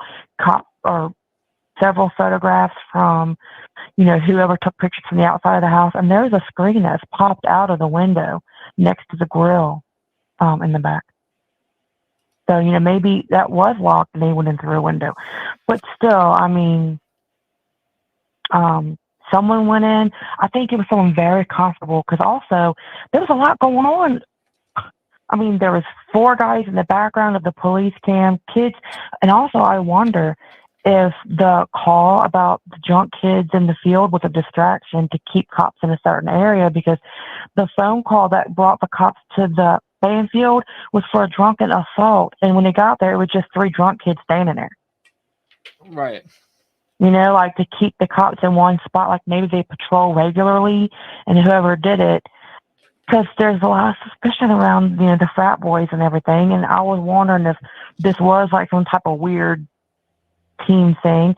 If some kids were like, if they was like, hey, go in the field and keep the cops there, and then we go in and we go out. Because it's all at the same time. Now, it's kind of funny. They're looking for a Hyundai who was quote-unquote in the area, but they don't care about no one else that was walking down the street in the area at the same time. Right. They don't even know who those 4 kids are. Yeah, it's a lot. It's a lot, like anyone, yeah. And there's like 10 people that, it's like every time you bring up the neighbor, yeah, he's weird, but honestly, if he was smooth, he's not saying anything different than we're all saying. It's the same, you know, and he's repeating everything we're all saying. I do think he kind of made it up, like he heard a scream and then he didn't hear it, but yeah, it's a mess. There's too many weird people in that area. Like there's like 6 different people that could have done this, and you know, it's weird. So I mean, altogether, that before I move on to the next caller, who do you who do you think did this? Oh man, Allegedly, I mean, it could have been the boyfriend. Allegedly, it could have been the boyfriend. I mean, because I mean, like, no offense to her, but I mean, it seemed like they were playing mind games with each other. It's like, come over, we have a dog, but I'm moving out next week, and I'll never see you for the summer. I don't know. I'm not trying to laugh like about the situation, but it just seemed like there was this cat and mouse with them too. And I mean, a guy or a girl can only take so much. He only lives 2 doors over, and you know, it's cute because they're 20, but you make these 2 40-year-olds, and it would have been open and shut the boyfriend. But because, and that might be why the cops aren't telling the family a lot, because they really don't want to believe it's him. I'm with you on it. Yeah, there's no doubt about that. It's just, and we don't even know who was with them that night. And she was very, I do agree that she was very stiff in avoiding that guy. And there's been a lot of, you know, so I can't remember who was pulling up off his Twitters, but he was like kind of a little bit on the thirsty side. And it just, you know, I don't know. We don't, you know, I mean, I kind of lean towards the boyfriend. The guy in the video dressed just like him, which is weird. I mean, yeah, he's got a beard now, but some of those gingers can be growing that stuff out in 2 weeks. My son's a ginger, and he can have a beard in a month. You know, so I don't think that that's very much. Yeah, mine grows out pretty quick too. I have to trim it all the time. I don't know.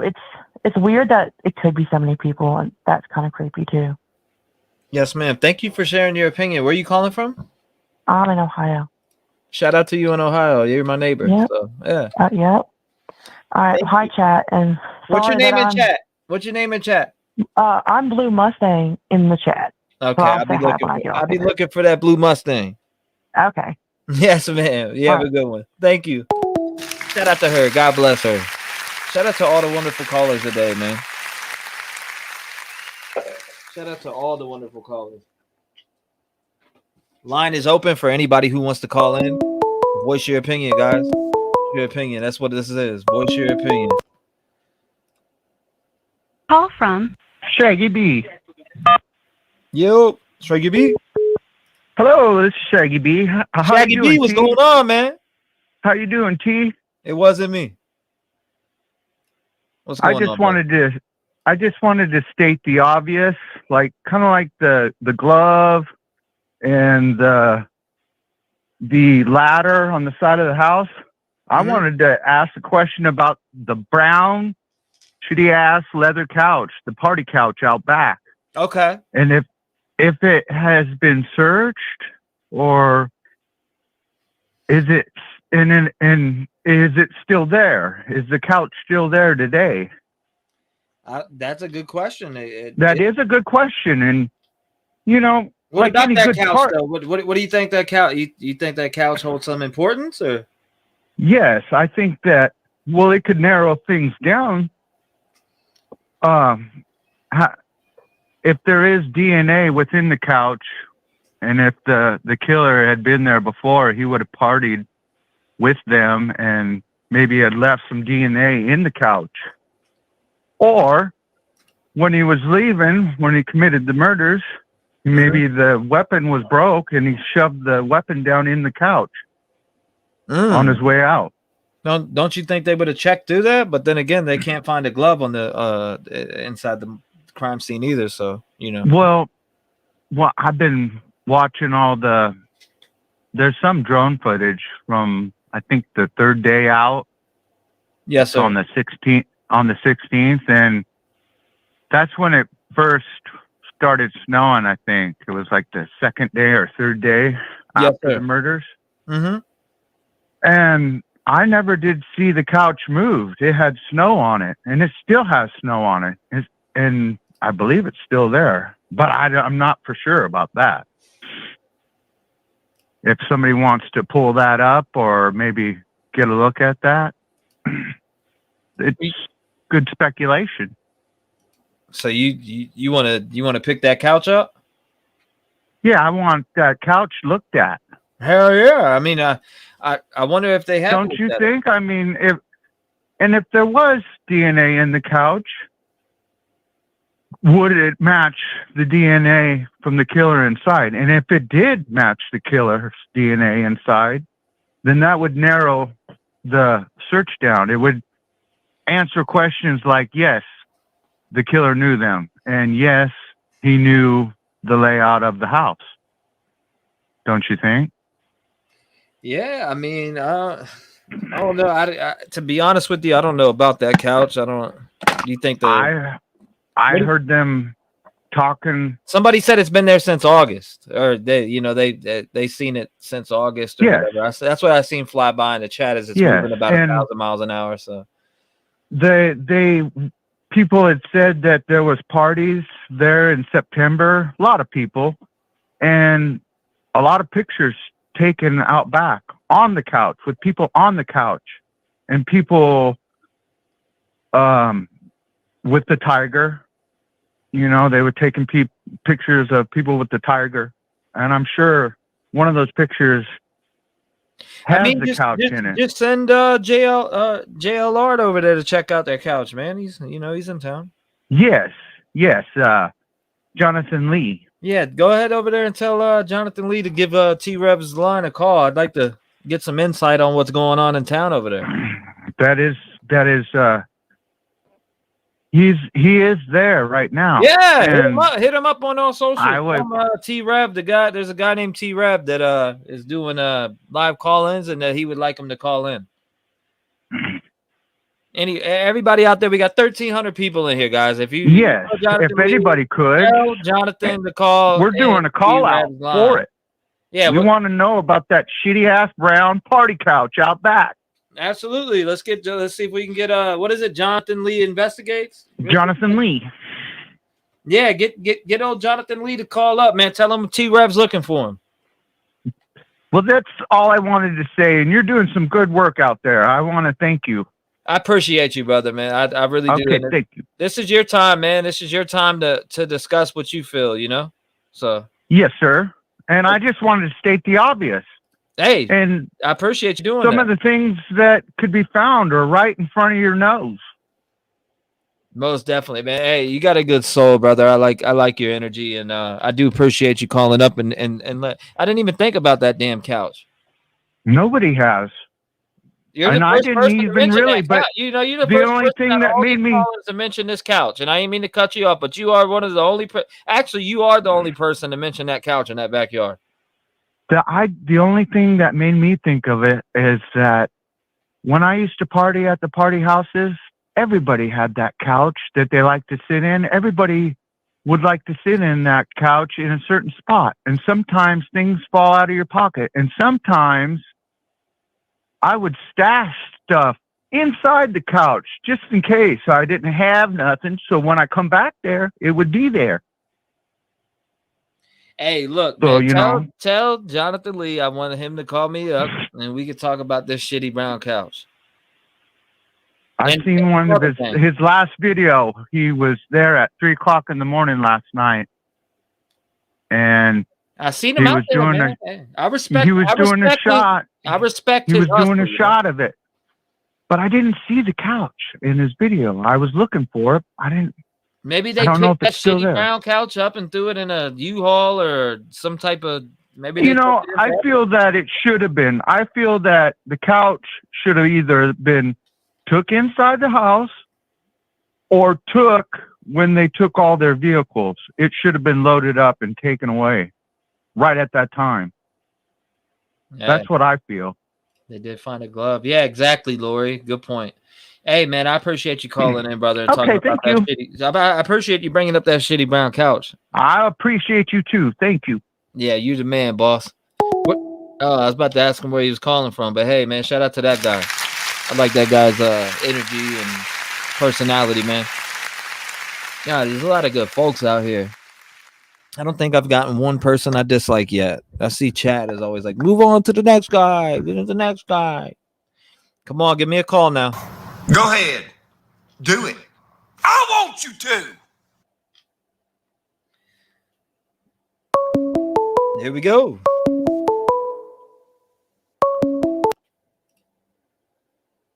Call from One person Liz. dislike yet. Liv, what's up? You live. Hey. How's it going? I can hear the background. You turn it down for me? Okay, And pause you'll it. be There good you to go. go. You're fine. You're fine. Go ahead. Yeah, no, so I was just calling. I find it really odd that if it's a college kid that did this, how do they not know who owns a white car? I knew what all my friends drove. You know, I knew what their boyfriends drove, their girlfriends. I mean, we knew everybody's cars. So I think it's odd that no one's come forward and, given a tip about who has the car. If it's a college kid. Now, what's your theory in general? Like, I mean, from everything, I don't know how long you've been following the case, but I mean, like, who do you personally think who has the most motive to you? What makes the most sense to you from everything that has been laid out in front of you, which isn't much, but what from everything that you gathered, who would be your number one suspect? Probably Jack S. Yes, ma'am. And I think just because I think it was so personal, and all the experts I've listened to, the profilers and all that, say that, killing with a knife is just so personal and, up close, and you want to, if you're going to do this, you want to be near the victim, you want to, experience it and all that. So I just feel like it's got to be someone that's known to the victims. Yes, ma'am. And so I thought because of that, it's not a very big school, not a very big town, that if this was someone close to them, that they would be able to go, okay, who drives what car, and be able to figure it out. So you aim towards JD? Showalter, Fat Jack. Oh, so you're aiming towards Showalter. Okay, so yeah, sorry. No. You're absolutely fine. Do you think what stood out to you about Showalter? I guess just the video from the food truck. Right. But it's just the way he kind of acted and, tossed his arm up, seemed like he was kind of watching the girls. And then when they left, he kind of seemed like, well, they just left, or didn't ride with me or left without me, or he just kind of seemed put off by that. So. Yes, ma'am. Actually, that's kind of what my theory is. Allegedly. I mean, the way that the guy comes up, he walks up with the girls. He steps back, throws his hoodie up, hat, which that's cold. It's 20-something degrees out there. I get that part. He struggles for a minute, then makes conversation with Jovi. The girls get their food, their ride pulls up. They go to the car. He walks like he's going towards them real quick, maybe to get a hug or he wanted some type of interaction. Didn't get the interaction. Then he dips off and goes to the right around that corner. What's around that corner? Where does Jack S go from there? Does he go to Africa? Does he go 5 hours to the cabin? Where does he go? But in general, I mean, his alibi is going to the cabin. So who leaves after being at a corner club and you were allegedly kicked out of it and goes to drive 5 hours after, excuse me, after maybe having some drinks or whatever he did at the corner club? I mean, I would expect him having drinks. Yeah. Well, and I would think he would be exhausted if he killed 4 people to be able to drive, unless it's just pure adrenaline. Right. I would think, how would you be able to do that? Physically, and I don't know. Do you think his motive would be that he felt dissed that night? I think he probably felt that night, and I think it was probably building. Like, I think he probably was interested in Kaylee or whomever, and, I think it built over time. I don't think one night you're just going to get that angry and just go kill some people. I think it's probably something that was building over time. Right. Okay. I mean, maybe it was going to be her last night in town, and she's about to move or something, and so he took his opportunity because she was going to be moving to Austin. Absolutely.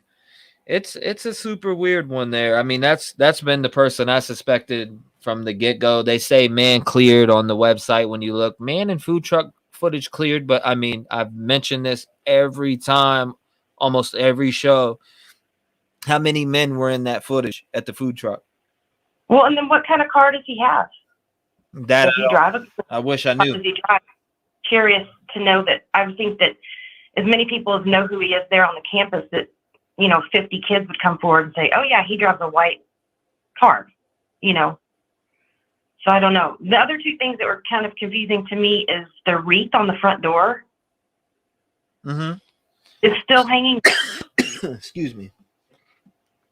And I think it's kind of odd if the door was open that morning, if that's the truth. The lady supposedly saw the front door wide open.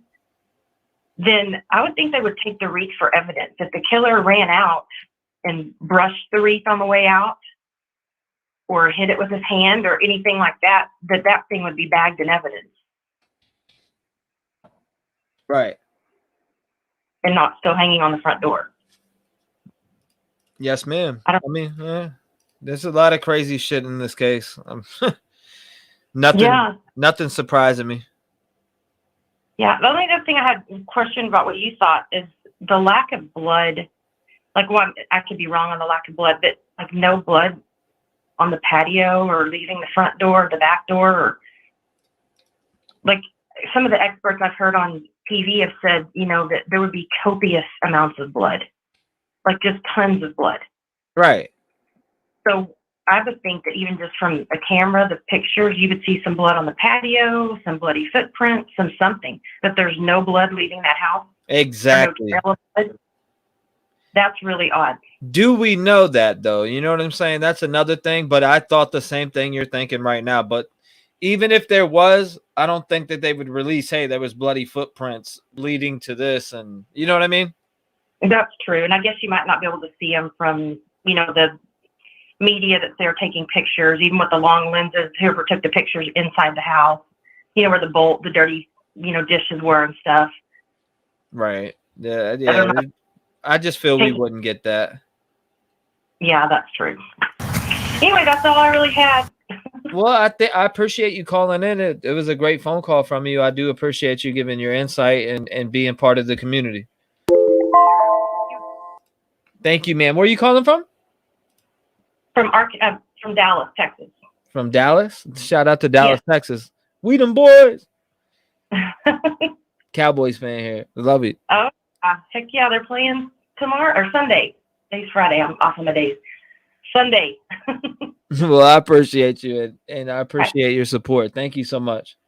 Thank you. Bye. Shout out to her. Shout out to her for sure. Hold up 1 second. I'm grabbing this other video that I'm getting, guys, here. All right. Anybody who wants to call in, call in. I'm going to download this video while I'm waiting. Let's see. Download video. Okay, here we go. I got the video downloaded. Let's go ahead and minimize this one. All right, here we go. I'm going to play this video. I'm going to keep switching off a few different videos to play. So here we go.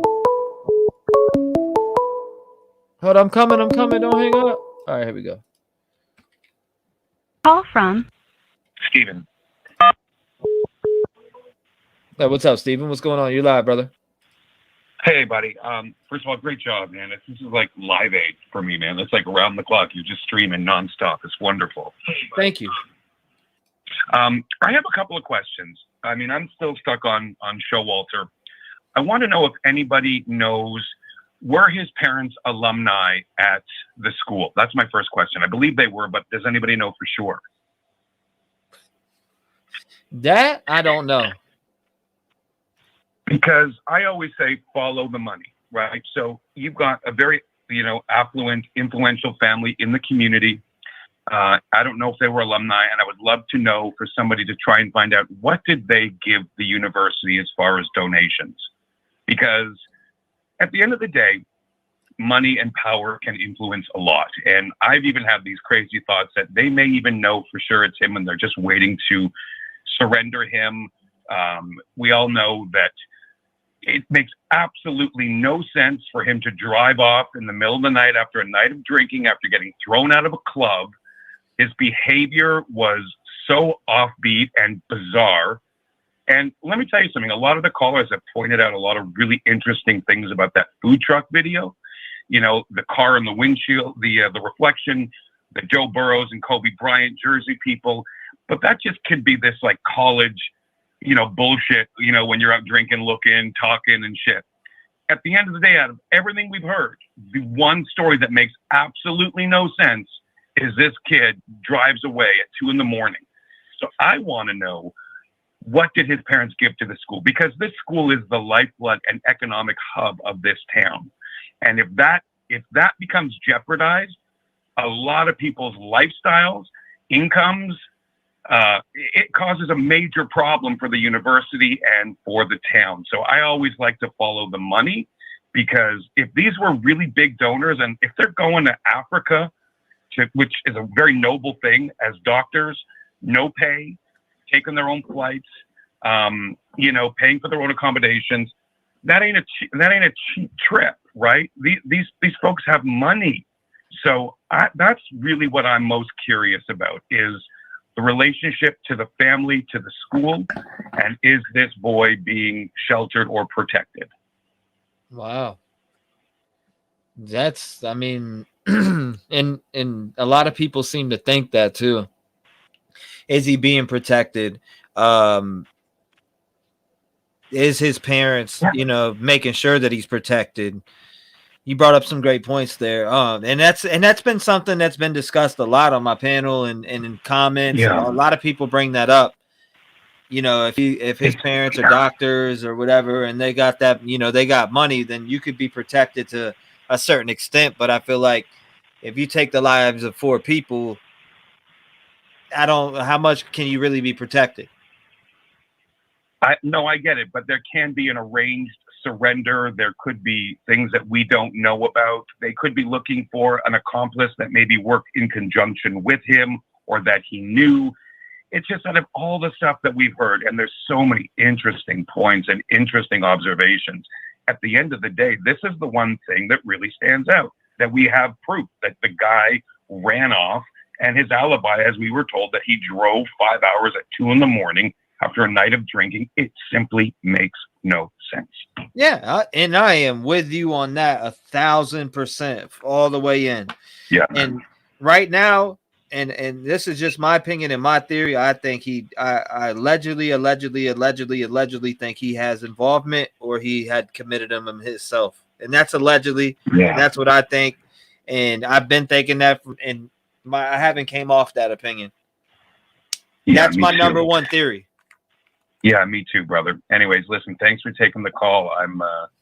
I've been all over this. You're doing a great job. Really interesting, great community, really well done, man. Thank you. Thank you, sir. I appreciate you. Yeah, I got you. And I appreciate your input. Where are you calling in from? I'm in Toronto. Shout out to my Canada brothers, man. I'm a parent. I've got a 7-year-old, an 8-year-old, and a 22-year-old. So I am a parent. I mean, I don't know. I just saw something in the chat that says I'm not a parent. I am a parent. Wow. Hey, shout out to my Canada brothers and sisters out there, man. My favorite battle rapper was in Canada. He got stabbed to death. So, I mean, it hits home. Yeah. Pat Stay. So thank you. I You're heard doing of that when it a happened. great job, man. Thank you very much. You know who Pat Stay is? Yeah, I do. I work a little bit in hip hop. I mean, that was one of the battle rappers that got stabbed to death. I think it was in August or something like that, and that really hit home with me. As he was my favorite. But man, yeah, I appreciate you calling in, brother. Shout out to Yeah, I you, appreciate you and too, man. and Thank God you. bless you, brother. I wish you a You too. wonderful holiday. Yeah, you too, man. Thank you. And God to everybody bless. else, thanks so much. Later. Shout out to him, man. Shout out to all the all the Canada people calling and all that, man. I love you guys. The number is at the bottom of the screen if you want to call in. Lines are open. I got a couple videos that I'm looping and playing through. This is if you're wondering what this video is on the screen, guys, the video on the screen is November 18th. The Idaho Tribune is out. So Call from Melinda. Melinda, welcome. You're live. Yeah, hi. I'm sorry. I was one that called a few calls back, and I remembered a couple of things, so I don't want to double dip, and I won't take up the whole 8 minutes. I got One you thing on that 6. I dropped it to 6 minutes, so you're good. I got the timer running now. Alrighty.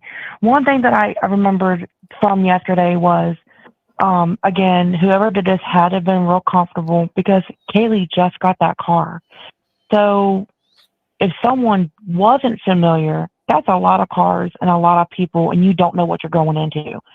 But if someone that wanted to do this and planned it, or maybe it was last minute, or maybe it was 2 or 3 guys, if they knew that she had been, sorry guys, if they knew that she was there and they knew, that's Kaylee's car, we don't have nothing to worry about. But that could have been, a football player's car. There could have been a whole bunch of people there. But whoever did this, they knew that it was nothing to worry about because it was her car. You don't just roll up on a house like you said, or like several people have said. There's a parking lot full of cars of everyone that lived there, but that car was new. So if you're not gonna be nervous because you knew who the car belonged to, and of course not leaving any extra evidence because everyone's been there a million times. Right. My gosh, there was something else. Oh, and it could have been multiple people. All they needed was the same knife. And this crime scene is so contaminated because there's the parties and all the DNA that's been in and out that house. I mean, what really is going to narrow down and find us who the killer is if he, cut himself open and the blood. That would be where we find our perpetrator. And in a struggle like this, that's when there's a struggle with a knife and there is defensive wounds on some of a couple of these victims from what I've heard, from grabbing him or anything that they've done, that's why they put bags over their hands and stuff like that, because they could potentially have DNA under their fingernails or anything in that, just in that scenario. So did the killer, when you're having a struggle, you can accidentally stab yourself and you could be bleeding too. Did the killer stab himself? Is the killer's blood on the scene? That's something that I want to know, but we don't know yet because of course the police officers are going to keep that close to the vest. But I do feel like I don't feel like this is going to take a long time like Delphi did. Yeah. Also, this could have easily been more than one person. With the Pike County murders, and that was a whole family that planned that. I mean, even the grandma was involved. And there was more than one shooter. I think there were 2. And so I think this easily could have been a couple people. I mean, someone had an extreme amount of hate and rage for these 4 people and the fact that Kaylee wasn't there for a whole week and then was, and there's a new car in the driveway and it didn't faze anyone. That to me, it just, it's like, makes you think like it must have been someone real comfortable because at that time there was cops across the street, down the hill, people walking by, people drunk in the field. I mean, you got to be real comfortable to do this, and people were everywhere. Right. Wasn't it? And to not be fazed by the new car in the driveway. Mm-hmm. And Kaylee wasn't even supposed to be there, and she was attacked worse. So it's like that's why people keep leaning towards like at least someone that knew her very well, but someone hated them all. You know.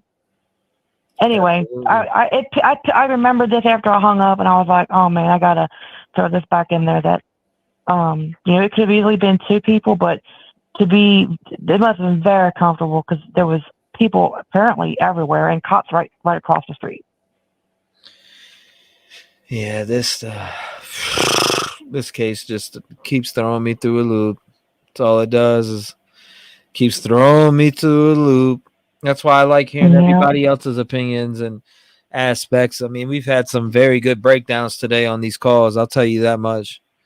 A lot of people with a lot of good minds out there that just like the one guy that called before and brought up the couch. Yeah, no, not the couch, but the dude that brought up with the whole what was it, the Madison, the guy said, "Oh, Maddie's here." Like that part. Oh shit, Maddie's here. You know, that was a good catch that I never caught yet, and I've been looking at that footage for a while. So was that on the food truck video? Yes. But I mean, everyone knew everyone. I mean, this is a college where these people are living on campus or like living next to the campus, and they're there for years. I mean, you're going to know most of the people in the area. And then they had a party house. So a lot of people knew them, and a lot of people were in that house. And I mean, and the whole trip with the coroner, I mean, if she's messing up this much as a coroner, I can't imagine how she's going to be as someone's attorney. Right. Yeah. I wouldn't want her as my attorney. Ain't no doubt about it. Ain't no Because doubt she about it. apparently slipped up and told that poor teenager how her sister died, and I can't even imagine in what right mind that would be professional or appropriate. Yeah, there ain't nothing professional about that at all. Good luck to that guy. Right. All right. I appreciate you calling in, and thank you so much. I appreciate you once again. All right. Thank you. Great caller, guys. Great caller. Anybody who wants to call in, the phone number is at the bottom of your screen. It comes up. Trigger warning, want to call in live. The number is 219-885-9693. The lines are open again. Every time somebody calls, I do put it on do not disturb so it's not constantly going off. So if you get straight to voicemail, that's why. So just wait till, I get off the line. Here we go.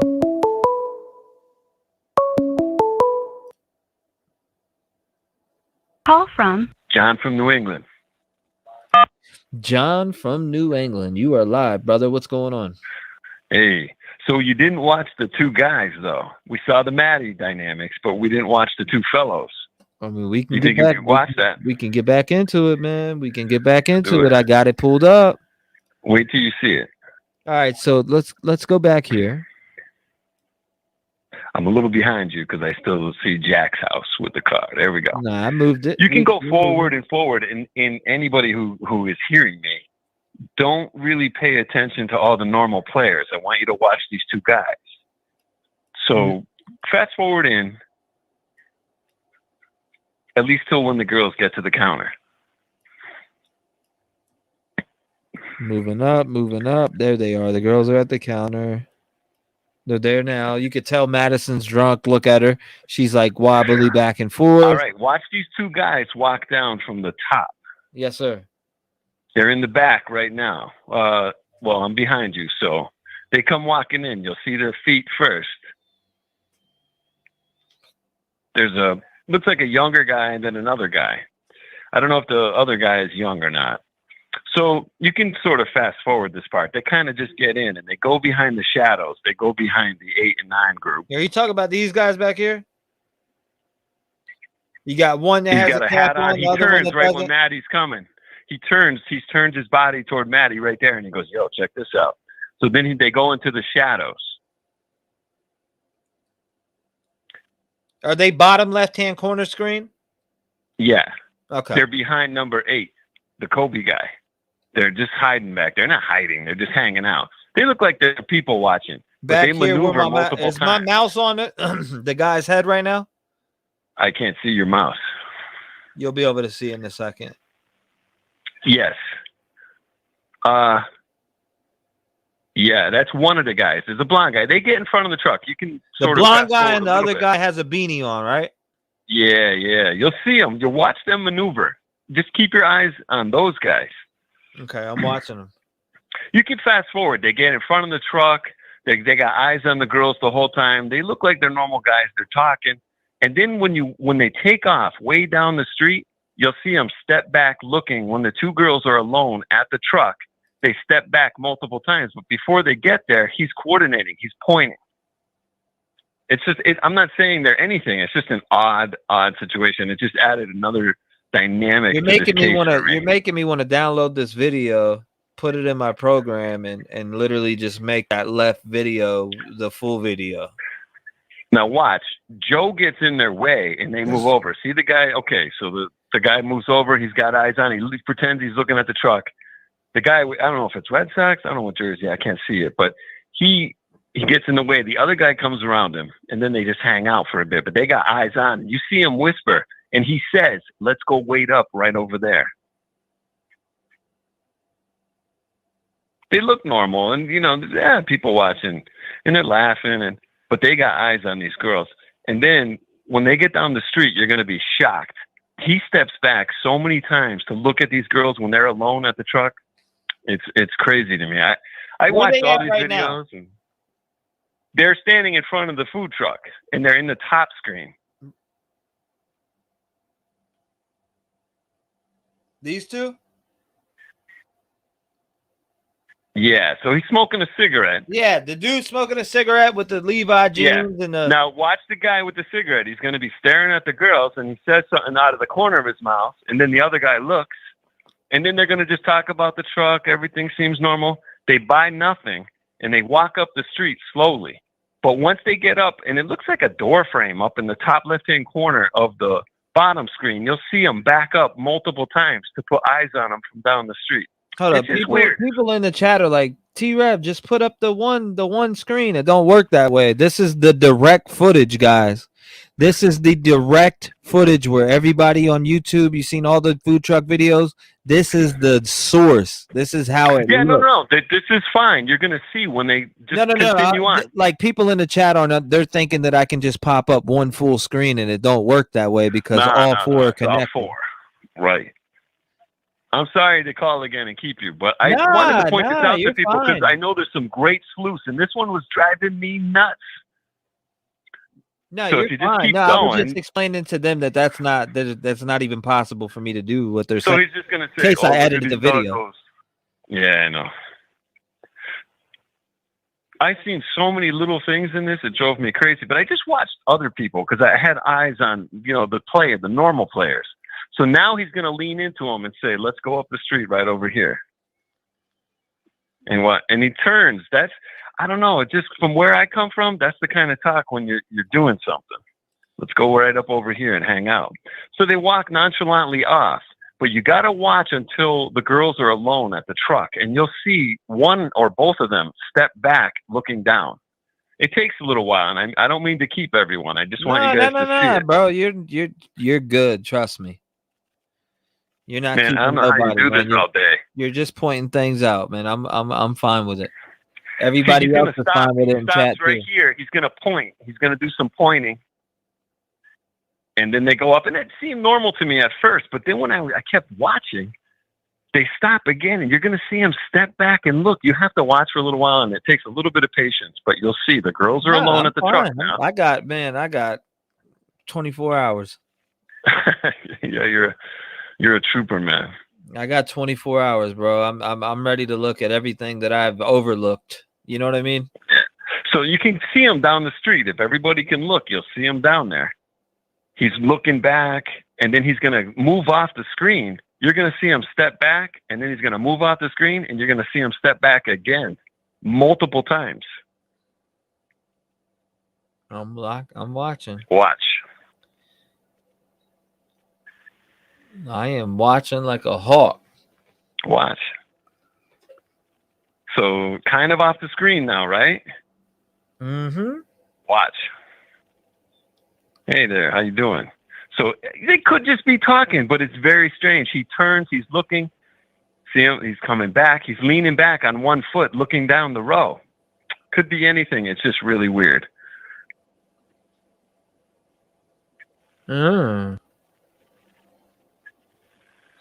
Watch again. Oh yeah, we're locked in. They're still there. Dude on the phone And it is could this just be the weird. angle. It could be weird. I don't know. I can't tell where you are, but I think they might be gone now. I'm not sure. It was really weird. People have to watch it on their own a few times. All right. There he is again. Left screen. I think they might be gone. I can't tell. But all right, man. Thank you so much. I appreciate you for doing that for me. And I hope some other people can look at that and help me out. And if it's debunked, I'm good. It'll help me. Nah, man, I appreciate it. I appreciate you pointing that out. Yeah, dude, good points here. I mean, all right.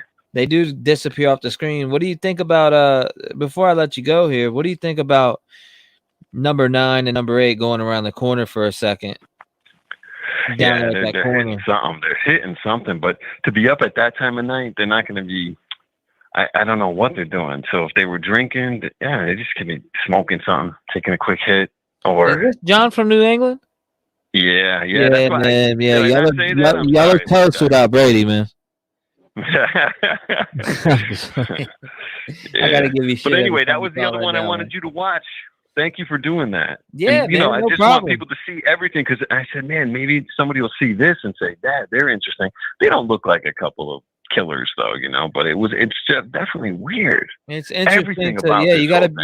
I guess if you look at it this way, you gotta kind of pay attention to everybody, and every time you watch it, I was like every time I watched it, at least I was focused on Joe V and JS over there talking, and and then I was looking over Maddie and Kaylee, and I can clearly see, Madison was drunk, she was drunk, and Kaylee was the more coherent one. Yeah, but she's locked on that phone, so whoever made that point about she's trying getting that to ride. Yeah, but she's also avoiding I guess if we think it's jackass. Is that proven? Man, that's jackass. Yeah. And then the other guy talking about Africa and stuff, that's debunked. That's not true. So who debunked it? I'm not sure, but it's not. I think it's almost like a 4chan deal where somebody threw a seed and it grew. Why did a bunch of news stations report he was allegedly in Africa? You think they just grabbed that shit off YouTube? No, I just think that because his parents, do that whole thing. And just because he's got money doesn't make him evil. I mean, he could be spoiled. Oh, yeah, no, absolutely. I mean, I want to be rich. I want that problem. I'll tell you what, man. I don't know. Like, just him leaving here when the girls go to get in that car and him leaving there just doesn't make sense to me, and going straight 5 hours to a cabin at 1:30 at night. It's just weird to me. Yeah, I agree with that. And the new dynamic for me though is the whole other Jack and the car being at the house that's 2 houses away, and the proof that they've been there and potentially he lives there and all that. Man, the whole case is just the hook. Anyway, thank you so much. Call in. Let's hear about it. I need to hear about what you're hearing on the scanner. Call in. All right, bye-bye. Thank you, brother. I appreciate you, man. Yeah, shout out to you and Brady. My man. Shout out to John, man. Good call. Anybody who wants to call in, the lines are open right now. Again, it's 219-885-9693. Again, 219-885-9693. Voice your opinion. Your opinion matters.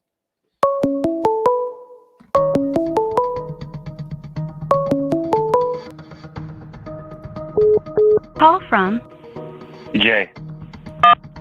Hey, what's up, Jay? You're live, brother. What's going on? Hey, what's up, Rev? How you doing, man? Hey, man, I'm hanging in there. How about you?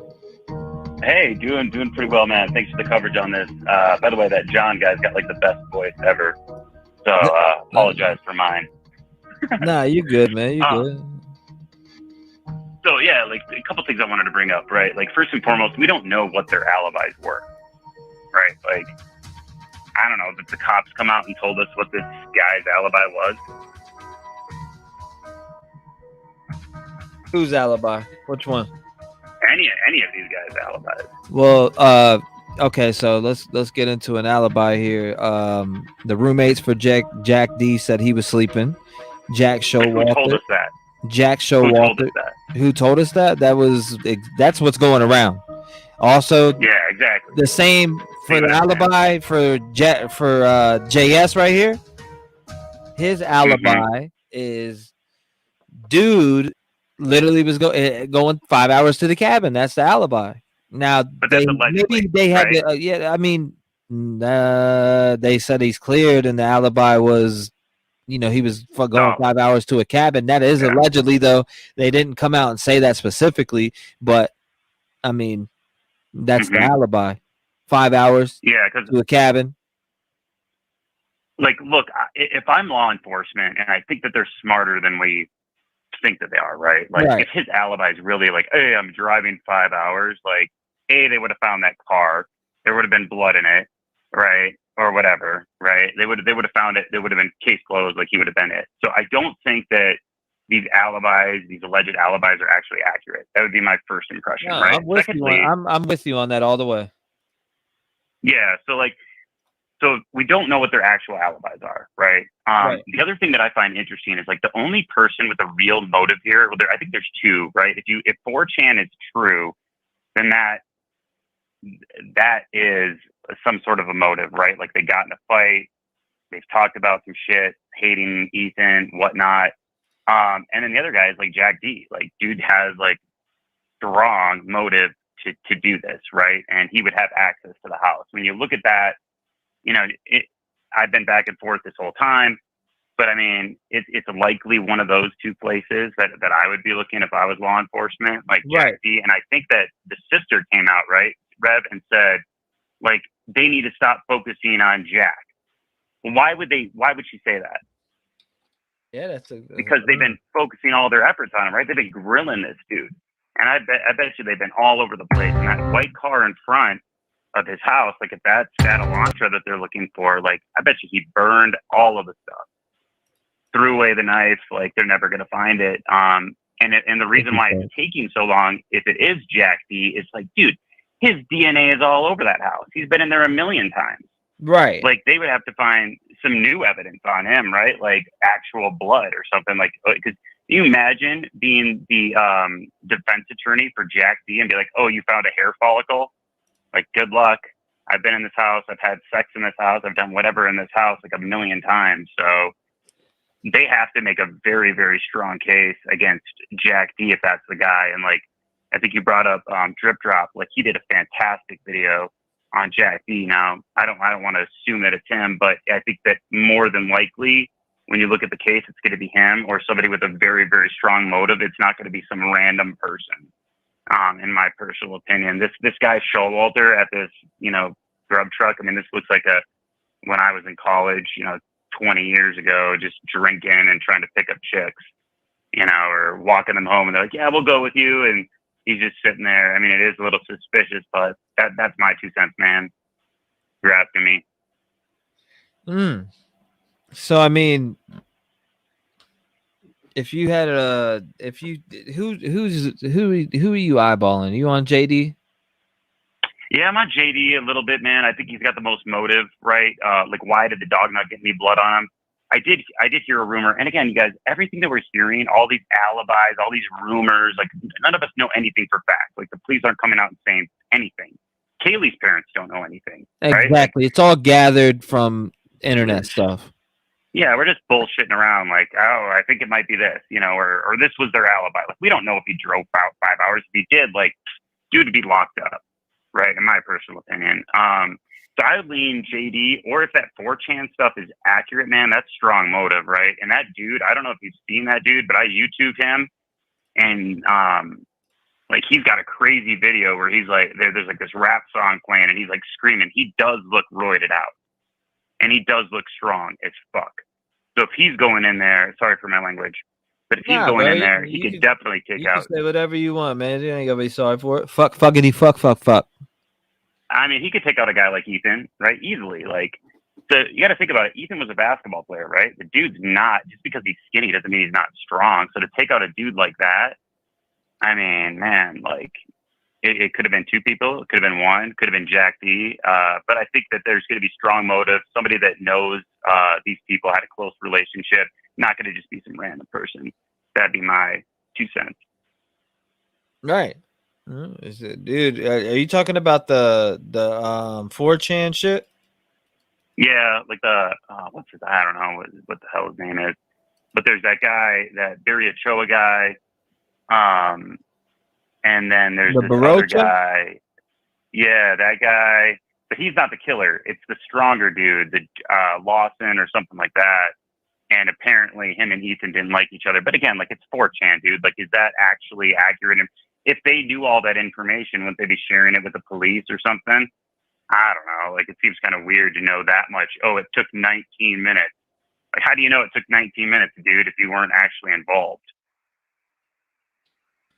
Yeah, that's kind of weird. Yeah, no, it's definitely weird. Anyways, strange case. I'd look at motives. I wouldn't like pay too much attention to like what alibis we're hearing, because we really don't know. If Jax really is that he was upstairs sleeping, I'm sure the cops are like, okay, dude, like, that's not a strong alibi. Like, they're not dumb. Neither is the FBI who walked through there. You saw those dudes with the beards. They wouldn't even show their faces. I mean, those dudes are smart. They couldn't even get their faces when they're in the windows. Right, man? Like, those guys are smart. And they're from the Utah office. I live in Colorado. Like, man, they're smart. They know what they're doing. I think they have their suspect. And like a lot of people have said on your show before, they're kind of narrowing in and probably trying to find the murder weapon to get a little bit stronger evidence. My guess. Hey, and your guess might be right too, you know? Could be wrong. Could be right, could be wrong, could be anything, man. There's there's a lot of shit going on with this case, man. I'm telling you that much right now. Yeah, it's an interesting one, right, man? And you've been doing a wonderful job with all your coverage, dude. Just keep it up. And yeah, I'm trying to get people to come to your channel, but this is awesome stuff, dude. And just the only thing I would leave you at is just, it's like, look, we don't know what these dudes' alibis are. We don't really know about that. Well, I appreciate you, man. I appreciate you calling in. I'm gonna actually, there's a video everybody's telling me to watch right now, so we're gonna check it out real quick.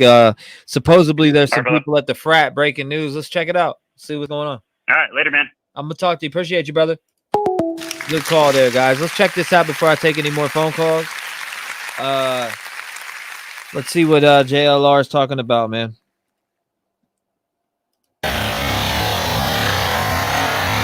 Oh, hell no. Jonathan Lee Riches investigates. I am outside the Sigma Chi fraternity, Moscow, Idaho.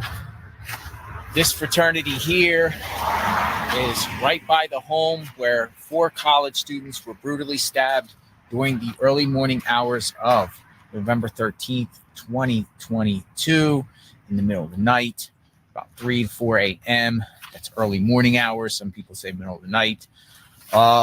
There was a party here. There was a party here at the Sigma Chi fraternity house, the 12th into the 13th, and 2 of the victims, Xana and Ethan, attended a party here. Just right by the big water tower, University of Idaho. What does Sigma Chi know? Is anyone from here involved? Are they all cooperating with authorities? Some Sigma Chi fraternity members, Reed, who is their president, spoke out and said that, you know, they cooperated with authorities. Another one, David Barra. JLR, I need that hat, bro. I need a media hat, man, you know? Choya Berry, they call him, David Berry. He stated on Twitter that they handed information over to authorities. So I'm on a sidewalk here. This is a sidewalk on, this is Nez Road here. Notice there's a dumpster here, but the fraternity itself is, you know, the home is right over Thank you, there. BB The and home of Turner. I where appreciate the you. stabbings occurred, right over there. They got their flag down. It is the early morning hours. Let me just shoot up here real quick. Now, when I drove by earlier, there was a Idaho State Trooper parked right there. And I will share that with this video. Come on. Come. Good boy. Say hi. Say hi. See, I'm the co-host. Say, I'm the co-host. My name's Sosa. Yeah, good boy. He's parked right there for a while, left. They're making patrols. Look, doors open there. I don't know where that leads down to. It's like a gate. What? What? Okay. Now, also the fraternity president said there's no cameras here. No cameras here at this location. Looks like they have a keypad to go in. There's actually a sign here, but I'm just showing you like what it looks like before it gets light. Let's see if we can see the home. Well, the home is right. There's the apartment complex, 500 Queen. The home is right there. You can see some of the lights. Can't really see it from this angle here from the street. And then there's also a garbage can up here. Dumpster, I mean, you know, people are saying, where's the murder weapon? People are wondering if anyone from Sigma Chi is involved. Just showing you what it looks like out here. Thank you, so I'll be Skittle. posting more videos. Maybe somebody from Sigma Chi will Thank you, talk to guys. me. Doubtful. I'll ask. Doesn't hurt to ask. You know, what happened? What happened in this small town? Look, they got here on their going in. Got a logo going in. Hard to see.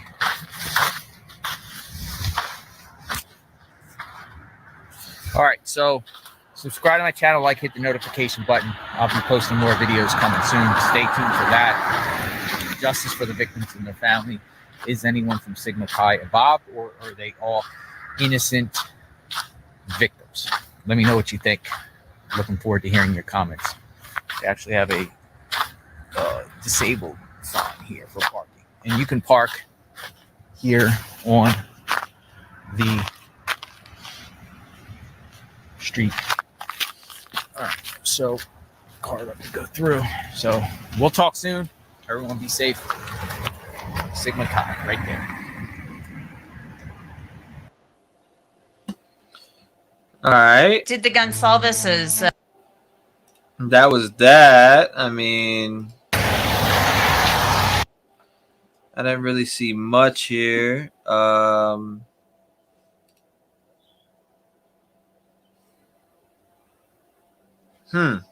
Yeah, that was that. I mean, let's get back at hand here.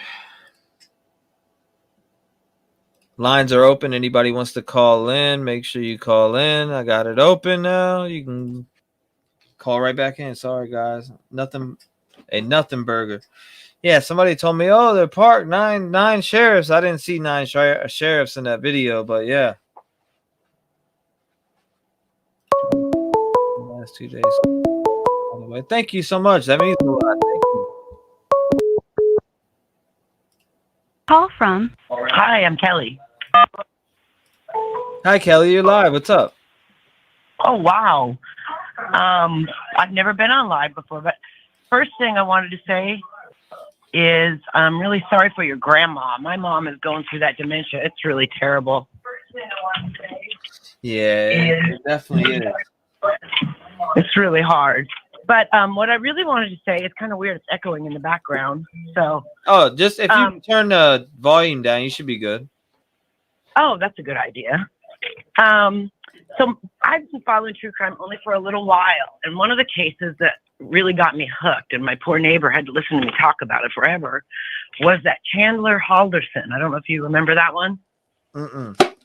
Okay, it was in Wisconsin, and he was young, 23, and he actually cut up his parents, put the mother in the fire pit of their house, and then called the police 4 days later and said, oh, they were missing. So I guess my point is a lot of these young people, and he seemed real innocent. If you saw him, he looks a lot like Jack D. But my point is these young people, I don't know what kind of stuff he was watching or going. He played a lot of video games, maybe watching a lot of dark porn. But for them to seem so normal in the outside world and then do such an atrocious crime. And if you can watch him now, they have interviews of him like in the jail and stuff, and he still claims he's innocent and acts so innocent. So I just feel like it could be any of these guys. It's pretty bizarre. And there was another case too, similar to that. There was two young guys, and I just looked it up. It was in Pocatello, Idaho. They were like high school students, and they followed that movie Scream. And then they copied it and went and killed their friend, and they were both really excited about doing it and planned it far in advance. Again, no one would have thought. They were at school that day being totally normal. So I don't know. I think we got something that we really don't know exactly, but pop culture is, my opinion, is making people less, I don't know, scared to do these kinds of things. Like they're tempted, you know? Mm-hmm. What do you think? Oh, and I do notice too I took your quizzes whenever I come on there, you know, who do you think did it? And usually when I come on there, I pick Jack D since the beginning, and it was like 10%, 12%, 13%. And now today it was 27%. So yeah, it's actually been It's been changing so much. More like people right are now. Jack D. Well, right now the lead on the voting is 41% other. 2001 votes. Jack D 27%. Jack S 25%. Roommates 8%. Other 41%. Wow. Yeah, I don't know. I mean, it's so hard to tell. My first inclination when it came on, because I've been watching the true crimes and I saw that Chandler Halderson I was like, it's him. He doesn't want the girlfriend to leave. His life's falling apart. I was just like, that kid did it. And then I also thought it could have been maybe one of them had a sister who they were living the great life, and the sister's life wasn't so great. She might have done it, but that sister, we never did find somebody like that. Man. So I'm still a Jack D person. I think the boyfriend has the most motive. But to do all four, again, people think, oh, he's got to be a pro. He's got to be all these things. Look at that Chandler Halderson guy. What he did, no one would ever think you could do. And he did it and then had a straight face and went to his neighbors and was asking for his parents after he had cooked his mom. It was crazy. Yeah, that shit's insane. But I mean, that's what I'm saying, is these people aren't necessarily professional killers, or like they've been doing it for a long time. Maybe they just watched it a lot on video games so much that they're desensitized. It'll be interesting. And again, we watched it. There was in something else the other day where they had even a videotape of the people being shot, and the police need even more evidence than that. So that's why they're being so quiet. They need a lot of details to be able to really prosecute this. And whoever does get arrested is going to be lawyered up to the hilt. We're going to see bigger than the OJ case, I think. You think so? I do. Yeah, and you're in there. Go, T-REV. You think that all those big channels wish they could be like you. Well, that's a big compliment. No, it's true. I've seen them. I mean, they come out and they try to act like, oh, I got messy hair and I'm just going live. And it's like, no, this guy's authentic. You're there. What happened to Santa? Where's Santa? I have no idea where he's been at. Seen him I haven't seen him in chat or anything. No, I'm gonna say you can get him on there for a backup. You can go take a 10-minute break. Oh no, I got this. This is the T-REV show. Nice. Take a look at that Chandler Halderson. Chandler Halderson. I found it on Drip Drop, I think, too. And I like that Drip Drop thinks it's the first, guess is the best, seems like. But it could get real weird, and it could involve the frats. It could involve a group of guys. Who knows? Could be women. I don't know. It's so bizarre. Yeah, that's crazy. I don't some people that you see on my panel, it's not like I'll just pull some people up on panel. That's just what it is. This is my channels. They may have other channels though, like Santa and anybody else you may seen. A lot of them have channels. Yeah, I just caught you one night late at night when it was, we were all in the passion of what the heck's going on, and you guys were all on like 2 days in a row. So that's how I got turned on to the channel. Yeah, I pulled some people up, but yeah, this is the T-REV show. So I mean, anybody, I don't know. I don't know about. I can't speak for everybody else, but no problem. I didn't mean to say anything. I just, nah, you're good. You're good. I'm not mad. I'm just saying in general that a lot of people be like, "Yo, bring that guy up, bring that guy." I don't control people's lives. I don't know what they do. All I know is what I do. No, you do a great job. You're awesome. Yes, ma'am. I don't keep tabs on everybody. I just wake up and set up my live, and if people come by, you're doing a great job. I love this too. The Google for call. I had to call like 5 times. I kept saying no, and then I don't know how I got through. It's crazy. I'm sitting here with my 2 dogs and planning a Christmas party tonight. So. Yes, ma'am. I hope you have a good party. Yeah, my sister's in town because of my mom's illness, so we're taking a break. She's going to escape for a minute. Yes, ma'am. I appreciate you. Where are you calling in from? I'm from Central California. Central Cali in the building. Yeah, you know where San Luis Obispo is? You ever heard of San Luis Obispo? No. We had a murder. Kristen Smart murder was here. I know where Eureka is. No, that's way far away. That's like 6 hours away. No, we had the Kristen Smart murder. It was 20 years ago. That was on True Crime a lot lately, where they never found the body. It was a college killing, and he took the body and all that stuff. That's been our big county thing for a long time, and they finally caught the guy 25 years later or something. Because of DNA. They got him because of DNA. Dang. I believe it was DNA. It was a long time. Yeah, they had billboards. The family never stopped. They just kept on it. They just said they wanted justice. So maybe some of the people heard Kristen Smart. But yeah, I haven't. I'm unpopular skeptic in your group. A lot of people don't like because I always say something that's the opposite of what other people think. But that's why I like your channel, because you're allegedly and you're, speculating, and that's what makes our brains work better, Yeah, that's how I like to be. I mean, I may not agree with everybody's opinion, but I respect it. I sure as hell respect it. Yeah, and everybody has a different point of view. Like I said, I'm a mom of a daughter too. My daughter's actually living on a college campus in Texas right now, and I'm just like, it's just like, don't talk to anybody. Don't be friends with anybody. Exactly, because you got to be careful. We don't know still who it is. You know what I mean? Not all these people, and they're all academic. They're all in school. They're all supposedly upstanding citizens. I mean, we don't know who it is. So that's true. It's just like, don't do any dating sites. Just stay alone and study.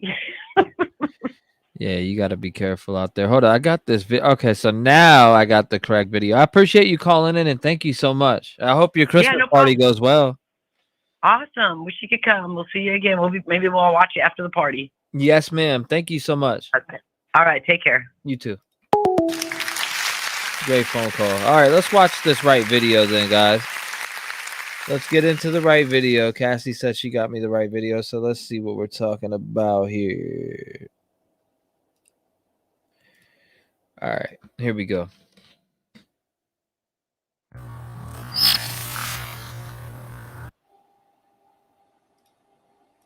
Why are we stuck in that? All right, here we go. All right, so I'm outside at night, Moscow, Idaho. This is Taylor. This is King. Home right over there. Now, I did a video about drainage and sewer systems, right? And I want to show you something here. I actually seen it right over here, but I'm going to take the camera and we will discuss.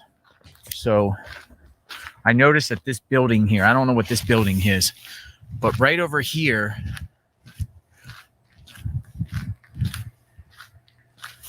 is a drainage, like a drainage thing down there. And I'm wondering if, since authorities couldn't find the murder weapon, I'm wondering if someone dumped the murder weapon down one of these drainage. And they're all over the streets at different points. But one here in particular, since it's close to the Sigma Chi, and people are speculating Sigma Chi might have done something. I'm not saying they did, but look at this building here. I don't know what this is. It looks like some sort of utility shack. And then here is this. Here's the Sigma Chi. Now, they actually cleaned off the sidewalks here. And I'm out here at night. The band field here is where that 3:01 a.m. incident happened with police, right? 3:01 a.m. The police body cam captured some individuals here, an alcohol-related incident. It's right across. I'll show you. The apartment complex is right there, but you see what it looks like out here at night. I mean, it's dark, but you can see. Like, here's the thing. Like, this is nighttime, but there's so many like lights and maybe just the clouds that I can see clearly. I mean, you see a street light right there in front of that, but it's not like you can walk around in the dark and not see. I can see clearly out here, you know, and I've been outside different places all the time, and you know, it's pitch black. Sometimes it's pitch black. See these apartments here, and then the whole fraternity house, that big giant Idaho water tower is there. Let's see. See that? Now I just want to take you down to the end of this road here. Let's see how far we can go. But this is the band field. This is where this so-called incident happened that police say is not related to the stabbings yet. Over here, you can go right. Let me just take you. I'm just saying, if you wanted to walk from Sigma Chi over here, you just walk. It's like, we'll time it. I mean, it's not even that far. And you could cut right through here. You could cut right through this apartment complex here. Lights are on here. It's not pitch black like people think it is.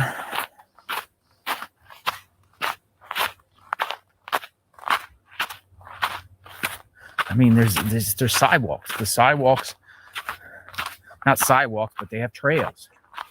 So you can, there's the band field. This is the apartment complex. This is the house.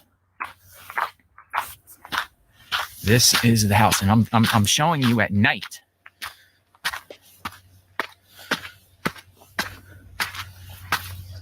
And there is authorities out there. Well, there's one patrol, but you can clearly see that it's just a short distance walk from that location. House just so looks quiet. It looks peaceful. The house looks peaceful. I don't understand how someone could say this house is a target, and that's what I'm baffled on, because you know there's plenty of houses around here. Why target a specific house that turns in? Doesn't make sense to me. Doesn't make sense. this is what it would be looking like at night. Let me take you up here. There is some media outlet people here in the middle of the night. I mean, we're only a few hours from light, but I wanted to give you this perspective. And there's actually media out here.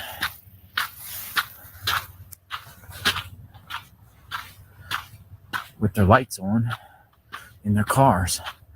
This is the house. I mean, the house is so close to this road in this back parking lot that is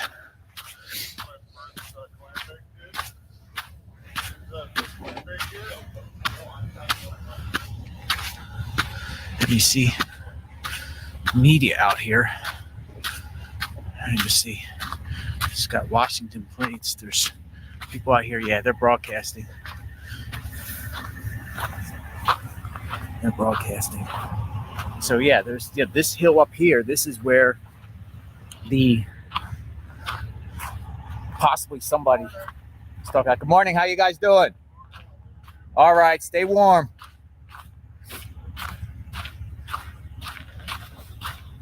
All right, so yeah, they're media. All right, let me just, I mean, look, like, I can't say you could see inside the windows, but it's not dark out here. It is not dark out here like that. Now, I don't know. I don't know if the snow here and the cloud cover makes it more lighter than it is. I don't know. Let me just, and now look at this. This is a apartment here that's right next door. Interesting.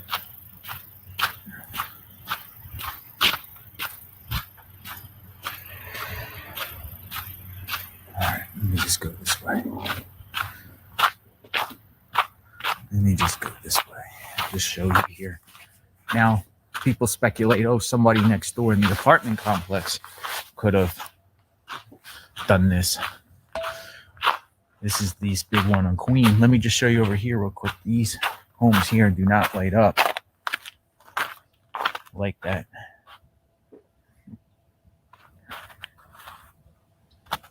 So, and then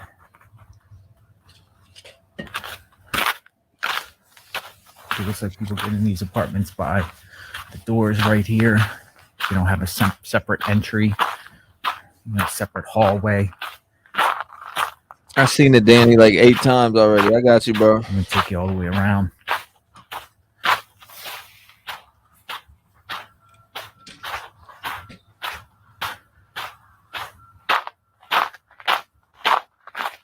So they said the forecast today in the 20s. You know, it's cold, but it doesn't feel that bad. No wind. It's just calm.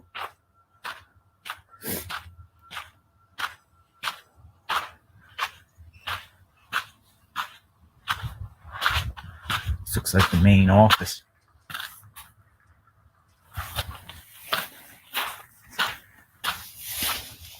All right, so this back parking lot here does have a light.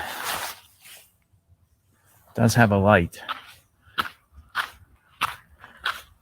It also connects to these back apartments over here. I got you. I'm opening it up after this. I'm also looking for a white Hyundai Elantra, but I wouldn't assume that the Elantra is still here.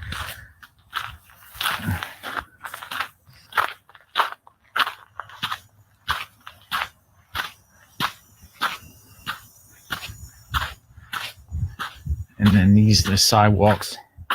Let me just cut through the in between the apartments here because I haven't seen any. Now they got a laundry room, laundry access. Oh, look. Look. So they put this here. Somebody put this here. A flyer on the door of this apartment complex. This looks like this is the main area where you get their mail and you do your laundry.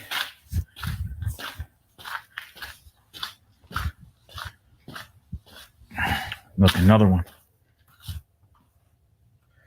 Another one. Apartment 1. Oh, look, people actually put them on multiple doors. Look at the one over there. Look at this.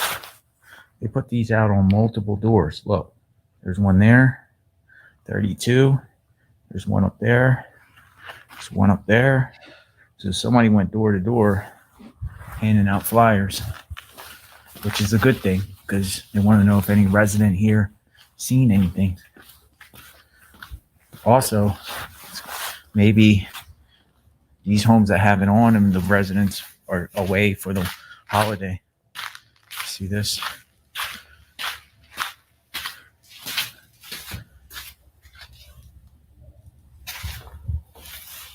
Yeah, quite possible. I'm gonna go down the sidewalk because if you go down the sidewalk here and go down the steps, there's the home. There is the home.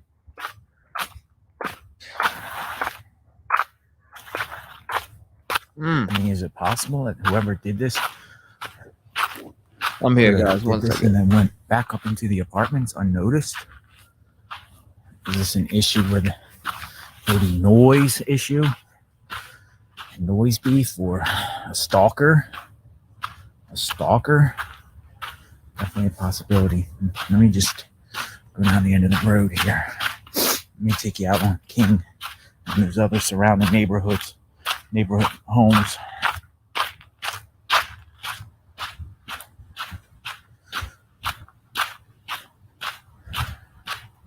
I gotta watch my feet, man. This hill's steep. I have a vehicle when I came up here and it was skidding. You definitely need 4-wheel drive with this. See, I slipped right here. Almost slipped.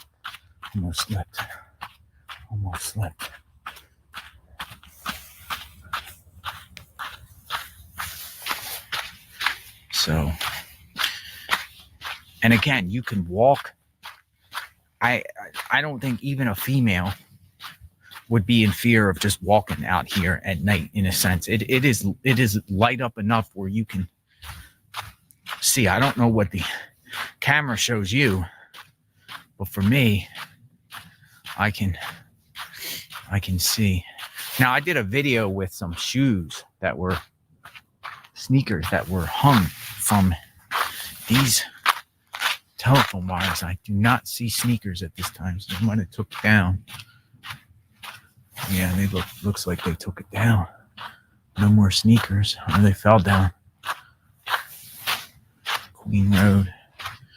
But you know, frat house, look, it's a 4-minute walk, if that.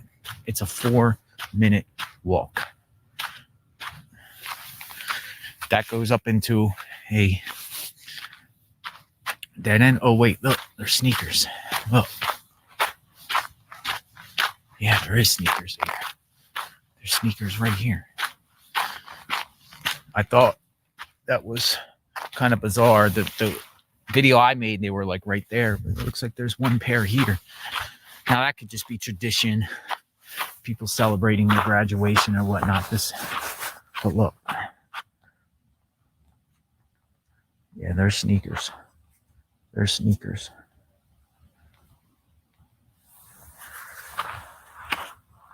And then this goes into a complete circle. Yeah, there's sneakers. And then look, here, you see the home here. Still got the lights up.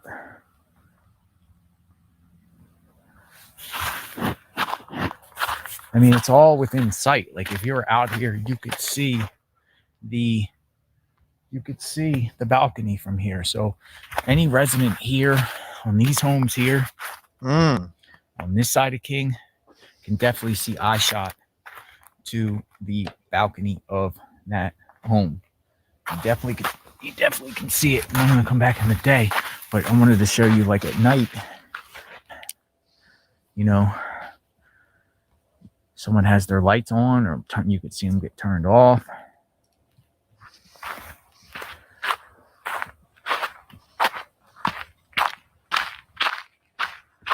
Let's see if the dumpsters have been checked, or as far as clean.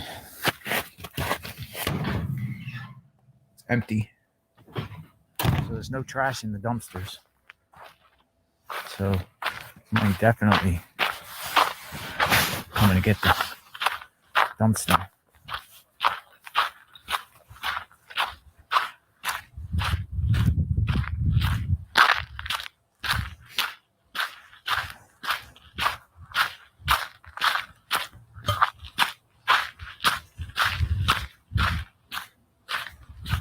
Empty parking lot.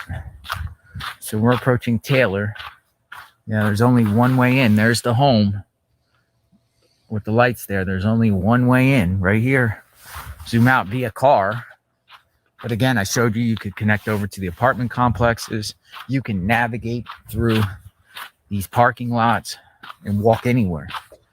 You can walk anywhere. I just made a video driving up that way to Walenta that eventually connects to a walking trail. So if you go check out that video, I'll be posting that video too.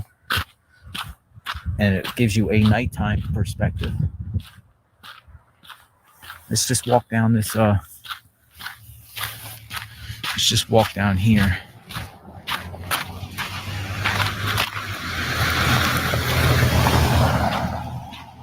Very quiet. Very.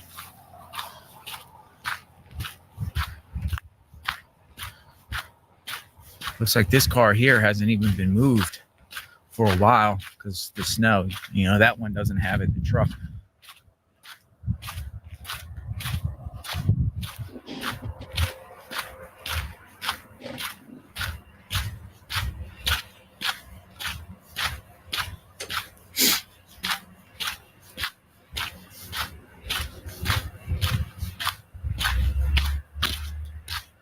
There's a dumpster there. So the home is right there. There's a dumpster right there. Yeah, I'm just thinking of possibility of where to put a murder weapon. But look at the trash. Look at the trash stacked out here. Look at all this trash stacked up here. When are they going to collect the trash? That's trash. Looks like the trash hasn't been picked up in days here. Why not? Let's see. Oh, that's empty. Maybe people just don't want to lift it, or maybe that was frozen. They couldn't get it open.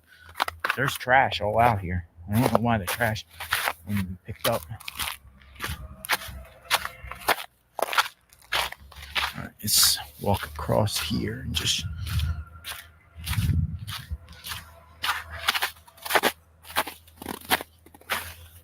Look, and you can see footprints going up that way. So, you know, people walk across these fields from wherever. You can see lots of footprints. Let me zoom in.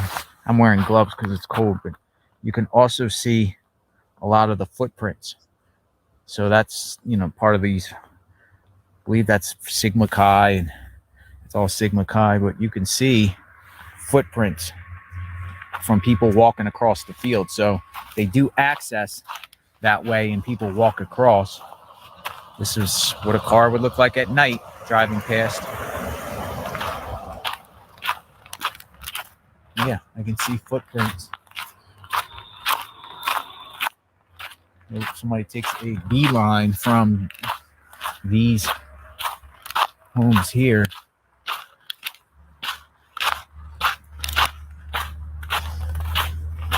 Google Images, they had lots of cars lined up on this side.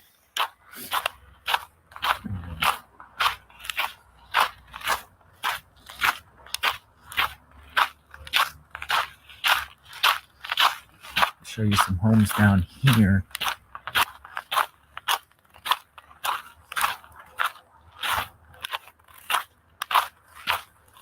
Yeah, you can see more footprints going across.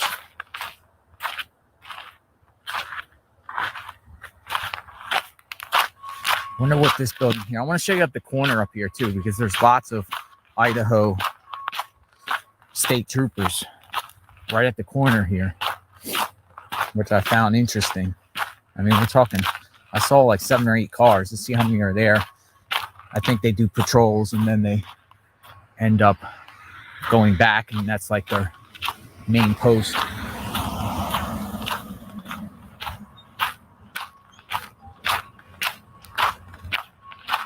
There's a garbage can here at this building. you would assume that authorities searched all the garbage cans for possible murder weapon. I don't know what this building here, but right up here is where. Now, I'm going to make another video, but Fox News reported that this apartment complex right up there actually captured footage of a white vehicle going west, going this way towards the home at 2:45 to 3:15 a.m. on the 13th. And it's that top over there. In the daytime, I'll show it to you. And they also said the landlord or the owner of the home that did not release the footage to Fox, but they released it to they gave it to authorities, said that they also saw a sedan around 1:45 go this way and then go back this way. And they're assuming that is the ride share that Kaylee and Madison took to go home. But the guy said that the surveillance showed at between 2:45 and 3:15 a white vehicle going this way, but it didn't say that it went back out this way. So I thought that was interesting. Here's Idaho state troopers here patrolling. I'm just going to show you the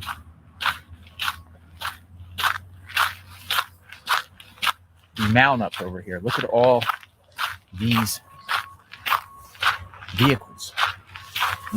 Look at all these vehicles. There is 1, 2, 3, 4, 5, 6, 7, 8, 9. 9 troopers. 9 troopers. And this is the corner of Taylor and Blake. 9 Idaho troopers out here. So, and then look, University of Idaho. So, just want to show you, this is probably their staging, but they're out here. They're out here. I'm out here covering this case. Subscribe to my channel, hit the notification button. I'll be posting many more videos. I'm out here trying to give you a different perspective. A lot of us have been following this case for a month, and there's some things that people wanted to see, and I wanted to show you nighttime and kind of scroll around the neighborhood, and that's exactly what I did. I will be posting more in the day. You know, as I said, I wouldn't be afraid to walk around here at night at all. Female in college, you know, they're kind of brave, and due to the fact that this university is low on crime and the town is low on crime, you know, the last homicide that happened here was 215 in 2015. You know, people feel safe, and when you know you're in a safe place, you'll go out and venture out. I mean, it's not dark like that. Now, I'm not I don't know anything about science or anything like that. And I don't know if, you know, at the time on the 13th of November, there was no snow. So there's snow here. Does that make it less dark because the snow reflection or whatnot? I don't know about that, but it is not dark like that out here. It is not dark like that out here. So we'll talk soon. I'll be back later. Subscribe. Justice for the victims and their families.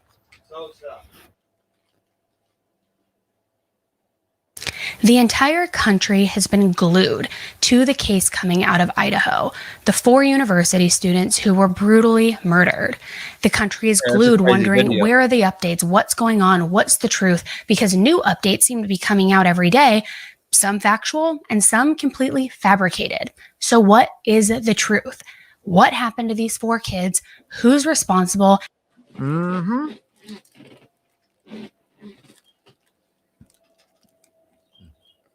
One second, guys. Snack break.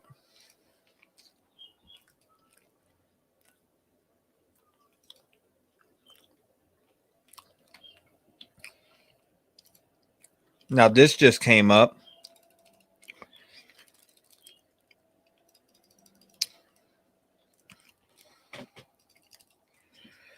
Somebody was posting this in chat before.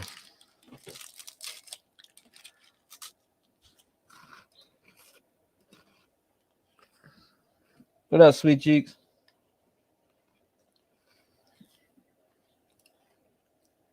We can watch that video.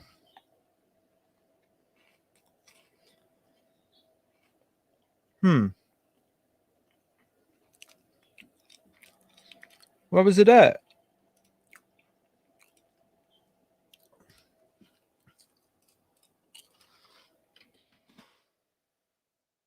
Oh my God. Hold up 1 second.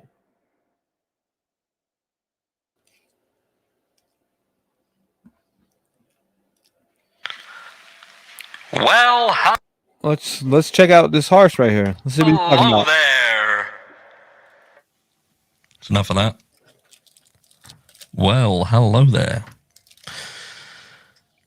The biggest, I think, problem that a lot of people have with the Idaho student murders is this: law enforcement. And that's the video over with. Have a fantastic day. No, I'm only joking. Yeah, law enforcement. Are law enforcement handling this case correctly? We're down the track. Seemingly, we don't seem to have gotten very far. We see that the families of the victims are becoming more and more frustrated as time comes on. And it gets to a point where you start to lose a little bit of faith and question, have they got this? Have they truly got this? Or are they out of their depth? And it's a hard one because you're caught between, you understand that they obviously want to protect the integrity of the investigation, and we, the public, are not obligated, or they're not obligated to tell us anything that could affect the integrity of the investigation. But then you listen to information that they do put out and the way that they do handle things, and sometimes you find yourself very frustrated because when you pair that with the... I got a troll. Get the fuck out of here! Block his ass! Frustration of the family that you're seeing publicly, then it exacerbates that feeling of uncertainty in whether they do indeed have this or not. So, do law enforcement have this? I'm not 100% sure whatsoever. Now, someone emailed me because I'd done this video about the people who had been cleared, and, you know, they'd cleared them far too early. And this person quite rightfully said, if you listen to law enforcement, they don't use the terminology, we have cleared these people. You know, they say it in a different way, and their media will get hold of it. They will say that these individuals have been cleared, and then social media will run with it. And I kind of went back and I said, the issue that you have is that law enforcement should know how the things that they put out can be interpreted by people. And when you say certain things, it looks like you are saying something without saying it. So if they turn around and say that the remaining housemates are not involved, we do not believe that they are involved in what happened. We've spoken to them, and, you know, we don't see that they're involved. Same as with the ex and the... Where the dickhead trolls at? Block his ass! The hoodie guy at the tow truck, not tow truck, the food truck. And, you know, people will automatically think, well, okay, then they've been cleared. And, you know, my mind goes to, where should this case be at this stage? Who should law enforcement be focusing on? Thank you, and I appreciate you. I feel that when this case happened, this is what should have happened. And that is that the remaining housemates should have been prime suspects. Anybody who had a relationship with these girls, whether it be ex-boyfriends or actual partners now, they should have been as well. And anybody who was known to have had an altercation or an interaction in the time leading up to the murders, irrespective of anything else. And there should have been a team that was put on these people to exhaust every single avenue and deal with that. And if you don't have the manpower and the resources to do this while simultaneously looking on the peripheral, then you obtain help and assistance to do this. But these people who are the closest to the victims should automatically, in my opinion, be at the forefront of the investigation, because there are so many questions around these people. And the downside is, in this area, the majority of the people around this area seem weird as fuck. And that's the downside. You've got Jeremy, who, bless him, look, he comes across as an oddball. You've got Inan Harsh, again, who comes across as a fucking oddball. You've got the social media accounts of multiple people who we've all spoken about and had a look at behind the scenes and connections to other things. Somebody said somebody was trolling. They could all be considered as a viable suspect. And I'm not saying that's rightly so. I'm just saying that's factually so, that they all look weird and strange in their own unique way. But let's get to the meat and potatoes of this whole thing, and that is that they were murdered. Someone got in their home and murdered all of them. And there were people who were in the house at the time who didn't see anything, didn't hear anything, and they survived it. The person got in to a house that seemingly was prepared for them because they didn't have to break in, they walked in. And the rooms that seemingly had the ability to be individually locked were not so. We also have the situation with the 911 call, which that raises some questions. I haven't spoken about this for a while because I've been pondering over it, because I appreciate that the surviving people, the surviving members of this group are under a lot of emotional stress right now, and I certainly don't want to add to that. But equally, you get to a point where questions do have to be asked. And I think to myself, thinking if the 911 scenario is correct, so they wake up at whatever time, there's no clarity on that. You know, they wake up, they come across this scene that then shocks them to their core. They manage to pick up the phone, or one of them picks up the phone, dials 911 and runs outside. They then pass out in the street. So they've managed to see what they've seen, make a decision to get the phone, call 911, run outside, make a scene, collapse in front of people. There just happens to be people about. They see this. The second person also runs out, is frantic, which you can, on one side you can say, I can see why you'd be frantic, but then on the other hand, I think, does this make 100% sense? Does it? I've never been in the situation, so I don't know. It could well be. But there's something about that scenario, if that's the way this played out, that raises questions. It's almost as if this was deliberately staged to bring attention, so somebody else could come in and explain, well, it couldn't be these. These girls were clearly, they were shaken, they were distressed, they were distraught. One of them had collapsed, had passed out with what they'd seen. But let's not forget that this was around, when the call was made, the 911 call, this was around 11:30 a.m. to 12, I think. I could be wrong, but that's what I've been led to believe. So what time did they get up?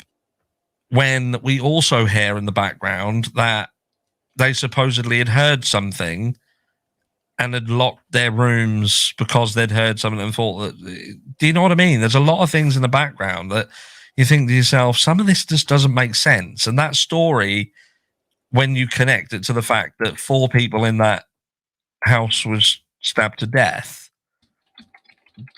how would you not consider that there's elements to that story that raises eyebrows?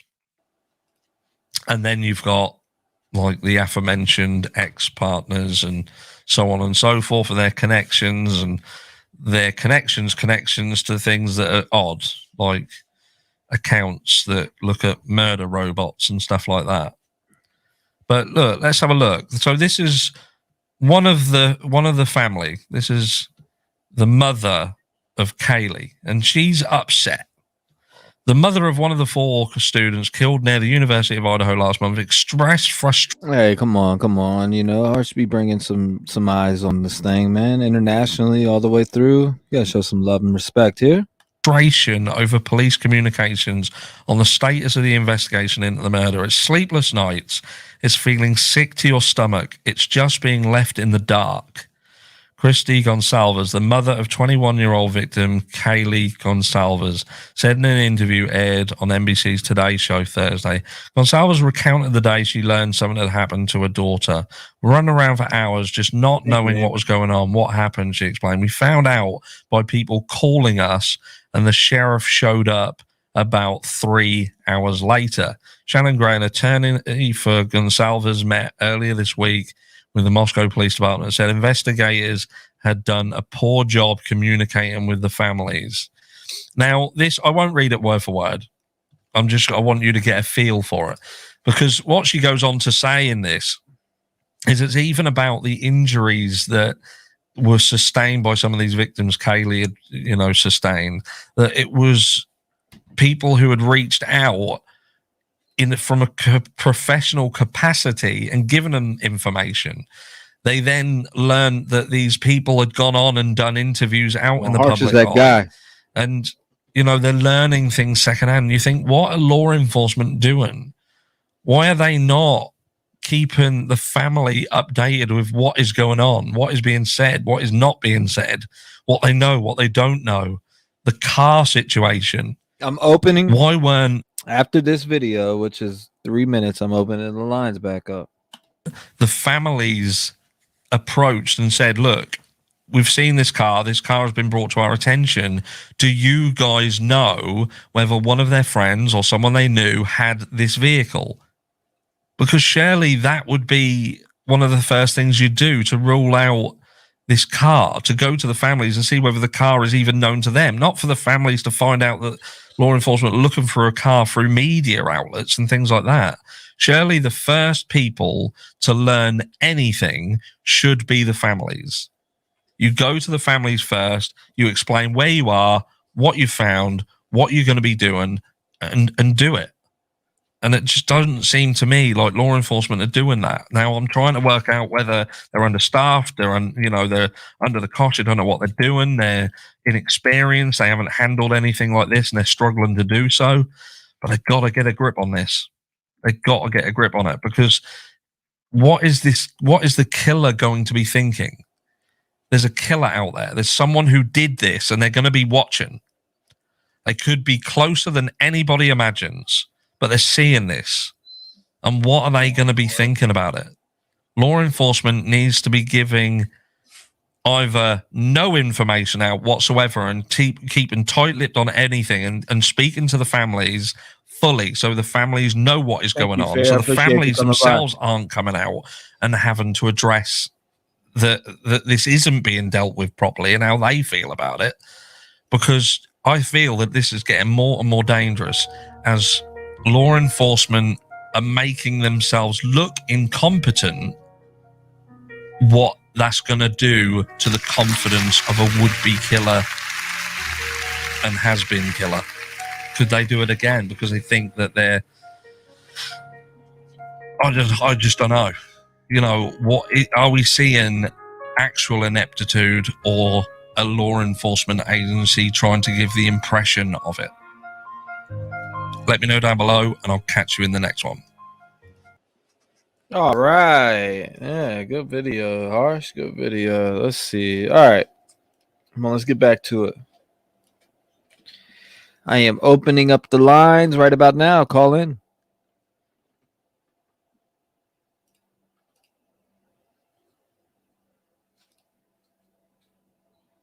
Everybody's gonna have their own opinions. I fuck with Harsh though. I think Harsh is a good dude. I like his content. Speaks his mind. Some people don't. Some people do. Lines open if you want to call in 219 911, or actually it's a 911, and just hit enter and you'll be right through. 219-885-9693. Where did that Santa guy go? I don't know. Go find him on his channel. I haven't seen that guy in days. I guess he came up to get on the panel. I ain't seen him since. You'd have to go check his channel out, though. I appreciate you, Frankie. Thank you.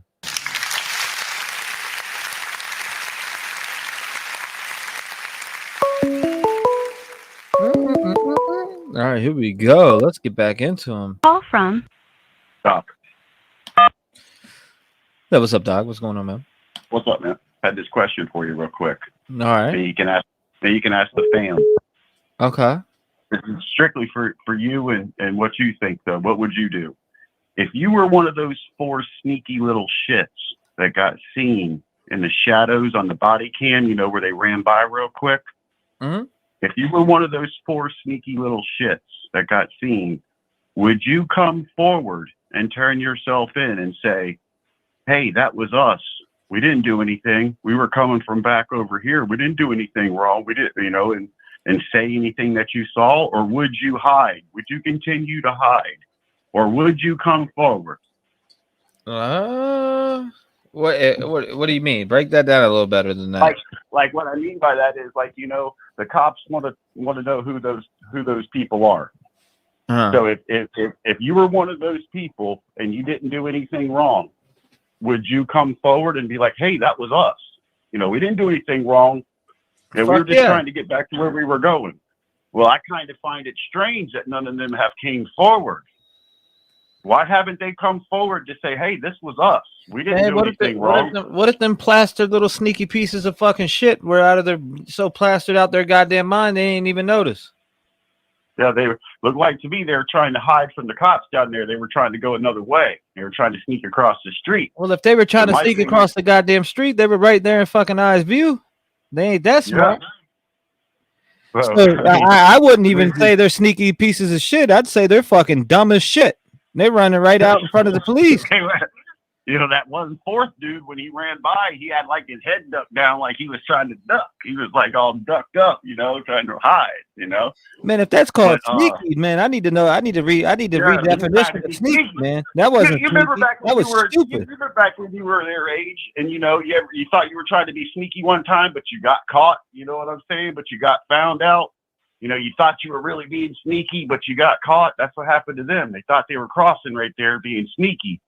You know, and then, but my thing is that they were out on the street there at 3:12 in the morning, according to the reports from News Nation. So if they have nothing to hide, why wouldn't you come forward and say, hey, that's us that you guys are reporting about right now. All this stuff on the news about these 4 shadowy figures, that's us, man. We didn't do anything wrong. You know, I mean, in my opinion, it would be worse for them if the cops find out who they are now, right? Wouldn't you think it would be worse for them? Maybe. You know, because the cops would be like, you know, why haven't you guys came forward? But on the other hand, if you put yourself in their shoes, if you came forward, that's what I was going to ask you. Would you come forward? Because if I knew that was me, yeah. Yeah, I'd come forward. If you come forward, you could be setting yourself up for a lot of stuff. If you come forward. What do you mean? You got to think about. Like, I mean, like right now, if you were one of those 4 that got seen on the shadows and you came forward, cops would be, you know, consider you kind of like a suspect in a way, wouldn't they? I mean, you're in that area at 3:12. That's something you got to think about. If you turned yourself in, you might become a suspect. I mean, you're not really turning yourself in if you're like, hey, man, I seen 4 videos, me, 4 of my buddies running across the street to do whatever. We were going to smoke a joint. I would turn myself in.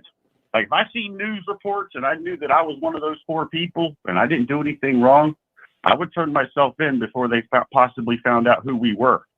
You know, it's possible they could still get caught. You know, police could still figure out who those 4 people are.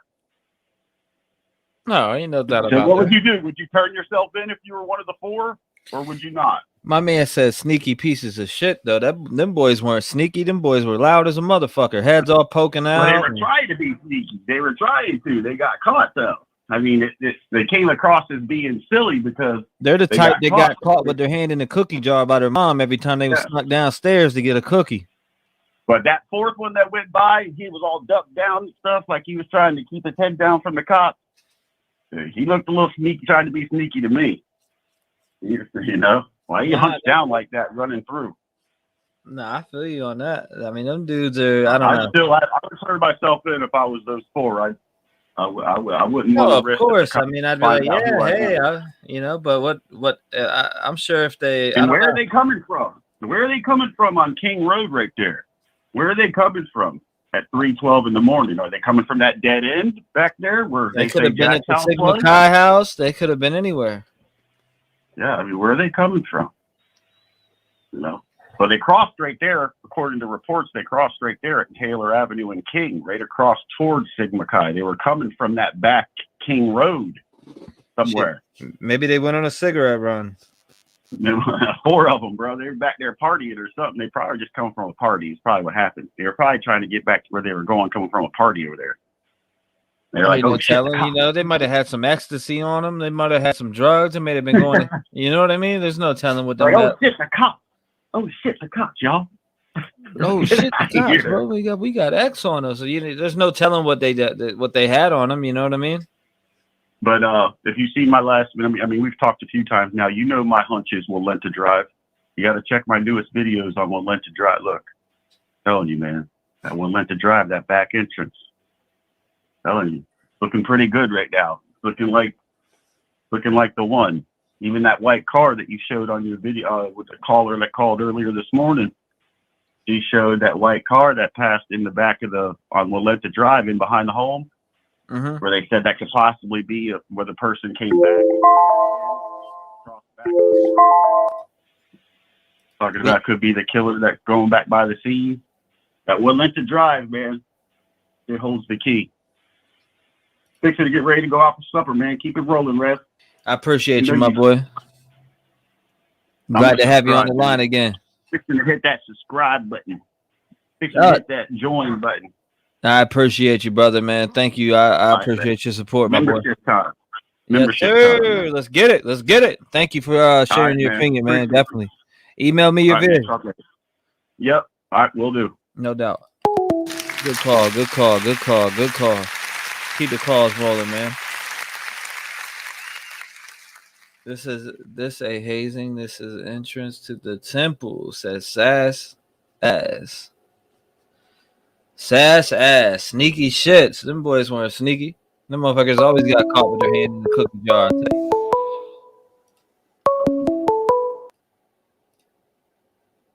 Call from Kimberly. 10:30. You're up.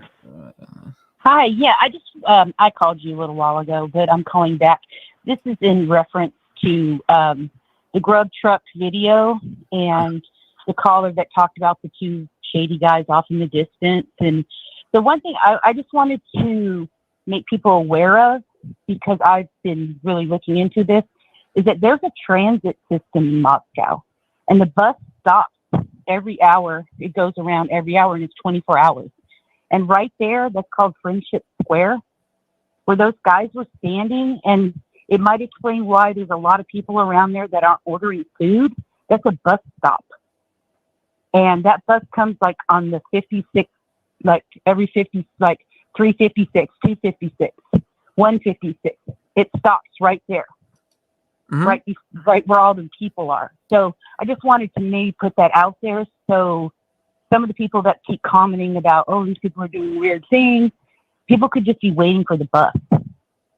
Like those guys where they walked off to and they're just standing there, that's the bus stop. Wow, good point. And so, and like I said, the bus runs 24 hours and it stops, it goes around every hour. So that's also another form of transportation that nobody's talked about in this, is the fact that there is a transit system. People can move around with buses to get to certain areas, not just only on foot or in a car or a, taxi or something, to Uber. So there is a transit system there. I just wanted to say that it could explain why people are just waiting around and not ordering food, because that's the only thing that's open right there close to that bus stop. But that's all I wanted to say. But thanks. Yeah, thank you for sharing that. I didn't even know that.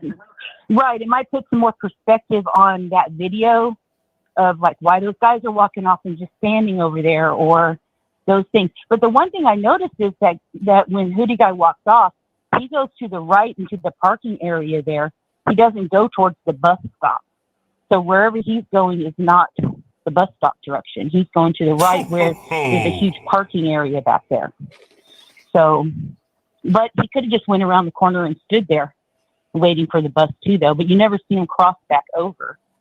That was the thing. I watched the video further on to see if did he just go around that corner and stand there and wait and then catch the bus later, like you see him walking back across and you don't. So he left.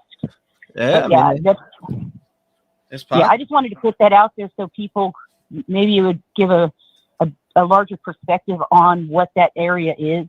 And it's called Friendship Square. And you could look it up in the Moscow Transit. Like they stop running 24 hours at night during like when school's not in. But when school season is in, like during this time, it's running 24 hours every hour. It stops there, the bus. Wow. All right. Okay. I didn't know that. I'm glad you brought that to my attention. Right. Yeah, because I was looking it up because I was like, I noticed, because just for my own self thinking, well, I'm from like the Austin, Texas area, and like with all the college students, we have transit system, and like as soon as the bars start closing, just like all these kids start piling in certain areas, and a lot of it's because of the transit system. So there is a transit system there. But all right, thanks. Thank you. I appreciate you calling in. Right. Mm-hmm. Bye. All righty. 1 second, guys. Let's see. Somebody said, can you slow it down? I already slowed it down at a certain point. Hold on. Let me see if I can slow the whole video down. But also, I'm trying to grab this. Let's see. Hold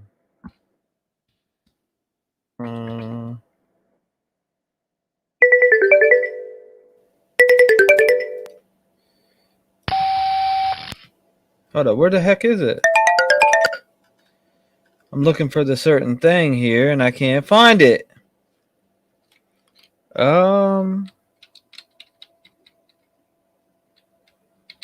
Let's see. Here we go.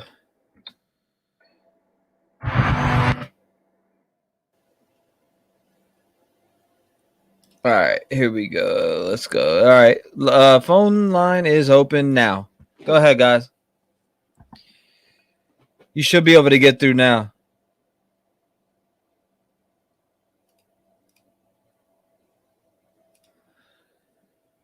I don't know if why won't it let me do it? I'm trying to slow it down from all points. Like I don't get why it's.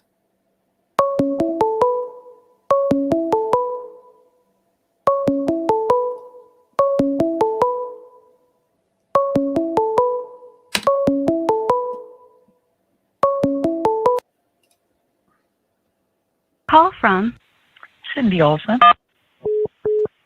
Cindy Olson, you're live.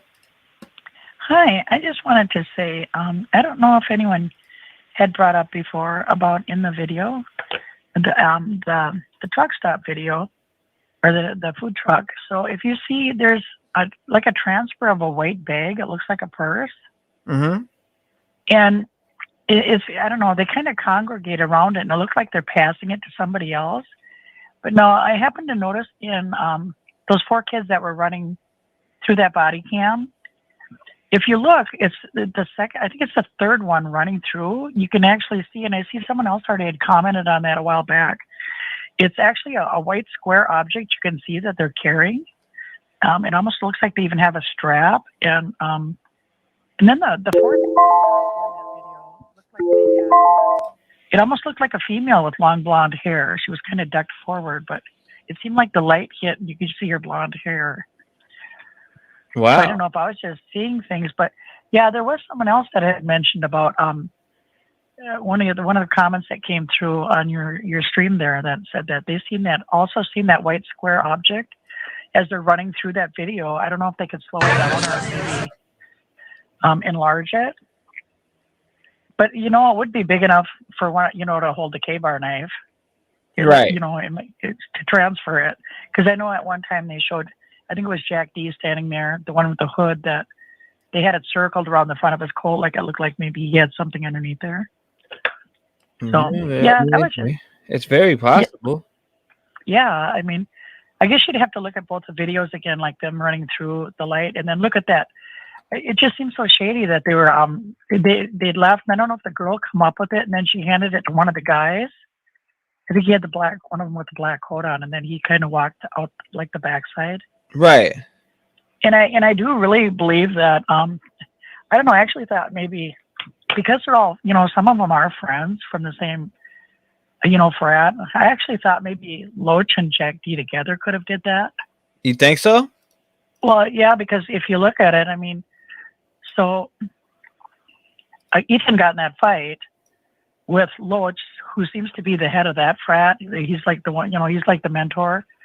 And then you've got Jack D there. Matter of fact, I thought that almost looked like Loach standing down by that white Elantra in the driveway there where he was up on the roof drinking, whatever that was.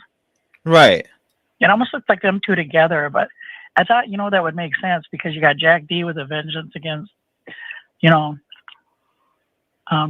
Maddie, or, and then, or no, that was Keely he was with, right? Jack D was. Right. Yeah. So, I mean, with her wanting to leave, and she was already moved out of there and everything, but just happened to spend the night with Maddie, and then Loach with, he got in that big blow. I don't know. It just seemed like it all connected to me, but it would make sense if it was those two together because, one's strong, one just seems nuts. You know what I mean? Yeah, no doubt. I'm just trying to create a slow-mo. I'm listening to you though. Go ahead. People are asking for this video to be like super slow-mo, so I'm trying to get it in super slow-mo. Oh, we got her. Okay, so I've got you paused here. Let's see. I don't know why, but I'm trying to get the whole thing slow-mo. Let's see how it does here. Super slow-mo. Let's see if we can do it. My bad. I didn't mean to cut you off. I'm just trying to see. Oh, no, you're good. No, you're good. Yeah. Let's see how it works out on this one. Zoom to fill. Yeah, it's actually quite visible. Once that guy, I looked at it again. I actually tried to find the body cam over just to view it, and you can see it. It's kind of a blur, but it's a white square, and it looks just like that carrying case or that purse-like thing they've got at the food truck. And they all seem to meet there, and then they all kind of scattered. Right. I mean, I wouldn't even doubt if, it could be 4 out of them, Right. It is in the timing on that, after 3 like that. It just, I don't know. At this point, there's so many suspects, isn't there? You just for one. So, case. I mean, like, what is your theory on this all? I don't know. At first I thought Jackass, and then I've swayed my way now to Jack D. He seems like the most likely suspect, but I know Ethan and Loach were having a lot of trouble. As somebody, we had quite a bit of beef going on, and then and Xana, she got in on it too. So I don't know. I almost think it would have to be like for sure 2 people. Like I said, it was so planned, so well and methodical. I mean, the timing on it was just. I mean, they were like professionals the way they went in and out of there. Right. So it had to be someone with maybe strength and someone with brains. It seemed like, it would have been like a group thing to me.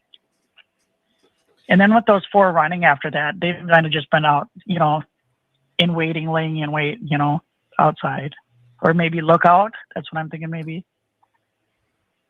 So do you think that there was? So you think there's what 2 people involved? Yeah, I wouldn't know. I guess if there was. If it would have been 1 person, would be Jack D. But I think if it was 2 people, it would be that Loach and Jack D. And I really believe that is his Elantra. I mean, it said they went through 22,000 of them. I couldn't even imagine that many around that area. If it was his Elantra, though, don't you think they would have been jumped on it from the start? Like, oh, this is the boyfriend, and he had an Elantra. I just feel like that would have been pointed out by now, And the thing is, I just watched your last video with that, that guy that was running around through the neighborhood there at night. I mean, everything is within like minutes of each other. You wouldn't even really need a vehicle. But the point he did make is a lot of that is lit up in that area. Right. Would have probably been their biggest fear that maybe they would have taken a vehicle. And this is funny too. A lot of people were well, why didn't they get on top of this? You know, like that one that I don't know, that troll that was just on not too long ago. That I don't know. I think he got X'd off the program, but he was saying like, well, they should have brought this up like weeks ago with the car, but they just discovered that on that video. Right. I mean, that wasn't an issue in the beginning of the investigation. Man. I don't know. Maybe I'm thinking like my daddy was a detective. It's like. What do you mean just people kinda being creepy. sensitive? You didn't see any abuse. What abuse in the chat are you talking about? I'm not talking to you. I see people in the chat. They're talking. I see people in the chat talking about somebody who's being disrespectful. Oh, that harsh dude, that harsh guy. He's got his own channel. That's the one I was thinking of. Nah, harsh is that guy. Did he say something disrespectful? No, but he was dissing the officers, and I see a few people commented in there. You talking about harsh reality was dissing him? No, it was the one with he's got that white logo. He's with this hat on. I'm not sure who he is. Harsh reality from the UK? Yeah, he was just saying how they were doing, you know, like they were really sloughing on the case, kind of like they were. Yeah. Oh, I believe it too. Yeah. I mean, even this, I would think even before this, you know, with the Elantra in front of that house, that they would have tried to capture some kind of video. I mean, just even if they were on foot, you know, to look at any kind of camera systems around them. No, but I'm saying though, like they did have a lot of inconsistencies in the start of this case. I mean, I don't think they really got on track until FBI. No, I believe that too. I believe that too. But I mean, there were some people that were commenting that, like, who is this guy? Like, he's, you know, he's this, and I don't mind. Maybe it was someone even related to the department. I don't know. I mean, what Harsh said. I personally, I agree with him. A lot of it was true. Yeah, law enforcement being shitty at the beginning of this. I mean, they got a lot of shit inconsistent. They didn't do great at all at the beginning of this case. Now, do I have faith in them getting shit right now? Yeah, because they got I think there's too many people involved. Yeah, now where they, you know, like when you've got the FBI, they've got, you know, they got the backup plan going now. I mean, you know, unlike Kylie Rodney case, but yeah, I think they really screwed up in the beginning. I think especially clearing people, but then they say they can clear people, but it still leaves them open to guilty. You know, but yeah, no, I agree. I think they've done a really horrible job with this, and it shouldn't have took this long. And I feel really bad for Kaylee's dad. Yeah, I mean, to say they did a good job would be lying, because first of all, they didn't remove the vehicles until 2 weeks later when they should have really removed them within the first 2 days. There's tons of mistakes that the law enforcement made. Now, I'm not saying they're complete dog shit law enforcement, but they're kind of new to this. I mean, I'm sure a lot of the officers had never even experienced a homicide. That's what I'm saying. There's levels to it. You got Memphis homicide. You got a lot of different homicide places that are just better because they're dealing with it constantly. Now, when you have a spot like Moscow, Idaho, where they don't have murders until every 7 years, one every 7 years, or and then have 4 in one day. Yeah, they're not used to that shit. Oh yeah, that had to be really traumatic. I couldn't even imagine going into that scene. I wouldn't have slept good for the rest of my life if I had to go in and view that.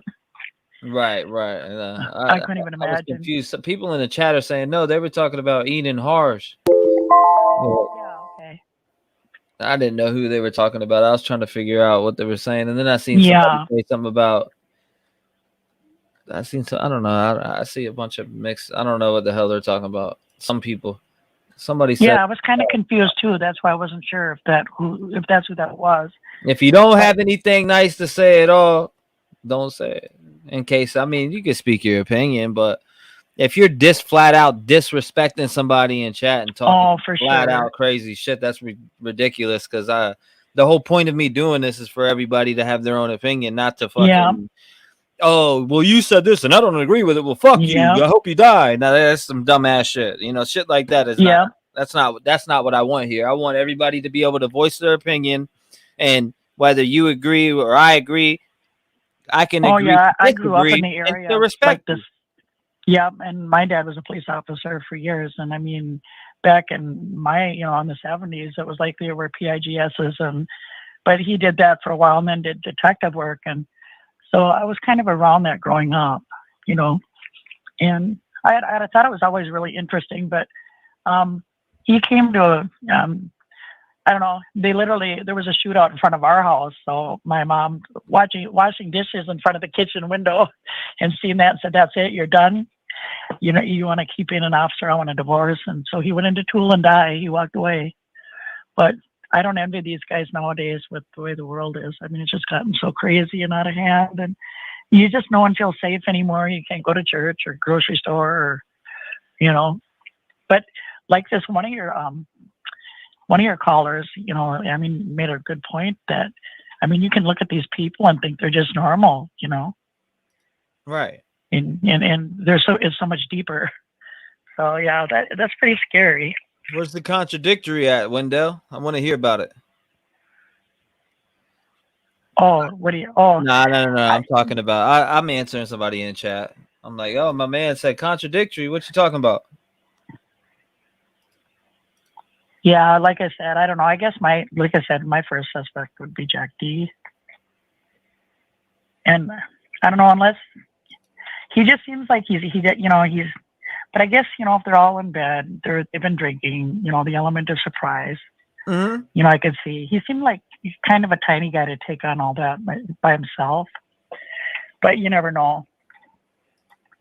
Right. I mean, mad rage causes strength in numbers. You know, it's like. So yeah, I don't know. I guess, like I said, I think Jack D would still be my number one. If there was two, I'd have to say maybe Loach was in on it. Somebody at least, or maybe planned it. But you know, the thing is too, and someone else made a comment that, you know, none of them were SA'd, so it could have been, maybe there was two of, you know, it would have been awkward. So yeah, I mean, that was a good point too. There's a lot of good points. There's a lot of people calling in with a lot of smart ideas. Yeah, I didn't even notice that one part about Madison until oh yeah, isn't that crazy? With the people saying I didn't notice that one part. So the guy pointed it out. Maybe it was John from New England. I forget his name. I think it was him. Yeah. He pointed out that the girls, or that the guy and the two guys, the dude in the number 9 and 8, the one pointed out and said, "Oh shit, that's Maddie." So I was like, "God damn." Yeah, and then when he did that sleeping sign, like, "We'll wait till they go to bed." He was like, that's what I thought. But I mean, in reality, though, like, what was he meaning? She's drunk. Maybe he meant she's drunk and she needs to get some rest, or you know. No, I don't think it was that innocent. Really, I really believe that. To me, it seemed kind of, I don't know. It was just odd. Yeah, like right here, they come up and he's like, "Oh shit, that's Maddie." The old boy tapped on him right there. See, and that's the thing. That's why you can't almost think it's someone solo, because it seems like there's so many suspects in that circle. Like, you know, and I mean, even the two girls downstairs, I don't know, which I think have, matter of fact, they had something, I think, against, wasn't it Maddie for bullying her roommate?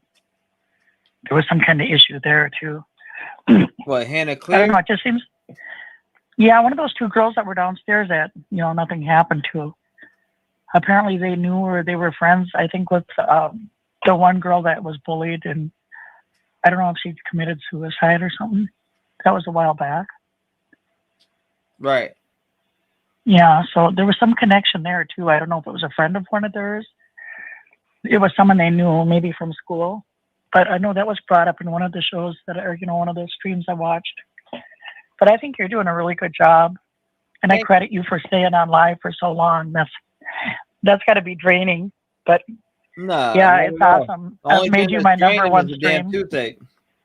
Oh, yeah. I had the when I just had that footage playing. I think I played Harsh's video and another video, that JLR. I had a toothache the whole time. That's why I was silent as shit. I was trying to kill it off, and I did. Yeah, that's not good, especially when you're live, you know. But I you're doing really well. I'm good now, though. I'm hanging in there. So I've had like 12 streaming channels go on, but so I've made you my number one. I think you're doing really good. It's very informational. A lot of good comments.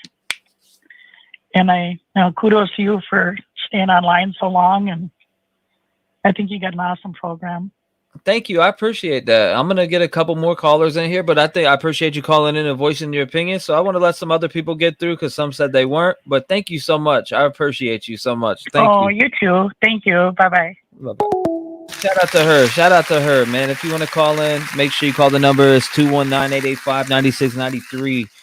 Voice your opinion. Get your opinion heard. Thousands watch this. They listen. Okay, we got which one should who's lucky here? Let's see. Call from New Block. Yo, what's up, New Block? You live, brother. What's going on? Hey, T-REV, man. How you doing? I'm hanging in there, my brother. How about you? Just gotta say, man, I'm hitting that Oragel like you. I got a little wisdom tooth problem also. Woo! Hey, that one hurts, man. Oh, man. Yeah, so listen, I've been, looking at this case. And then, my brother and I, he's a detective. It's just a bit perplexing, but, I asked him a lot about this case. He says that one of the biggest challenges was the simple fact that other people entered the house when they were all dead.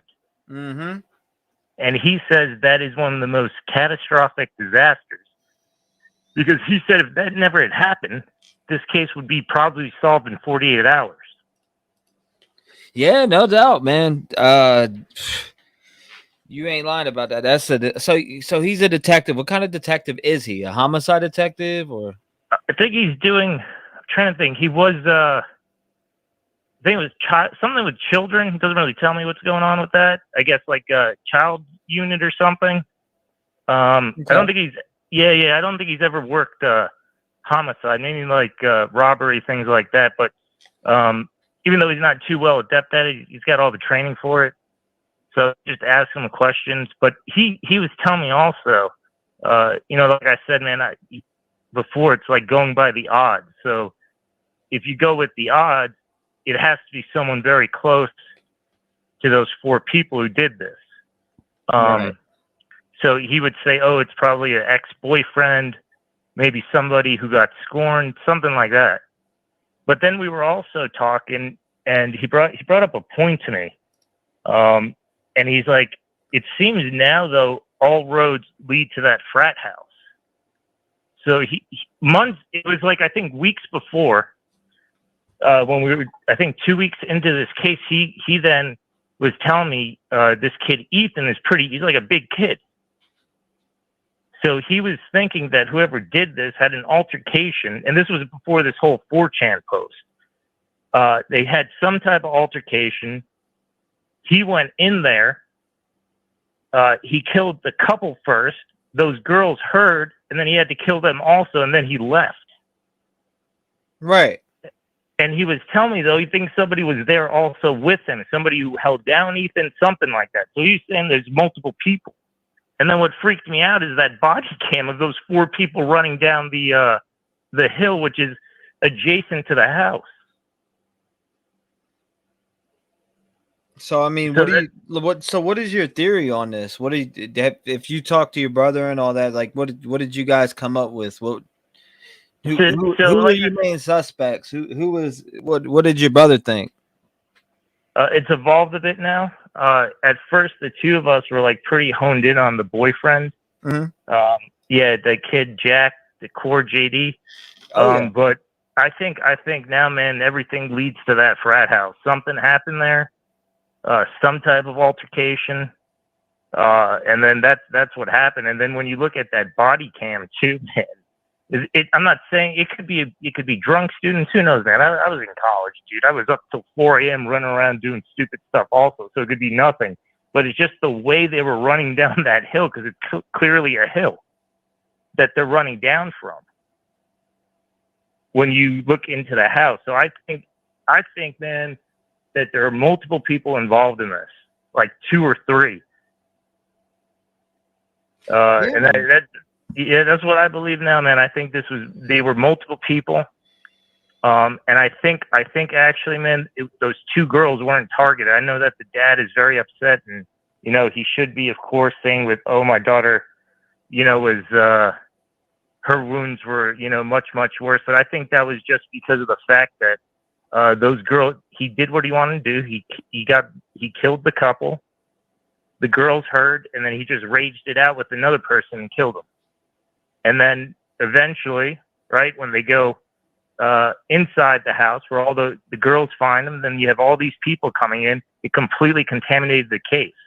And he brought up a few cases to me, but he's starting to tell me it reminds him of the John Benet Ramsey case, where it should have been solved in 48 hours, but the friends came in. And he's saying this is a situation now also. And he says that as days go by, it's going to continue to look like it's going to go cold. So that's why they have to allocate almost like a Hail Mary now to find this car. But he was telling me this Hyundai white car may not even be evolved, and it's just a hunch they're going by. So he said, yeah, man, this is the Hail Mary pass right now.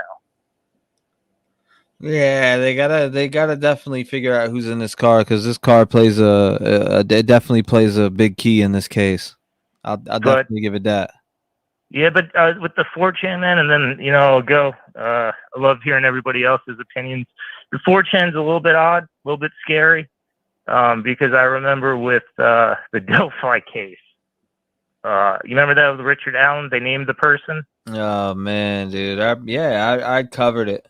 And then yeah. So there's actually been a lot of cases like that where the individuals involved end up writing on 4chan. Man, it's kind of freaky that the person heard from somebody or something like that, then they go on 4chan. But hopefully this case gets solved, man. It's a horrific case, and the families and everyone. But all the best, man. All the best to you. I appreciate you, brother. Thank you for calling in, man. I'm gonna get some more people up on the line, but I do appreciate you. I do appreciate you chopping in and chiming in on your opinion, brother. God bless you. I hope you have a good holiday. If you think of anything else, give me a ring. I will. Thank you, man. Take care. No problem, brother. Shout out to that guy, man. Yeah, they want this vehicle. They want this vehicle bad, guys.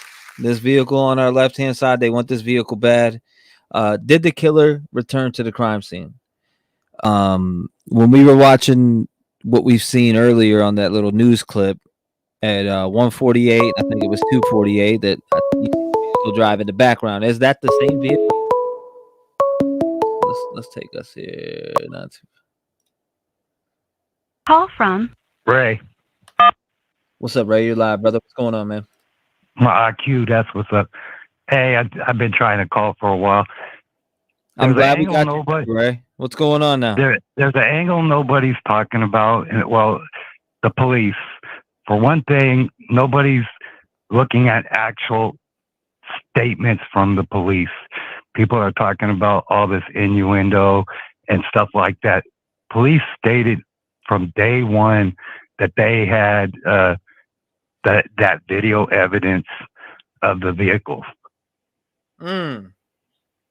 They stated the LE stated on one of his past interviews, just like within the recent week, couple days. Yeah, so that's evidence. Another thing that people haven't stated to me was when Jack S. actually arrived at the cabin, because they will be able to tell from tower pings from his digital devices. So that would put him out because of the time limit that it would take him to get there. If he left at 2:00 in the morning and the murders happened between 3 and police said at first 6, now it's 4. How do they know that it's between 3 and 4? I believe they have evidence, but they have circumstantial evidence. They need to have concrete evidence. They can't get a warrant for arrest or to search somebody's property, their body, whatever, because I know those kids had to have been lawyered up already. And then other evidence, that photo of that vehicle from that mobile food mart is a picture of a picture. And then is it actually released by the police, or did somebody actually release it themselves? Right. That hasn't been answered to me. So I don't consider that evidence at all. And people are focusing on that, but I don't really think that's a focus. Yes, police went and gathered that evidence, but they weren't the ones that released that photo. Absolutely. So They want that's the not ones- evidence. They definitely want the ones. You said they want the ones who released that photo. No, I'm saying nobody has said online, like in these like your live stream, that it's actual put out by the police, that photo. The one that you're showing side by side with the other picture of the white vehicle. It hasn't been confirmed that the police put that out. So that is not actual evidence. So you hold up. So you're saying this photo to the left right here is a picture of a screen. You can see the cell phone. No, I know in the that, actual but I'm saying it's all over the news, and they're saying they're looking for this vehicle right here. It's nationwide. Well, they said they were looking for a white Elantra. They're not saying they're looking for that vehicle, and the LE has never said that vehicle came from the police. No, I get that, but why would they let them post that out and not say, "Hey, take that down" to all the news stations who are posting it? For the killers to go in the wrong direction so that they can feel safe in themselves. You know that during the police cam, the footage from the police cam on News Nation, that one guy said that he had FOIA'd that, and that's why that's out. The police never put that out. Okay. I seen what they did. So police is holding all their cards close to their chest, and some of the rumors they're letting fly because they already have their number one People suspect. in chat are saying it's confirmed by LE. Police did put this out. They're saying in chat. Okay, I never saw that, and I watched them. That's why I've asked that question on several lives, and nobody's answered it. Well, there's mixed. It seems there's mixed in the chat, but I thought they put this out. That is true, though. I never saw the LE, and that's where I get my factual information. Yeah, that's what, and that's a disclaimer I always put out. If you haven't heard it from law enforcement, then it's not true. And so I just think that angle, a lot of people are looking into a lot of things, and it's just the police want them to go and do that because they're zeroing on who they need, and they need concrete factual evidence. They can't get a warrant. They can't go to a judge and get a warrant unless they have the proper evidence. Now you could have a preponderance of evidence to get a warrant, but you have to have, direct evidence to actually get that warrant. Right. But that was what I've been thinking for the last couple of days. I called you a couple of days ago, and so I wanted to talk about that. Well, I appreciate it, man. Hey, look, that's a good point. Like I said, I mean, I've seen it all over the internet, or not the internet, but I've seen it. I actually seen it on the news here. So this specific vehicle being shown, it's just weird. But I'm saying that police cam footage, it wasn't put out by the police. It was FOIA'd by News Nation. Yeah, it's just so weird that all the news stations are running with this one. You know what I'm saying? It's like, damn, like I don't get it. But yeah, definitely, man. I get what you're saying. Like, I've never seen the Moscow police say, yeah, this specific vehicle right here, but it's been across the nation. This picture. I mean, even my dad sent me this. Was like, you seen this one? They put this out. This was on the news here, and he's in Virginia. Yeah, and that black truck conspiracy as well. Now, the one that came from that the body cam footage. They're saying that the pic came from the video surveillance from the gas station. Huh. Yeah, it came from the gas station. I don't know who put it out. I believe somebody leaked it out. The police may have confirmed it, but the police weren't the ones that put it out because that's obviously a picture from a cell phone. You can see the reflection off the screen. Actually, the original picture I saw, you can actually see the person's fingers on the phone. Oh, hell yeah.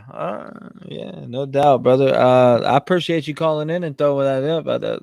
I'm glad you brought that to my attention.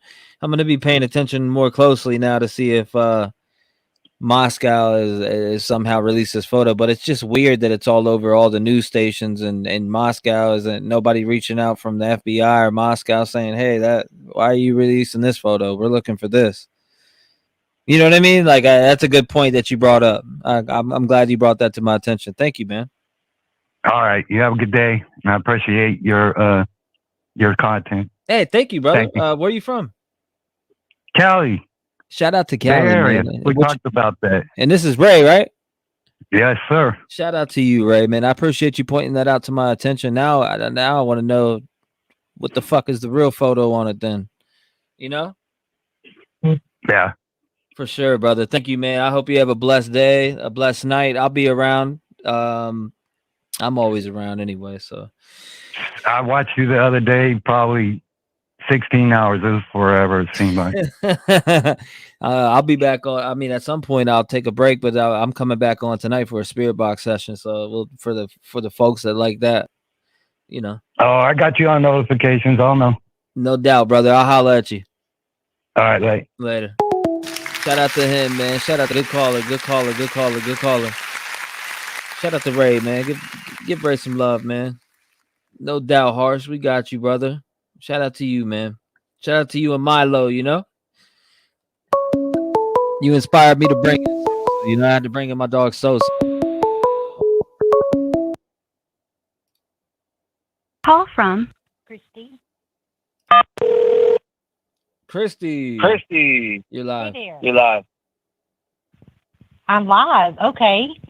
Yes. I just want to speak about JD for a second. You're echoing a little. I can hear myself. I can hear myself. Okay, let me take you off the speaker because I kept trying to dial and I couldn't get through. Okay, is that better? I can still hear myself. You can still hear yourself? I don't have anything on. Weird. Let me go. Is that better? No. Let me take off my Wi-Fi. Let me take off Wi-Fi. Hang on a second. It's okay. Good. Thank you, Mama. Yeah, that's better. Okay. I just want to say something about JD for a second. Okay. I was really, thinking in the beginning, no way, no how. And then I started seeing stuff this last 2 or 3 days between you and the other guys. But I keep thinking back to the way Kaylee's mother and dad spoke about Maddie and how that's their daughter. That's their other daughter, blah, blah, blah. And, Jack has been around just as long. And, he went to school with them, a part of their family the same way. And so I just can't see him going in there and murdering those 2 girls that way. I just can't see it. And I don't think it's, her sister, Kaylee's sister said day one that they saw the text messages that that she was sending to Jack and back and forth, that night they knew about the calls and all that. And I just really don't think the guy could do it.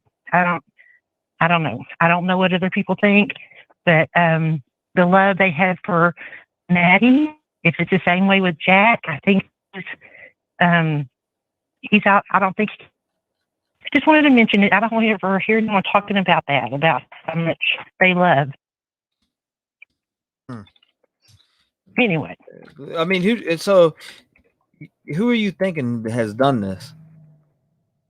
The creepiest is Showalter. When I see Showalter,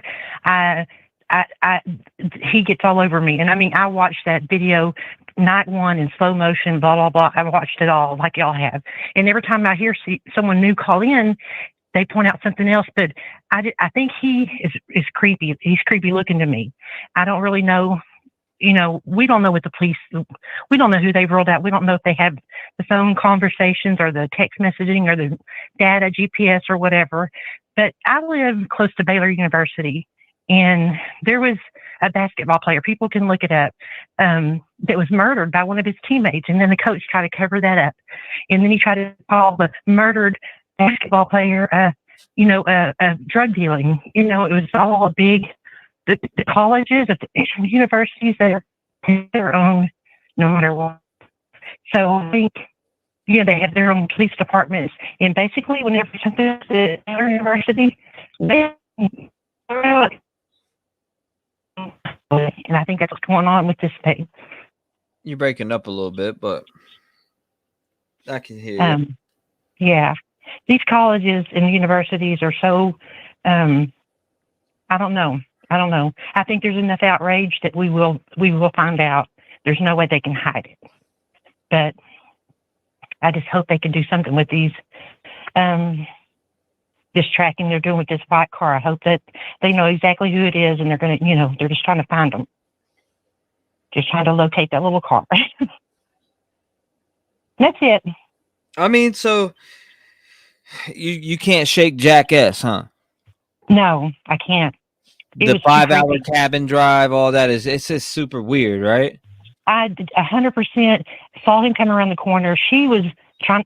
I think it looked like Kaylee came around the corner at the same time he did, but it looked like Maddie had just kind of run up on the curb, like she was catching up with them or whatever. I think the guy was. I think he was following Kaylee all the way. He kept his eyes focused on Kaylee the whole entire night, and maybe they knew him. But he said, "Hey, can I catch a ride with you?" And then they said, "Yeah," but they felt like he was too creepy, so they decided to ditch him at the last minute. I don't know, but he kept his eyes on her the whole entire time. And yeah, I went back and watched that video from the very beginning. I think I watched about 3 or 4 hours of it or whatever, just looking to see if there was anybody else that showed up or. But anyway. Yeah, Harsh brought up something real well just now. He said, were you guys also aware that Survivor Dylan was uploading pictures on Instagram at 2:33 a.m. on the night of the murders? Oh, didn't know that. Yeah, it was super sus. And also I seen something about who was it that posted something about if I could get, what did they say exactly? I'm trying to remember. I want to say word for word, it was like something about committing a murder, ADHD. I forget exactly what it was, but I have the screenshot somewhere, and which was bizarre. But 2:33 a.m. posting pics. Yeah, I don't know. It's all super sus, and man, I just think the silence of the roommates right now, lawyered up, is just super weird to me. If my friends died, and I've said this plenty of times, and a lot of people are like, oh, I'd lawyer up right away, blah blah blah blah blah blah. But if my fucking friends died, and all 4 of them died above me in the same apartment, and and you spared my life, you were gonna be wishing that you killed me, because I'm gonna be out there fucking hunting you down, whether it's posting posters all over the place, plastering my face on the news. I would be telling those police officers everything that I possibly know, who hates my friend, what's my friend, anything. And a lot of people I'd lawyer up. Well, I wouldn't lawyer shit up, because I can clear everything up that a lawyer can clear up in 20 minutes rather than paying him 20 grand to go do something that I can fucking clear up in 20 minutes, and we can be looking for justice for my friends. Right. They could just see it in your heart. They could hear it and see it in your heart and your determination to find, and that's the thing, is we don't know. I just personally have not heard anything about the girls, what they told them, what they seen, what they're thinking. It's sort of like, it's such a mystery. So, I don't know. It's like, the only way I can imagine them going in there and doing with somebody is if they had a dang 20-foot long samurai, like a samurai sword or whatever, and you just chop both of them at the same time, you know what I mean? Across the neck or whatever. That's the only way I can see how you could do something like that without making too much noise. Where you just take them both out at the same time, but I don't know. My thing is these roommates don't make no sense to me. I don't care what anybody, I mean, this is just my opinion. I respect everybody else's opinion, but my thing is, though, like I'm saying, I've seen all of their Instagrams. And I'm talking about from Kaylee, Madison, Ethan. I've looked at everybody's Instagrams.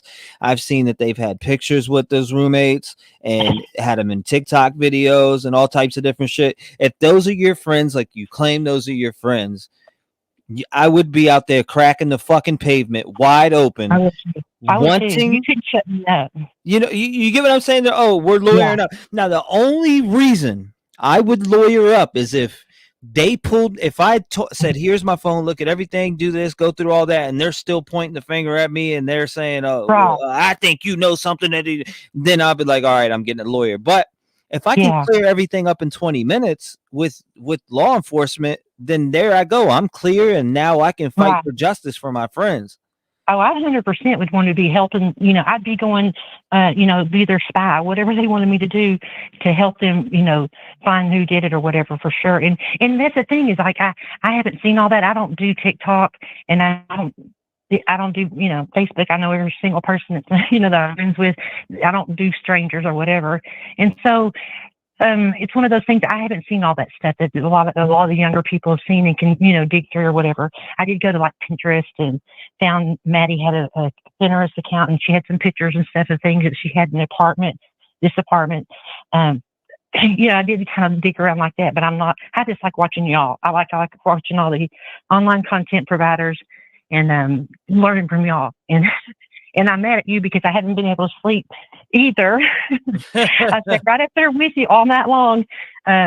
You know, I always learn something new, and someone always points out something different. And I just don't know. I think the ex-boyfriend, I think if he was treated anywhere half, you know, the way they treated Maddie as part of the family, they know his heart, and I don't think he could do that to those two girls. That's my opinion. But that stuff with that rooftop dancing in the car and all that, I mean, I thought maybe it's a pissed off roommate, ex-roommate or whatever that was there whenever that video was taken. And, you know, I just can't see him doing it.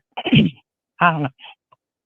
But the universities, they are going to cover up. If you go online and you want to look at some Baylor University scandals, go look at the story on the basketball player, Coach Dave Bliss, and then I can't remember their names, but basically they murdered one player, murdered another, and whenever they found his body, the coach, you know, went in there and seen, oh, it was a drug deal. He was trying everything he could to put the blame on the victim, and it was a big, huge deal. And there's been many more that people probably don't even know about. But anyway, well, I appreciate you calling, and thank you for voicing your opinion. Oh, well, thank you so much for listening to me. Yeah, and no you problem. have a good night. You too. Thank you so much. Where are you calling from? Statewide? Texas. Shout out to Texas. Yeah. Thank you so much. I appreciate you calling in. Thank you for everything you do. We appreciate you. And happy holidays to you. And what's your name in chat? Christy. I don't know if it says Christy on there, but I think it says Christy. Okay. I'll chat I'm looking sometime. for you. Thank you so much for just Thank you. enjoying the show and tuning in and calling and voicing your opinion, because that's what this is for. I appreciate it so much. No problem, man. I'm glad that got through finally. Yeah, thank God. I'm trying to get everybody through. I mean, it's only been 9 minutes and almost 10 minutes and 5 seconds, something like that. That's what it feels like. Really 10 hours, but 10 minutes. Yeah, we're chatty. We want to talk. I should be decorating my Christmas tree, but instead I'm trying to get through to you. So you got us all addicted. I mean, I can't help it. I mean, this case is it's absolutely ridiculous.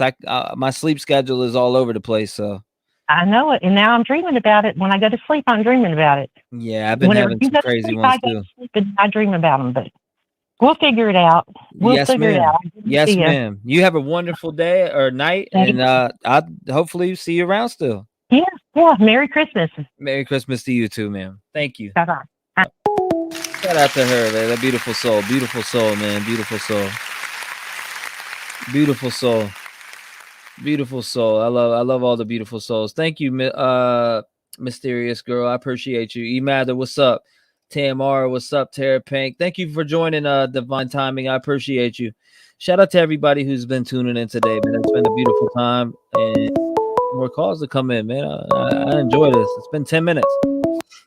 Let's see. Call from Jeff. Hey, what's up, Jeff? What's going on? You live? Yes, sir. Let's go, man. I appreciate you taking the call. Long-time listener, man. I think just want to give you a quick shout-out, quick plug, give you your roses, my guy. You're definitely killing the game, man.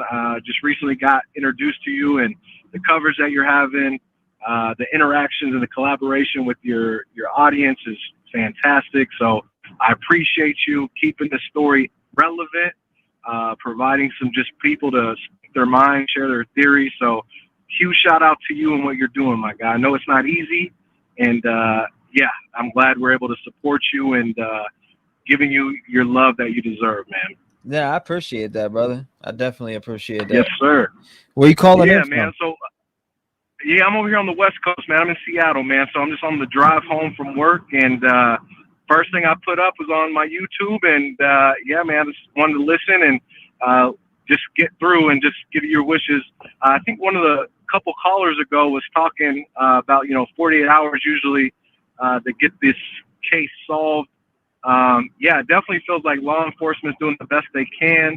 There's so many different theories. I do think it all goes back to that frat house, though, for real, man. Like, again, I think Ray Charles can even see it too, right? There's so many things that just are in my gut, in my mind, and with the beef with Ethan, just the connection with those girls, with the sorority. Like, there's just so many things that just somehow, some way, it's all connected.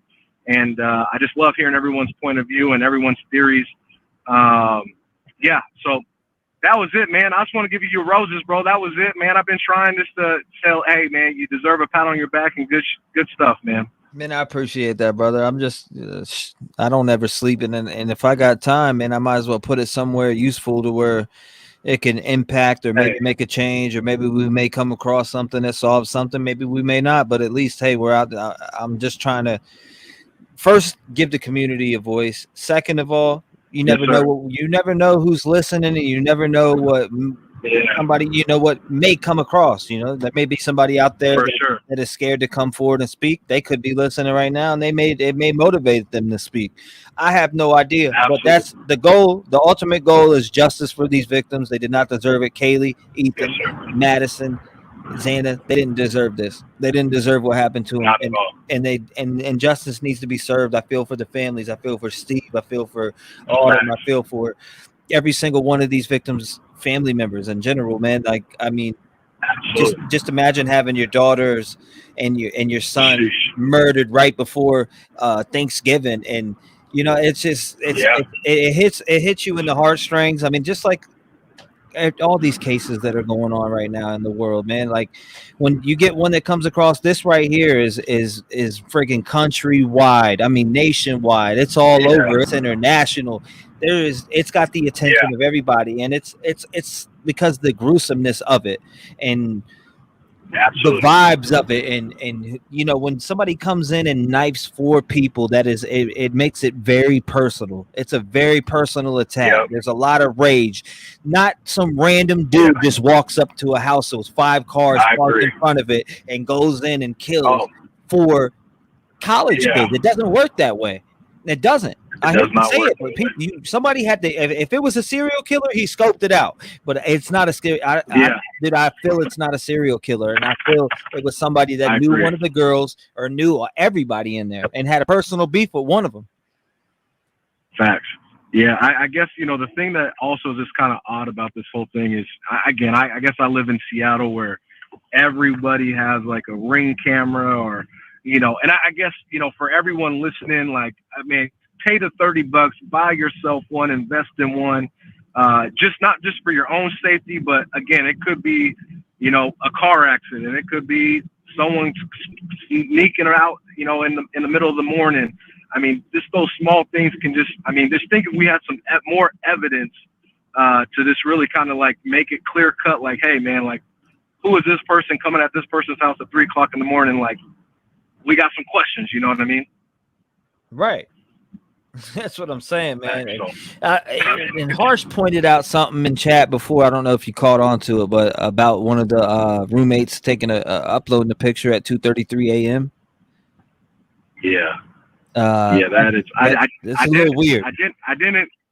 That is a little odd, man. I feel like to your point that you were just going with the last caller, man. Like, if that was my friend, my roommate, I'm fighting for you. And if they spare my life, please believe I am. Whatever, any information you want to know, you need to know, who have beef, conversations, people threatening, like people who have been unhappy with them, I'm letting the law enforcement know.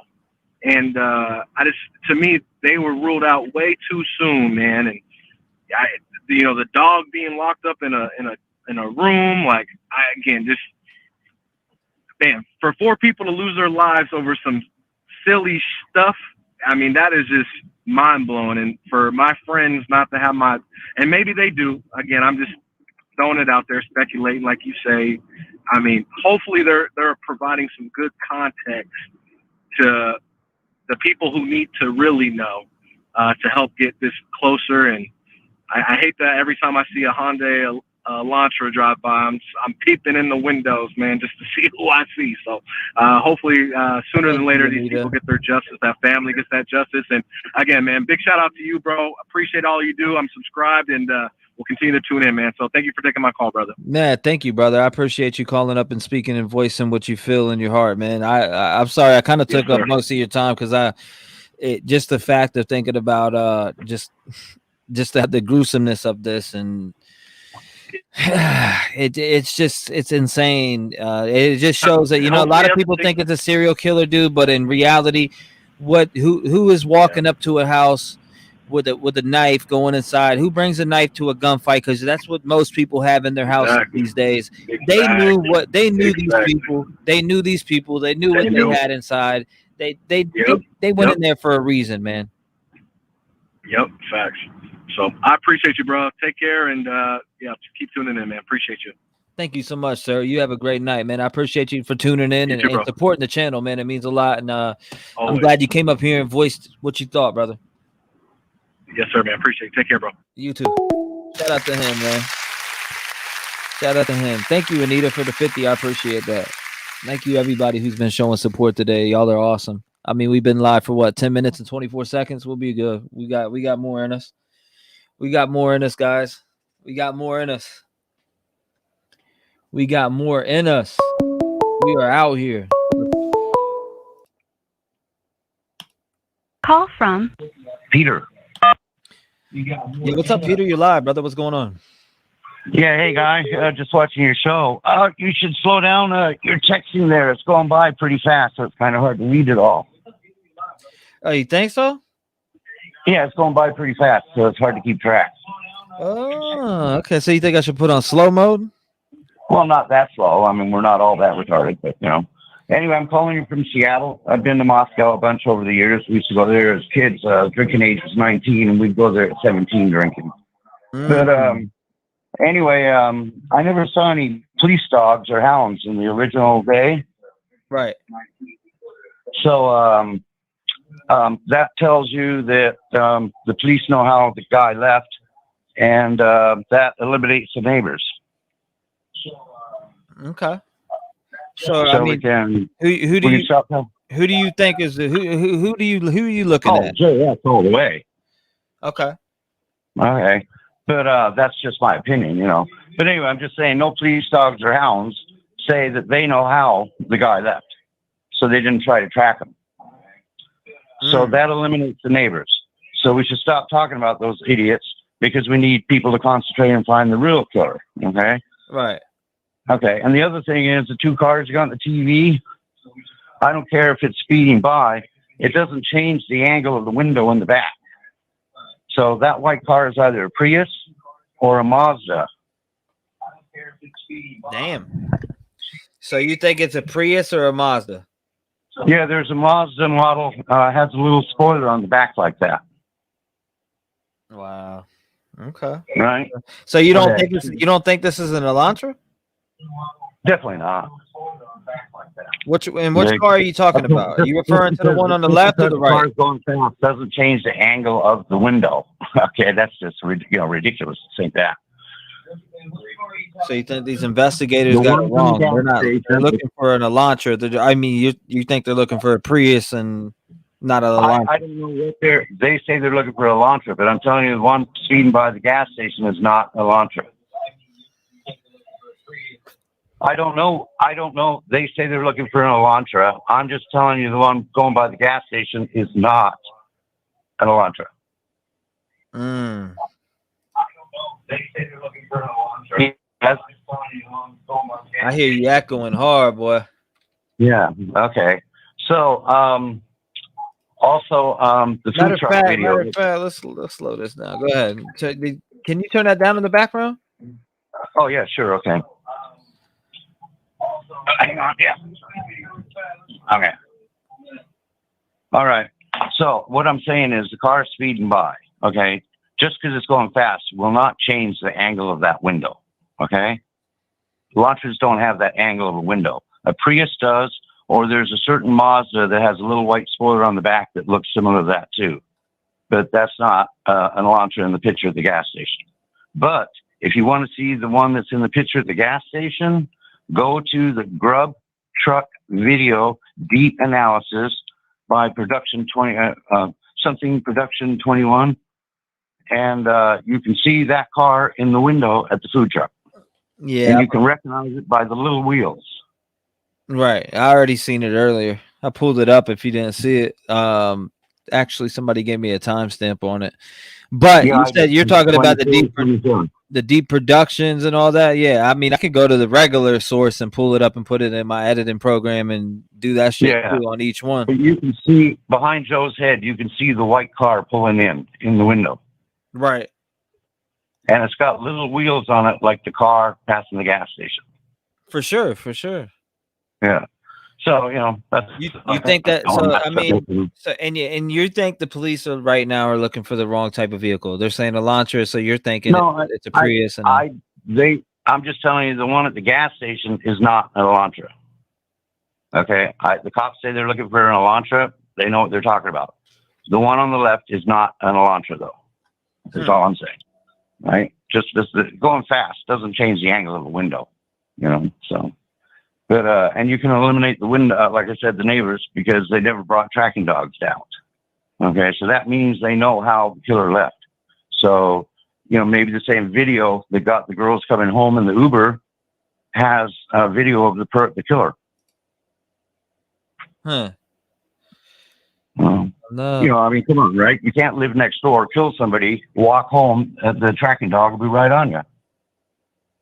It's somewhat canon, a shitty quality video. Do Prius Bolt? I'm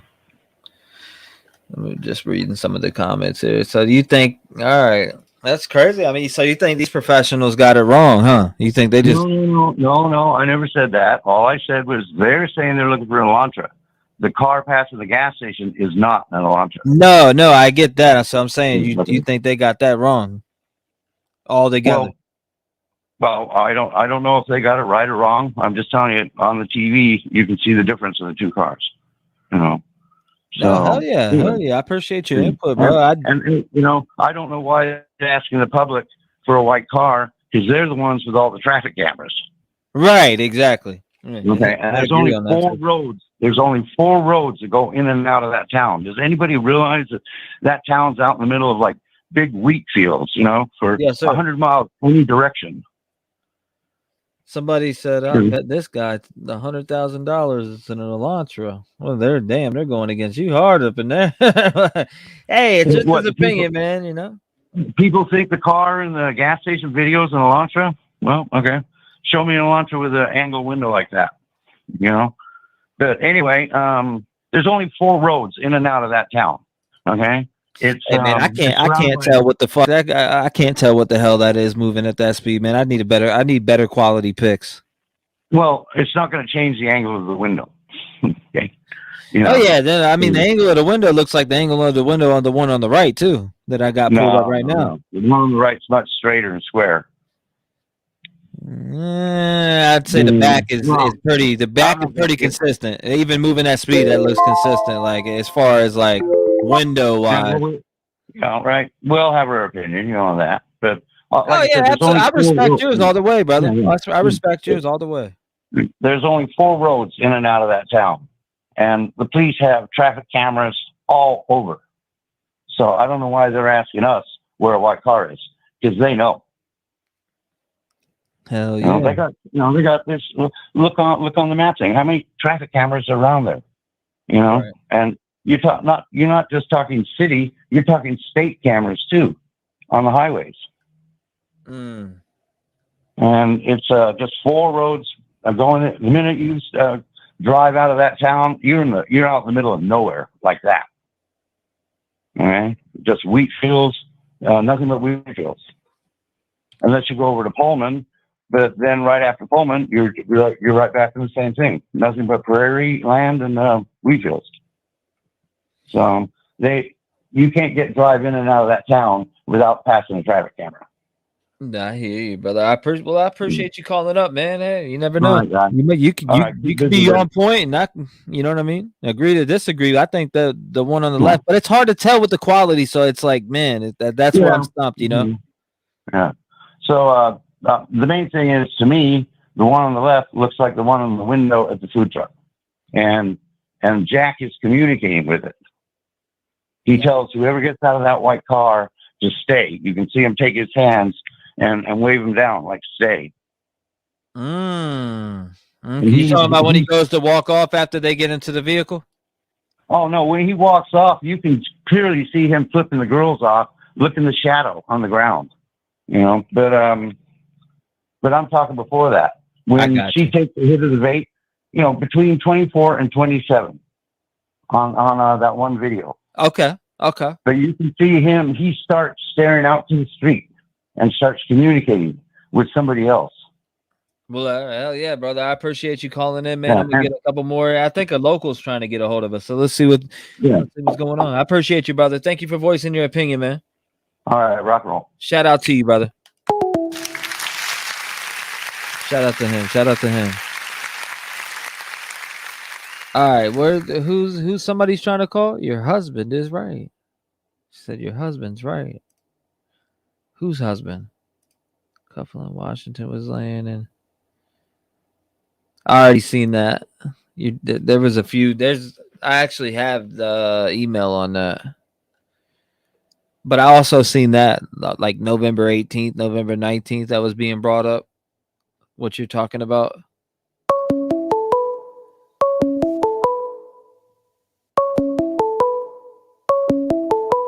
That's Carolina. Call from Jenny.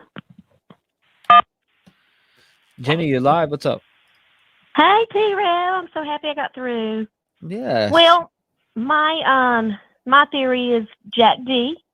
Okay. And I also wanted to say that they just moved into that house in August. So Jack D may have never been in that house. So if his DNA is in there, that's that's telling.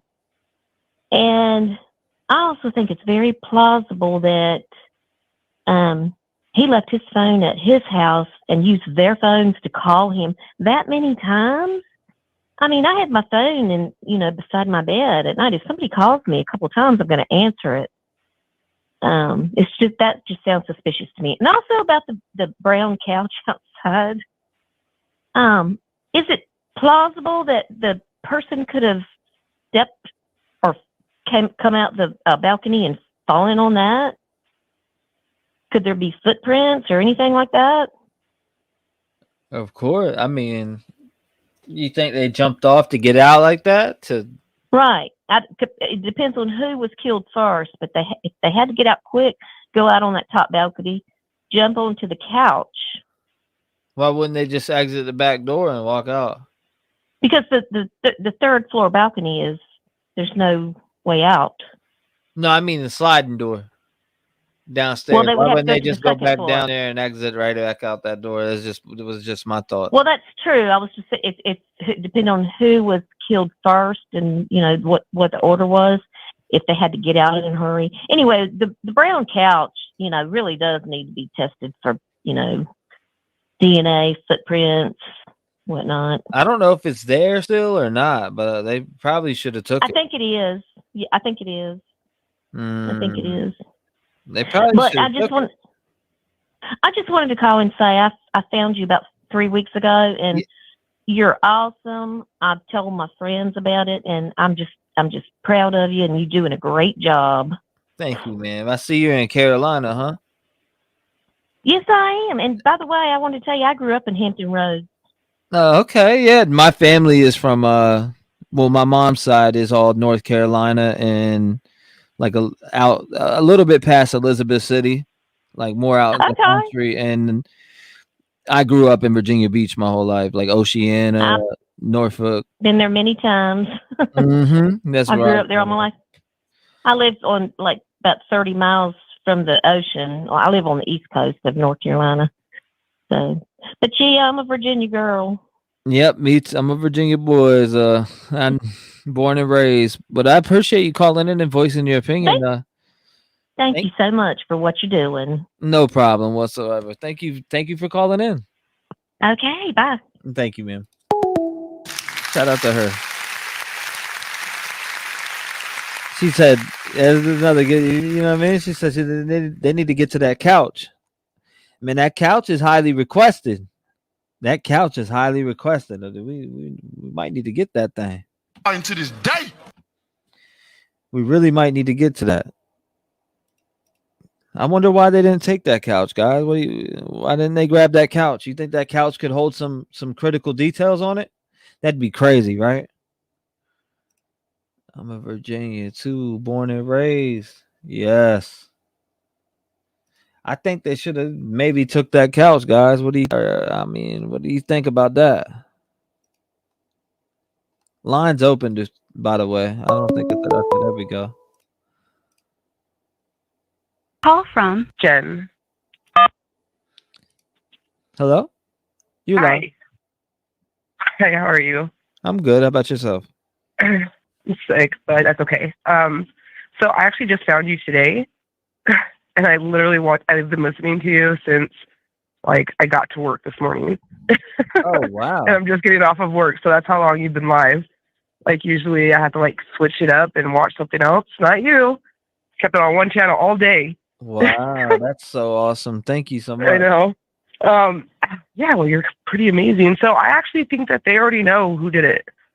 So when cops don't know what's going on, they don't have answers, that's when they start leaking stuff. Like they'll say, like, oh, if you were here, if you saw this, then let us know. They're not leaking anything. Like everything that is being said is like being said through the family, and it's all just repeats. I really believe the cops already know what's happening. And that's why they said that it's like there's not a threat, like they're safe, the town is safe, or whatever is going on. I think they know. So, I mean, that I don't know. What do you think? First they said that, then they retracted their statement. So I just don't get it. I mean, why do they want this car so bad? Why are the roommates lawyered up? Why is it there's just they're loyal, they lawyered up? Allegedly. Oh my god, that's sketchy. I don't know. I would too though. I think that whoever did it didn't know that they were downstairs. I wouldn't. Like that's I wouldn't have You what? lawyered up. Hell no. Why would I? I would have. The only time I'd lawyer up is when they point the finger at me. As soon as you point the finger at me and start asking me and quite like, as soon as you start pointing the finger at me is when I say, all right, I want a lawyer.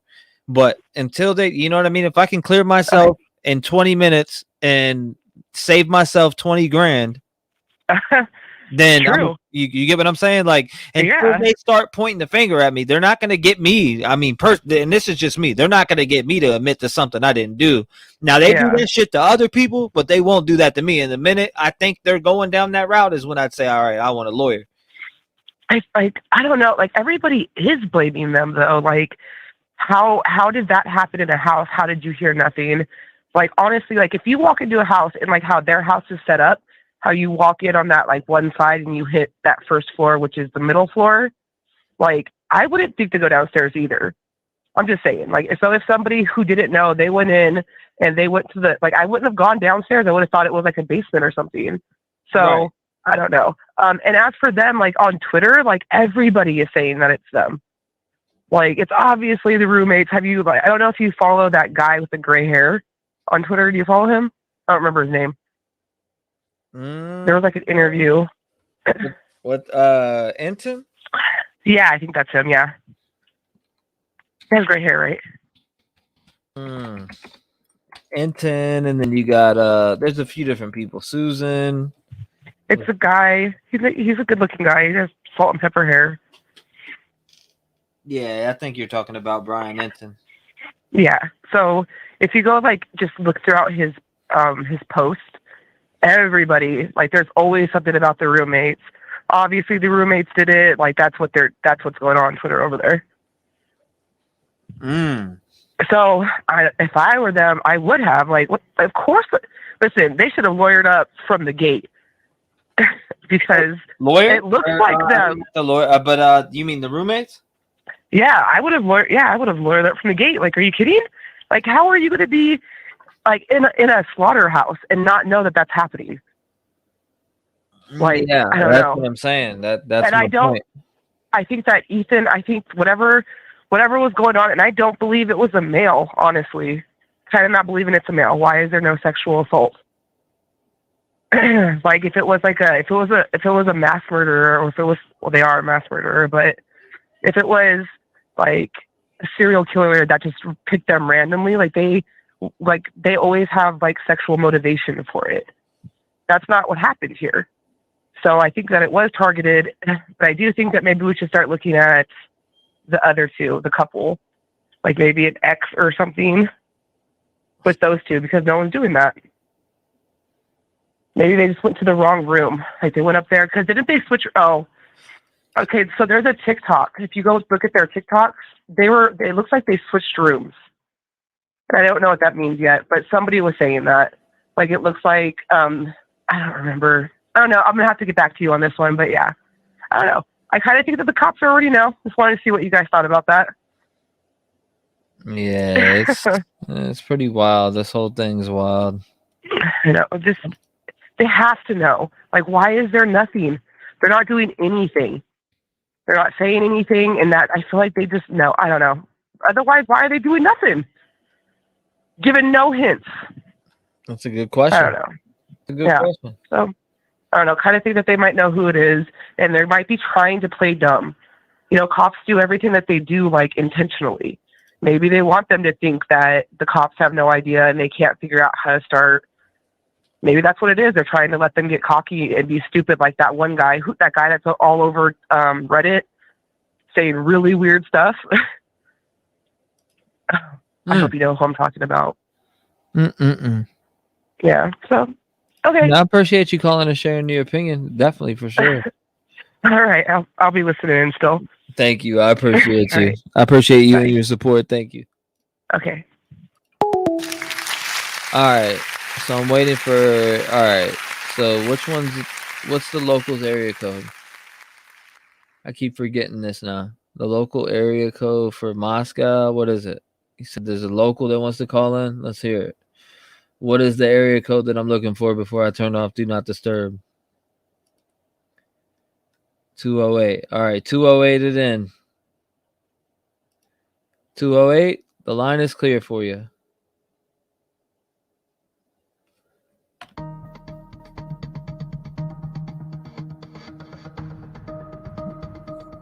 As we sit here and wait. 208 local. Let's see if we can get her to come through. Will she call?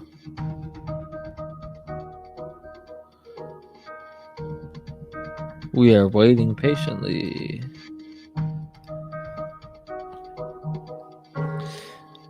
Will she call in? 208. The line is clear for you right now. All you got to do is pick up and hit 219-885-9693. We are waiting patiently. Into this day. I'm waiting. Yes, Spirit Box session tonight. Into this day. No rings yet, guys. No rings yet. I'm still waiting. Still waiting.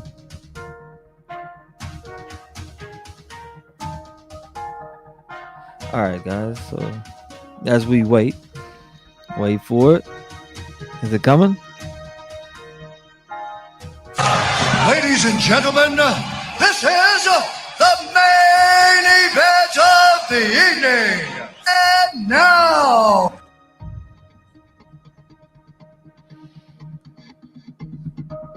We just want to know a little bit of insight. What's going on? It's heating up, guys.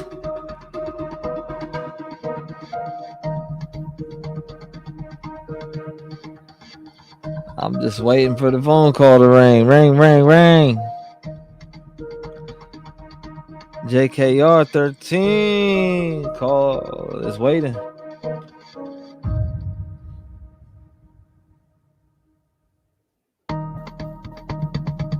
lying to this day.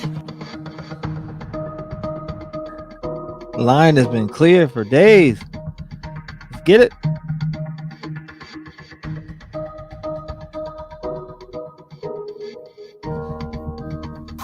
Go ahead. Do it. I want you to.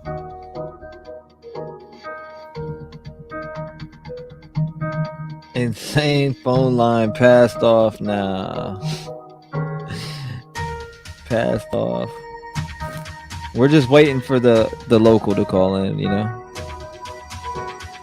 We are waiting for the local to call in. Do not disturb is not on. She can hit 219-885-9693 at any time. And here we go. That is not the local number. This is coming from 845. Do we answer it or does 208 call? I guess not. Call from Lily. Hi, Lily. You're live. Hey. So, oh my God, I didn't think I was going to come through. I'm calling from New York. I just want to say I love, you know, how you're running your chat rooms, and, you know, everyone giving their opinions. And I think I have my little own opinion as well. But some questions I do seem to ask and then answer, you know, like in the chat or whatever, like the glove. I find it so strange that after someone randomly is just walking by, just happens to see, and I'm not discounting or, you know, saying that, but for you know, the police officers, the FBI, not to be able to catch that, to me, I would have thought that would have been very careless and weird. So I'm just thinking that that glove really has nothing to do with anything that's going on. But, you know, and then I was listening to the interview of the gentleman, and he comes up with certain things that one would say, hey, how would you know this? How are you sure about that? And, you know, he doesn't seem, although it would, you know, someone would think he would do it or is capable of doing it, doesn't appear like that. I'm thinking, you know, I know that a lot of people are, excuse me, I'm sorry, are saying that, you know, Kelly was the target. But if you listen to the dad, and he says in one of his interviews, he doesn't have to go up the stairs. I'm thinking that this is something that involves the frat people. Something happened with Ethan. And it's allegedly, you know, I could be wrong, but I'm thinking, you know, wherever he came from, whether it be the window or the sliding doors, you know, he had his targets. That he killed them quickly probably isn't so. Ethan was, you know, a big guy and, you know, put up a fight. And I'm thinking the girls were upstairs trying to be so quiet, but not quiet because they were scared. And so he heard them. He was forced to go up there in a way like, okay, I can't leave nobody behind, you know, any witnesses. And, you know, Kelly put up a fight. And, you know, it's very sad. At the end of the day, it's going to be very sad what's happening because, you know, it's hard enough to lose a loved one, but to lose them like this and so close to the holidays, this is always going to be embedded in them, in the parents. And even for the people, the community, everyone that had some kind of part of their lives is always, even us, we're going to remember that. Exactly. Because we're so involved in trying to, you know, seek justice for her, for all of them. Now, the only one thing I would say about the survivors, which I'm grateful to God that they did survive, but I am going to say I'm with you. Maybe the first week I would have stood quiet under the bed, scared out of my mind. But then, you know, the next stage would have been anger and say, oh no, your mistake was leaving me alive. And whatever I can do, you know, I'm going to think hard, whatever, anything that was suspicious, anything. And whatever I can do, I'm going to join forces with the parents and we're going to catch you, you know, because they're supposed to be all best friends.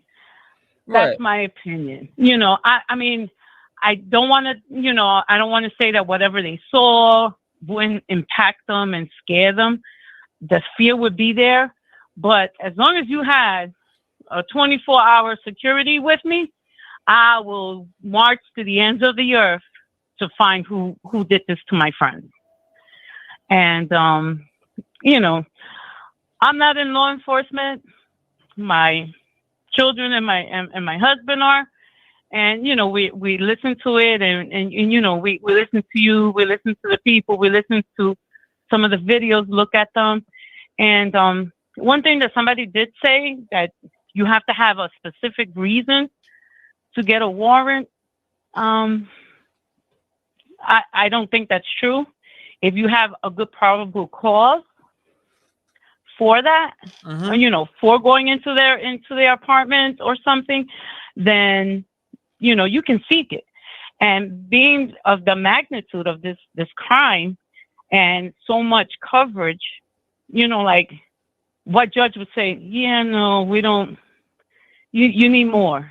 Like, I don't see a judge saying that. I'll see, you know, I could see them saying, you know, you can go to this certain place or into these rooms or collect certain things that you may need, be specific of what you're looking for. And probably that, but that you couldn't get a warrant until you had like 100% proof. If you had the proof, you wouldn't need the warrant, in my opinion. No, most You know? definitely, most definitely. So, I mean, who are you aiming towards on this? Who do you think did this? You know, a lot of people Allegedly. want to say it's the one that went to Africa, Jack D. Is it Jack D or Jackass? Jackass, right? Yes. Yeah, not him. I'm thinking the boyfriend, the ex-boyfriend. She was a beautiful girl. You know, her friends were her main attraction. And, you know, she drove specifically there to hang out with her best friend, to show off her new car. I don't know. If he didn't do it, and this is alleged, if he didn't do it because he was going to lose her, then definitely someone in that frat house was, you know, and if that's the case, that it wasn't anything to do with the ex-boyfriend, it has nothing to do with them either. It had to do all with Ethan and his girlfriend and whatever happened in the frat house.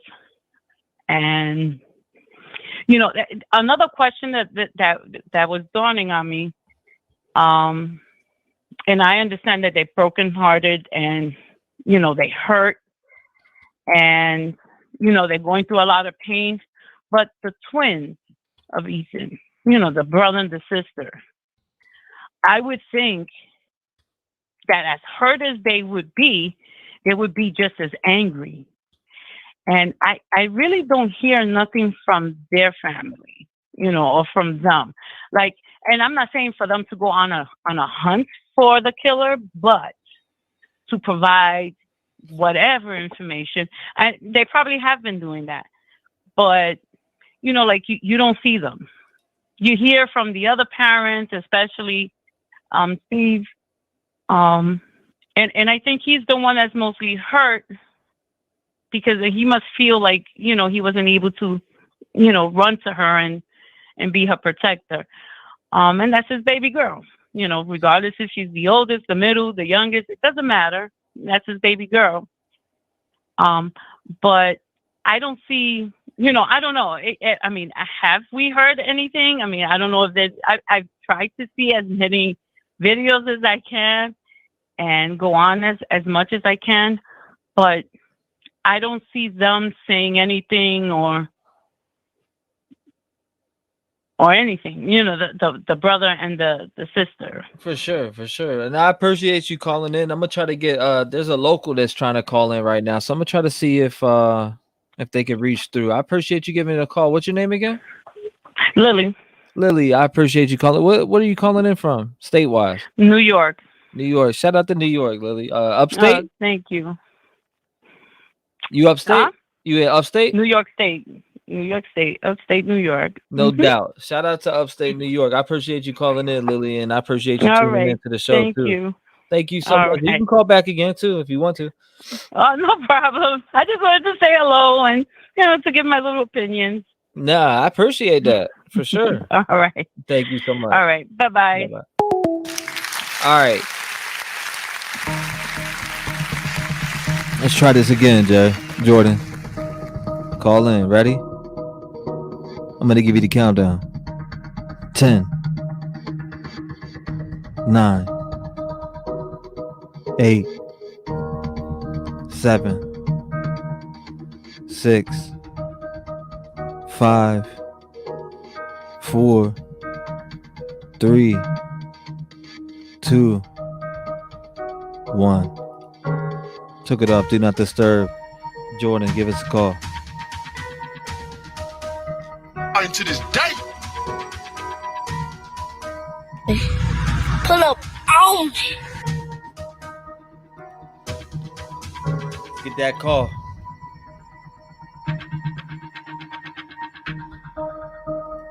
Come on, Jordan. Pull up on me.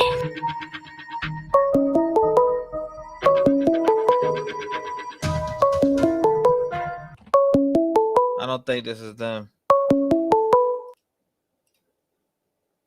Call from Nikki.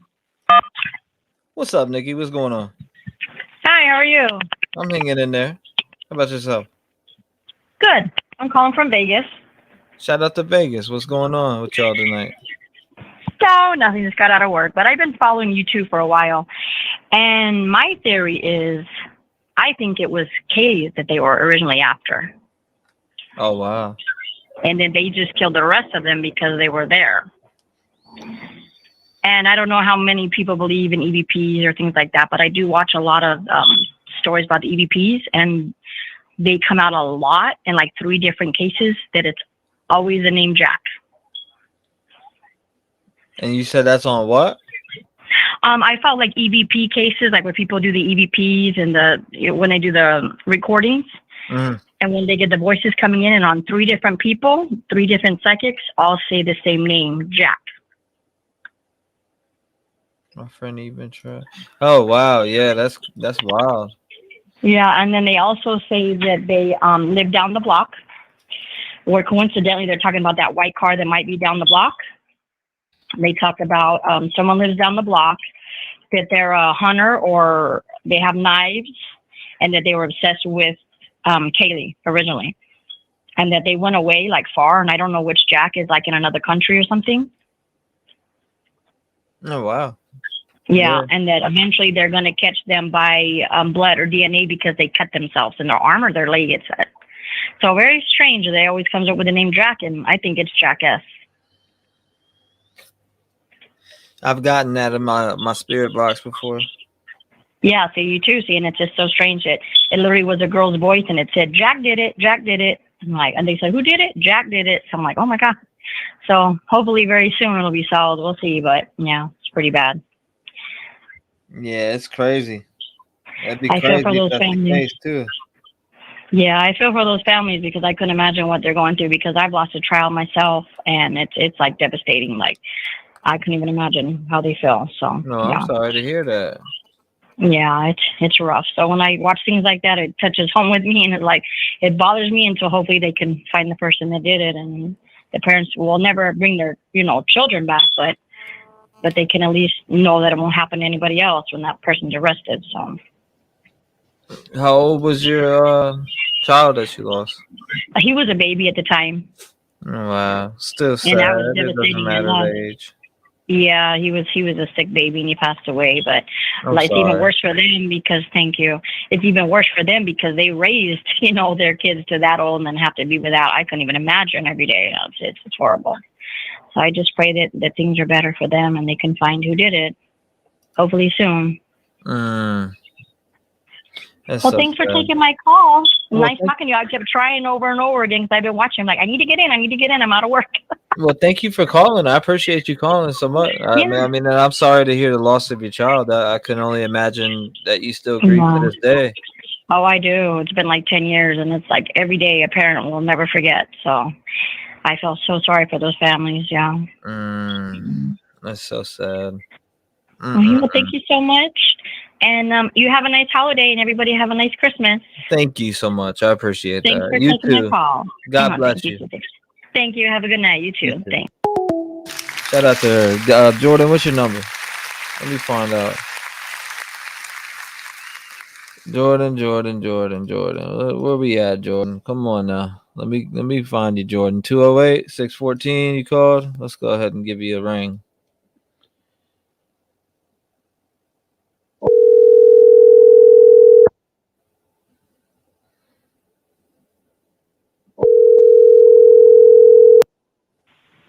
Hello? This is Jordan? Yes, who's this? You told the T-REV. Oh, hi. I was listening on the other. I couldn't get through. It said that the Google subscriber wasn't available, so No, I I have it on couldn't. do not. When I take a call, I usually have it on do not disturb. So. Oh, okay. All right. Well, no, I kept trying like over and over again, and it wasn't letting me get through. No, I just wanted to say a couple of things. One thing was, I know that everybody is saying that the police are not working hard. They are. A lot of them are working overtime, talking about just like maybe one day off. They're really working hard, really hard, like 14 to 16 hours a day. Oh, And a lot of people here, I know a lot of people are not talking about it. They're kind of divided, but a lot of people are like setting up their houses, like outside their homes, booby trapping their houses, doing like crazy stuff. Oh, wow. Gun sales have gone up a lot. I mean, like a lot of people right now, they're packing. It's kind of scary. I mean, I'm home with my kids alone. Well, my husband's gone. Am I live? I'm not live, right? No, yes, you are live. Oh my God. Well, hi everybody. Yes, you are live. You are Oh, okay. live. I meant to tell Thank you you that for from the jump. calling. I meant to tell you that from the start. I'm sorry that I didn't even say. I thought you knew I it's was. okay. Yeah. So, But nobody knows where like you're the at or punch nothing out. like that. We just Okay, know that. good. I mean, Idaho's a big ass state. They don't know where you're at. Okay. Well, like, we moved up here because we thought it would be safer after the scream killers and stuff like that. And we've had a lot of stuff in Pocatello happen. So we moved out of there. Okay. There was a lot of crime there. So we moved. You know, my parents live up here, so we decided to move. So, we never thought in a million years something like this would happen. But a lot of people think that it's the frat guys. Yeah. I really don't think so. You don't think so? No. Huh. No, I don't at all. A lot of people from in town that I've talked to, a lot of people there's rumors going around that it's somebody that is traveling that one specific road. If you got my emails, I sent you some emails of 3 more people that were killed and murdered. They were stabbed to death the same way, same kind of knife. We have 1 survivor. They were all killed in their bed. Okay, now there's other things going on. Like they're looking for 22,000 vehicles with that are white cars. There's only 25,000 people here. So yeah, that's crazy. So you have to think not 22,000 people have all the same white car here in town. They're expanding their search a little bit. I mean, I don't even know if I should say that, if I'm saying too much, but No, I seen them going down towards what was it? I had the map pulled up earlier. They went towards Troy, and then they went down. Is it Kendrick, or am I wrong? yeah, but I'm talking about Washington and Oregon. Okay. Yeah, I've seen. There was 2 other cases that were very similar. Yeah, and well, there's 3. And then this would be the 3rd, or this? No, there's 3 other cases, and then plus these students, that's a total of 7. The students would be an upgrade, and if it was a serial killer, it'd be an upgrade to 4 at once. Well, he stabbed 3 others.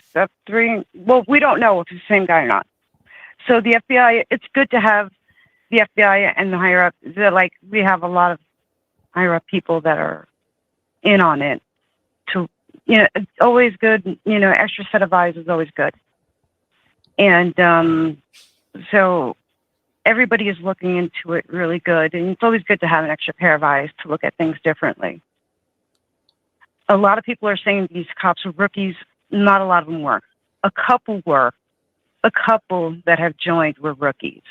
They seen, the scene for the first time. That was traumatic,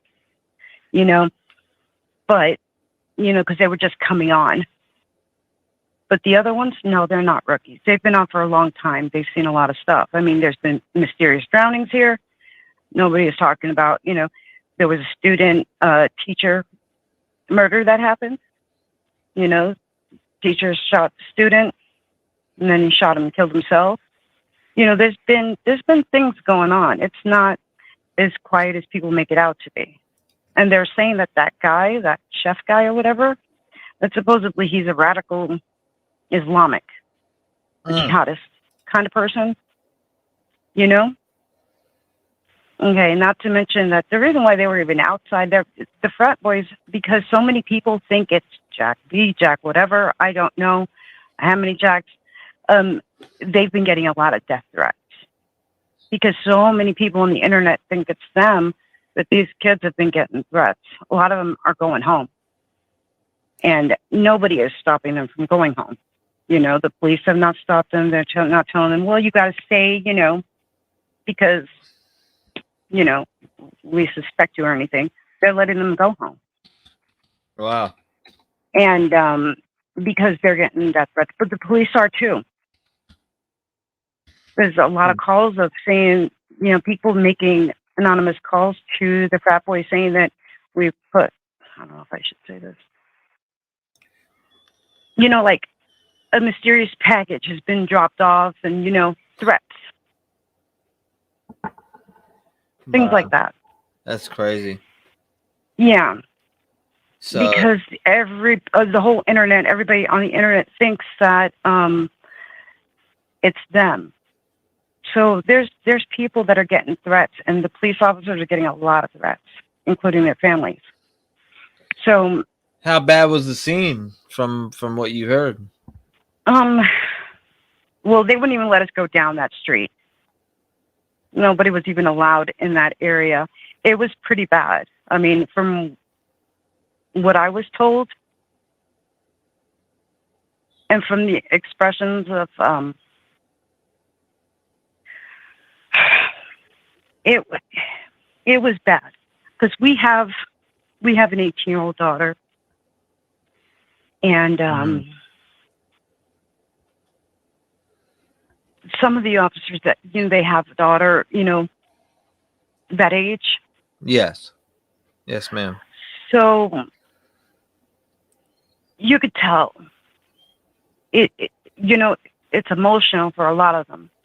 It was emotional for a lot of them. It's just like, because it was here, and that's why I think, not being prepped, because, you don't think that something like that in a small town could happen. We weren't expecting that many people to be killed, in a small town.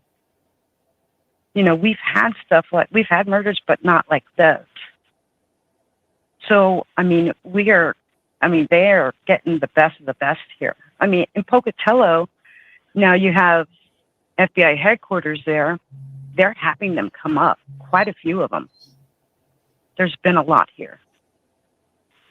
I mean, it is kind of nerve-wracking. Like, I'm afraid to be at home alone, but, you know, my husband drives by, you know, and he, you know, to make sure I'm okay.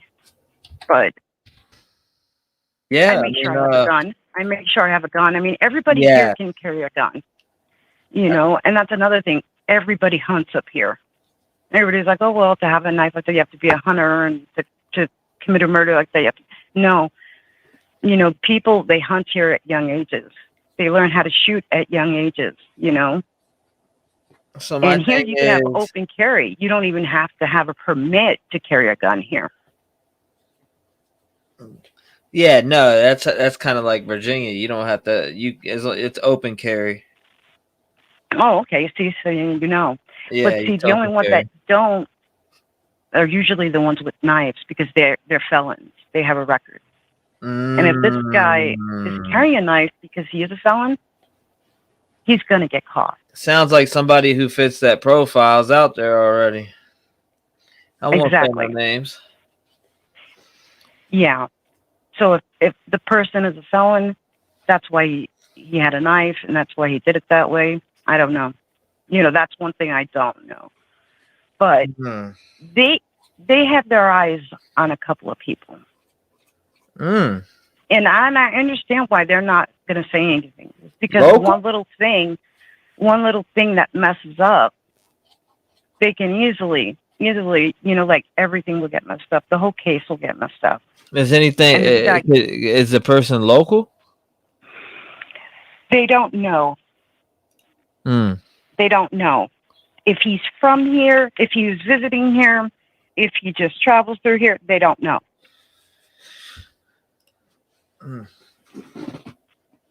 Let's see. So you're good. Keep going. That's why, yeah. So that's why they're kind of like they don't want to tell anybody anything yet. Did they know who passed out in the street? Like who was the one that passed out? It was the girl. It was the girl. Which one? Because there's two roommates. One of the roommates. It was the roommate. I forget which roommate it was, but she saw what was happening. She hyperventilated, went into a panic attack, and she passed out. She fainted. And so I guess then it was her friend that was the one that called. Yeah. But at first, you know, they went with, you know, I mean, the ambulance and everything showed up because they thought that, you know, they'd be alive. They thought they were just hurt. It's kind of still like all like blurry, you know? Right. The whole thing is just, I don't know. It's really weird.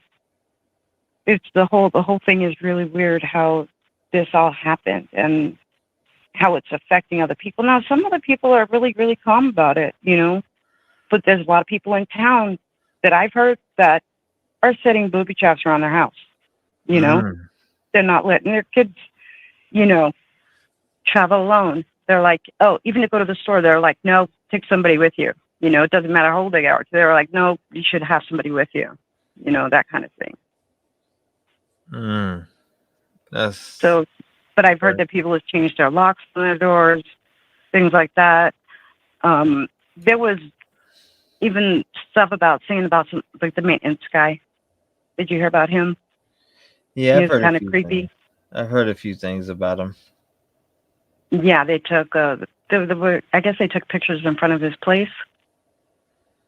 Where what's her name was on her shoulders. Yeah. The maintenance guy was supposedly the guy that actually took care of that house. I'm trying to read here. Now, the footprints, there was only one set in the back. But there was also, I don't know if a lot of people have seen it or not. I'm not even online, so I can't even see it right now. But the ladder, did anybody notice the ladder? Yes. Yeah. Ricky caught that. So, I mean, when people say, oh, well, they're not doing their job and this and that. Yeah.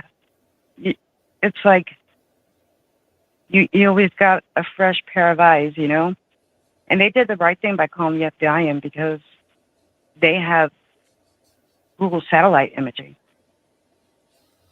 you know, that focuses in and, you know, hones right in on it. Right, right. So they have more info than what they're telling people. And they don't want to say anything because they don't want this person to have any backup or, you know, to catch an alibi or anything. They're going to have enough that's going to make it stick. Enough evidence to make it stick. So he doesn't walk.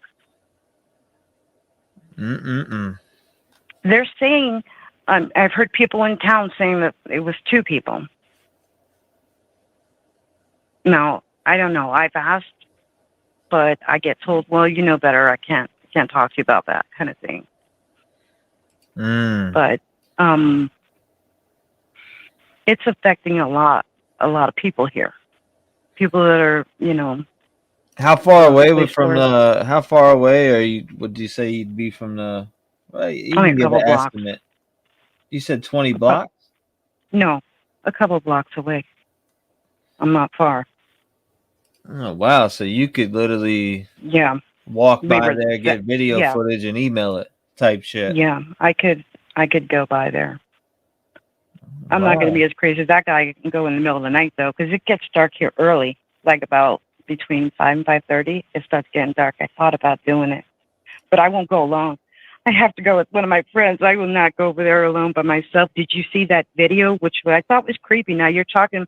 Now I don't believe in the spirit box and all that other stuff, but did you see the news video of that guy, of that news anchor guy that was talking to the one other guy on the thing, and you heard a girl screaming in the background? That was real. That was real. He didn't even stop.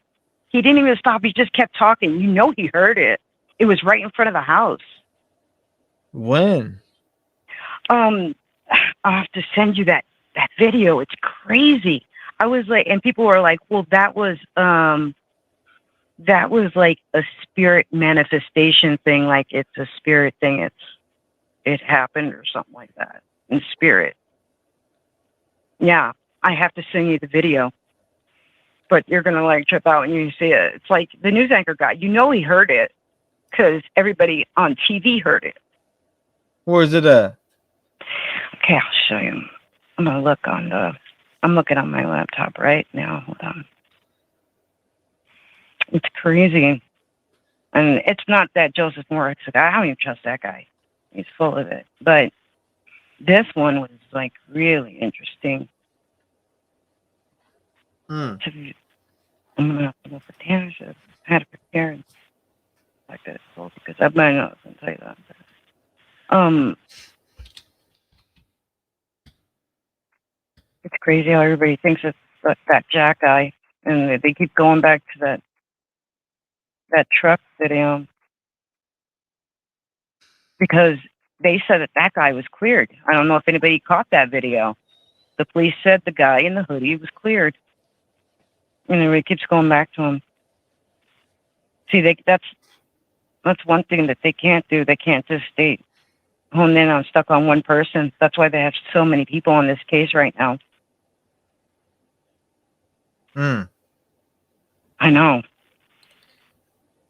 That's crazy. I mean, so you said your husband works for Moscow, right? Yes. Yeah, I didn't even say that much. I know you told me his name. Yeah, I did not share that with nobody, and that's confidential completely all the way through. Thank you. I appreciate that. I did. Yeah, because he didn't want me. He saw me listening to your stuff, and he's like, "Don't think about it. Don't call. Don't call." And I'm like, well, I wouldn't say anything that that you told me not to say. Right. Now, we were probably talking in private. Maybe I could say a little more, but I don't know who's out there that's listening.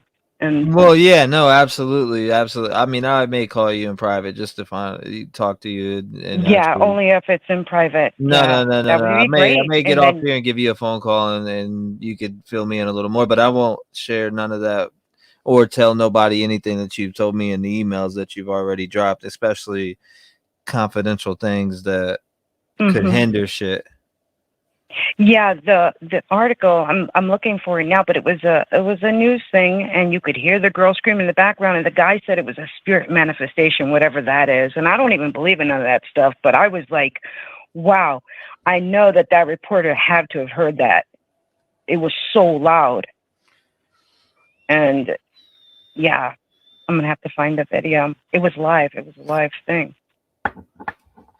Right, right. No, I know. No, everybody's like over 1,000 people listening. No, I'm saying in general, I wouldn't say who she told me who her husband is, first and last name. I wouldn't release that information into the public out of respect for her Thank confidentiality you there. so I much. mean, And everybody thought that I was like, well, she's lying. But every time I called, it said the Google subscriber was unavailable. I thought that was weird because I've been trying to call all day, and then I tried again, and I tried using my friend's phone, and so I was just like, I'll just keep trying because it was busy. There was a lot of times I tried to get through, and it was busy, and people thought that I was lying. So I was like, well, now I really have to get through, you know. But I just wanted to let you know that there's a lot of people here that are not feeling okay. Like Cranky, she might feel okay being here, you know. She might, maybe she's not worried, and she's got, she's got family, and she's got a lot of people maybe in her home, but there's a lot of people that are not feeling like that, you know. right, right. Well, damn. I mean, what I wonder. I want to hear that part that where you with the screaming. Oh yeah, I'm looking for the video. I'm looking for the video. I've tried helping over this. They need to give a CPR. I heard that somewhere. Somebody in the chat said she's trying to talk in code, makes me think her husband's a cop. Oh, you think? Yeah. I mean, yeah. You told me the information. I went and Yeah. See, the thing is that, anything, I could share a little bit more. I sent you an email today. I've seen all of them. Okay. And didn't you think that was kind of interesting? Yes, I did. I seen that earlier too. I seen that a couple weeks ago, believe it or not. Yeah. See, that's floating around at the. I've seen that a couple weeks ago on the. Actually, I've seen that on the Idaho Tribune. Really? On Twitter, yeah. Absolutely. Oh wow, crazy. Yeah. So there's some weird, like really weird stuff going on in time. Like people are looking at each other weird. Like, I mean, when men are around, that they get that feeling like it's not me. Don't look at me like that. That kind of thing. Like you can tell that people are just really uneasy about, certain things. Ever since that happened, it's just been weird. Ever since it happened, it's just been really uncomfortable. When I get off here, well, it's 11 hours and 26 minutes I've been live when I get off here, and because I got to end it before 12 hours for it to actually upload, I'll give you a call and we'll talk off the. Okay, I can, and then I want to, I'll find that video for you, and you let me know if what do you think, if it's true or not? They said it's a spiritual manifestation. I don't know if it's I'm true gonna or not. go live and do a spirit box in a little bit. Are you? Yeah, I thought that was interesting that you did that. But there's one that, it's creepy. It was really creepy. Like you could hear the girl screaming. If you go back and listen, bloody murder. I don't know if you're subscribed to my channel, go back to my videos and go through I did a whole entire live. My first live with the Idaho case was like a 5-hour spirit box session. Wow. And I got so much different things. I was like, which one of the 4 Idaho victims are here with me right now? And I said, Kaylee. Just like that. Yeah, I got there's a bunch of crazy stuff in there that I got out of that spirit box session. And also when I did I did one the other day, and I said, "Who killed you guys?" And it goes, "Frats are involved," in a male's voice, and then after the male's voice, it goes, "Two of them," in a female's voice, which was Oh my insane. gosh. It was insane. It was Well, there is insane. other fraternities other than that one. Yeah, it was weird. I don't. All I know is it came through clear as day that frats are involved, and two of them, and it was both. The first Oh my one was a gosh. male voice, and the second one was a female voice, and it sounded clear as day. You could tell it was a male, and you could tell it was a female, and it sounded like two human female, two humans in general. It's crazy. Oh my gosh. There's other fraternities around here too that are being looked into as well, That's crazy. but not the one across the street, the one that Jack was involved in. But I'm definitely gonna There's another one. There's another fraternity. Yeah, I'm definitely gonna go on there and drop well, tonight I'm gonna be doing a live spirit box session when I come back on. I know that. Well, there's a few other things I want to say, but of course, I don't want to say it on here. But just know, you guys pray for the police officers. They're working like day and night. We're talking about 14, 16 hours. They're on them streets. Oh, I believe it.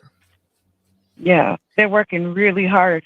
They are like, they're so determined to get this guy or guys. Because we've heard that they might be two because of the way it was done. But I could talk to you about that in private. But I'll find that video and send it to you. Yeah, definitely send it to me. Yeah, but if you can call me and not online, that would be awesome. Yeah, I'll do that here shortly. I'm actually about to end this because it's getting close to that point. But thank you so much. I have two. I'll give you a call right after this. Okay, sounds great. Bye, you guys. Yeah, thank you for calling in. Thank you. I appreciate All right. you. Shout out to her, man. I'm gonna end this, but I'll be back on here shortly. I'm just gonna take a quick break. I'm gonna take a quick break, and then who's gonna be here for the spirit box session? Let me see. One's for yes, two for no's. I'm coming to come back on after this and do a spirit box session. I'm just gonna take a small break, get something to eat, and then I'll come on and do a spirit box session, and then probably take calls after the spirit box session. So, and I know not everybody's into that, which is why I don't do it on these type of. If I'm gonna do it, it's gonna be in the title, and you'll know. But let's see. Thank you. I appreciate that. 1, 2, 2. I'm sure there'll be a decent amount of people here for the spirit box session. Just know I'm coming on. I'm going to be offering my energy to the 4 Idaho victims, and we're going to see what we get on that. I found the screen video. It says loaded hot. Yeah, I'm going to be coming back on it. Like I said, I'm taking a quick break. It's 11 hours and 30 minutes. So, one like the calls. I'm ready to clip. Yeah, I need them joints clipped. Always here, T. I appreciate all of you guys, even the ones that don't like the spirit box. I get it. I respect you guys. I respect you guys 100%. And you don't got to be here for that part. I appreciate all of you guys, all of you guys' support. I even respect the ones that don't like the spirit box. Spirit box is different though. Mine's different. Everybody else that you watch on YouTube, almost every YouTuber I've ever watched don't use nothing like I use. I use something way different. I don't use AI. I use what you see on Ghost Adventures and Zach Baggins and them. I use what they use. But yeah, most definitely, I'll be back on here shortly. I appreciate everybody that was in here for today's show, and I'll probably be doing some live calls after that later. But definitely, I'm gonna holler at y'all here in about 30 minutes to an hour.